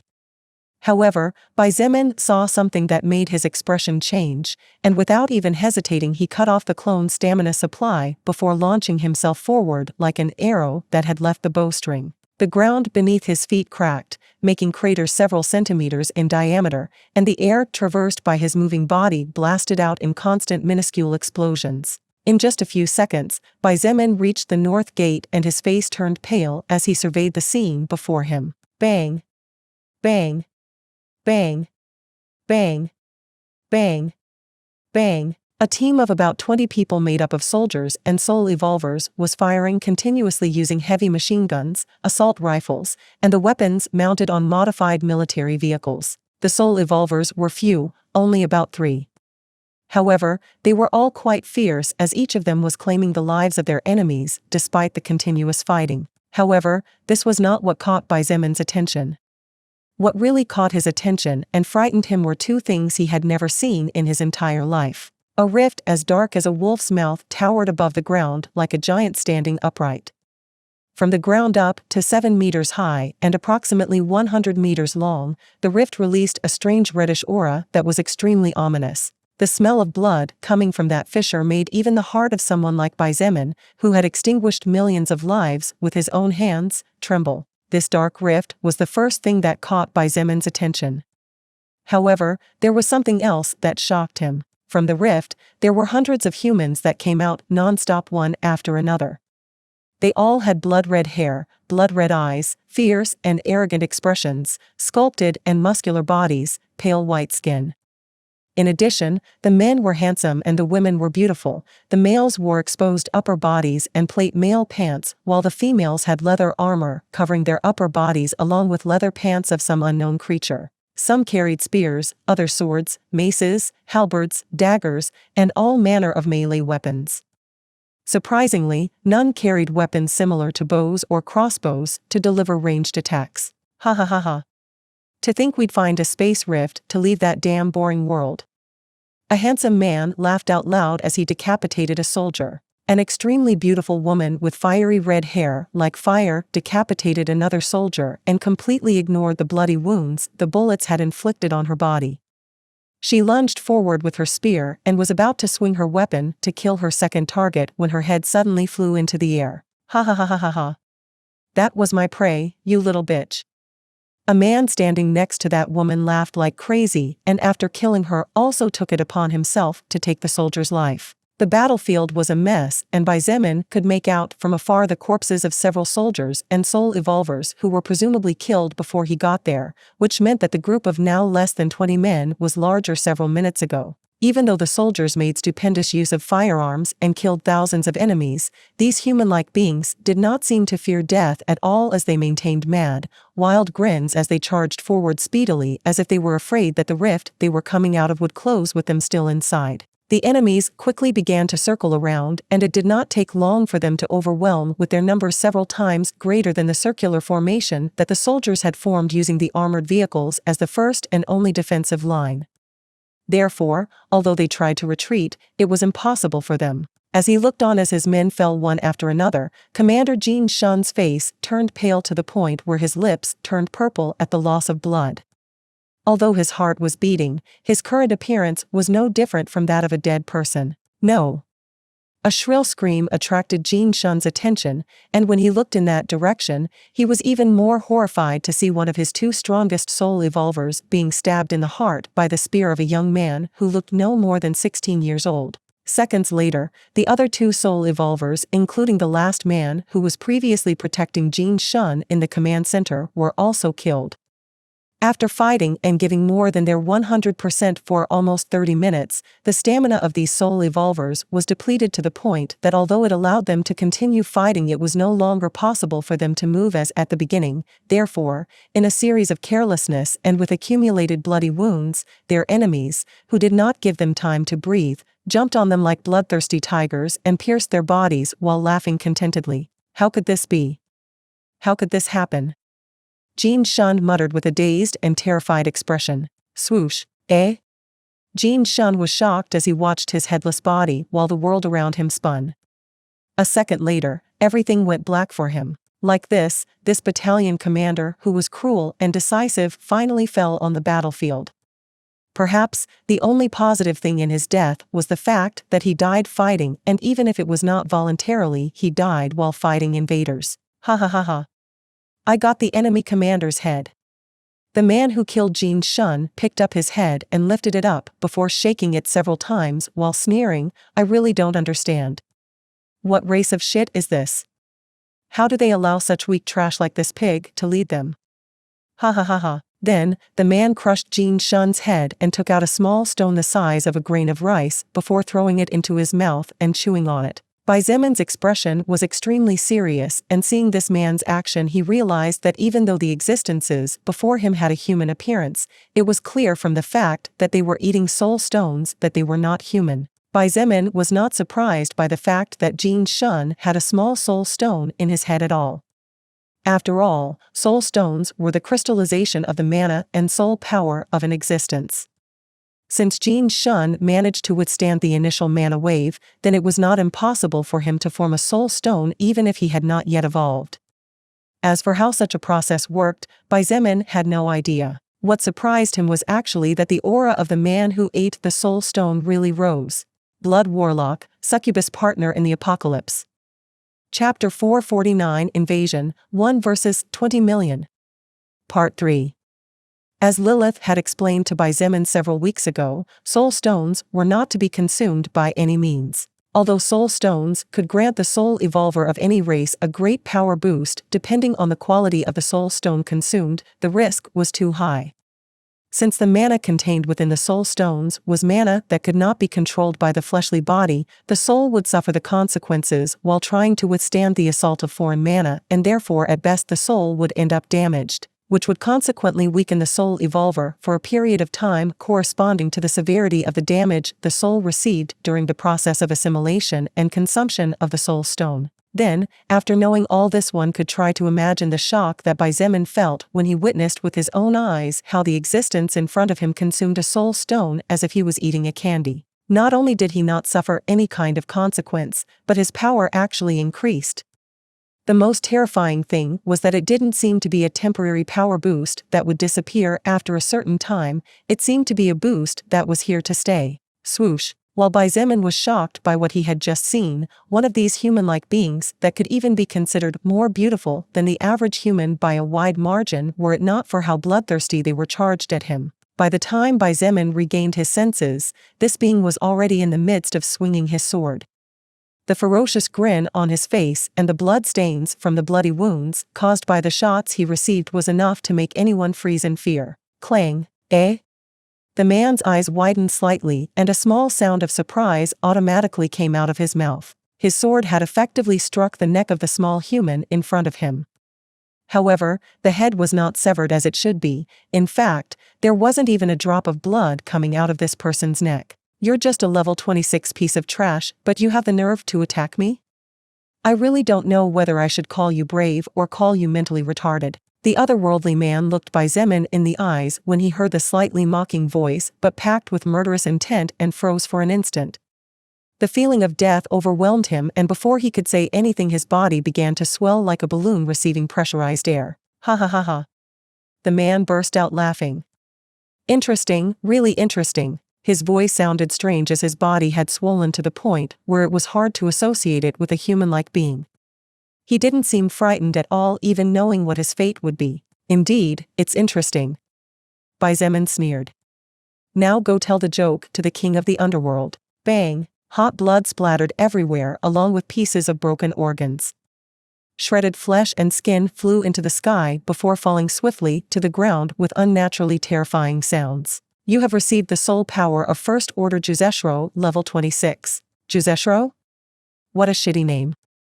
Bai Zemin spat on the ground and with one hand wiped away the blood covering his face as he said in a low voice, I've got enough trouble already but more keeps coming.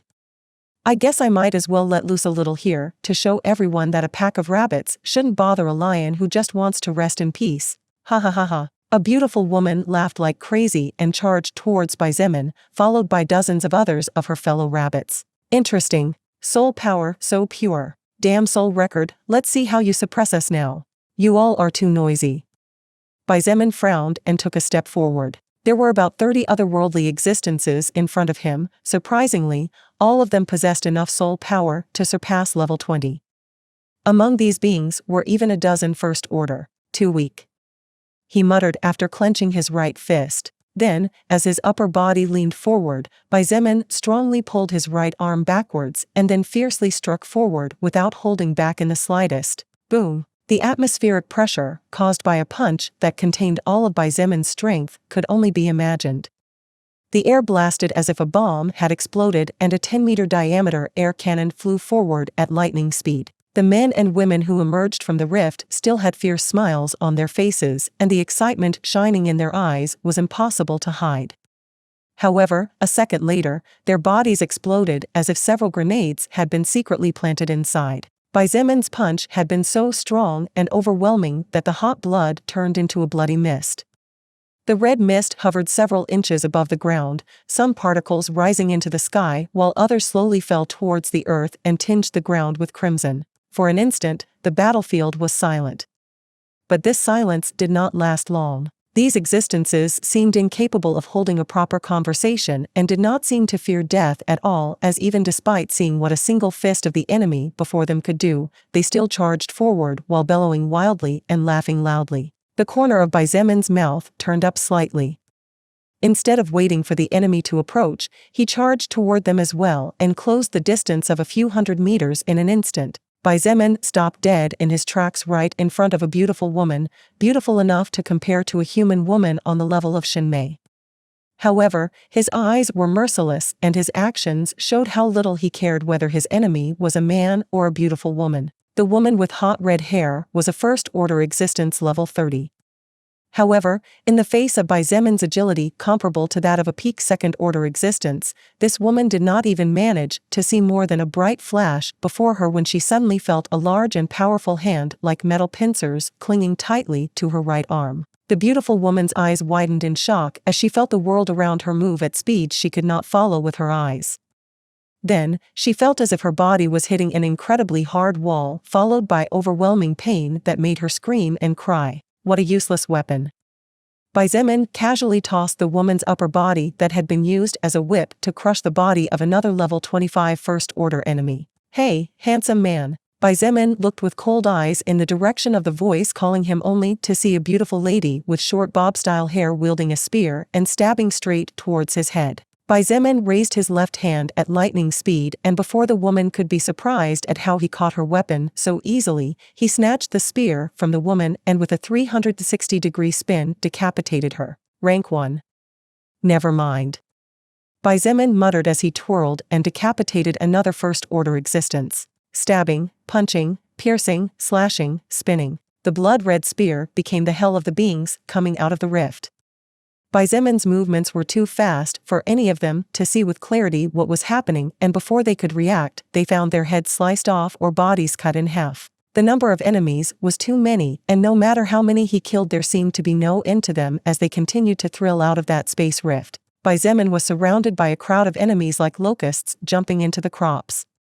Even if his agility was high, it was impossible for him not to get hit a few times as a result of the limited space.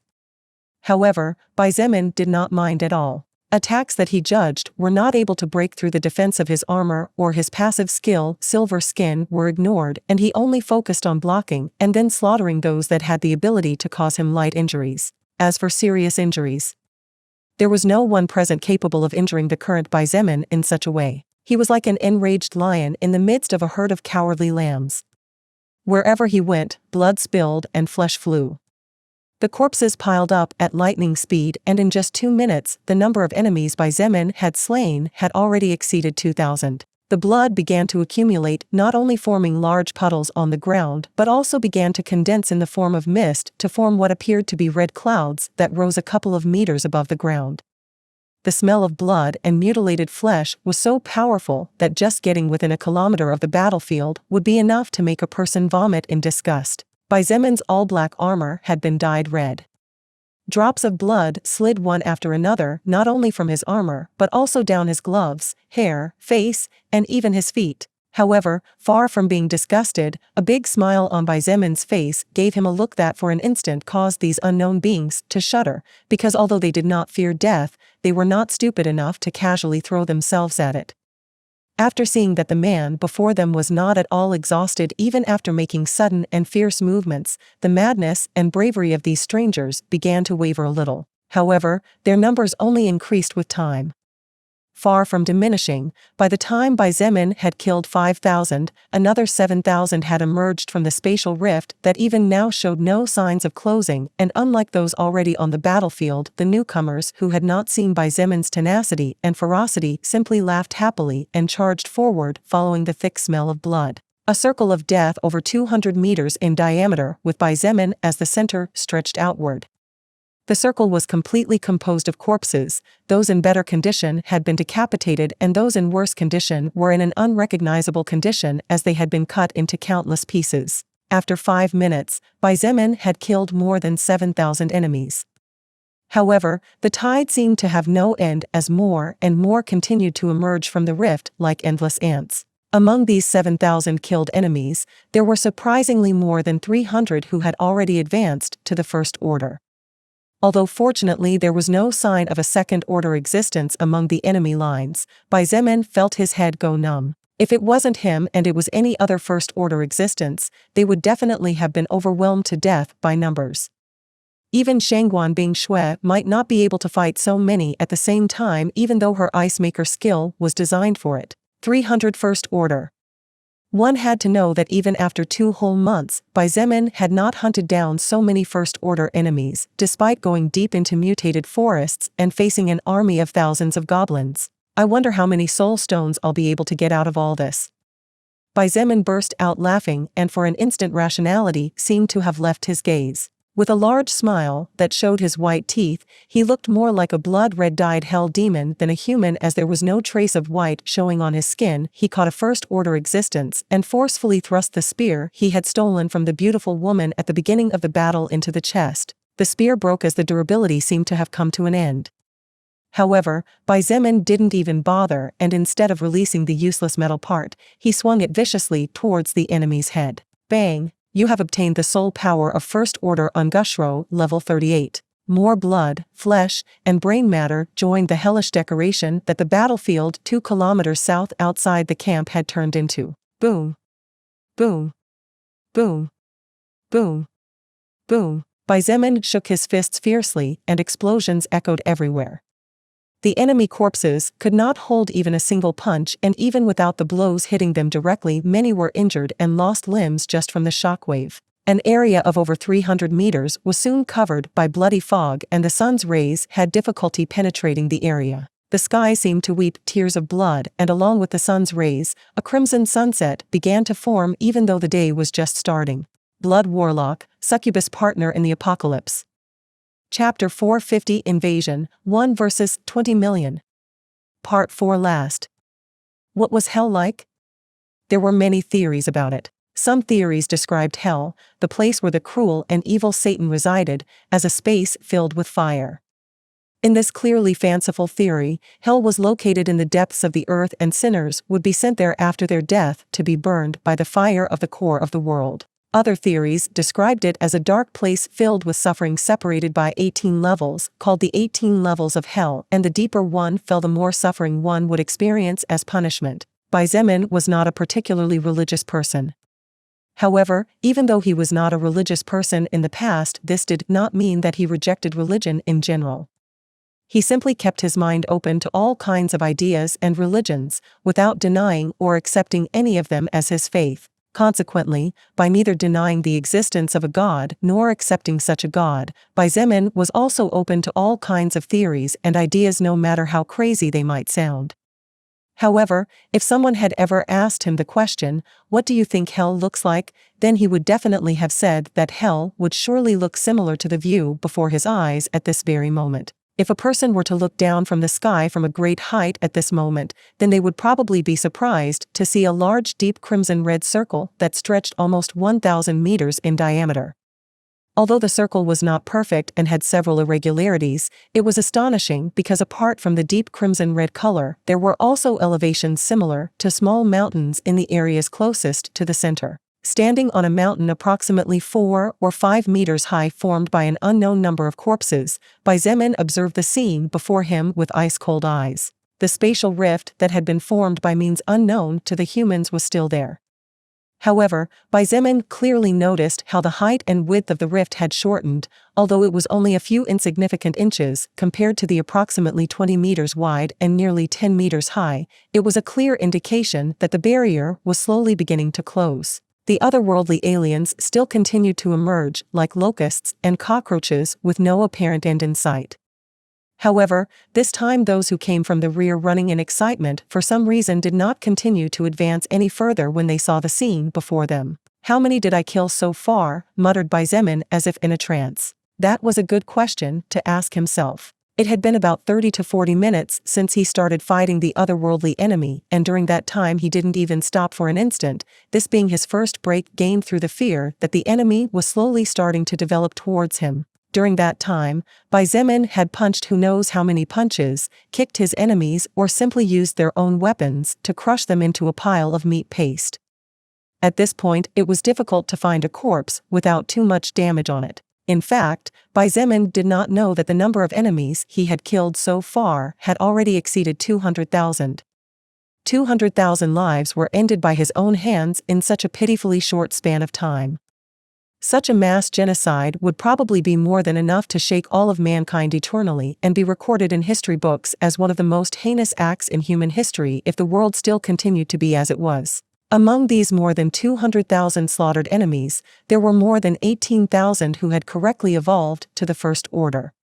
Such a number was enough to put the entire humanity of China and perhaps the entire world in danger of being annihilated if they united in one place and began to conquer territory by territory. However, such beings who had probably lived tens of years and even more than a century to reach such a level of power perished one after another at the hands of a 20-year-old young man who had not been evolving for more than 2 months. As the enemies looked at him standing on the mountain of corpses in silence, all of them felt their throats go dry and none of them dared to act as savage or arrogant as they did 40 minutes ago. Heh.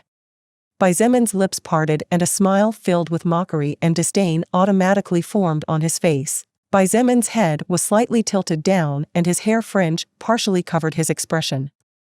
However, when the otherworldly enemies saw that smile on his face, it was no different from seeing the devil's smile in the eyes of these existences. Earlier, many of them had tried to ignore the human before them and surround the place to attack the establishment that was only a few kilometers away, as this race had a certain unique characteristic that made it easy for them to detect the location of large numbers of soul stones within a certain range. However, all those who tried to cross beyond him were slaughtered in the most horrific manner possible. There was a First Order existence level 50 and about to break the Second Order who was literally turned into a pile of meat paste after receiving a flurry of punches that turned her body into pulp, while the pain of dozens of blows was transmitted to her brain in an instant due to the enemy's speed. After losing more than 20,000 of them, these otherworldly existences realized that the being before them would not let them go unless they managed to defeat him in combat. Therefore, they began to charge even more fiercely, to the point where some even tried to use their teeth to bite the enemy, but to no avail. They were all wiped out of existence, and the sole power that made up their lives was absorbed by the other party. You have received the title Savior of the World. Bai Zemin did not seem to notice the message that flashed brightly in his retina as he still continued smiling mockingly without focusing his gaze on the enemy before him. However, if there was one thing he did notice, it was that his strength had increased by quite a considerable margin. It was just that the current him for some reason felt strange. He suddenly felt like fighting and slaughtering his enemies. Was this some sort of hidden side effect of the unique job Blood Berserker? Maybe. But even with the effect of the brilliant mind title active, it was a bit complicated for Bai Zemin to fight against those cravings that overwhelmed and embraced his senses. Just at this moment, Bai Zemin felt 2 familiar auras rushing at full speed in his direction. He raised his head slightly and, looking over his shoulder, noticed 2 silhouettes emerging from the gates in the south of the camp. These 2 silhouettes were naturally Shangguan Bing Shui and Wu Yijuan. The faces of the 2 women were already pale before they saw the scene before them. But when they got close enough to get a better look, they both stopped and their already pale faces turned paper white in the blink of an eye. Fortunately, the 2 girls had been knocked unconscious by Shangguan Bing Shui when she detected the peculiarity in the air, or else one could imagine the trauma they would both experience at such a scene. The sun could no longer pierce through the cloud of blood that had formed 300 meters above the ground. In addition, an area of approximately 2 kilometers had a slight reddish tinge floating through the air like particles, and even the air the two women breathed was filled with enemy blood. The bloody mist that surrounded the area immediately began to dye their armor, weapons, and bodies red. This was the second time both women had witnessed such a bloody and cruel scene as the one in front of them. What? How many? What? Wu Yijun mumbled incoherently as she stared wide-eyed at the huge mass of corpses. Shangguan Bingshui looked up with a deathly pale face and in the distance saw Bai Zemin standing silently on a mountain. Mountain? Her blue eyes trembled as she realized that there was no mountain before. When she focused her gaze, she felt her heart stop for an instant. All? Those are all human bodies? Shangguan Bingshui almost fainted from the shock and horror she felt. Each and every mountain, the entire ground, everything that came into her range of vision was red and dead. Countless corpses plagued the area. Neither woman was a fool, it was just that the scene before them was simply too much to digest in a short time. After all, seeing the death of tens of thousands of spiders and even 100,000 spiders was not the same as seeing the death of hundreds of thousands of human-like beings. Therefore, both ladies failed to grasp the situation even though they could even from afar partially see the spatial rift and the ominous energy it exuded. "Ah, it's you two, girls." A slightly playful and extremely haughty voice attracted the two women's attention. When Wu Yijun met Bai Zemin's cold eyes and saw his current appearance, she unconsciously lowered her eyes immediately with lingering fear in her heart. For some reason, the current Bai Zemin gave her a completely different feeling than what she normally felt when she was around him. Just by looking into his eyes, she felt inferior, unworthy, and even fearful. Shangguan Bingshui frowned tightly as she looked at Bai Zemin. She felt that not only was his tone of voice not the same as usual, but even that coldness in his gaze was beyond anything she had ever seen. Just by looking into his eyes, she felt her blood run cold, and for the first time, she felt a hint of fear towards him. "Don't worry. I'll take care of this soon." Bai Zemin's voice traveled hundreds of meters and his words sounded as if it was the most normal thing in the world. The level of synchronicity with the unique job Blood Berserker has reached the highest point, 100%. Blood Will, second order passive skill, LVL 5 evolves forcibly. Evolving skill. Successful evolution. You have acquired third order passive skill level 5, God of War's Will. Bai Zemin didn't seem to notice the messages the soul record was sending him as well, nor did he seem to notice the massive number of changes his records were having. It was clear that even with the passive effect of the Brilliant Mind title suppressing to 10% whatever primary or secondary effect such a skill had, was still not enough to keep his personality from changing a bit. In fact, the current Bai Zemin was actually not much different from his usual self.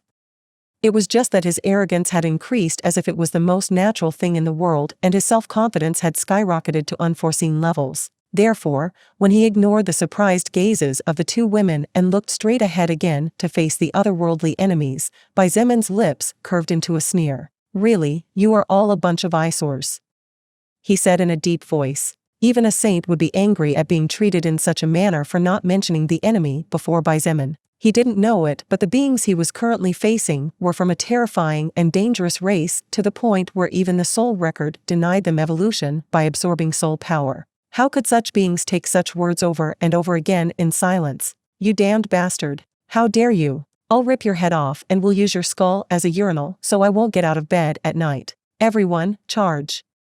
There are 20 million brothers and sisters waiting beyond who will soon join us, and by that time this bastard's stamina will be completely depleted." Those at the front shouted and cursed loudly before rushing forward without a care for their lives. Those in the back did not delay either, and as soon as they found the opportunity sprinted at full speed towards the enemy before them or jumped high into the sky to throw their weapons. "Die," Bai Zemin said lazily and waved his hand as if brushing a fly out of the way. A huge wave of mana flew out from within his soul, immediately surrounding the area and taking control over the element that at this moment reigned even above the air they all breathed.